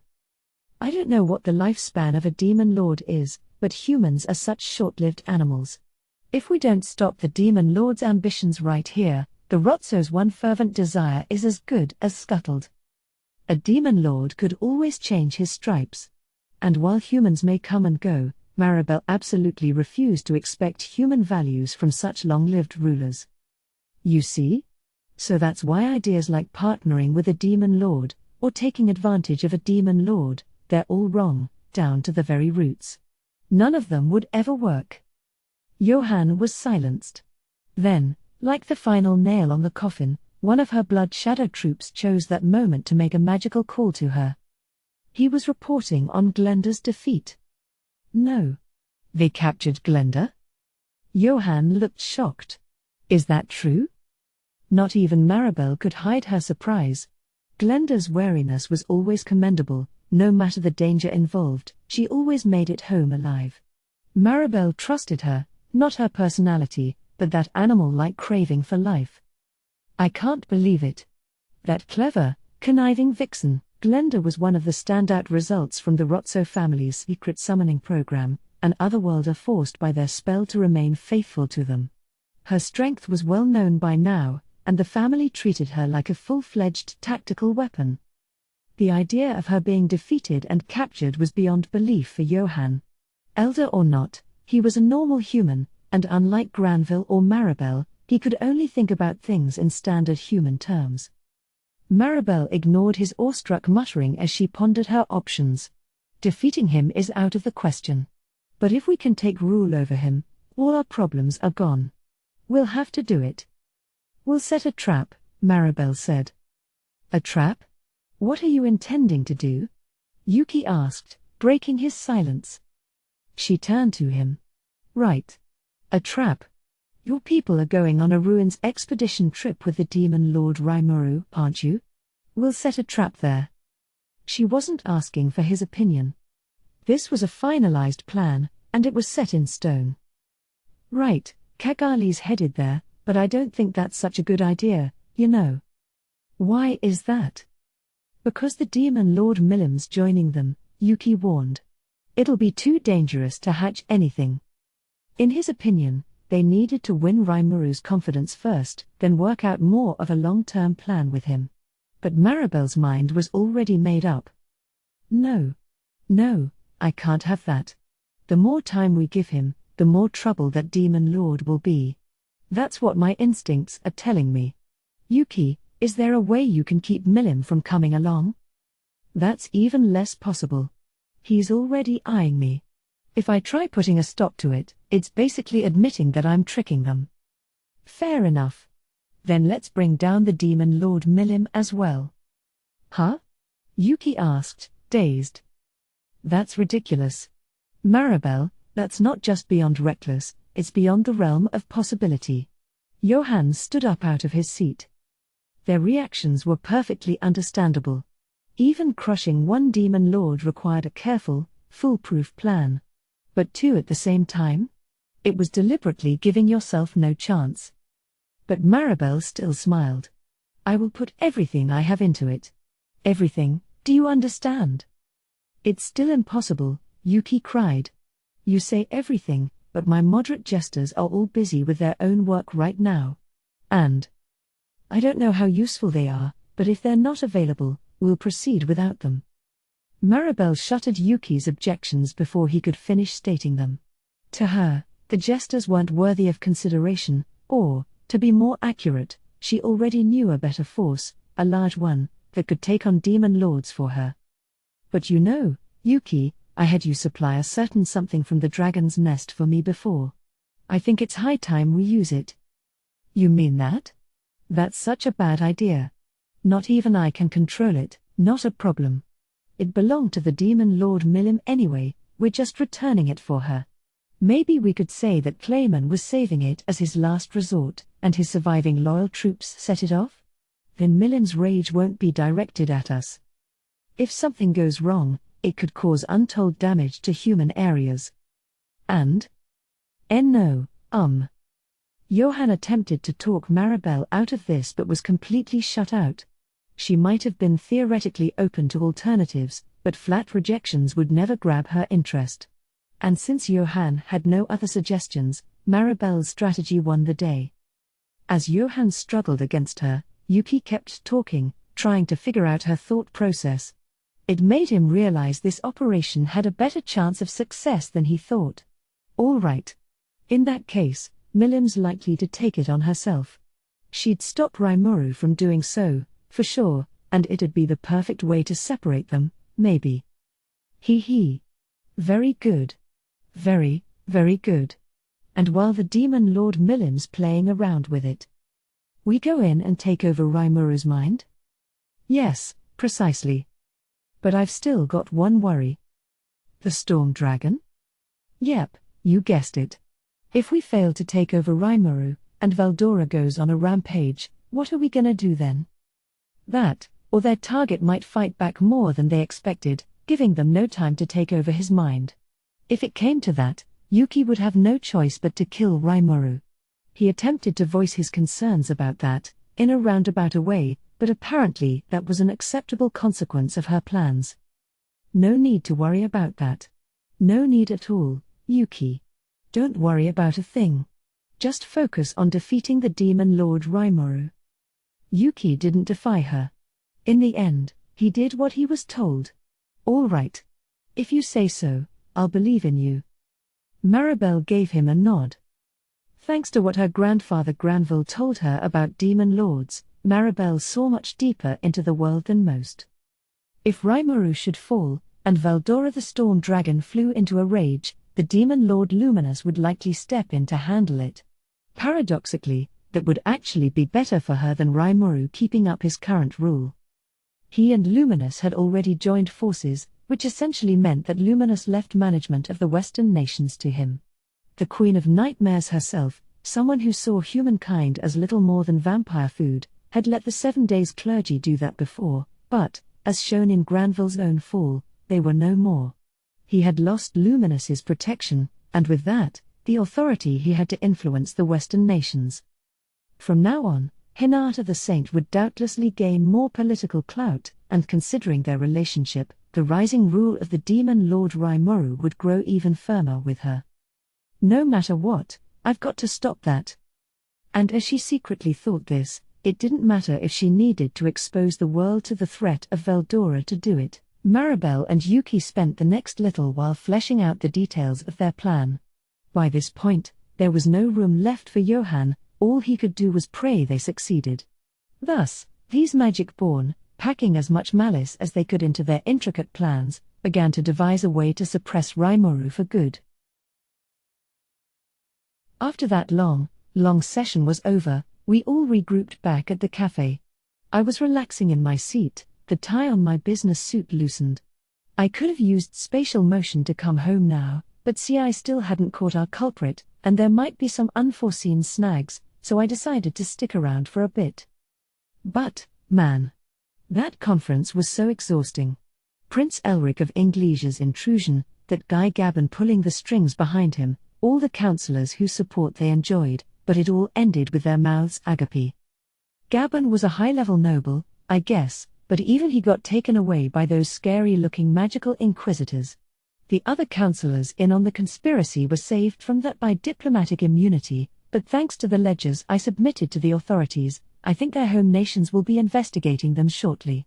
They'll lose their posts, no doubt, and a lot of them looked pretty alarmed about that, but they had it coming. Even a lot of the councillors who weren't involved at all treated me with, shall we say, noble indifference. I let the innocent ones go, but judging by my ledgers, a lot of them were criminals indeed. So I plan to alert their home nations about my evidence as well. The more the merrier, and all that. That ought to shake up things a bit among those fools, a lot of whom used their posts to fatten up their own coffers. The sooner they were gone, the easier things would be for me later. I sipped my coffee as I thought all this over. Well, a lot happened today, but now I'm glad Hinata and Shuna got angry before I did. I am the demon lord here, so I figured it wouldn't look too good if I started bashing heads in first thing. Oh, I didn't get angry. Some of the councillors were being discourteous in their diplomacy, and I just offered them some etiquette lessons. Neither did I, Sir Rimuru. I just helped a few rude gentlemen see the errors of their ways. If I was truly angry, there wouldn't have even been a pile of ashes where they once stood.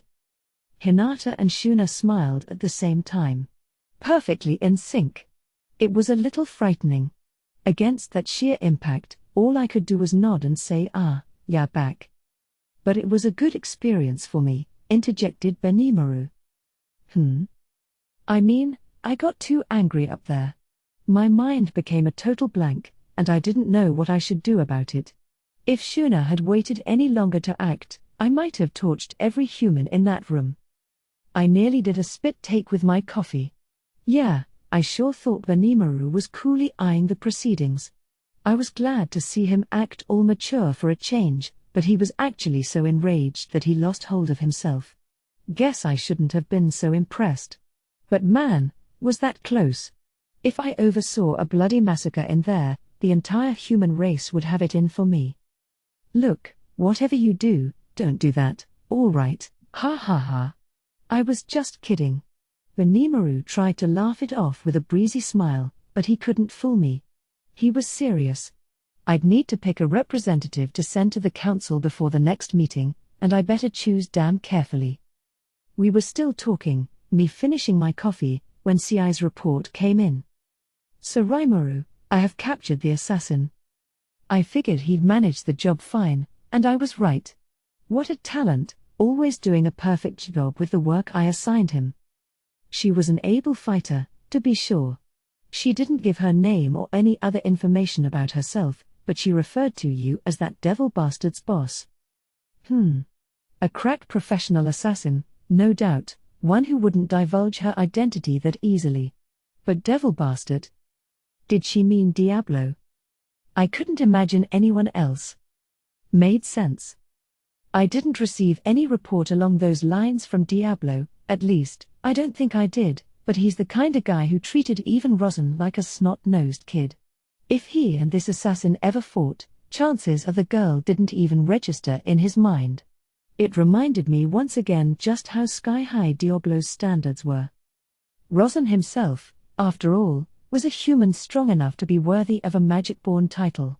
The way Hinata described it to me, there was almost no person stronger than him in the Western nations, and if he called him a wimp, then Diablo's sense of judgment must have been completely out of whack.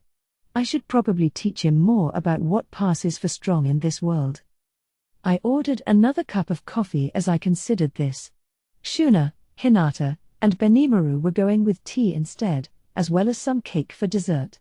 Whoa, you too, Benimaru. Guess I might as well join in, then. I'll never say no to a good shortcake, that's my favorite. So I had the waitress deliver coffee to us both when CI arrived. The waitress was clearly blushing, which CI prudently ignored as he drank it black. Coffee really completes the picture with him, although I personally sided more with Benimaru and his sweet tooth.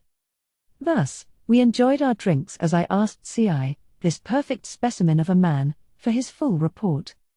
And that's everything for now. He wrapped things up by the time I got to the end of my second cup, using thought communication to replay the memory of what he saw to everyone. Based on that, it looked like CI managed to make this assailant throw every type of offense she had at him. She was pretty beautiful, too, but CI showed her no mercy. It was kind of like cheating in an old-school online game, taking advantage of some bug to get infinite energy. Letting your opponent think they had a chance to win, and just laughing in the shadows the whole time. If you can get your foe thinking they've almost won, that's when you can get truly malicious, forcing them to use all their items and so forth. That's the strategy CI must have used to get information from the assassin. Of course, this wasn't a game, and in an intelligence operation like this, you had to know how to read the story behind your target. CI didn't mess that up at all. I think he deserved praise for a fine job. Good work. You always impress me, CI. I tested out the strategy you described to me, Sir Rimuru, and it proved surprisingly effective.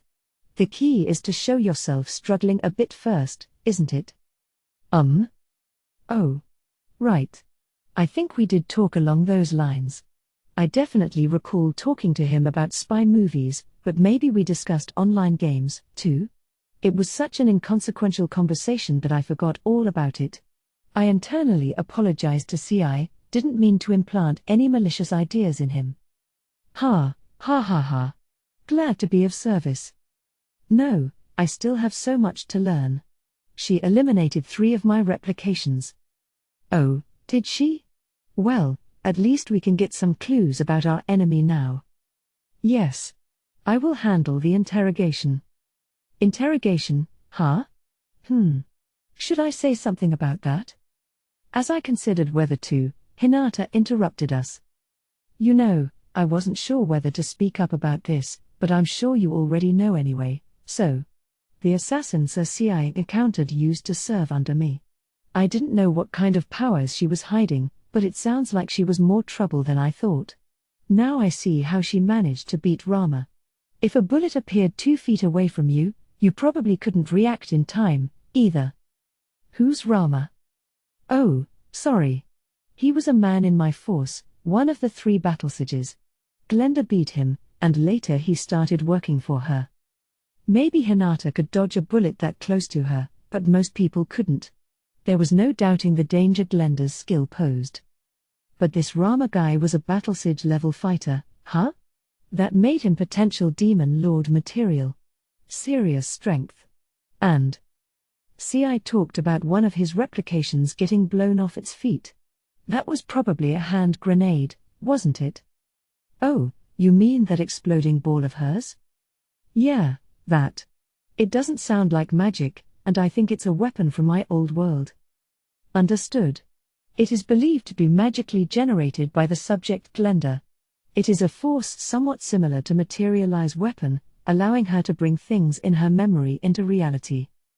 Materialize weapon? So she's not only a born sniper, but she's got that, too? According to Raphael, the full-on Materialize weapon lets you fully regenerate any weapon in your memory. With Glenda, the skill wasn't quite as well defined, so she could only create imitations with similar effects to what she pictured. Even that, however, was enough of a threat. I agree with you. I haven't seen a real one, but it sounds like the ones in movies and stuff. Should we assume Glenda's an otherworlder, too? I don't think there's any doubt about that. Especially if she's using her memories to create earth weapons. I sneered triumphantly at Hinata. She leered back at me. Why do you know that? Oops. She's sharp. I was still keeping Raphael a secret. Better talk my way out of this. That's what I get for being a know-it-all, I thought. Oh, just a hunch. When you get to my level, you start to get hunches like that. Benimaru looked over to me, wonder in his eyes. It comforted me a bit as I gauged Hinata's reply. All right. But do you think I could help interrogate her? There are a few things I've been meaning to ask Glenda if I had the chance. Sare and Grigori never returned, either, and I think she might know something about them. Good. She let it pass. And if she wanted to talk to Glenda, I had no reason to deny her the chance. There was no need to hide our prisoner, and I definitely didn't want Glenda exposed to whatever awful things Shion did to hers. It sounded like Glenda had an encounter with Diablo, one she fled from immediately. The whole Prince Elric thing was nothing to do with us, really, so as long as she gave us her information, I wouldn't get rough with her. I guess CI gave her quite a fright already, not physically, but in the break-your-heart kinda way. Whether we'd let her go, on the other hand, was a tough question. She was a tougher foe than we thought. She might be dangerous if set free. But I wasn't sure handing her over to Inglesia was such a great idea, either. Let's save that question for later. Okay. Wanna join me? Please, Hinata said, nodding. For now, we'd need to go meet Glenda first, gauge her demeanor, and figure things out from there. We decided to get going. By the way, I covered our tab at the cafe, just like I did yesterday. I didn't exactly appreciate Hinata's check making its way over to me, but should I have forgiven it like the generous man I am, or should I have said something? I'd hate to be called cheap. Then again, worrying about little things like this would probably get me pegged as a member of the lower class. The question weighed on my mind as we put Inglesia behind us. Chief? We were all back home, meeting up with one of CI's replications there. There we saw the captured Glenda open her eyes, only to find Hinata right in front of her. And she screamed in response. This was in a plain old reception area, not an interrogation room. Benimaru and CI were guarding me on both sides, and Hinata was there as well. We were all having tea from Shuna as the interrogation began. It's been a long time, Glenda. Glad you're doing well. Hinata went first, coldly looking down on her. She never did go easy on her opponents, and while Glenda was thrown at first, she regained her composure quickly. I guess this is it for me, then, she brazenly said. If you're gonna kill me, go ahead. The fates of captured spies never change much in history. Silence. All you need to do is answer Suraimoru's questions. CI was being just as merciless with his follow-ups. Suraimoru, should we amputate her limbs to train her to be a little more complacent? No thank you. And if CI said he'd do it, he really would, so. No, just because we've got healing potions. Meaning we can give her that painful experience time and time again. Shuna interjected. That does make sense. No. I mean, just because we have healing potions, it's not nice to go so far with this. Seriously, stop. Shuna was smiling and nodding her agreement, but Hinata's eyes were killing me. Not even I would go that far against a woman. And Glenda didn't seem completely disinterested in talking. I felt like we could negotiate something. All right, Glenda. We haven't met before, have we? I'm the Demon Lord Rimuru. Hello. I'm Glenda. One of Lady Hinata's old troops and part of the 3 battle sages. For her part, she understood that jokes and bargaining wouldn't work against CI. She provided her name, at least, perhaps figuring I was better worth giving answers to. She certainly knew Diablo, and I could see it if she ran after realizing she couldn't win. Very few people who shout out "kill me" actually want to die. I felt safe assuming she was attached to her life. But I was also interested in why she betrayed Hinata. Even if she didn't reveal her client for this murder attempt, maybe she'd be more willing to discuss other matters. Well, regardless of how open she is, I'll just have to ask whatever I can. I began with a calm approach. So you were definitely aiming for Prince Elric. Is that right? Yeah. And was that in order to frame me for it and get me kicked out of the Western nations? Probably. I didn't hear any reason. I was just told to do it. All right. That didn't seem to be a lie. Can I ask the next question? Hinata asked, eliciting a nervous shiver from Glenda. What is it? I assigned you to a commercial hub city so you could have more freedom of movement. I told you not to listen to what the merchants there told you, but had they already won you over by then? No comment there. Were you ready to betray me from the beginning? Because you were ordered to? No comment. I'm thinking your backers are the group controlling the council. Who are they? I always thought it was strange. The council would sometimes make these moves to indicate they had an eye out for the Western Holy Church.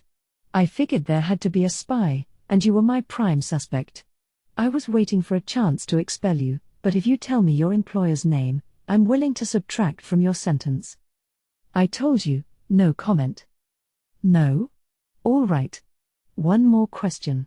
Did you believe in Luminous? TCH. There's no God out there.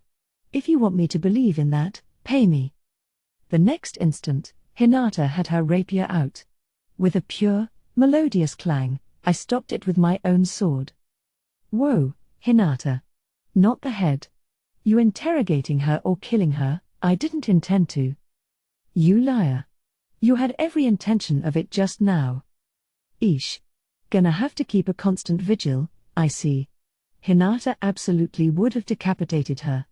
I managed to react because I had an eye out, but we came this close to losing a valuable information source. It's all right, Suraimoru. I can use her as a test subject for my resurrection magic. Shuna was there smiling, like always. That's true. And I can use divine miracle resurrection as well. There was hardly any problem with it. I wasn't sure how much of this was an act.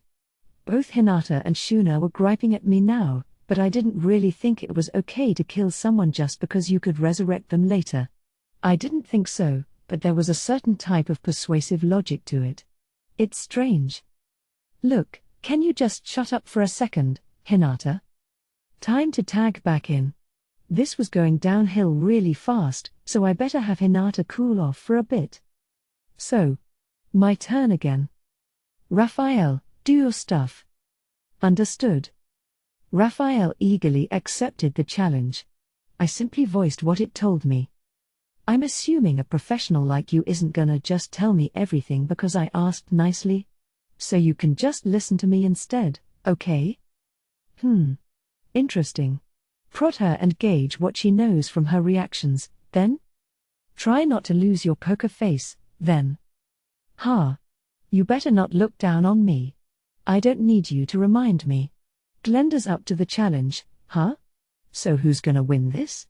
I wondered, as if I were part of the audience. Unique skills often take root in people's souls. You're a good example of that. Yours is bound fast to your soul with a powerful force. Didn't know that. So in that conference I attended, a lot of the counselors were tarnished by their vast, greedy desires. These desires were forcibly planted into them. There's a force involved that can directly impact people's souls, and I think that's what guided their moves. And you're under that same influence, Glenda. What? In your case, though, your unique skill is providing protection to your soul, so this influence hasn't fully clouded you yet. NGH. Glenda wordlessly scowled. Maybe she couldn't find a way to deny it, it was kinda news to me as well, but still. But as amazing as your unique skill is, there are people out there who can see it for what it is. You mean with a praiser's eye? Certainly. Dragon's Eye, from the demon Lord Milim, is more famous. Not that I'm up on this stuff, but there's an old story about how Milim can see everything, right?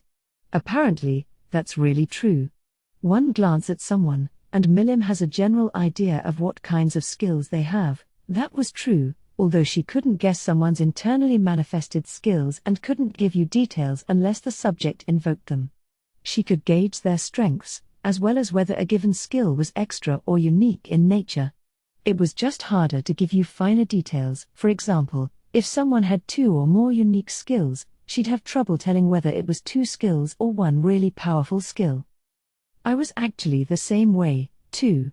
My analyze and assess was now accurate enough that I got a hazy insight into the skills of other people, and I also learned how I could conceal mine from others, the way Guy Crimson had hidden his own magicule count.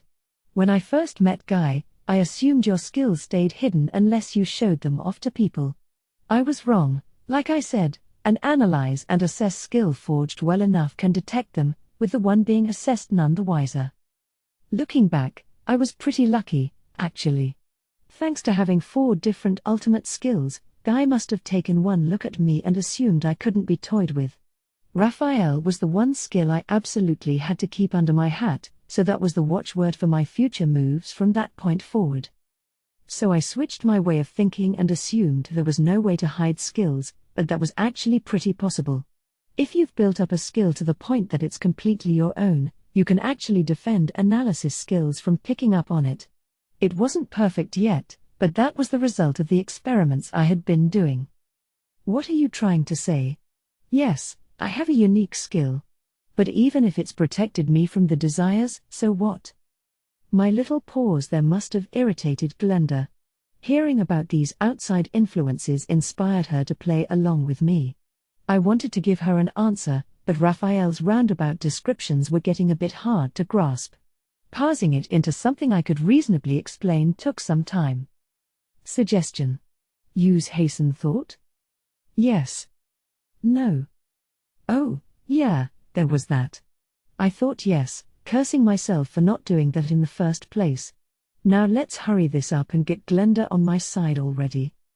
Whether your mind's clouded by greed or not is none of my business.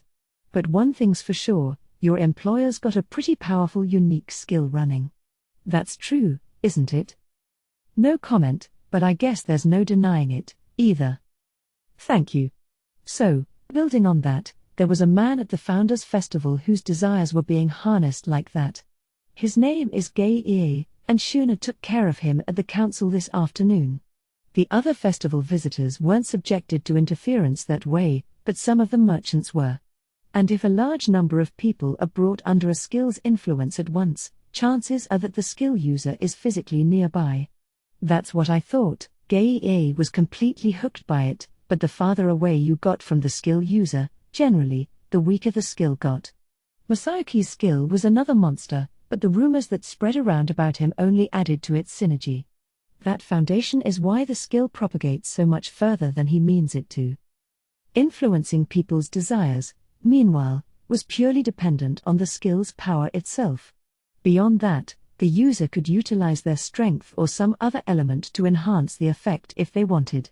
Basically, though, if you told me our skill user attended the Founders Festival, I'd certainly believe it.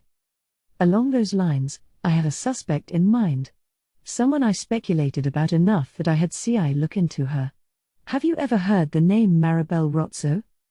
Raphael Shaw was cutting to the chase.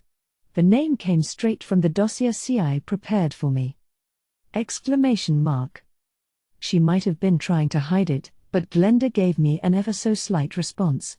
So that was a yes. My analyze and assess skill is pretty good, you know. Not only can it detect what skills a person has, but it can also tell if someone's hiding one of them. I was sensing the latter all throughout the Founders Festival, and one of the people I got that vibe from was that girl Maribel. I could see Glenda grow paler as I continued. I couldn't tell if she was getting hot or if it was a cold sweat running down her cheek. Either way, she was getting nervous. Why you? Maribel Rotzo, you said? The Rotzo family. I see. Ah? Hinata interrupted Glenda just when she was about to say something. I should have been annoyed, but looking at Hinata, I didn't need to be. She had a delighted expression, like she had just found the answer. Glenda, meanwhile, made it clear that something had gone awry with her plans. Granville Rotzo. The founder of the Rotzo family and a former hero. I'm sure you know him, too, don't you, Glenda? That, and he was the real person behind Gren, the Sunday priest and head of the 7 Days clergy. Just as I thought, Hinata was at the truth now. I could see her mentally connecting the dots on the people she knew. 7 Days, huh? Those guys we met before? I heard they had all died, but Granville's still alive? Nicholas said he landed the final blow, but we're talking about someone who ruled over the Western Holy Church for centuries. I wouldn't be surprised if he survived it. So Maribel was the skill user behind all this greed manipulation. And Granville Rotzo, Gren from the 7 Days, was the head of her family. And if Gren's the kind of monster who can survive for hundreds of years, he's likely got the council in his pocket. So should we assume Gren's our mastermind here? No doubt about it. He's using Maribel's powerful skill for some kind of scheme of his. Hinata and I were now comparing notes, ignoring Glenda entirely. We basically had our answer, and Glenda had just lost her value to us. God damn it. Why do you know so much? I didn't even tell you anything. This is basically the same damn thing as me revealing it all. Yeah, sorry about that. You picked the wrong team to mess with, is all I can say. Raphael's too much of a talent to compete against. I suppose they might think you did, wouldn't they? I said. Well, that's what you get, Glenda, said Hinata. A fitting end for a traitor. Damn it. They're going to kill me. Seeing Glenda whisper to herself, face drained of color, I felt a little bad for her. I had no intention of killing her. Now that I had my info, I was ready to hand her over to Inglesia. But, yeah. Wherever she went, she probably wasn't gonna be alive much longer.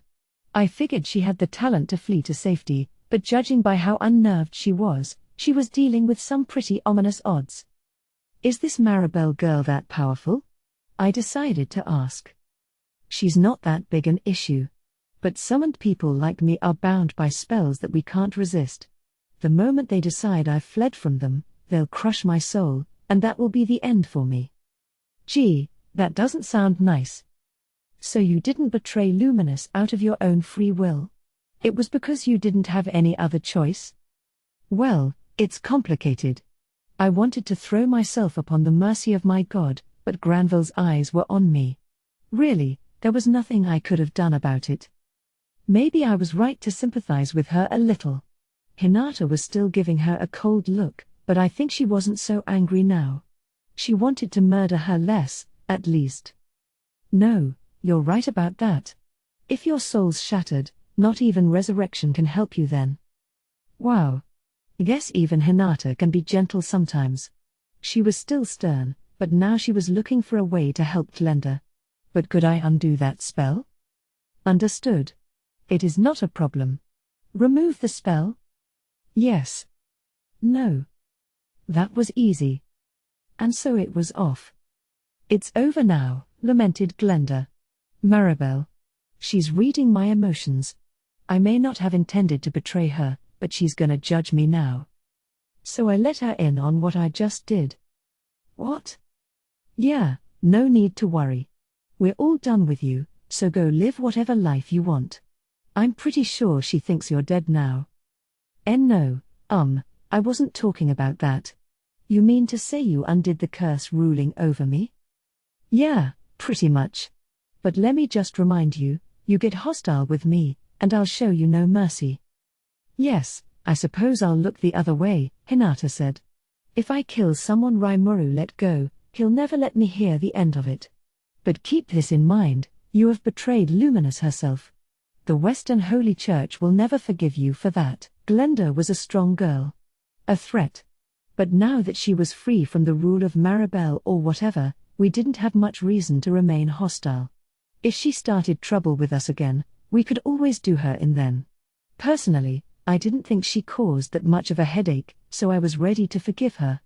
Hinata seemed willing to do the same. I guess she felt she couldn't be so narrow-minded about someone I let go free. Besides, in a way, Glenda really was just following orders, not with her brain, exactly, but with the influence of the curse forced upon her. This time, I was willing to give her a slap on the wrist. So right, you're free to go. If you want to stay in my nation for a while, you're welcome to, but if you cause any trouble. Wait I mean, wait a second. You're really letting me go? Uh-huh. I don't really feel like killing you anyway. If Sir Rimuru has forgiven you, we have no reason to defy his will, said Ci. Not that you're much of a threat anyway, Benimaru added. They were willing to go with me, too. I didn't much appreciate the way they phrased it, but they didn't seem to have any complaints. They didn't see her as a threat, I imagine, which I wasn't too sure about, but to them, it was the truth. She'd never beat Benimaru's full effort, much less Ci's. Glenda struck me as the kind of woman who took a profit and loss approach to living, so she'd never do something stupid like challenge an unbeatable foe. Letting her go didn't seem like that big of a problem. As I convinced myself to take an optimistic approach, Glenda turned to me, kneeled, and said something extraordinary. I have a request. I'll tell you everything I know, so could you please give me some employment? I'll do anything you want, even dirty work, so please. Benimaru and I looked at each other, passing messages with our eyes. Now what? Do whatever you want. But employment?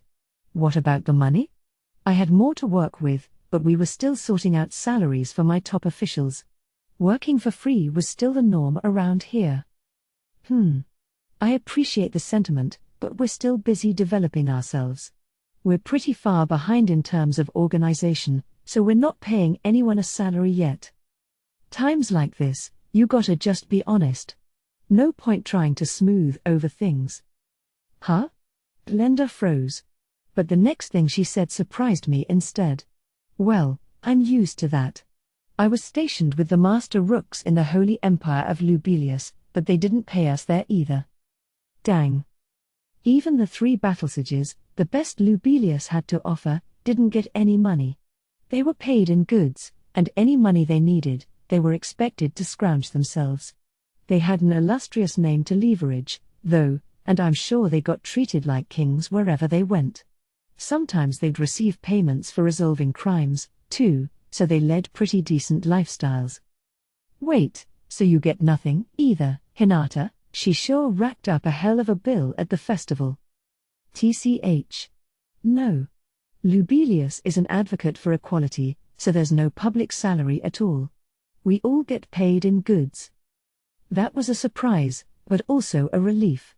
Lubelius has a long, storied history, and it made it this far without salaries. Maybe we shouldn't be in any hurry to enact them, either. By the way, thanks to running the Crusaders and the Imperial Guard, Hinata was given access to some of the government budget. Between that and monster hunting rewards, her income was actually pretty upper class. And yet you made me pay for you? Quit sweating the small stuff. I'm just saving money. She brought the kids all kinds of stuff, but with me, it's all gotta save money. And actually, didn't Jolmal pay her the labyrinth reward fees yet? The thought just occurred to me, but I didn't want to prod that hornet's nest. I was too scared to ask, so I didn't. But I'm pretty well known around the Western nations. Even if I'm free, I don't have any work waiting for me. No nation's gonna hire me now, and I'm not cut out for adventuring work. Besides, you're on the cutting edge in culture here, so if you can guarantee me meals and a roof over my head, I'm good. Judging by how desperate Glenda was sounding, I doubted she was trying to deceive me. And I had reason to believe her. If Lubelius was in pursuit of the 3 battle cities, everyone would have to assume a betrayal was the cause. She'd never find a nation willing to employ someone as politically touchy as her. Even if she became an adventurer under an assumed name, I could get it if everyone kept a prudent distance. If her cover got blown, she might have Lubelius and Granville come after her, too. Any kind of stable life was impossible. Yeah, I guess you'll have a hard time of it without support from somewhere. Right? So please, said Demon Lord. I know you don't believe a word of this, but I swear I'll stay faithful to you. There's no way I could believe it. But somehow, I just couldn't find it in myself to hate her. She was the classic spy film femme fatale, and I couldn't just abandon her. Can I leave her to you, Ci? As you wish, Sir Rimuru. I have no objection. Great. Thanks. And I can't have her turning traitor, so deal with that if it happens, okay? Absolutely. In terms of battle strength alone, I would rate her above Sokka, so perhaps I could establish a special ops team for her that answers to me. Oh, kinda like a team all the problem kids get thrown into? Something like that, Sir Rimuru. I'd like to scout out members locally and elsewhere. Ci's got some ideas brewing, doesn't he? Diablo was still off searching for an army, so it wouldn't be fair to turn Ci down. Let him do what he wants. Right. I'll leave all that up to you. You can work out a budget with Njolmal later. Yes, Sir Rimuru. We wrapped that up fast. Can you not call me a problem child in front of my face? Glenda was whining about something, but if she had an issue, she ought to try to win my trust first. Either way, she was now part of our team. Before leaving Glenda to Ci's management, we decided to have Glenda tell us everything she was aware of. It was no longer an interrogation, so we decided to talk over dinner. In the dining hall, you pick up these boards with menu items on them and take them to the window over there. There's a selection of 3 items each day, plus a regular special. If you get promoted to management, you'll get to order 1 item of your own, too. Oh, really? Because my meals always get picked for me. They were always good, I felt, but I never went through that board trade-in thing. The managerial dining hall brought food over to you without having to say or do anything. That, and Shion and Gobichi would occasionally rent kitchen space so they could develop special new meals of their own, but that was another story. Today's special is our most popular menu item, Shuna explained with a smile. Normally, you'd either reserve it with merit points or get in line early for a chance at it. Ah. I always thought the desserts were really fancy here. I guess I wasn't alone. We always get this, don't we? Yeah. I make sure I get my share. Benimaru and Ci order the special, too. I wondered what Ci meant by that. Did he have one of his spies stand in line for him? I hope he's not resorting to silly cafeteria antics like that.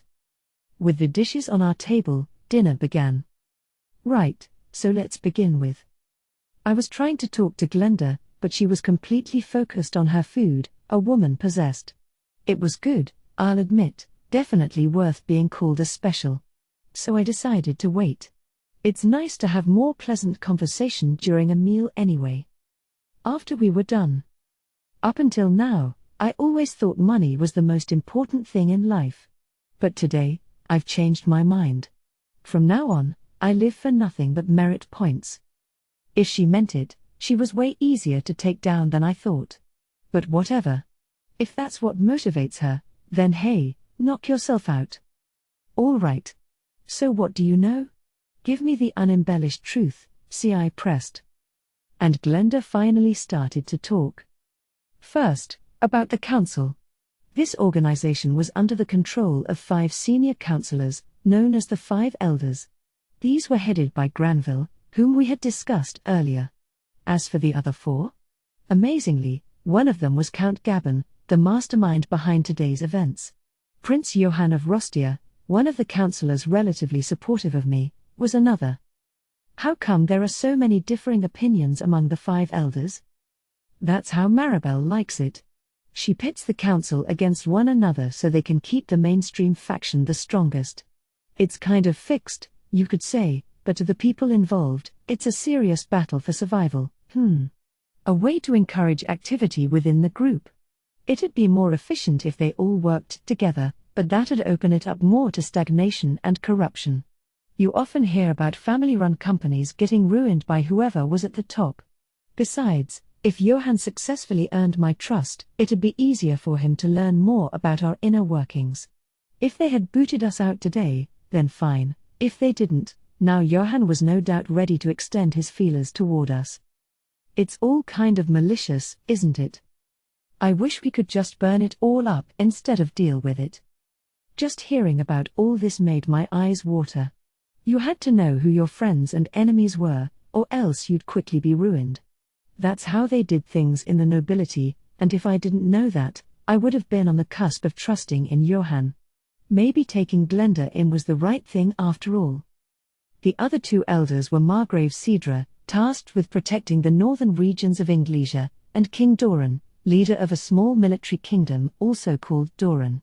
This meant 2 out of the 5 elders were Englesian, which showed how much Granville valued that nation, close to the Holy Empire of Lubelius, far from the forest of Jura, and one of the safest countries in the world. He must have marked it as the nation most worthy of serving as his political and economic center. So why do they see me as the enemy? I'm so harmless. I wouldn't hurt a fly. I kind of let that slip out. It seemed to surprise the group. Huh? If you keep picking the kind of fights you pick, of course people are gonna be hostile. Pardon? Yeah, I thought you were picking fights with people, too. Diablo told me all about how Sir Rimuru was going to have the world economy in his grip before long, so I thought you wanted to take over the council. What? And hang on, Diablo's saying stuff like that? That was my intention as well. My information gathering was part of that effort, I thought. Well, no, I'll admit that was what it's for, but don't tell me you didn't even realize you were doing it. Not you too, Hinata. Why is everyone looking at me like that? No, I'm not gonna say I didn't mean it, but I didn't intend to hurry things along that quickly. So for now, I just want to keep things to peaceful negotiation. Hinata sighed and rolled her eyes. If some new merchant comes along and ruins your marketplace, you won't find a lot of merchants soft-hearted enough to forgive that, either. Oof. Maybe not. Well, all right. We were gonna clash in the future anyway, so let's just treat ourselves to the main support of economic activity in the Western nations, all right? That was my intention all along. My job's to shore up their defenses, and I will investigate the Rotso family and the 5 elders. In a way, it was good that we knew our enemies now. Befriending Glenda was an unexpected windfall, and thanks to that, we had a direction to go. Okay. Be careful on that. I don't want to wage a 2-front war against Yuki and the Rotsos. I'm aware, the Nimaru said with a nod, while Ci gave his own agreement. I was taking a wait-and-see approach with Yuki as we waged information and economic warfare with the Rotsos. There were no real bullets flying around, at least, which made things easier on me. So I was about to wrap things up, wondering if I was worrying too much about this, when Hinata stopped me. Wait a minute. Yuki and the Rotsos. Why are you suspicious of Yuki? I was thrown for a moment, but then I realized Hinata might be oblivious to all that. Well, thinking about it, if you look at the list of people who know I'm a reincarnate involved with Shizu, and who could have leaked that info to the Eastern merchants. Yuki's about it, isn't he? Pretty much. And while I'm at it, I think that Roy, the guy who played the role of a demon lord, was killed by this guy Laplace, member of something called the Moderate Jesters. Sorry if I'm wrong about that. No, I appreciate it. I don't have any stake in that, but if he's working against us, I can't stand for that.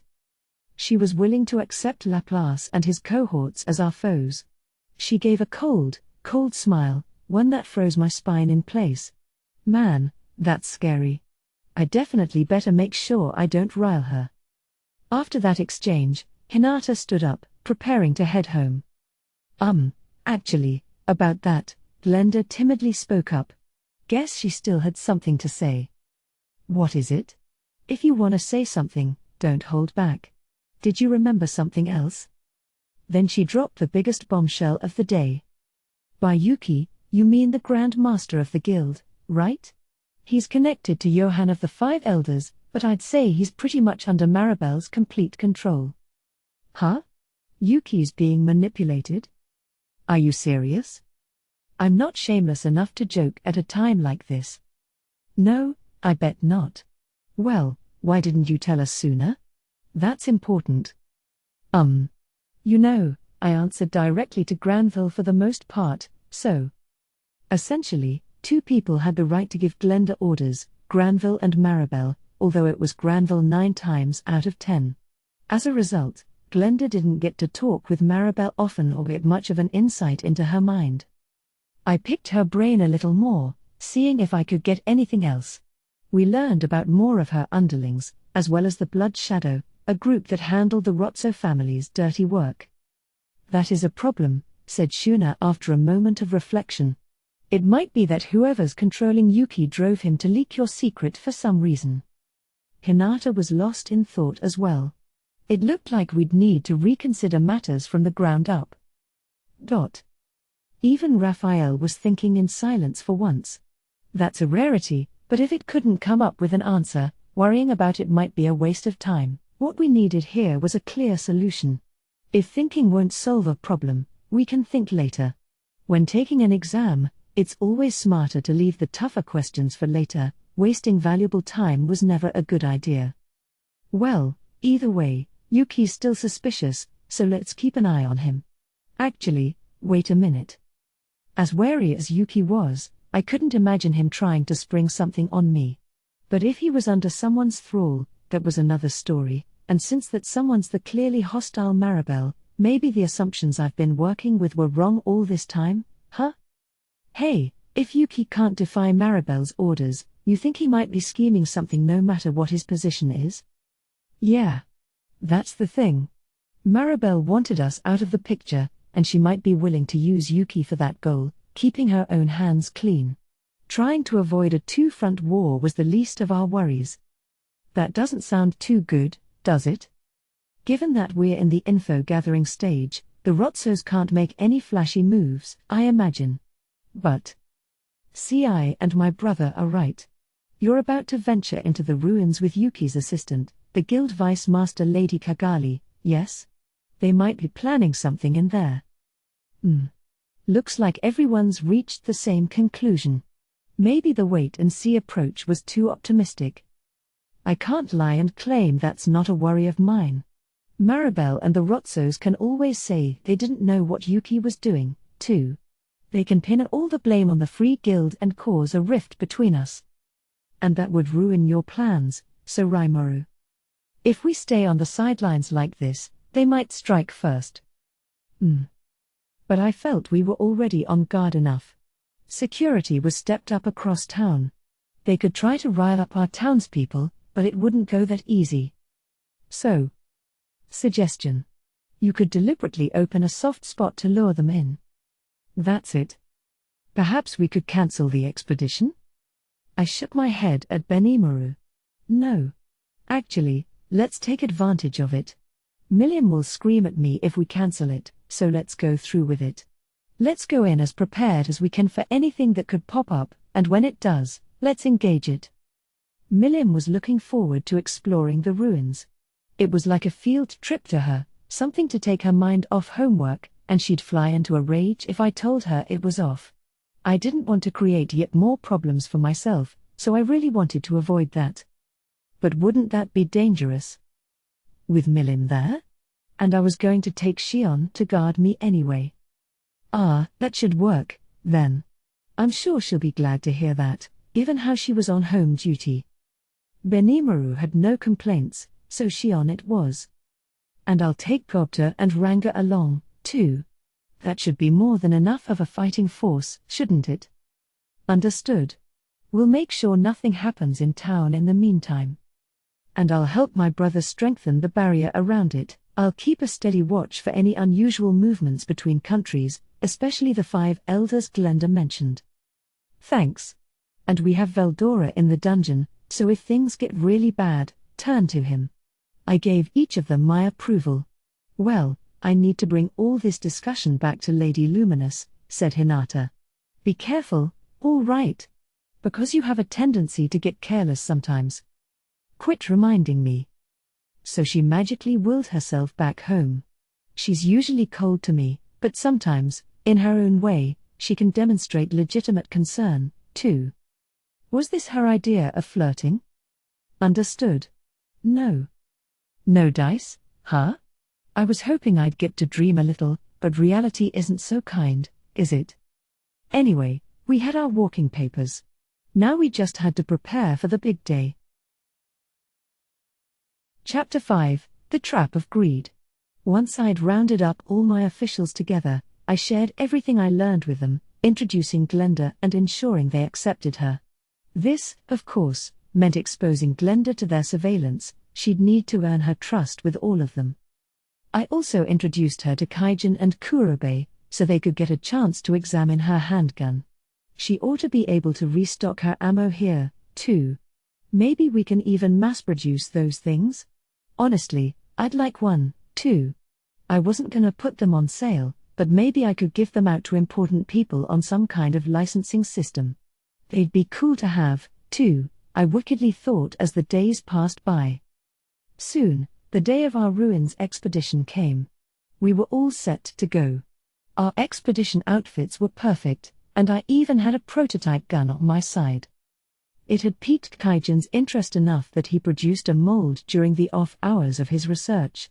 Dole then carved a seal into them that used magical power to trigger a small explosion inside the chamber, no gunpowder needed and no ejected cartridges. All you needed was some elliptical bullets, and off you went. It was sized at 1/3 of an inch and could hold 16 bullets. It used a blowback system that made the bolt retract with each shot, in order to load the next bullet and eliminate the impact of the explosive charge. The construction was more like a toy than anything, but even this had the power of a .44 Magnum. That was thanks to the gun's Magisteel make, which improved its shock resistance, and the inscription-driven explosive charge also delivered the maximum amount of power possible. By the way, the force of this gun depended on the type of bullets used. Normally, it'd use plain old lead bullets, but for monsters, we also had magic-infused mithril shots. The force could differ depending on how much magic you put in, so you could say this weapon needed the right person using it to excel. In terms of classification, it was a rare, albeit one that could hit as hard as unique. A really interesting weapon to have around, one that even surprised Kaijin's team as they made it. With the capability it had, I'd really like to make it standard issue with our new troops, but as mentioned, that was up for discussion. Frankly, this was something we'd normally never do. In a way, I made it to play out the classic tropes more than anything. I was reluctant to formally adopt it. We'd have to see how things went, perhaps lending it out only if we determined it to be truly necessary. Such as today, for example. Carrying this around definitely completed my look. Any man's got to have a little classic adventure in his life. Ooh, this is really cool. The way it kind of recoils in my hands feels so awesome, Gobta cried. See? Gobta and I share the same good taste. Typically, these were for lending out only, but let's give Gobta one as a present. You see what I mean, Gobta? But don't go pointing it at people, all right? It's dangerous. Of course not. I'll be real careful. He was overjoyed, while Ranga looked on jealously. Ranga, you can't use that thing. I'll give you a fancy scarf, though, so make do with that. Hee. I have Gariki Maru V2 with me, thank you. Not to mention the clothing you chose for me, so Raimaru. Shion, no going on an expedition in that, all right. Safety's our top consideration here. She must have really liked the clothing I gifted to her, because Shion wore it every chance she got. But it was meant for fashion, not exploration. A pity.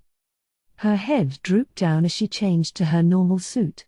That wasn't exactly a great improvement, but it was her de facto battle gear, so well. Raimaru, what do you think of me? Milim was practically jumping up and down with excitement. Looks good on you. Definitely worth getting for today. Like Gobta and me, she was in expedition gear we obtained for this day. You bet. It feels good, and talk about easy to move in. Can you believe how many pockets it has? So cool.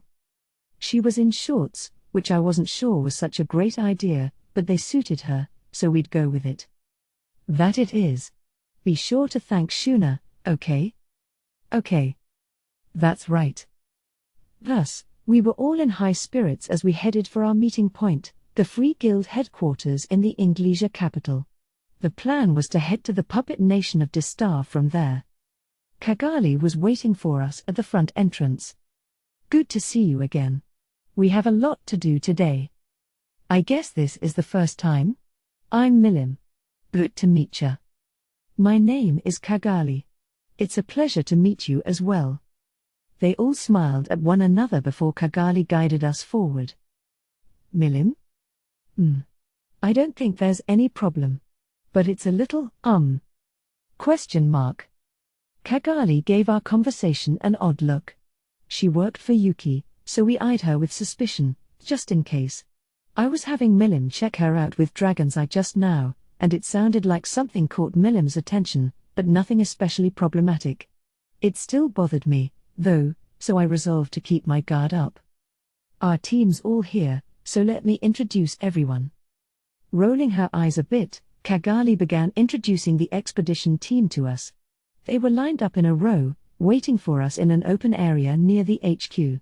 It was a team trained by Kagali herself, and the more talented and experienced among them would be joining us today.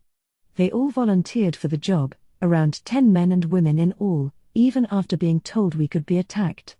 Some of the passers-by were giving them curious looks, but nobody minded. They seemed well trained enough. Their equipment, meanwhile, was the full, complete deal. Not the make-believe stuff we had on, but a lot of heavy stuff, thick upper and lower clothing, with large backpacks. Each of them carried tools for the role they played in the expedition: walking sticks, pickaxes, shovels, you name it. We'll carry your equipment for you, Sir Raimaru, but where did you put it? We didn't have any. Just these cool new outfits.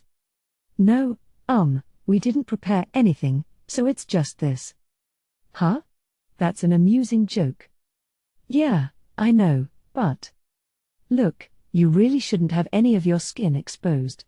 You might get stung, and it's easier to get hurt that way, right? Work clothing did its job best if it covered all your skin. Plus, Milim's outfit was just downright slovenly. You think so? But my skin's protected by an aura at all times, so I'll be okay. Yeah, but you wanna have Kagali get mad at you? You're just the same as her. From my perspective, you're both far too lightly equipped. You're treating this expedition like a walk in the park. Oof. Harsh. What was so bad about this, really? All right. We'll be fine, okay? I may not look it, but I've got a lot of adventuring experience. To be more exact, I had gone light since I didn't really need to camp outside anyway. That was better demonstrated in person than explained at length right now. Well, if you insist, but if you have any trouble, please let us know at once. I doubted we'd have that much trouble. We were treating this like a fun outing, but we did have an eye out for danger. I made sure Gobta, Ranga, and Xian were all aware of that. Time to head out, then. Right. I have a wagon prepared for us. Huh? We don't need a wagon, do we? Kagali stared blankly at me. I stared blankly back at her. What? I mean, it'd take, 2 months to reach Distav by wagon. That was never an option. What do you mean? I invited the quizzical Kagali to just take us out of town for now. Once we found ourselves in a deserted area, I used Dominate Space to open a transport gate straight to Distav. This process was familiar to me by now. If I've been somewhere before, it was easy to open a gate there. All right, come on in. It won't disappear on you or anything, so don't panic. The dazed expedition party began talking all at once. You're kidding me. How far away do you think we are? Truly, a demon lord is an amazing thing. Impossible. Now the majority of our preparation has gone to waste. I felt a little bad about that, but, hey, at least I looked cool. So we were at the puppet nation of Distav. The first people to greet us were the Dark Elves, lined up at the castle entrance and bowing deeply. Welcome to Distav. You must be exhausted from your journey. The elder among the group stepped up to me. I say elder, but she looked maybe in her 20s, a woman with blonde hair and dark brown skin. Oh, no, not really. But do you have rooms for us? Of course. We could provide individual rooms for each of you, but if necessary, we have larger group rooms as well. I gave them advance notice, so they were entirely set up for us. For now, I figured we could drop all our stuff in the larger group room.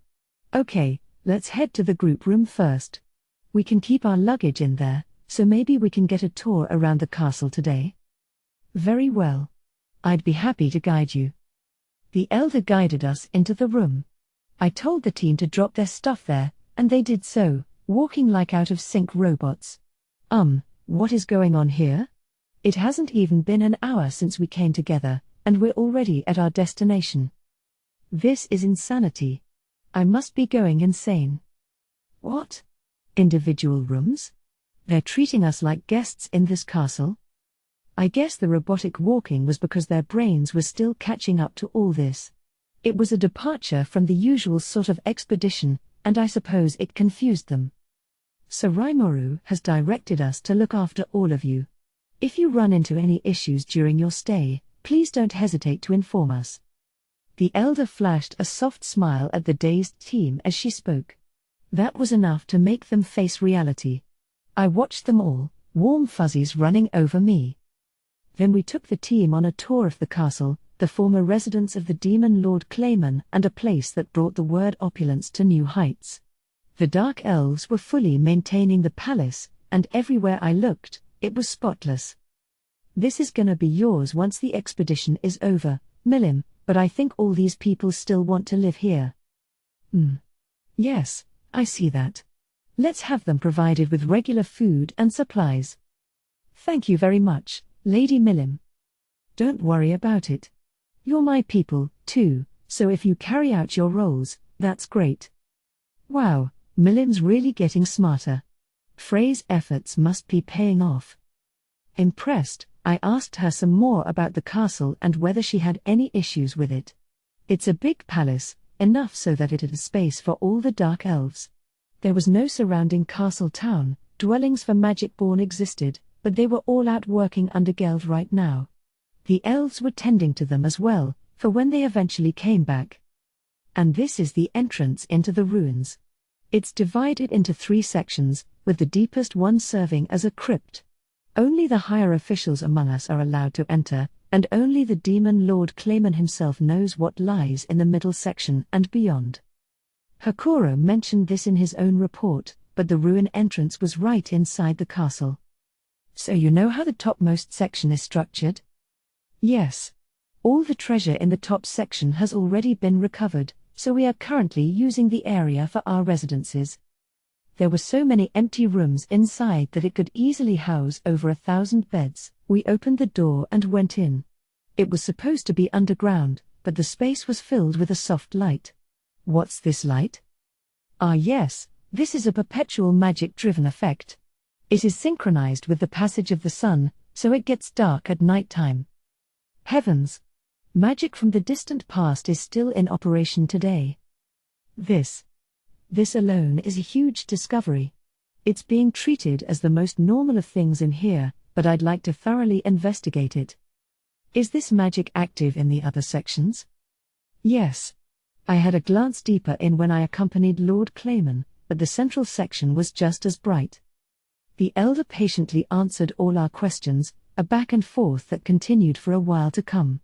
I could see how excited the team was, and that energy was starting to rub off on us. Better stay out of their way, Gobter. Right. Getting kinda nervous, huh? We whispered at each other as we looked around the first section. It looked pretty lived in, so I could believe the Dark Elves called it home. So if you live in here, you don't see any monsters come up from below? 'Cause if there's a crypt, I'd expect ghosts and stuff. The elder snickered at Gobter's query. No need to worry about that. There is only one door leading to the underground, and only Lord Clayman could open it. Milim raised an eyebrow. Well, if it won't open, let's just break it down. Certainly. One swing of my blade, and all shall be pulverized. No. We need to examine it first. Please, no breaking anything. I rushed in to keep the extremists from having their way. All right. Good point. Better be more careful than that, Shion. Yes, that was close. If I didn't hear that, I would have lost hold of myself. That's just what I was anxious about, but at least they were open to guidance. So we made our way through the rather extensive ruins, past the Dark Elves' settlement and up to a single, very large door, the same size as the first but with a very apparent magical seal on it. Ah. This appears to be part of a defense mechanism powered by ancient magic. It might wake up the entire city defense system if we touch it. Defense system? Is it still active? We'll need to be careful. If we trip it, the expedition might have to be called off very quickly. Kagari stiffened as she gave the warning, and her team's faces all tightened up, too. I wonder how Clayman got this thing open. Was Clayman involved with running these ruins or something? No, he came to the forefront only just recently. I doubt he was involved with them before that point. I think he managed to undo this magical seal. Follow the correct procedure, and I think it should open without complaint. Yes.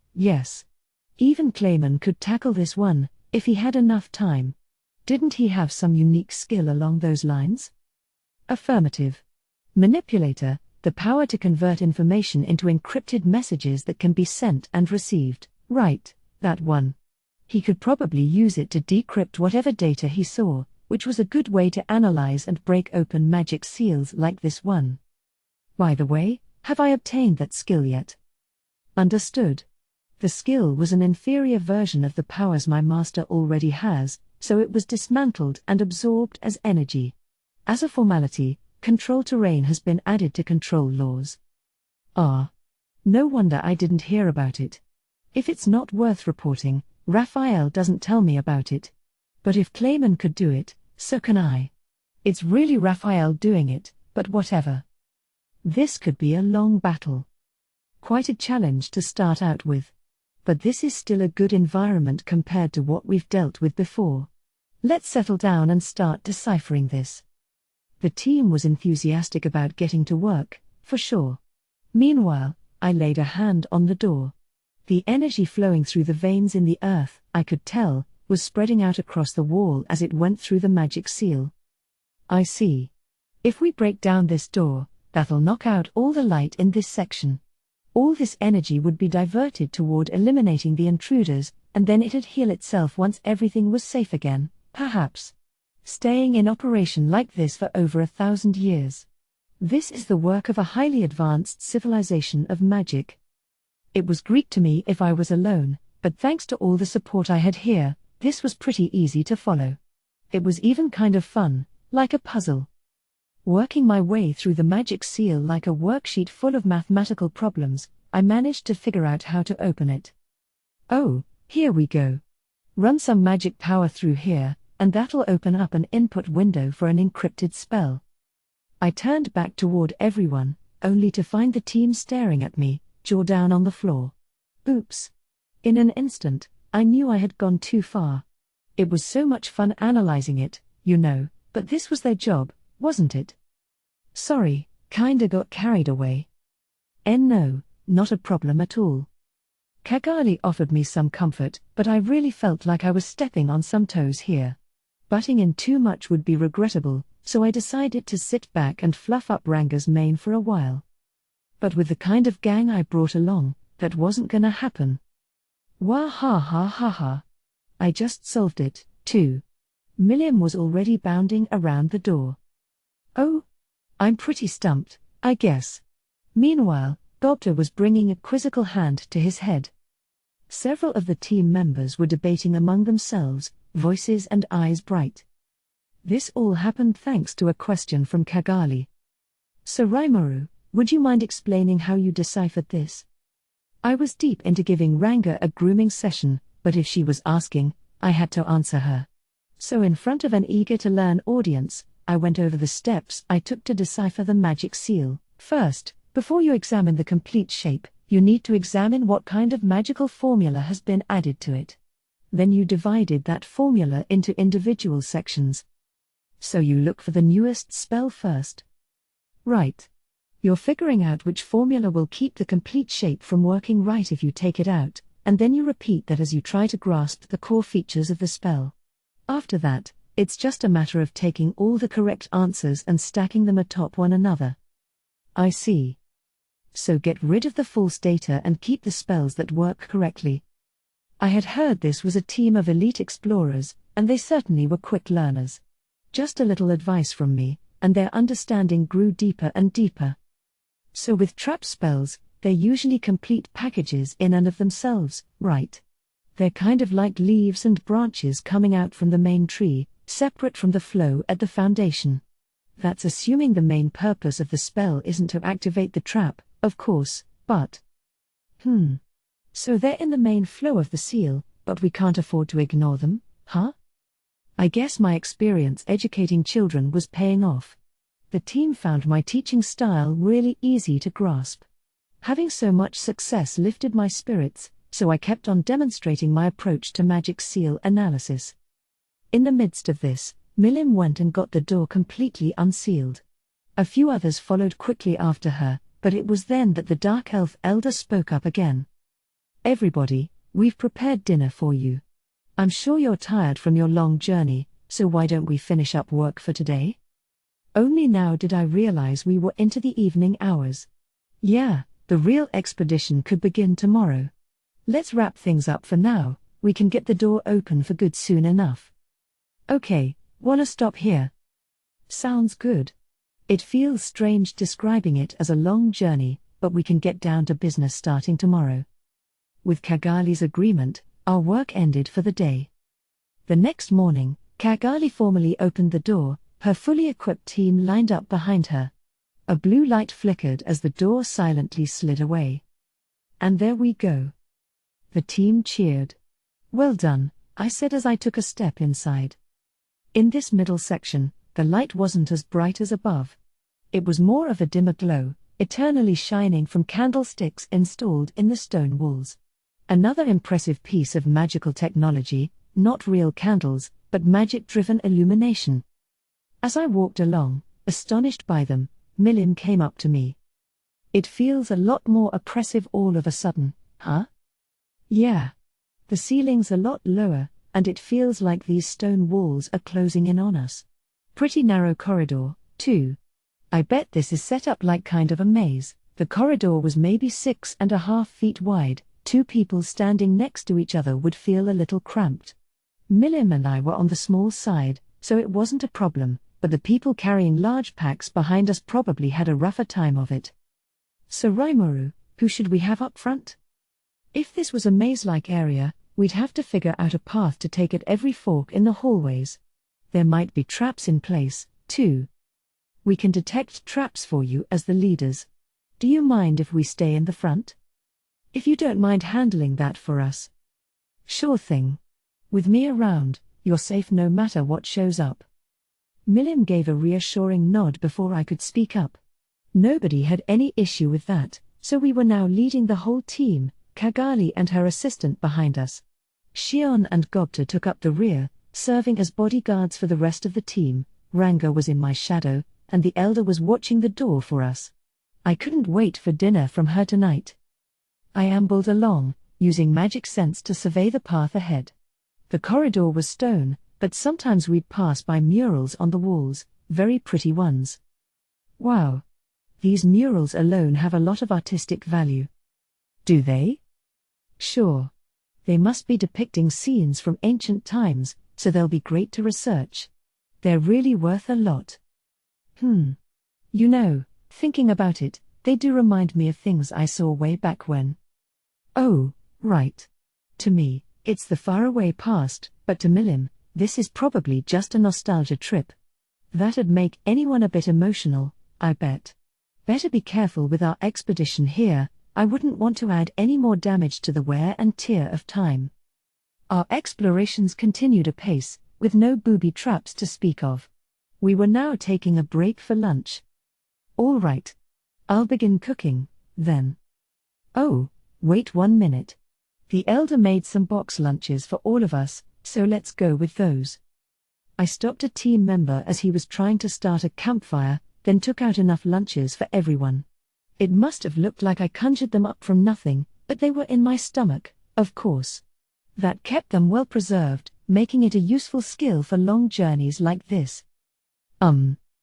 Is that even possible? I could hear people whispering about me. Let them. Despite their confusion, they readily accepted the boxes. Ooh, this does look good, exclaimed Milim when she opened it up. On the menu today were sandwiches with tons of veggies, eggs, and smoked meat. Dark elf cuisine was all about uniquely heavy sauces. The one used here was a bit like mayonnaise, doing a great job of softening up the rather hard buns. If people still had trouble biting through them, that's where the vegetable soup came in, poured into large wooden bowls.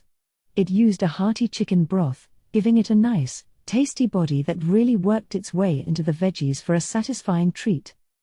I have lots more, so don't be shy. The moment I shouted it, I was mobbed by team members, empty bowls in hand. Milim was first in line, so I guess she was a fan. We almost never get food this good outdoors. You're making us a very happy team today. I couldn't help but feel Kagali was needling me a little when she said that. I had just resolved not to butt in too much, after all, so I could read between the lines, but if she thought this was cheating, I hope she was willing to overlook it. Well, you know, I'd like to avoid using fire in this place if we can. Fire? Right.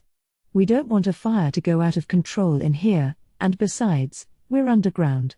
I think we've got good ventilation so far, but just in case, you know. You were thinking that far ahead, huh? I wouldn't worry so much if we were outdoors, though. That was the truth. This was a tight corridor, and there was no ready source of water. If something happened, we might not have an escape route.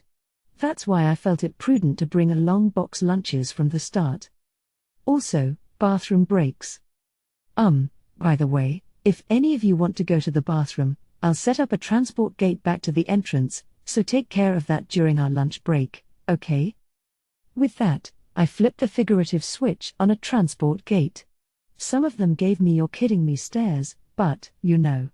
I figured they would probably just do their business behind a rock or something otherwise, but I wanted to avoid that. This path eventually leads to a crypt, after all, and I didn't want to profane it. I think you're worrying too much. And the dead might not care anyway. No, I think we could learn from that. Kagali agreed with me.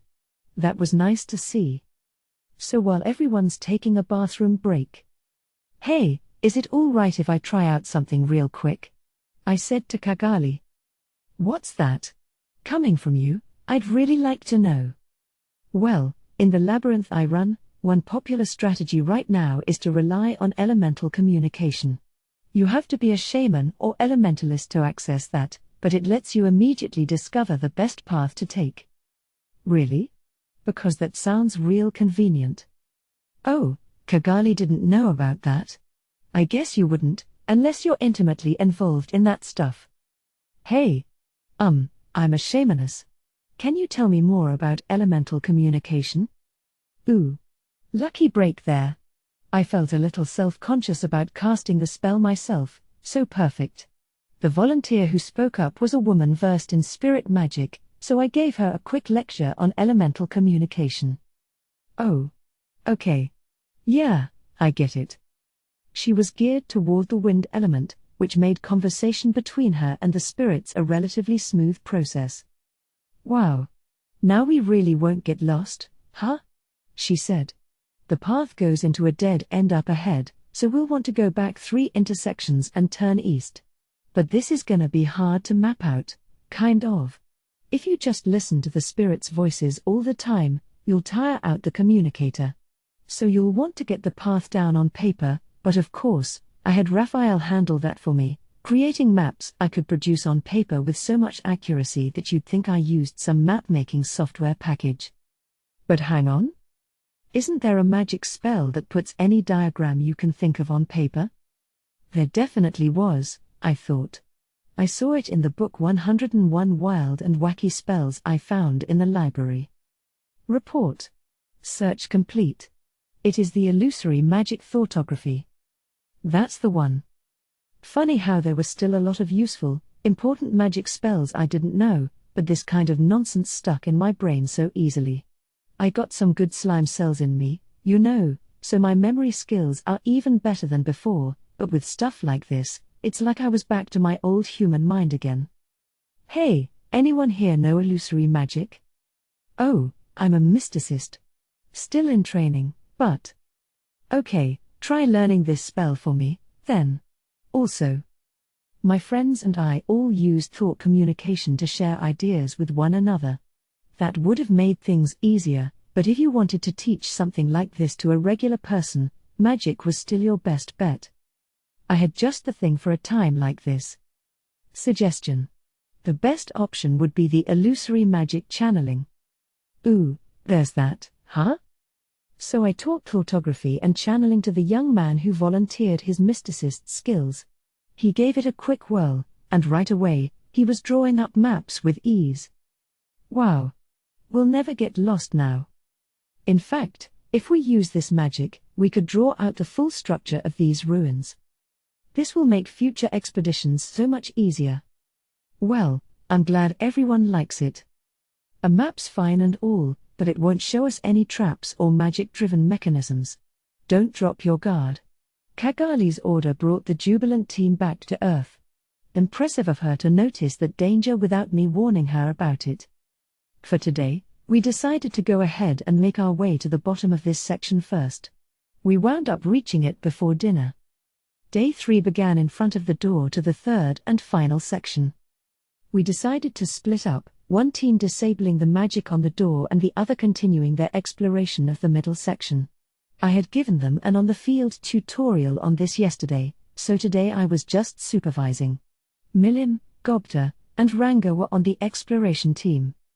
Not much to do, eh, Suraimaru? Shion said. In that case, why don't you go make some drinks for the workers? Right away. Shion was right, we didn't really have much to do. But the team was still lobbing questions at me now and again, so I was enjoying it. Cheerfully, Shion set up a table, pouring coffee from a flask into the cups she had lined up. It was an oddly moving sight. Just a little bit ago, letting Shion touch anything that might go into your mouth was verboten. All set. Care for a quick break, everyone? We all settled down to relax a bit, the team enjoying her coffee as they had a moment of peace. We still had an eye out for potential attacks, of course, but for now, nothing seemed forthcoming. Hopefully, I wasn't overthinking matters, but now that I was away from Veldora, Maribel and her cohorts might see this as their big chance. If they were going to act, it was now or never. I'd need to stay on my toes as I saw how things went. That, and I needed to keep Cagali and her team guarded, too. I ran a quick analyze and assess, but nobody seemed suspicious among any of them. They all had the abilities they claimed to have, and there was no sign they were under anyone's control, whether via their desires or not. If they were brainwashed, then my eyes, or Raphael's eyes, really, must be deceiving me. I felt safe in dismissing that possibility. But what if they weren't brainwashed, but following orders they truly believed in? That could happen, too, so I couldn't rest easy yet, but none of them were a threat to my life. So I sat back and enjoyed my coffee. After a while, Milim came back carrying a ton of stuff. Rimuru. Look at this. I found so much booty. To be accurate, she was riding on Ranga empty-handed, while Gobta and the other team members were loaded down with swag. Check it out. They're all so perfectly infused with magicules. This alone ought to be a huge harvest for us, huh? She was right. Most of their booty was battle equipment.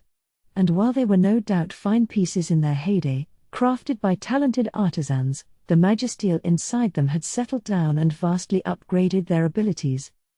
Ooh, you're right.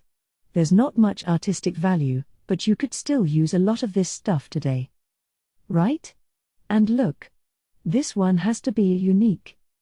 It was. Extremely valuable. Not the sort of thing you'd want to have lying around, I thought. It aroused my suspicions. Where did you find this stuff? Because I doubt Clayman left it untouched without a reason. Well, there was actually a trap I set off by accident, and a bunch of these golems came lumbering up to us. They were carrying all this. She explained. That sounded like something I shouldn't ignore, there. You set off a trap? No. It went off the moment I stepped into this one corridor.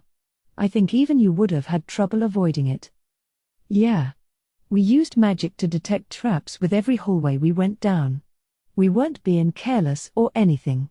Gobta added. Milim and Gobta claimed they were being careful, and judging by testimony from the rest of the team, they weren't lying. Something must have been programmed with certain biological life form patterns, repelling any intruders who didn't match them. If you didn't know the acceptable wavelengths beforehand, it was impossible for anyone to deactivate. The only logical way through was by force. Sounds like you had no choice, then. Some of these traps are pretty complex, huh? Oh yes. It sure taught me a thing or two. We should set something like that up in our own dungeon. A corridor that only allowed pre-selected people through. Maybe this whole section of the ruins was designed to ward people away from the crypt. Then perhaps we should assume there are lots of other golems bearing unique weapons. Their weapons must have evolved right in their hands while they were on standby over so many years. It's boggling to think about. Cagali was right. Good thing we had Milim and Gobta with us. If this expedition team were by themselves, there was a decent chance the golems would have killed them. Nothing might have happened yesterday, but I bet there are more traps like that in this section of the ruins.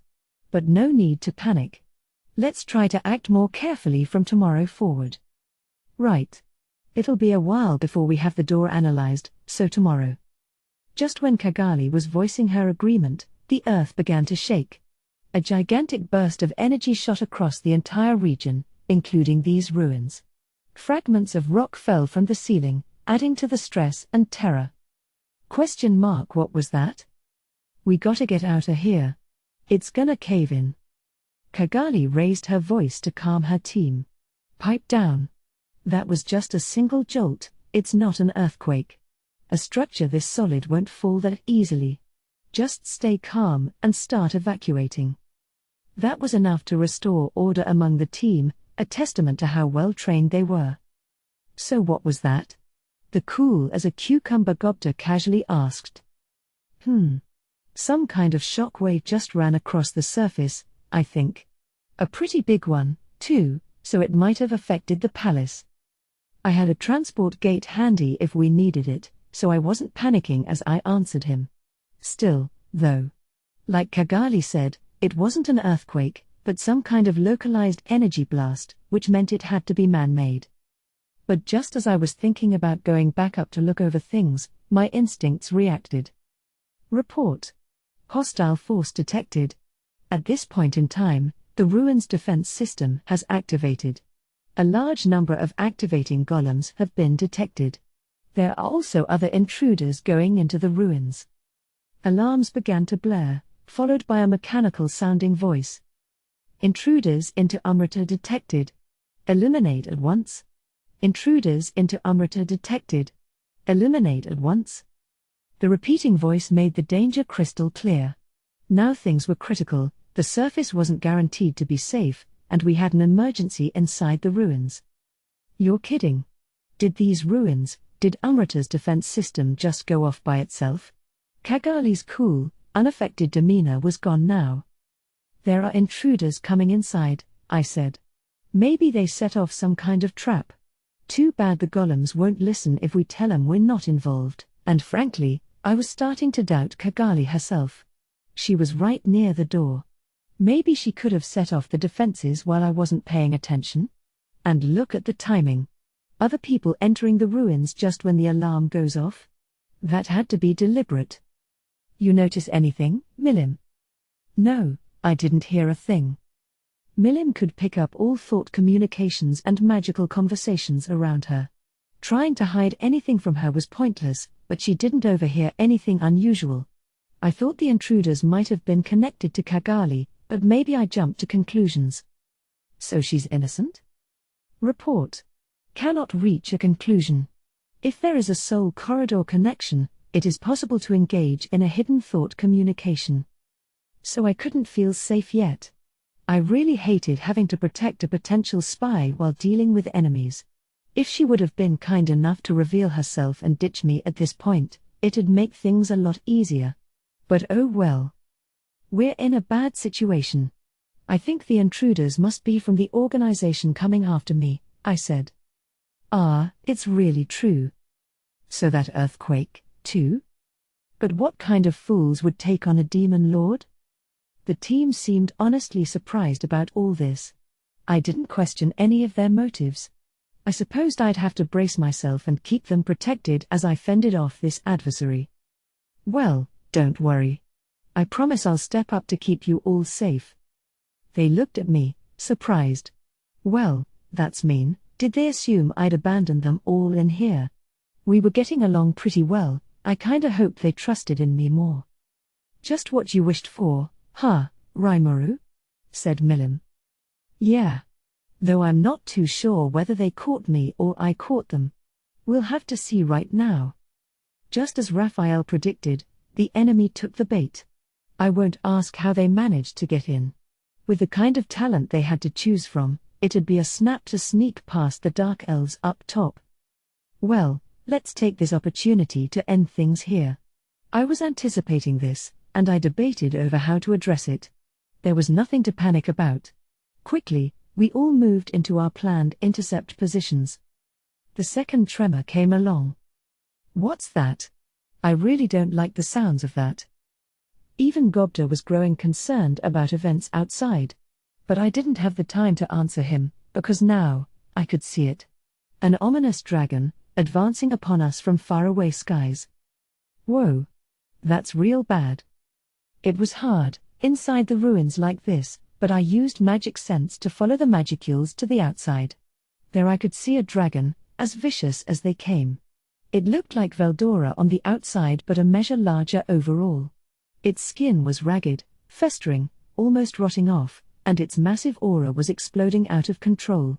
One look told me it packed a massive amount of magicule energy, far beyond what an awakened demon lord possessed. This was a catastrophe-level threat. That bad? Yeah. Looks like a dragon, but it's way beyond an arch-dragon. It's probably stronger than a dragon lord, even. Maybe it's one of Veldora's siblings? Esther Veldora? It was outside the whole framework of what defined a dragon. My only guess was that it was a true dragon, but it didn't have Veldora's grandeur or personality at all. Maybe grandeur was the wrong term to describe that doofus, actually, but this dragon just seemed different from him, fundamentally. That. Then Milim suddenly opened her eyes wide. Rimuru.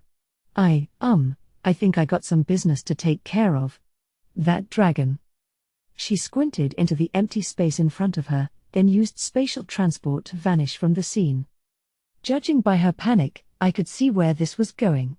If Milim was freaking out over something, it was usually of her own doing, and that meant the enemy found one serious skeleton in her closet. I really can't believe this, but I think that's Milim's dragon friend she sealed away long ago. It didn't get resurrected, someone's unsealed it and is controlling its will now. What? Is that true, Sir Rimuru? Yeah. I'm feeling these intense shock waves. Not even I might be able to beat it. I was telling the truth. Charybdis, made from the remains of Veldora's power, was like an insect compared to this. The sheer hatred and rage was overpowering. I doubted it would ever stop until it destroyed the whole world, and the scary thing was, all of its emotions were painted over black in my mind. Maribel's emotional takeover skills were controlling that thing. A chaos dragon. I never thought I'd see such a tyrant in this day and age, Kagali murmured, and I firmly agreed. Thank heavens Milim was here. I was sure she could beat that guy and put it back to sleep for us. Then I wouldn't have anything to worry about. For now, we had our own things to take care of. Gobta, Shion, we have guests to welcome. Roger that. I'm on it. Those puny little dolls are no match for me. I thought about opening a transport gate to evacuate the expedition team to the surface, but I didn't think I'd have the time. An organized legion of golems was now here for us, bearing down at full speed as we stood in front of the door. Shion stepped forward, brandishing her large sword. Unfortunately, it caught on the corridor's low ceiling. Damn it. Check your surroundings.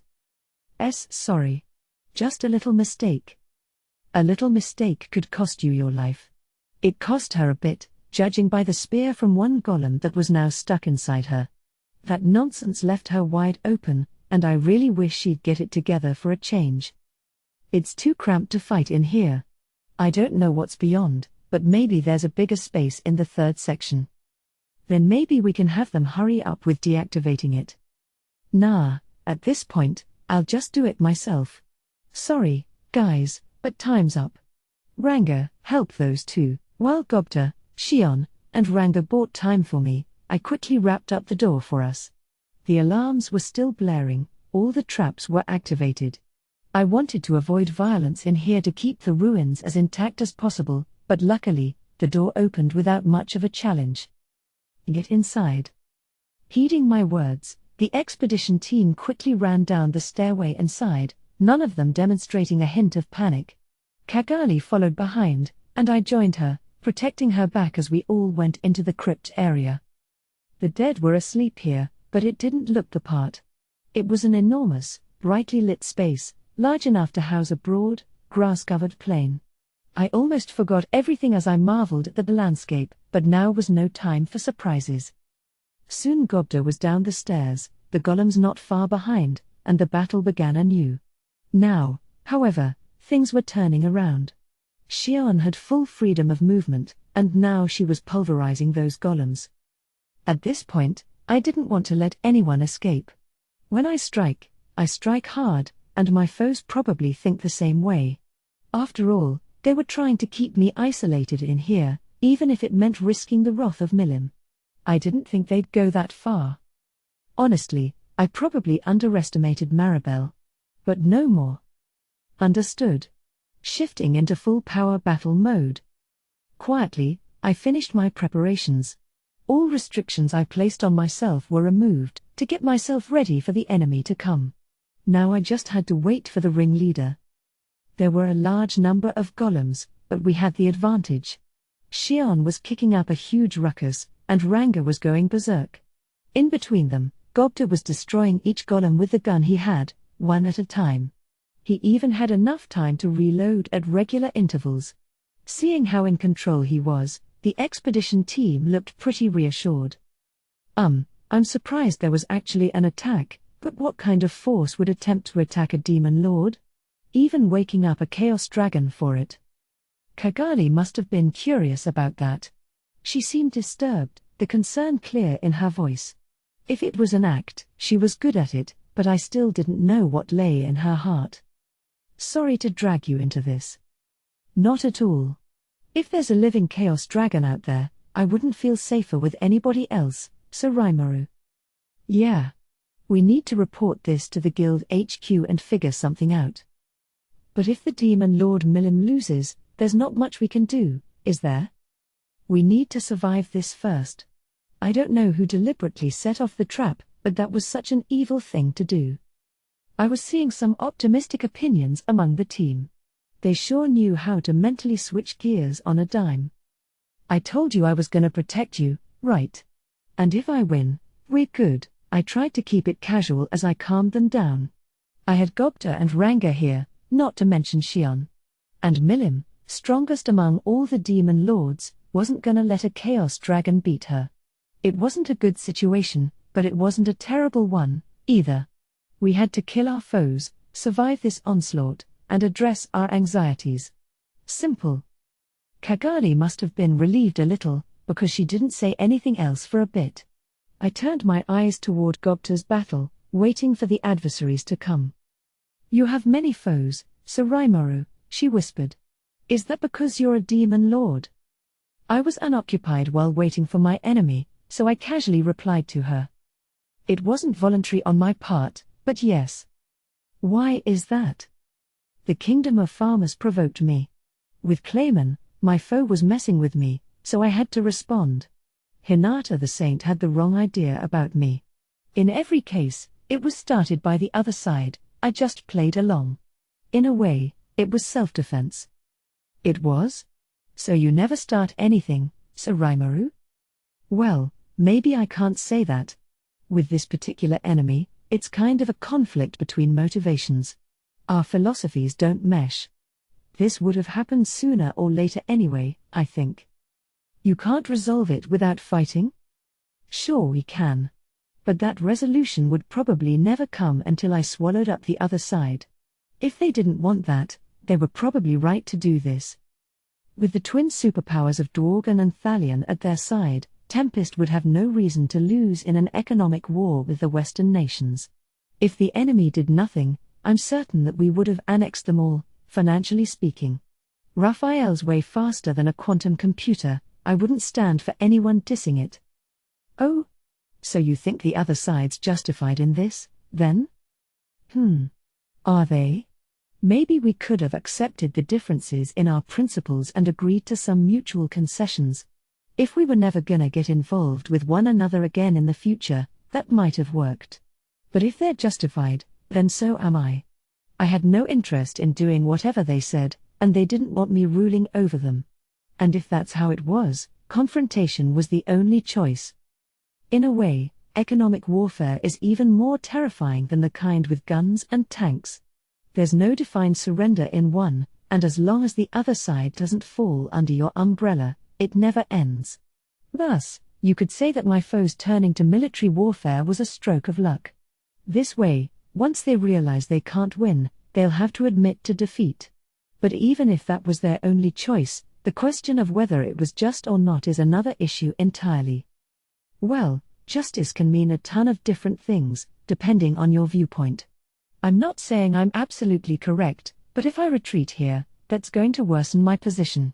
The only choice I have is to fight. It's not that I couldn't have taken a more modest path. But if I bent, all my friends would have gone down with me.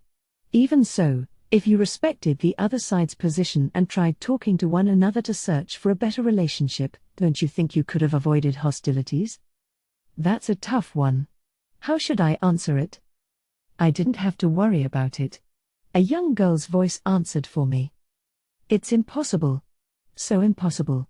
People have endless desires, you can't ask them to be patient. And if the other side bends, the demands get bigger and bigger. That's part of being human. Right. If I conceded, I'd like to believe the other side would understand. But that's just not realistic.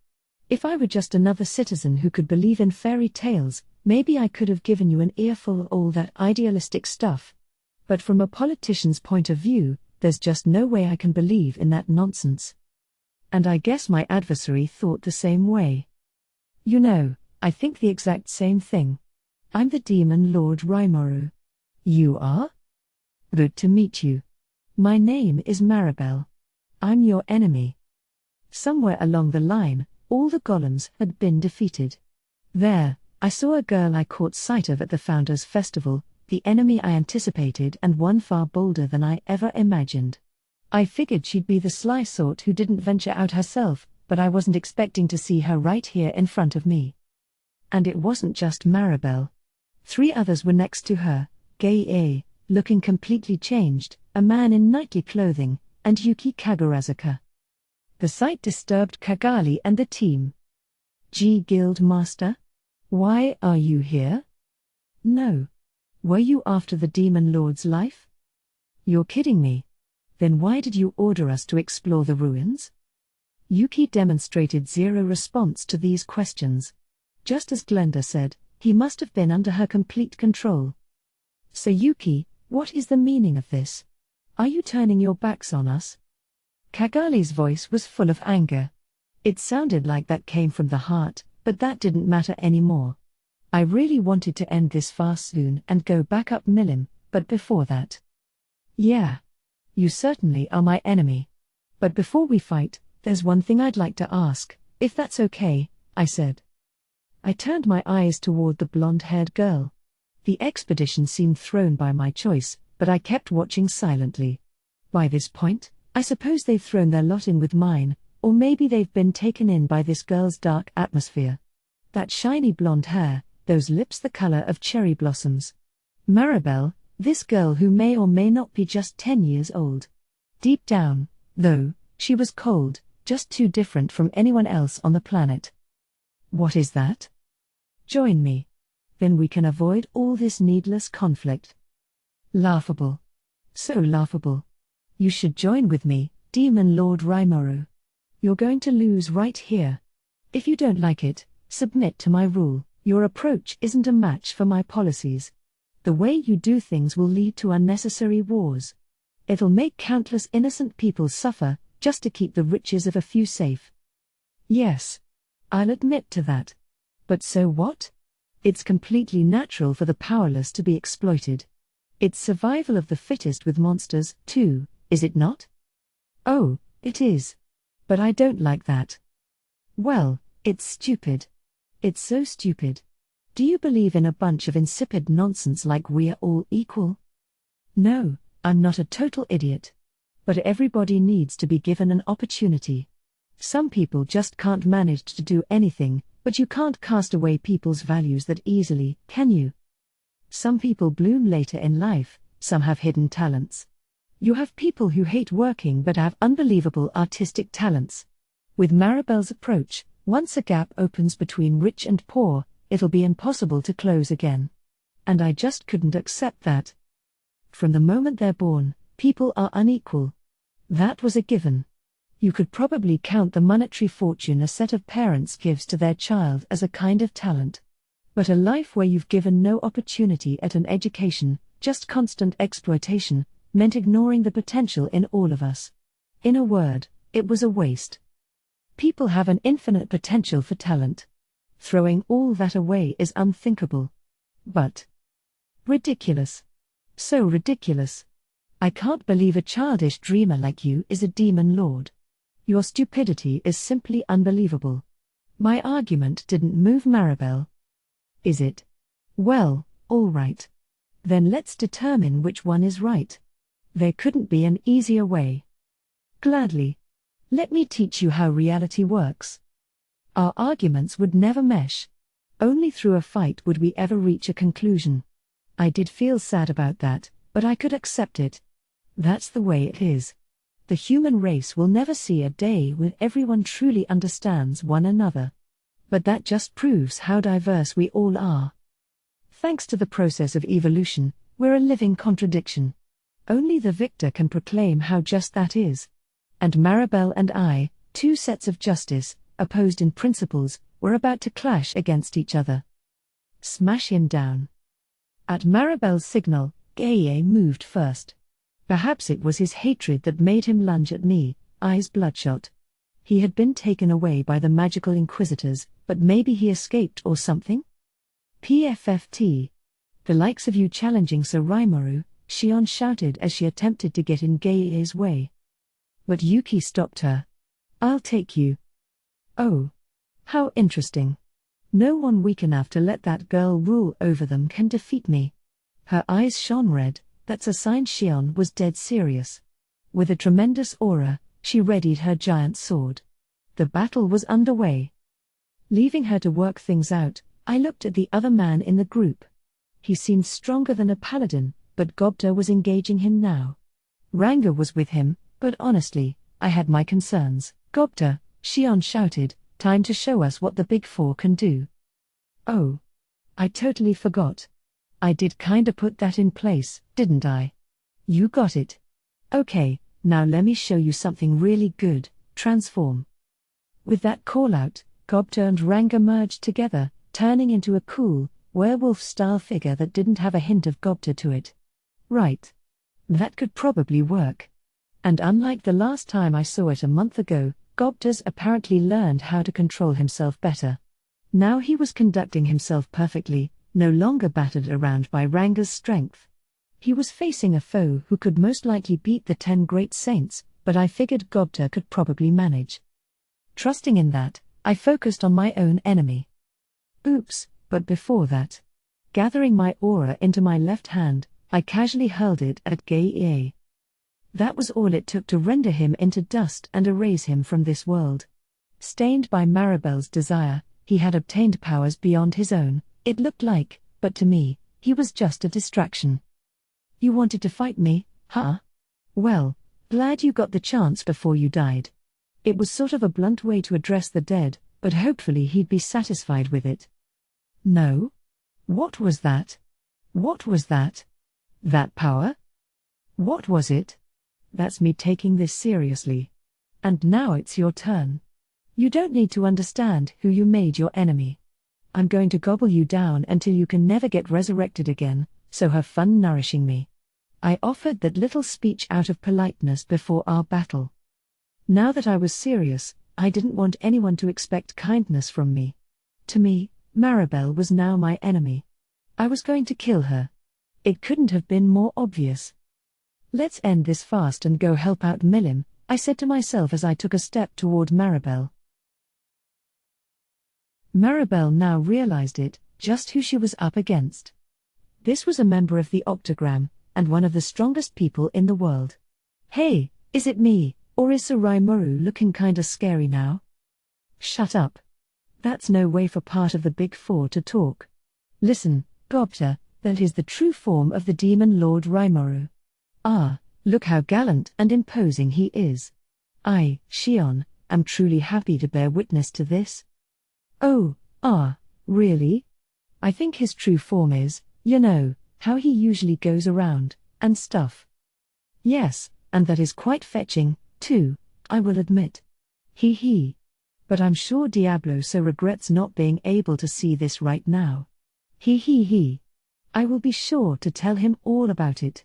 For an extended period of time. Maribel could hear that conversation, but to her, it just sounded like mockery. Her mind was on other things. She needed to focus on Rimuru. This is no joke. Not a joke at all. The Demon Lord Rimuru must have found his experience at the council to be incredibly humiliating, but he didn't seem that angry about it. That's why people called him gentle, but that's so inaccurate. Yes, to Maribel, a riled Demon Lord was not a foe to trifle with. She had powered up Gaie as best she could.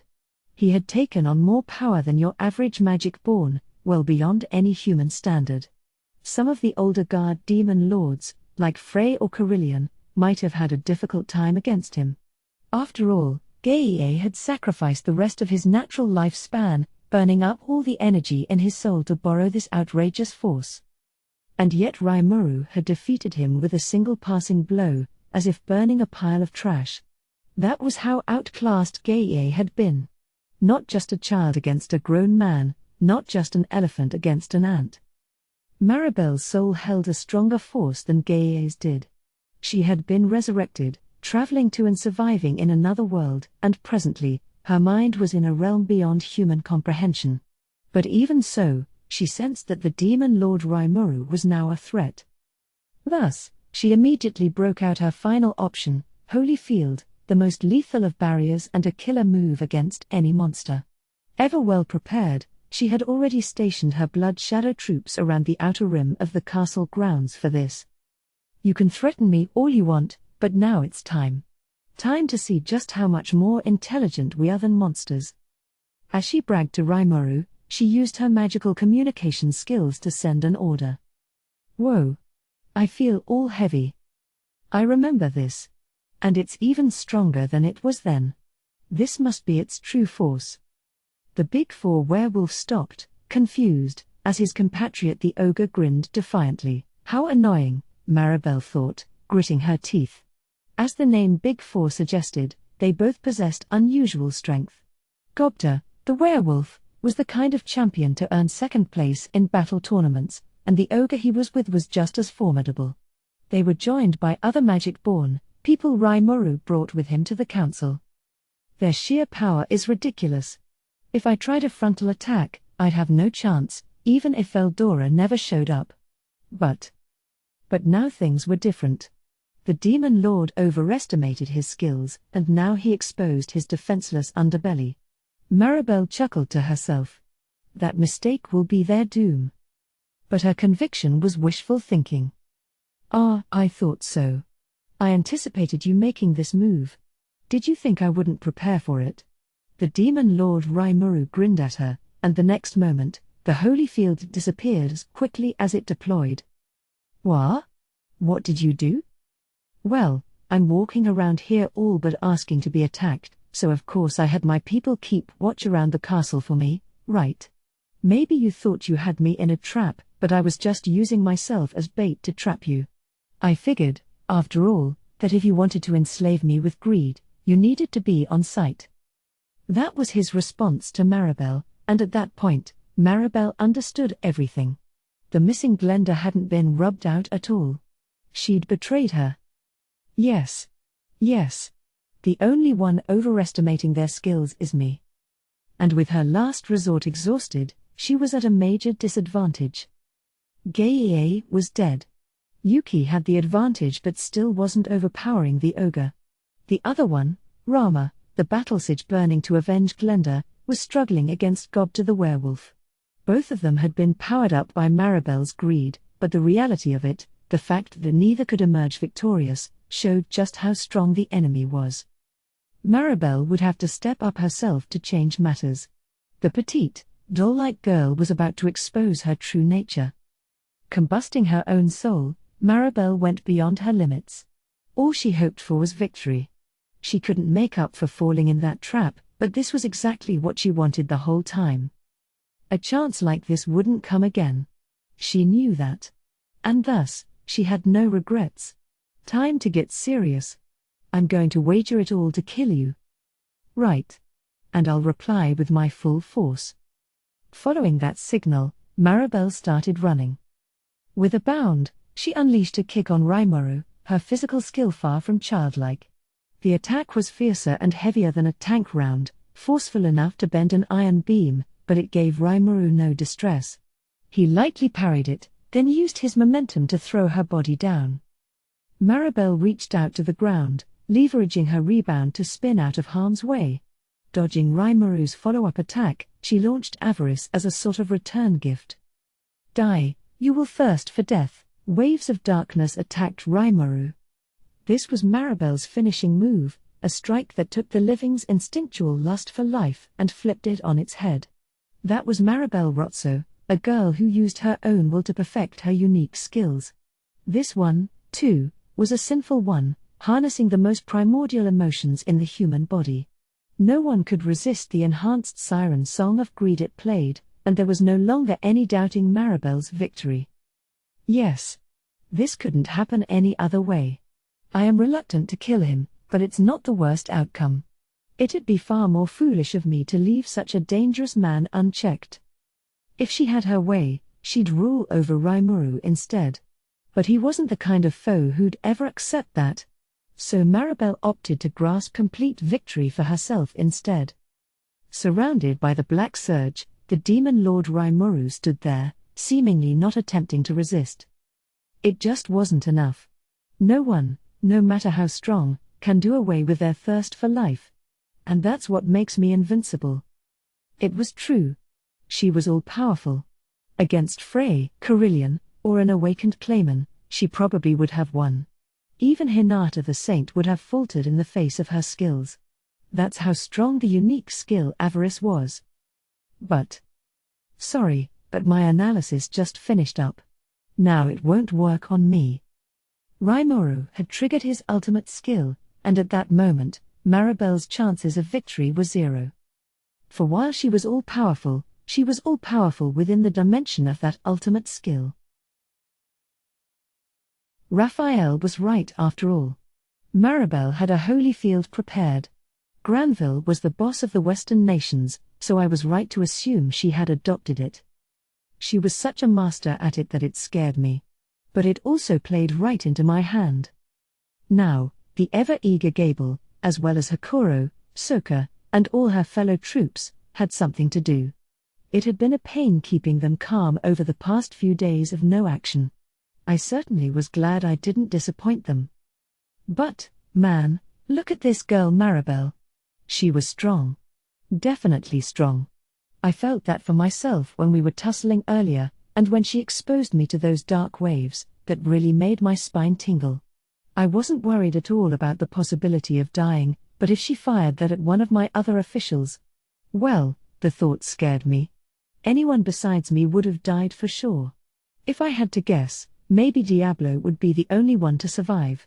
Well, maybe Shion, too, but anyone else from Benimaru on down wouldn't have a chance. Maybe it was time to train their spirits, their souls, a little more, I thought. Completing my analyze and assess like Raphael requested, I gave Maribel her final warning. Sorry, but my analysis just finished up. Now it won't work on me. I wasn't going to let her control other people, but if she was willing to retire to a quiet life and not bother anyone. Yes, even I knew I was going easy on her, but she looked like a 10-year-old girl. If I had to kill her, the guilt could have been gargantuan. So, it'd be nice if she could surrender for me. Of course, I guess I can coldly reason like this because I'm no longer human myself, but don't give me that. More. Give me more. Even if I consume everything I have, I'm going to seize victory. Unfortunately, my words failed to reach her. Our principles were never gonna mesh anyway. I was preparing for an ending like this. But now that it was really happening, I couldn't help but feel a twinge of sadness. Maribel flew into a crazed flurry of physical strikes. Regrettably, none of them affected me. Well, if we can't understand each other, so be it. All right. I'm going to make this painless for you. Feel free to stew on your loss inside of me. With that, I set off Beelzebub's all-consume. Or tried to. But just then, with a loud boom, I saw Shion get sent flying from the corner of my eye. Turning toward her, I realized that Yuki had just drilled a kick into her, and despite her ultra-speed regeneration, she couldn't get back up to her feet. This was very unusual. Shion? Ah ha ha ha ha ha ha ha ha ha. Maniacal laughter drowned out my shouting. It came from both Maribel and Yuki, as if harmonizing with her. Well done. Well done, indeed. I underrated you, Demon Lord Rimuru. I underestimated you. I had no idea you were this kind of monster. That's true. I didn't think you could win against Maribel. But I can't have you forgetting that I'm right here, okay? Yuki, fresh from besting Shion, stood before me. The black waves from Maribel were now crashing upon him, stronger than ever before. Understood. The subject Yuki Kagurazuka's power has just skyrocketed. The subject Maribel Rotso is apparently using the unique skill Avarice to transfer her power to him. How many cards does she have in her hand anyway? Now I got a deal with Yuki, too. I knew he was only under the influence of her avarice, so I wanted to subdue him if I could, not kill him. TCH. Don't hate me if I kill you. I'd say the same to you. With that exchange, he and I moved in sync. There was a flurry of kicks, sending both of us hurtling through the air. Something like this had happened before to me, but this time, we were both serious, and now we had these two rivaling powers clashed against each other. Yuki was stronger than I thought, certainly more of a physical specimen than Maribel. He fought Shion and pretty soundly beat her, so he had to be a phenom. I had no intention of going easy on him, but maybe it'd be tough to resolve this fight quickly. I thought over my options as I faced down Yuki, then I spotted Maribel moving around a bit, trying to catch me unawares. Oh. That's bad, but I got my hands full with Yuki right now. Turning her back to us, Maribel began fleeing toward the middle of the crypt. I wanted to pursue her, but Yuki stopped me. Ah well. Not like Maribel can escape.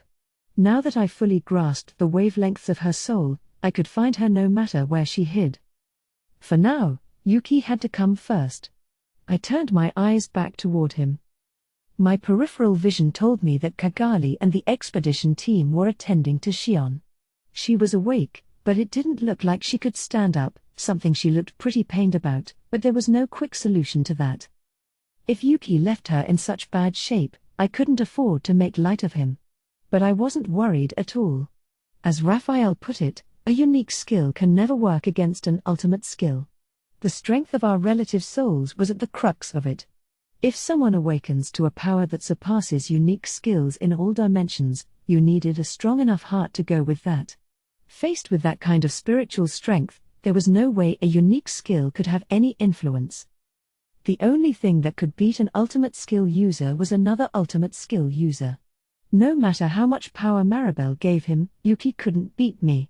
My victory was as good as assured, but the next moment, my confidence was thoroughly crushed. All right. Time to get real. With that, Yuki unleashed a right roundhouse kick. It was just the same as before, and I easily blocked it with my left arm.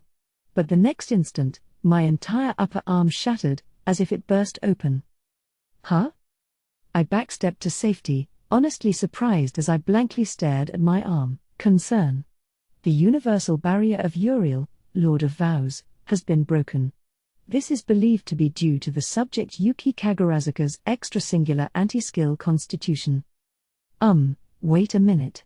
So my absolute defense doesn't work on him? In fact, is he pretty much nullifying all my attacks right now? Affirmative. Anti-skill is a spiritual body constitution that suppresses magic and skills. It is likely that only Holy Blade skills and certain other arts will be effective against him. So something like Melt Slash could work? This wasn't a joke any longer. He seriously managed to break down my ultimate skill. I'd never be able to comprehend all the details behind that, but his constitution was terrifying news to me. I thought you couldn't obtain unique skills or special stuff like that. That wasn't a lie. I did say that my physical abilities have developed beyond normal, didn't I?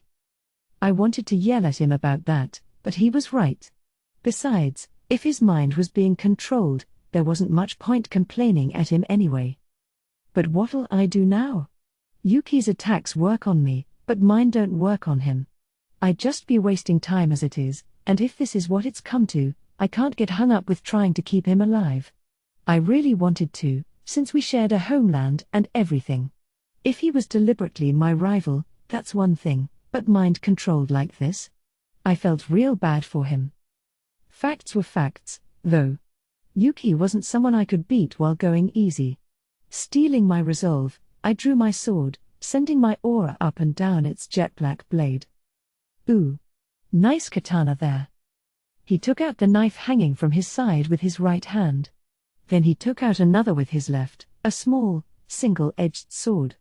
With these two blades, he held his hips down in an unusual stance, nothing I had seen before, maybe it was self-invented. Seeing him square up, it finally dawned on me. Losing my skills and magic worried me, but Yuki wasn't impervious to physical attack. Anti-skill constitution or not, if I cut him, he'd bleed. That's why some arts will work, huh? And in my case, my skills even affected my punching, which is why that didn't do much. Would it be more effective if I didn't enhance them with my aura? Negative. A correct answer cannot be determined due to lack of information. Roger that. Let's just try it, then. Planting my feet on the ground, I slashed at Yuki. He blocked it with a sword in his left hand, his physical skill letting him easily match my speed. But I had experience trading blows with Hinata, which helped both my sword skills and my confidence. Staying calm, I looked ahead 2 or 3 strikes.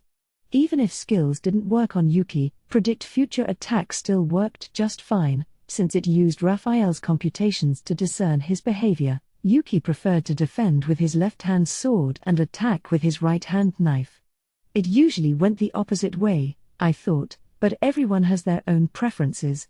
Both of his weapons were made from purified magisteel, metallurgically evolving for vast power gains. Even among unique weapons, they were in a class of their own, maybe even legend class, in fact. Those were a threat, but then I made an unexpected discovery. Report. Anti-skill is not applied to weapons. Whoa. So using weapons actually weakens Yuki. That little tidbit doesn't mean much for anyone besides me, but to Yuki, that's a real blind spot. If these were just regular old attacks, absolute defense gave me nothing to fear. I decided to risk Yuki getting a hit on me. Haha. Dropping your guard, Raimoru. Pretending to lose my balance after a parried katana strike, I left myself open to him. Yuki thrust with his knife, as if it was attracted by a magnet. There was some special feature to it that let it expand and contract, which messed with my sense of distance. To Yuki, it probably felt like a surprise attack, expertly tossed into my single moment of vulnerability, but I planned the whole thing. The knife was aimed squarely at my heart, but then I stopped it. I touched it to make sure. Turned out it contained a special poison that would affect my nervous system. If he really stabbed me with it, even I would have taken damage, but that was just pointless theorizing now. Well, too bad for you. It hurts more when you punch me, you know. No way. This is insane. Yuki's eyes widened. But I had no obligation to listen to his complaints. Instead, I mercilessly unleashed a new sword strike, one I had just finished developing. It was called Stormbreak, a combination magic and art move inspired by Hinata's Melt Slash. The magic in question was storm magic, as provided by the skill Veldora, Lord of the Storm. Veldora's magic was scarier for its secondary damage than its primary. Once it opened up a wound, the destruction would begin from there, eventually breaking down your entire body. Stormbreak was the same way, a sure kill art that ate into its target's life force. Thanks to his unique constitution, however, the strike I landed on him didn't trigger that effect. There was now a large gash across his chest, but it still wasn't a lethal blow. NGH. With a groan, Yuki glared at me. I tried to look into his inner thoughts, but a black mist blocked me from seeing anything. Maribel's desires had fully infected him.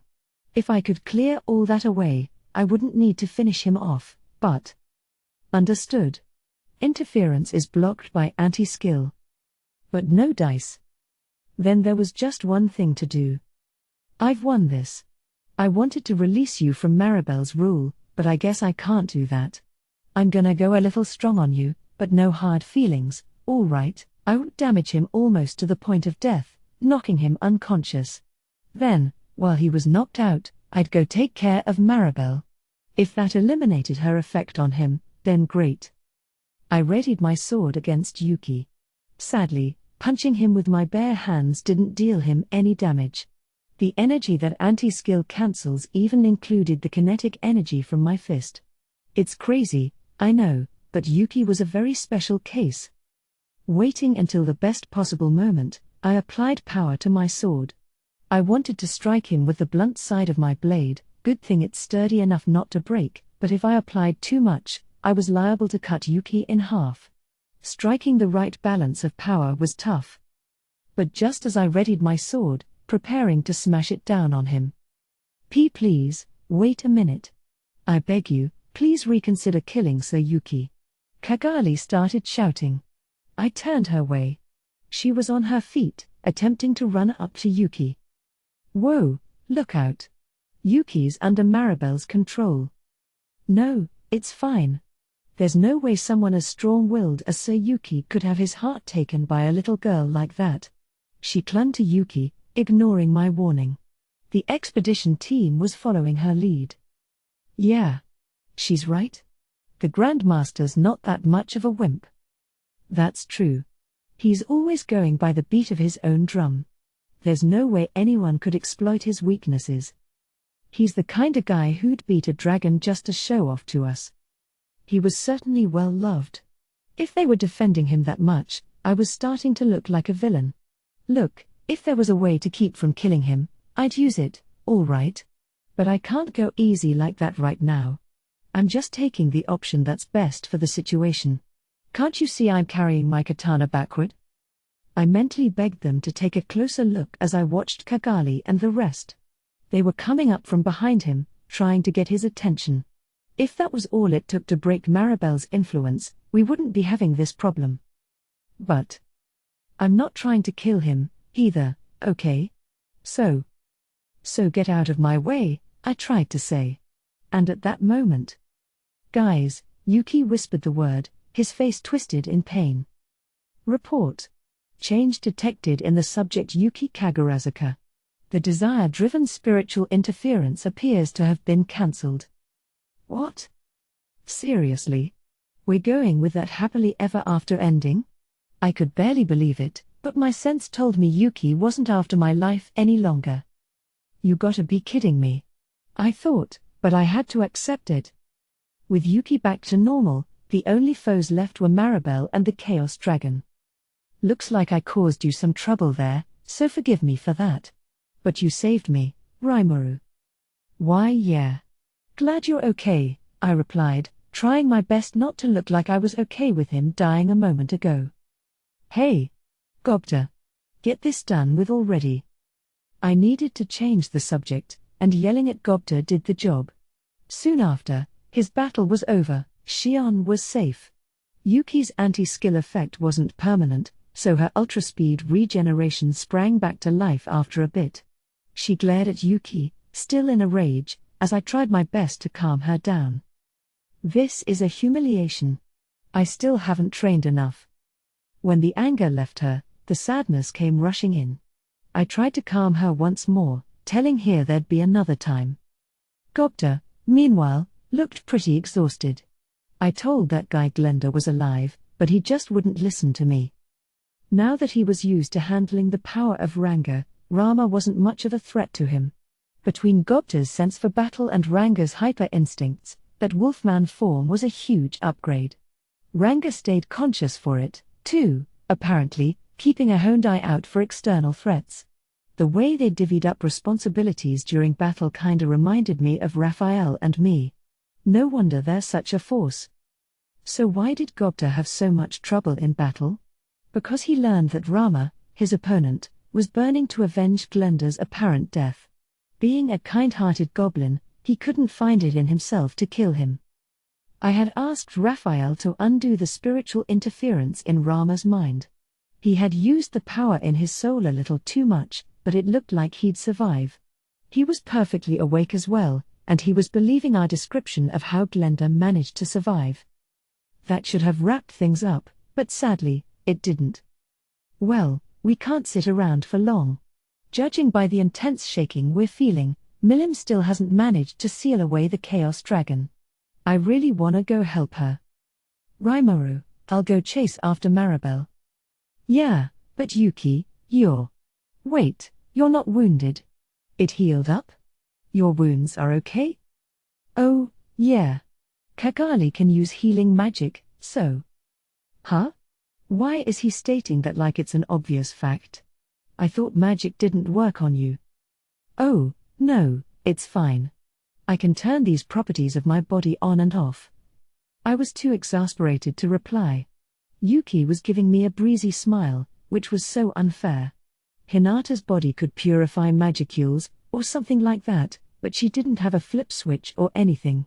And anti-skill was way more powerful than that. He could control it with that much precision? It just seemed so unfair. But well. I needed to address his offer. You can beat her?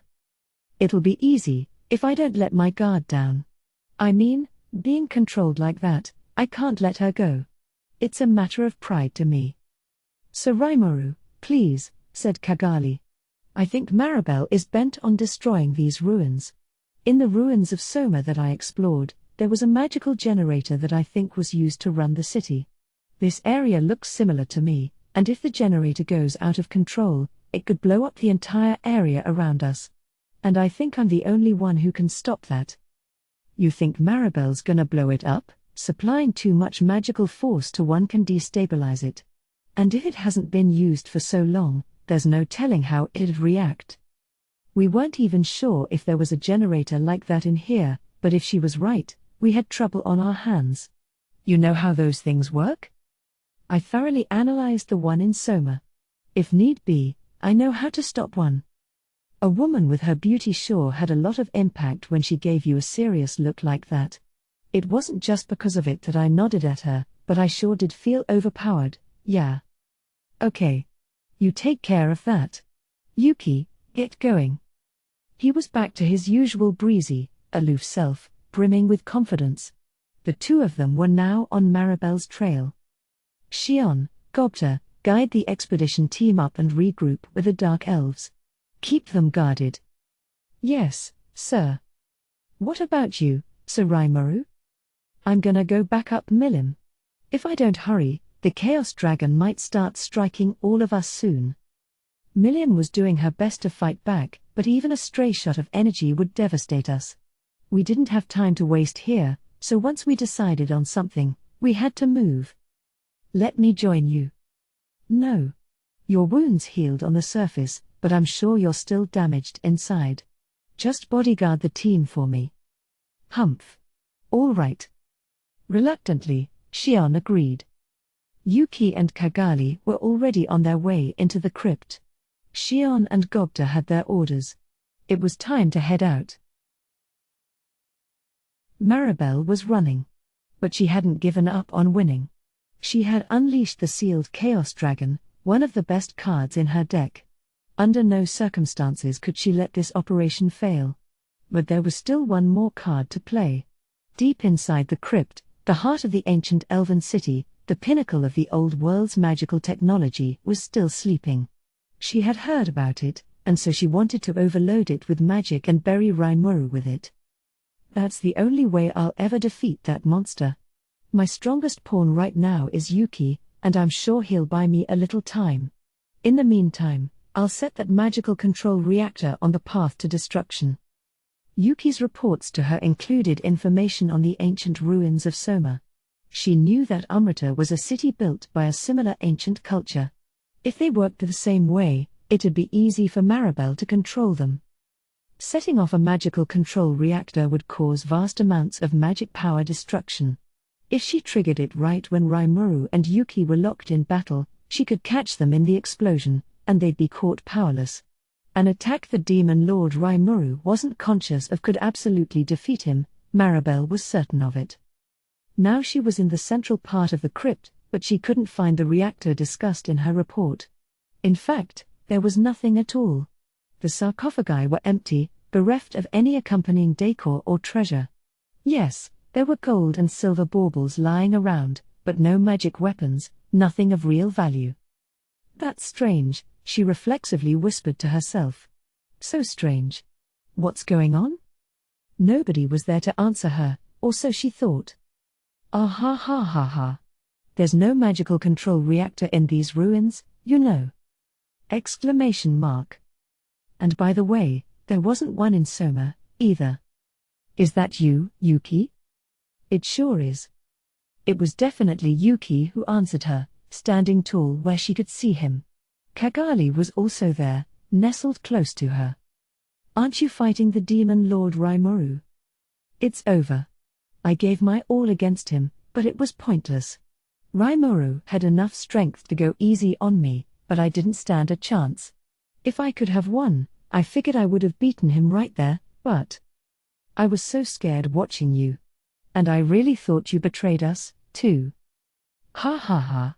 Sorry. I figured it'd be more believable if I didn't let you in on it. Besides, I always believed you'd understand my intentions. Well, all right. Everything worked out fine, at least. If this is what you wanted, I've got nothing to complain about. Yuki and Kagali were thoroughly enjoying themselves. Seeing them carry on, Maribel finally realized. Yuki tricked her. That's a lie. It must be a lie. But, Yuki, did you break my force? It seemed impossible to her, but it was a reality Maribel had to accept. But when, and how, did Yuki manage to overcome the desires of her avarice? How did you do it? Curious. Just tell me, heh. All right. I will. Yuki gave Maribel a look of pity, then showed her. As she watched, his brisk, cloudless demeanor suddenly appeared to have a dark pall over it. No. That's a lie. A lie. Ah ha ha ha ha. Don't believe me? But it's the truth. I was pretending to be under your thrall from the beginning. What do you think? Pretty good performance, huh? Yuki laughed, having a blast down in the crypt. Maribel, on the other hand, looked ill. No. My desires. They harness your emotions, to give you power. Whispering to herself, she tried desperately to understand her situation. Yeah, your greed was something else.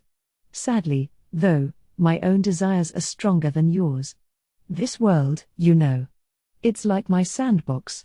And it's my dream to become king of it someday. I didn't even need anti-skill to keep your avarice from working on me. The smile stayed on Yuki's face. To Maribel, it was like having her death sentence read out. Don't count me out. I'm Maribel. Maribel the greedy. Someone like you isn't even a threat to me. She drummed up all the energy in her soul, hurling it straight at Yuki as she screamed. This was greed flare, a skill that transformed the power of her iron will into waves of physical destruction. It didn't work. Forget it already. You can't beat me. Yuki took her attack unguarded. The black waves dissipated like clouds around him. And at the next moment, grih. The edge of Yuki's hand shot straight into her heart, and that wasn't even the worst of it. Her force flowed out of her body as Yuki's own absorbed it all. Nghh. My power. You got that right. No. You can't do that. The light faded from Maribel's eyes, the power draining from the arms clutching at Yuki. If you were born into this world even 10 years earlier, you might have taken the whole thing over. You just weren't lucky this time. Your body was too young to fully control your skills, wasn't it? Maribel didn't respond. She glared at Yuki, frustration clouding her face, and then her soul flickered once, twice, before fading away. The one golden rule of this world had been upheld once more: the powerless always lose. You said it yourself, didn't you? You said I had too much ambition. Well, good night, Maribel. I'll take on that desire of yours. His words no longer reached her, and thus, Maribel, who lived in an era of near-constant upheaval, breathed her last. Leaving everyone else to Shion and my friends, I rushed over to help Milim. Right this minute, I was looking down on the Chaos Dragon. It was huge. Super huge. A good 300 feet or so in length, maybe. It made Charybdis look like a shrimp, and just beholding it drove the viewer to despair. The Chaos Dragon was now consuming the magicules around itself, growing bigger and bigger. I could see it raising entire mountains with a single spout of breath. It was violence personified. Even I had no chance against a monster like this. But Milim was different. Thanks to her super dreadnought level magicule stores, she had stopped the Chaos Dragon's advance. Sorry I'm late, Milim. Rimuru? It's about time. I've got a little problem here. This guy's actually my friend. I wanted to seal it away, but it's just not working. I think it's gonna cause some damage soon, but I can't bump off my own friend. She looked ready to cry.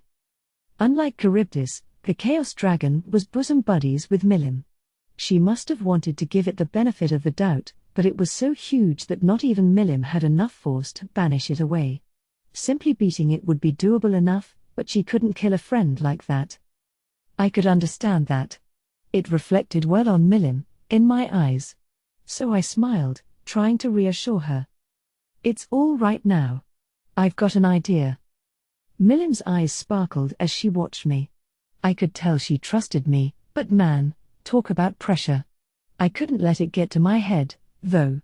Trying to look as confident as possible, I explained my strategy. Listen. No matter how big this guy is, there has to be a core in it. You can attack him accurately enough to leave that intact, right? I figured Milim could preserve the Chaos Dragon's soul while striking the rest of it, much as I did with Charybdis to save Phobio, its vessel. This soul would be protected by the dragon's astral and spiritual bodies, but those bodies were already corrupted and breaking apart, or actually, they were broken to start with, hence this hate-driven corruption. It was also smeared head to toe with Maribel's desire, and I couldn't extract it out of the guy. But its soul, though, the heart of Milim's best friend, still seemed to be working hard to me, shining as strong as always. But if it's this big, it'll take a lot power to stab into it. If I mess it up, I could blow away the whole thing. I taught you how to go easy, didn't I? Your friend's trying its very best for you right now. You have to be strong for it. I couldn't let her make excuses. Momentum was key. If she starts thinking, what if I mess this up? She'll fail at something she ought to succeed in. And I'll help you out, okay? Just follow my instructions and release all the magic force you've got. Yes, I told her I had a plan. I really didn't. I was just gonna rely on power here, Milim's power. But this wasn't the first time for me. I already saw it happen once, and it succeeded then. This was operating on an even huger scale, but the task before us was identical. All right. I believe in you, Rimuru. Okay. We got this. I faked as much confidence as I could. Really, it was breaking my heart, acting so bold like this. If it failed, I was deathly scared of the consequences, but I had no other bright ideas, and I was the only one who could pull this off. You're on, Raphael. Understood. Yes, my lord. I might be a pro at palming responsibility off, but for this moment, at least, I needed to perform. No mistakes would be allowed. I repeatedly told myself that this would go fine. This'll be easy, okay? It's the same thing over again. Do it, Milim. Right. Yeah, you're right. Here goes, my friend. May the shining of the stars burn into your eyes. Drago Buster. There was a flash, so bright that closing your eyes did nothing. The enormous swirl of power Milim released reached the Chaos Dragon, smashing against its ominous wall of force. Power struggled against power, and as I watched it, I searched for the source of the Chaos Dragon's strength, relying on Raphael's calculations to control Milim's torrential might. It was heavy. Incredibly heavy. I could tell it was draining my own magicule stores. But despite all the energy we poured into it, the Chaos Dragon was unscathed. This guy really was crazy. It was about to break my heart, but if I gave up now, this would all be for nothing. All my previous experience was for this exact moment. I truly believed that as I threw everything I had at it. Trying desperately to retain my peace of mind, I slowly brushed away the evil force that loomed around the Chaos Dragon's soul. In terms of time, it was less than a second, but the pressure made it seem like forever. I saw it. The Chaos Dragon's spotless heart, blinking there amid it all. But I couldn't let up yet. Even without the black mist of desire, even without the hateful evil, I still had the dragon's broken, polluted spiritual force waiting for me. Carefully, with pinpoint precision, I kept up my work. Then, out of nowhere, the black mist disappeared. Yuki defeated Maribel. Yes. We can do this. Hoping to seize victory, I set off Belzebut. Milim, we're finishing this now. Can you boost your output? You got it. Ra, Drago Nova. Heeding my instructions, Milim finally got serious. Feeling it all over again made me realize just how amazing she was. How could she turn the spigot any farther than that? The way she engineered incredible feats of strength like that, I could really tell she was on another level from the rest of us. But watch out. Now's no time to stare at her, all amazed. Okay, Chaos Dragon. I'm gonna stop the pain for you. Now for the final touch. Timing was going to be key here.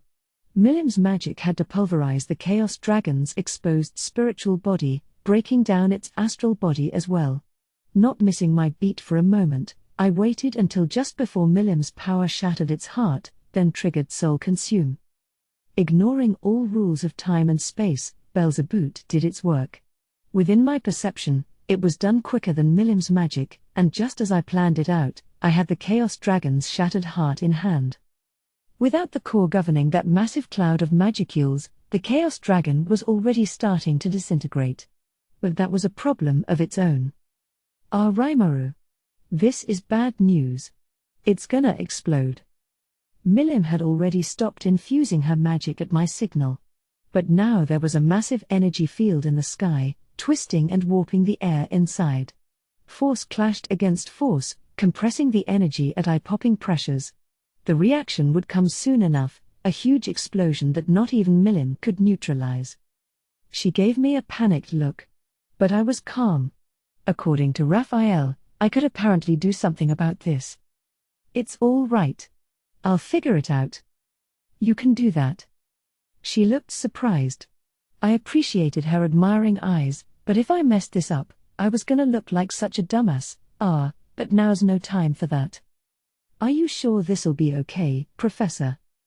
I couldn't help but ask. Affirmative. It is not a problem. Just as businesslike as ever. That seemed so reckless but kind of reassuring in a way. With a smile, I looked at what used to be the Chaos Dragon. It was already just a shell at this point. No need to hold back. Gobble it up, Belzebut. Could it really consume such a vast blob of energy? My worries were instantly quelled by the fury of Belzebut's appetite, astounding me beyond imagination as it swallowed every bit up like a midnight snack. Is it over? Milim asked. No, not yet. We gotta do something about your friend here. Huh? You will? Sure. I brought this along for times like these. Not really. But let's roll with it. I took out a pseudo-soul. Question mark. No time to spell it out for the confused Milim. I focused on myself. Theoretically, this was possible. In fact, Raphael guaranteed it. I just had to believe in it. Boldly, I did my work, trusting it was guaranteed to succeed. I picked up all the pieces of the shattered heart, then absorbed them into the pseudo-soul. Soul Consume patched all the pieces into a single unit for me, so it went easier than I expected. The issue was what came after that. Can a core like this be housed in a pseudo-soul? There was no reaction. I began to sweat. Staying calm on the surface, I frantically tried to brainstorm a solution. What should I do at a time like this? My brain finally settled on something I saw on TV dramas a lot. Milim. Did this Chaos Dragon have a name or anything? A name? Nothing like that, no. No? Crap. But calm down. There has to be another way. Gaia. I wanted to call it that someday. This creature's name is Gaia. Oh, it does have one. I breathed a sigh of relief and softly called Gaia's name. What a nice name that is. So your name's Gaia, huh? Hey, shouldn't you open your eyes before your friend starts crying? The pseudo-soul began to softly glow. We did it. The heart was in the soul. Now I wrapped the master core in Gaia's pseudo-soul. That completed its avatar core, and now my job was done. Time would take care of the rest, and once Gaia's heart was healed up, it would be revived in the shape of its choice. In Gaia's case, that shape would be its actual body, not some other vessel. It'd be a new monster, coming to life right before Milim's eyes. It worked, Milim. This is the new Gaia. It hasn't been born yet, so it's kind of like an egg right now. I presented the avatar core to her. Right. Right. I just knew leaving everything to you would work out. I trusted you, Rimuru. Thank you. Thank you. Glad to be of service. That, and I'm glad I didn't screw that up. But more than anything, seeing Milim's smile really did make me happy. Wanna head back? Everyone's probably worried for us. I need to tell 'em all what I did. Sure. Good thing Milim came along, though. I couldn't have done a thing against that guy alone. From far away, we saw the palace, along with our friends nervously watching us. They all looked okay, which was reassuring. That wrapped things up, then. I just wanted to go home and relax. A nice bath, followed by a cold beer. Basking in the joy welling out from me, I joined Milim as we went back down to regroup with our friends. Epilogue: The one who laughs last. Yuki had obtained Maribel's power. I really wish you'd talk to me about it first. Ha. I already explained why I didn't. That's why I was able to trick Maribel, you know. But do you realize how hard it was not to let my outside friends find out the truth? As Yuki fought Rimuru, Kagali was forced to distract the expedition team so the secret behind Yuki's powers didn't come out. Any strange activity on her part ran the risk of attracting Rimuru's attention. It was an ordeal for her. Yuki, meanwhile, didn't really care if people found out, so he didn't see it as a problem. Even if everyone knew he could cancel people's skills, it wasn't like someone could devise any kind of workaround against it. It was an ace in the hole for Yuki, yes, but it wasn't even one of his last resorts. Well, you know, I trusted in you. It worked out in the end, so can you maybe let me off the hook this time? You siphoned off Maribel's power, didn't you? Was that in your plans, too? Yeah, more or less. They say sinful unique skills are the most powerful ones out there, so I did have my sights on it. I heard avarice was driven by the size of your desires, and I figured it'd be pretty appropriate for me. You really are crazy sometimes. It's not that easy to take somebody's skill, you know that? I'm sure it's not. But avarice kinda chose me this time. I still couldn't win against Rimuru, but I'm sure you couldn't. He's so unfair like that. I know. But now I can pin all the negative stuff on Maribel. I've just been fully acquitted. I'm probably gonna have to mind my P's and Q's for a little while, but now I've got something else to look forward to, you could say. Right. No need to hurry things now. And it's so unnerving, how wary the Demon Lord is of the people around him. I can't say I liked everything about your plans, but I think I can appreciate them now.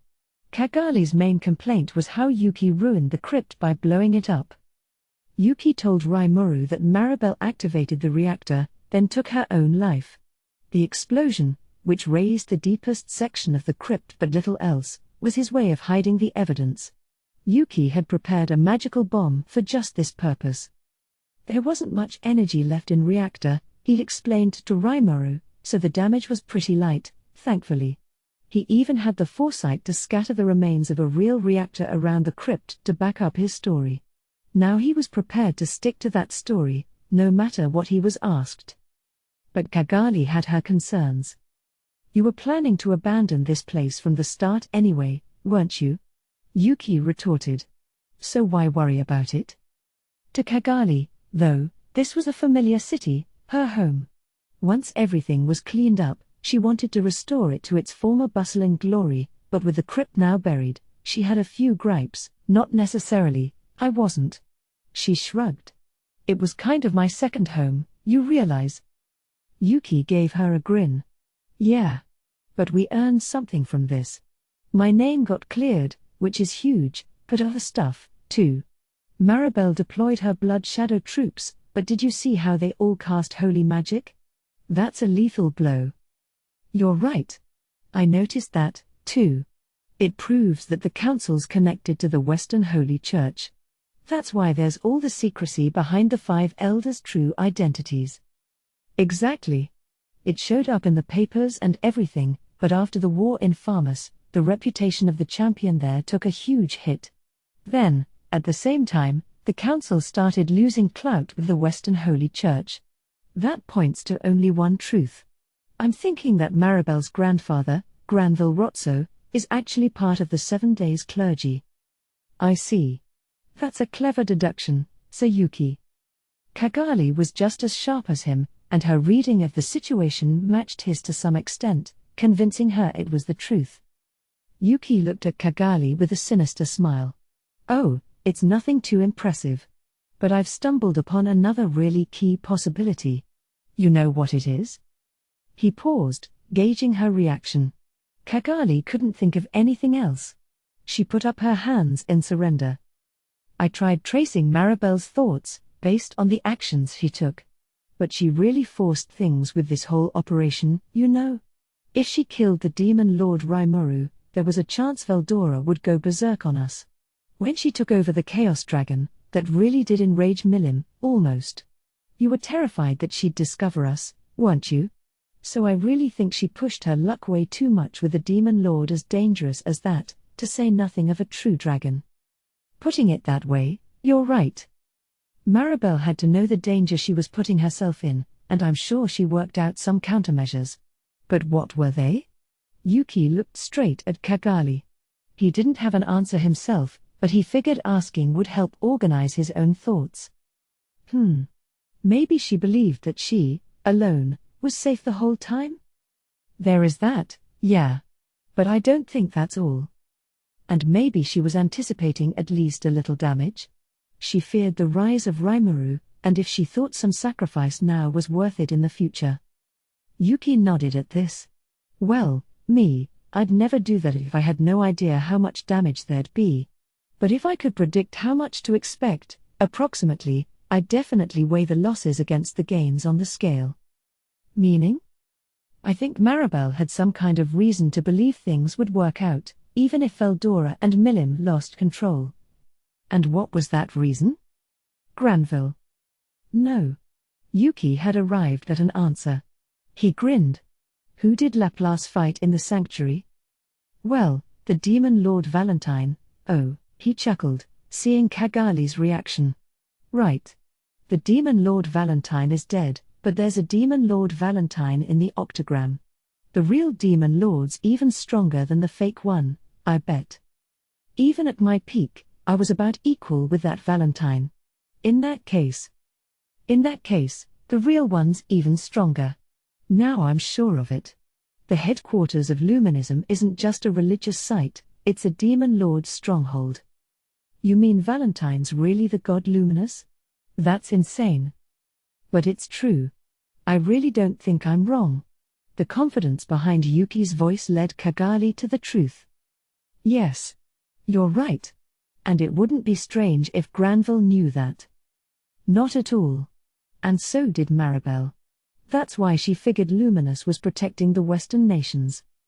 It all seemed to make sense. Kagali had to accept it. There wasn't any room for objection. Sounds like we'll need to rethink our strategy. Yeah. But I'm gonna have to move my base of operations to the east for a while anyway. He. You are a scary man. You say you're going to lie low, but it sounds like you'll be moving around a lot, aren't you? Well, sure. I'm gonna be king of this world, remember? I promised you I'd get a hold of it. That you did. He. I look forward to it. I really do. And I'm sure Clayman will be delighted, too. Yeah. So keep lending me a hand, okay? Yes, of course. And please don't betray me, either, Sayuki. Of course I won't. The world will be mine, and then we can all have a blast together. Yuki and Kagali looked at each other and smiled. The laughs continued on and on, two magic-born aiming to seize the world like it was a game to enjoy. Their aim was childlike, but they were serious about it. They wanted to conquer the world. The Chaos Dragon was gone. Milim's friend was saved. And now that I was back on the ground, I was shocked to find the bottom section of the ruins all caved in. According to Yuki, who was safe, the cornered Maribel blew herself up inside. She wanted to take all of us along with her, apparently, She really wanted to take me out that bad? That was just too much, in a way, but she was hostile to me, so I didn't know what else I could do. No point moping about it. After discussing matters with Kagali, we decided to restore the ruins back to their pristine condition. It would take time, but we planned to excavate the bottom portion as well. Eventually, we would display the artifacts we dug up and turn this palace into a museum. We wanted to make this into a tourist attraction, complete with a major train stop. That would take who knows how many years, of course, and we had a ton to do before then. Unless we negotiated a peace treaty with the Eastern Empire, at least, this whole area was a front line. Just because it was Milim's turf didn't make it a safe zone, necessarily. For now, at least, our plan was to work on restoring the site. Negotiations were continuing to go smoothly with the council. Several of the councillors got dismissed, though, which definitely affected its power as a legislative body. The Western Holy Church was gaining more power now, and Yuki, freed from Maribel's hold, was also making his presence more known. With things as they were, the council was seeking a new unifying force. That, of course, would be us, or to be more exact, me. Tempest had now become the biggest faction of the council. Yuki's Free Guild gave us a push along those lines, offering their public support of Tempest in exchange for financial backing. Hinata was working with us on this, too, in the name of stability among the Western nations. Thanks to that, we had now obtained a pretty hefty amount of influence in the region. Still, I'm glad Yuki's been cleared of everything. Now I can keep building up our alliance without any qualms. Negative. The doubts have now been confirmed. The subject Yuki Kagurazuka is definitely acting of his own free will. Huh? Wait, why didn't you say anything before? Understood. Because his motivations were simple and easily taken advantage of. Was that why? Oh. I see. So you were keeping quiet for my sake? This is all thanks to my carelessness, isn't it? For one moment there, I hesitated to kill Maribel. Considering what the future held now, I shouldn't have wavered. If I'm damaged, that wavering disappears, but if someone hasn't been that much of a bother to me, I couldn't help but think killing was going too far. Even with Gaye, I thought killing him overstepped my boundaries. My heart must have softened up with Maribel along those lines. So did you keep quiet because you assumed I couldn't kill Maribel? Affirmative. It was decided that it was necessary to do so. That's so selfish, or maybe not. Just as Raphael predicted, Yuki killed Maribel for me. And now he was resting on his laurels, assured that all the evidence was destroyed. I guess someone like that would be easy for Raphael to handle. I was in no position to complain, but I still found it incredibly frustrating. Making Raphael worry like that, just because I'm so unreliable. Negative. That is incorrect. I did not want my lord to feel any anxieties. Well, thank you. I wouldn't feel guilty this way, right? Yeah, I'm glad for that, but that's not gonna work for me. I need to face facts and decide things for myself. Otherwise, I'm a failure as Raphael's master. If I keep clinging to people like this, I'm never gonna grow and mature. So next time, report the whole truth to me, okay? I promise I'll accept it. Understood. As you wish. No matter what Yuki's scheming, I'm going to crush his ambitions. And I'm not alone. I have friends, partners I can rely on. Don't I? With Raphael, I can walk straight ahead, never making any mistakes. I'd really believed I could. And maybe, just a little, I thought I felt Raphael smile for me. Afterward. Good seeing you all again. This is Fuse. To tell the truth, I was actually planning on 0 afterward this volume. This was thanks to the page count ballooning to its biggest yet, after a successful diet last time. I'll never forget the resigned voice of Mr. I, my editor. But once we opened the lid, it turned out we had a few extra pages. They want me to fill around 6 of them in an afterword, they said. Like I've written before, when I pick up a novel at the bookstore, I read the summary blurb, then go straight to the afterword. I figure the afterword's a good way to see whether a book is engaging or not. Even for a series like this one, I always read from the afterword first. I've got this habit of seeing if there's any new info, or maybe a release date for the next volume, before I enjoy the book itself. That's why I think an afterword is really important, but when I'm writing one myself, things change fast. I mean, really. If I write about my private life, a lot of people won't care. If I write about the series, I'll end up talking about spoilers. I'm sure a lot of readers would prefer more story to more afterword. If you have any requests on things to talk about in here, please write the editors at GC Novels. You may just see that reflected in future volumes. So for now, I'd like to talk a bit about the series. Here's a little behind-the-scenes info on the gun that appears in this volume. I gave the full name of it in the text, the Walther P99, a real-life handgun. Glenda uses it in the story, but it's a semi-automatic pistol produced by the Walther Company in Germany. I was thinking about going with the Beretta M92 or PX4, but then people might confuse it with the character Beretta. After deliberating over my options, I picked the P99 in the end. The Walther P38 is pretty well known. In Japan, it's famous as the preferred pistol of that one master thief we all know and love. I thought I might follow that example but opted against it. I figured that, being a woman, Glenda would prefer a more compact firearm.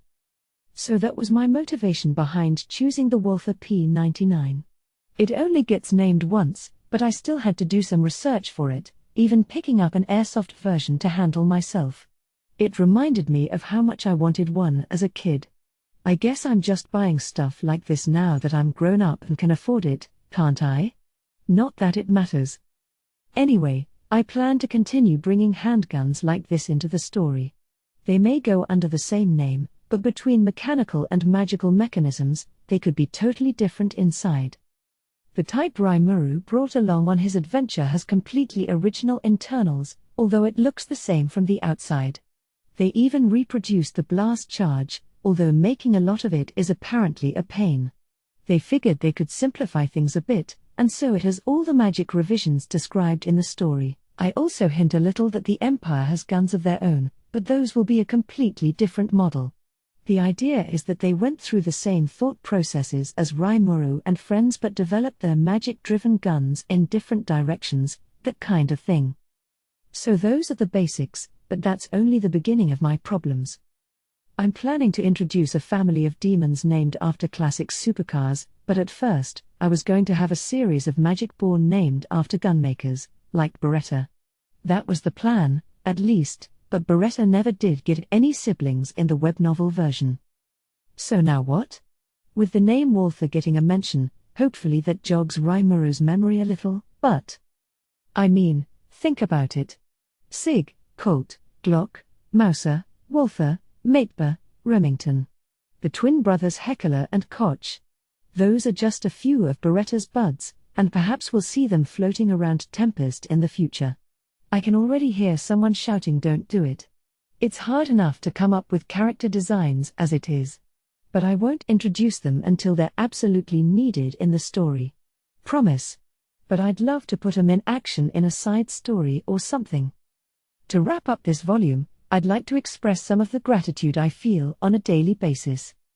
Thanks to Mr. I, my editor, who's always happy to speak with me. I troubled him with yet another page expansion this time, but he said this was all for the readers, and as the author, that's a relief to me. Our phone conversations are always a nice mental break for me, so let's keep this going. Thanks to Mitzvah for all the wonderful illustrations every volume. As mentioned, Maribel's design gave us a lot of trouble. Because of all that hard work, though, I think we've come up with a nice character.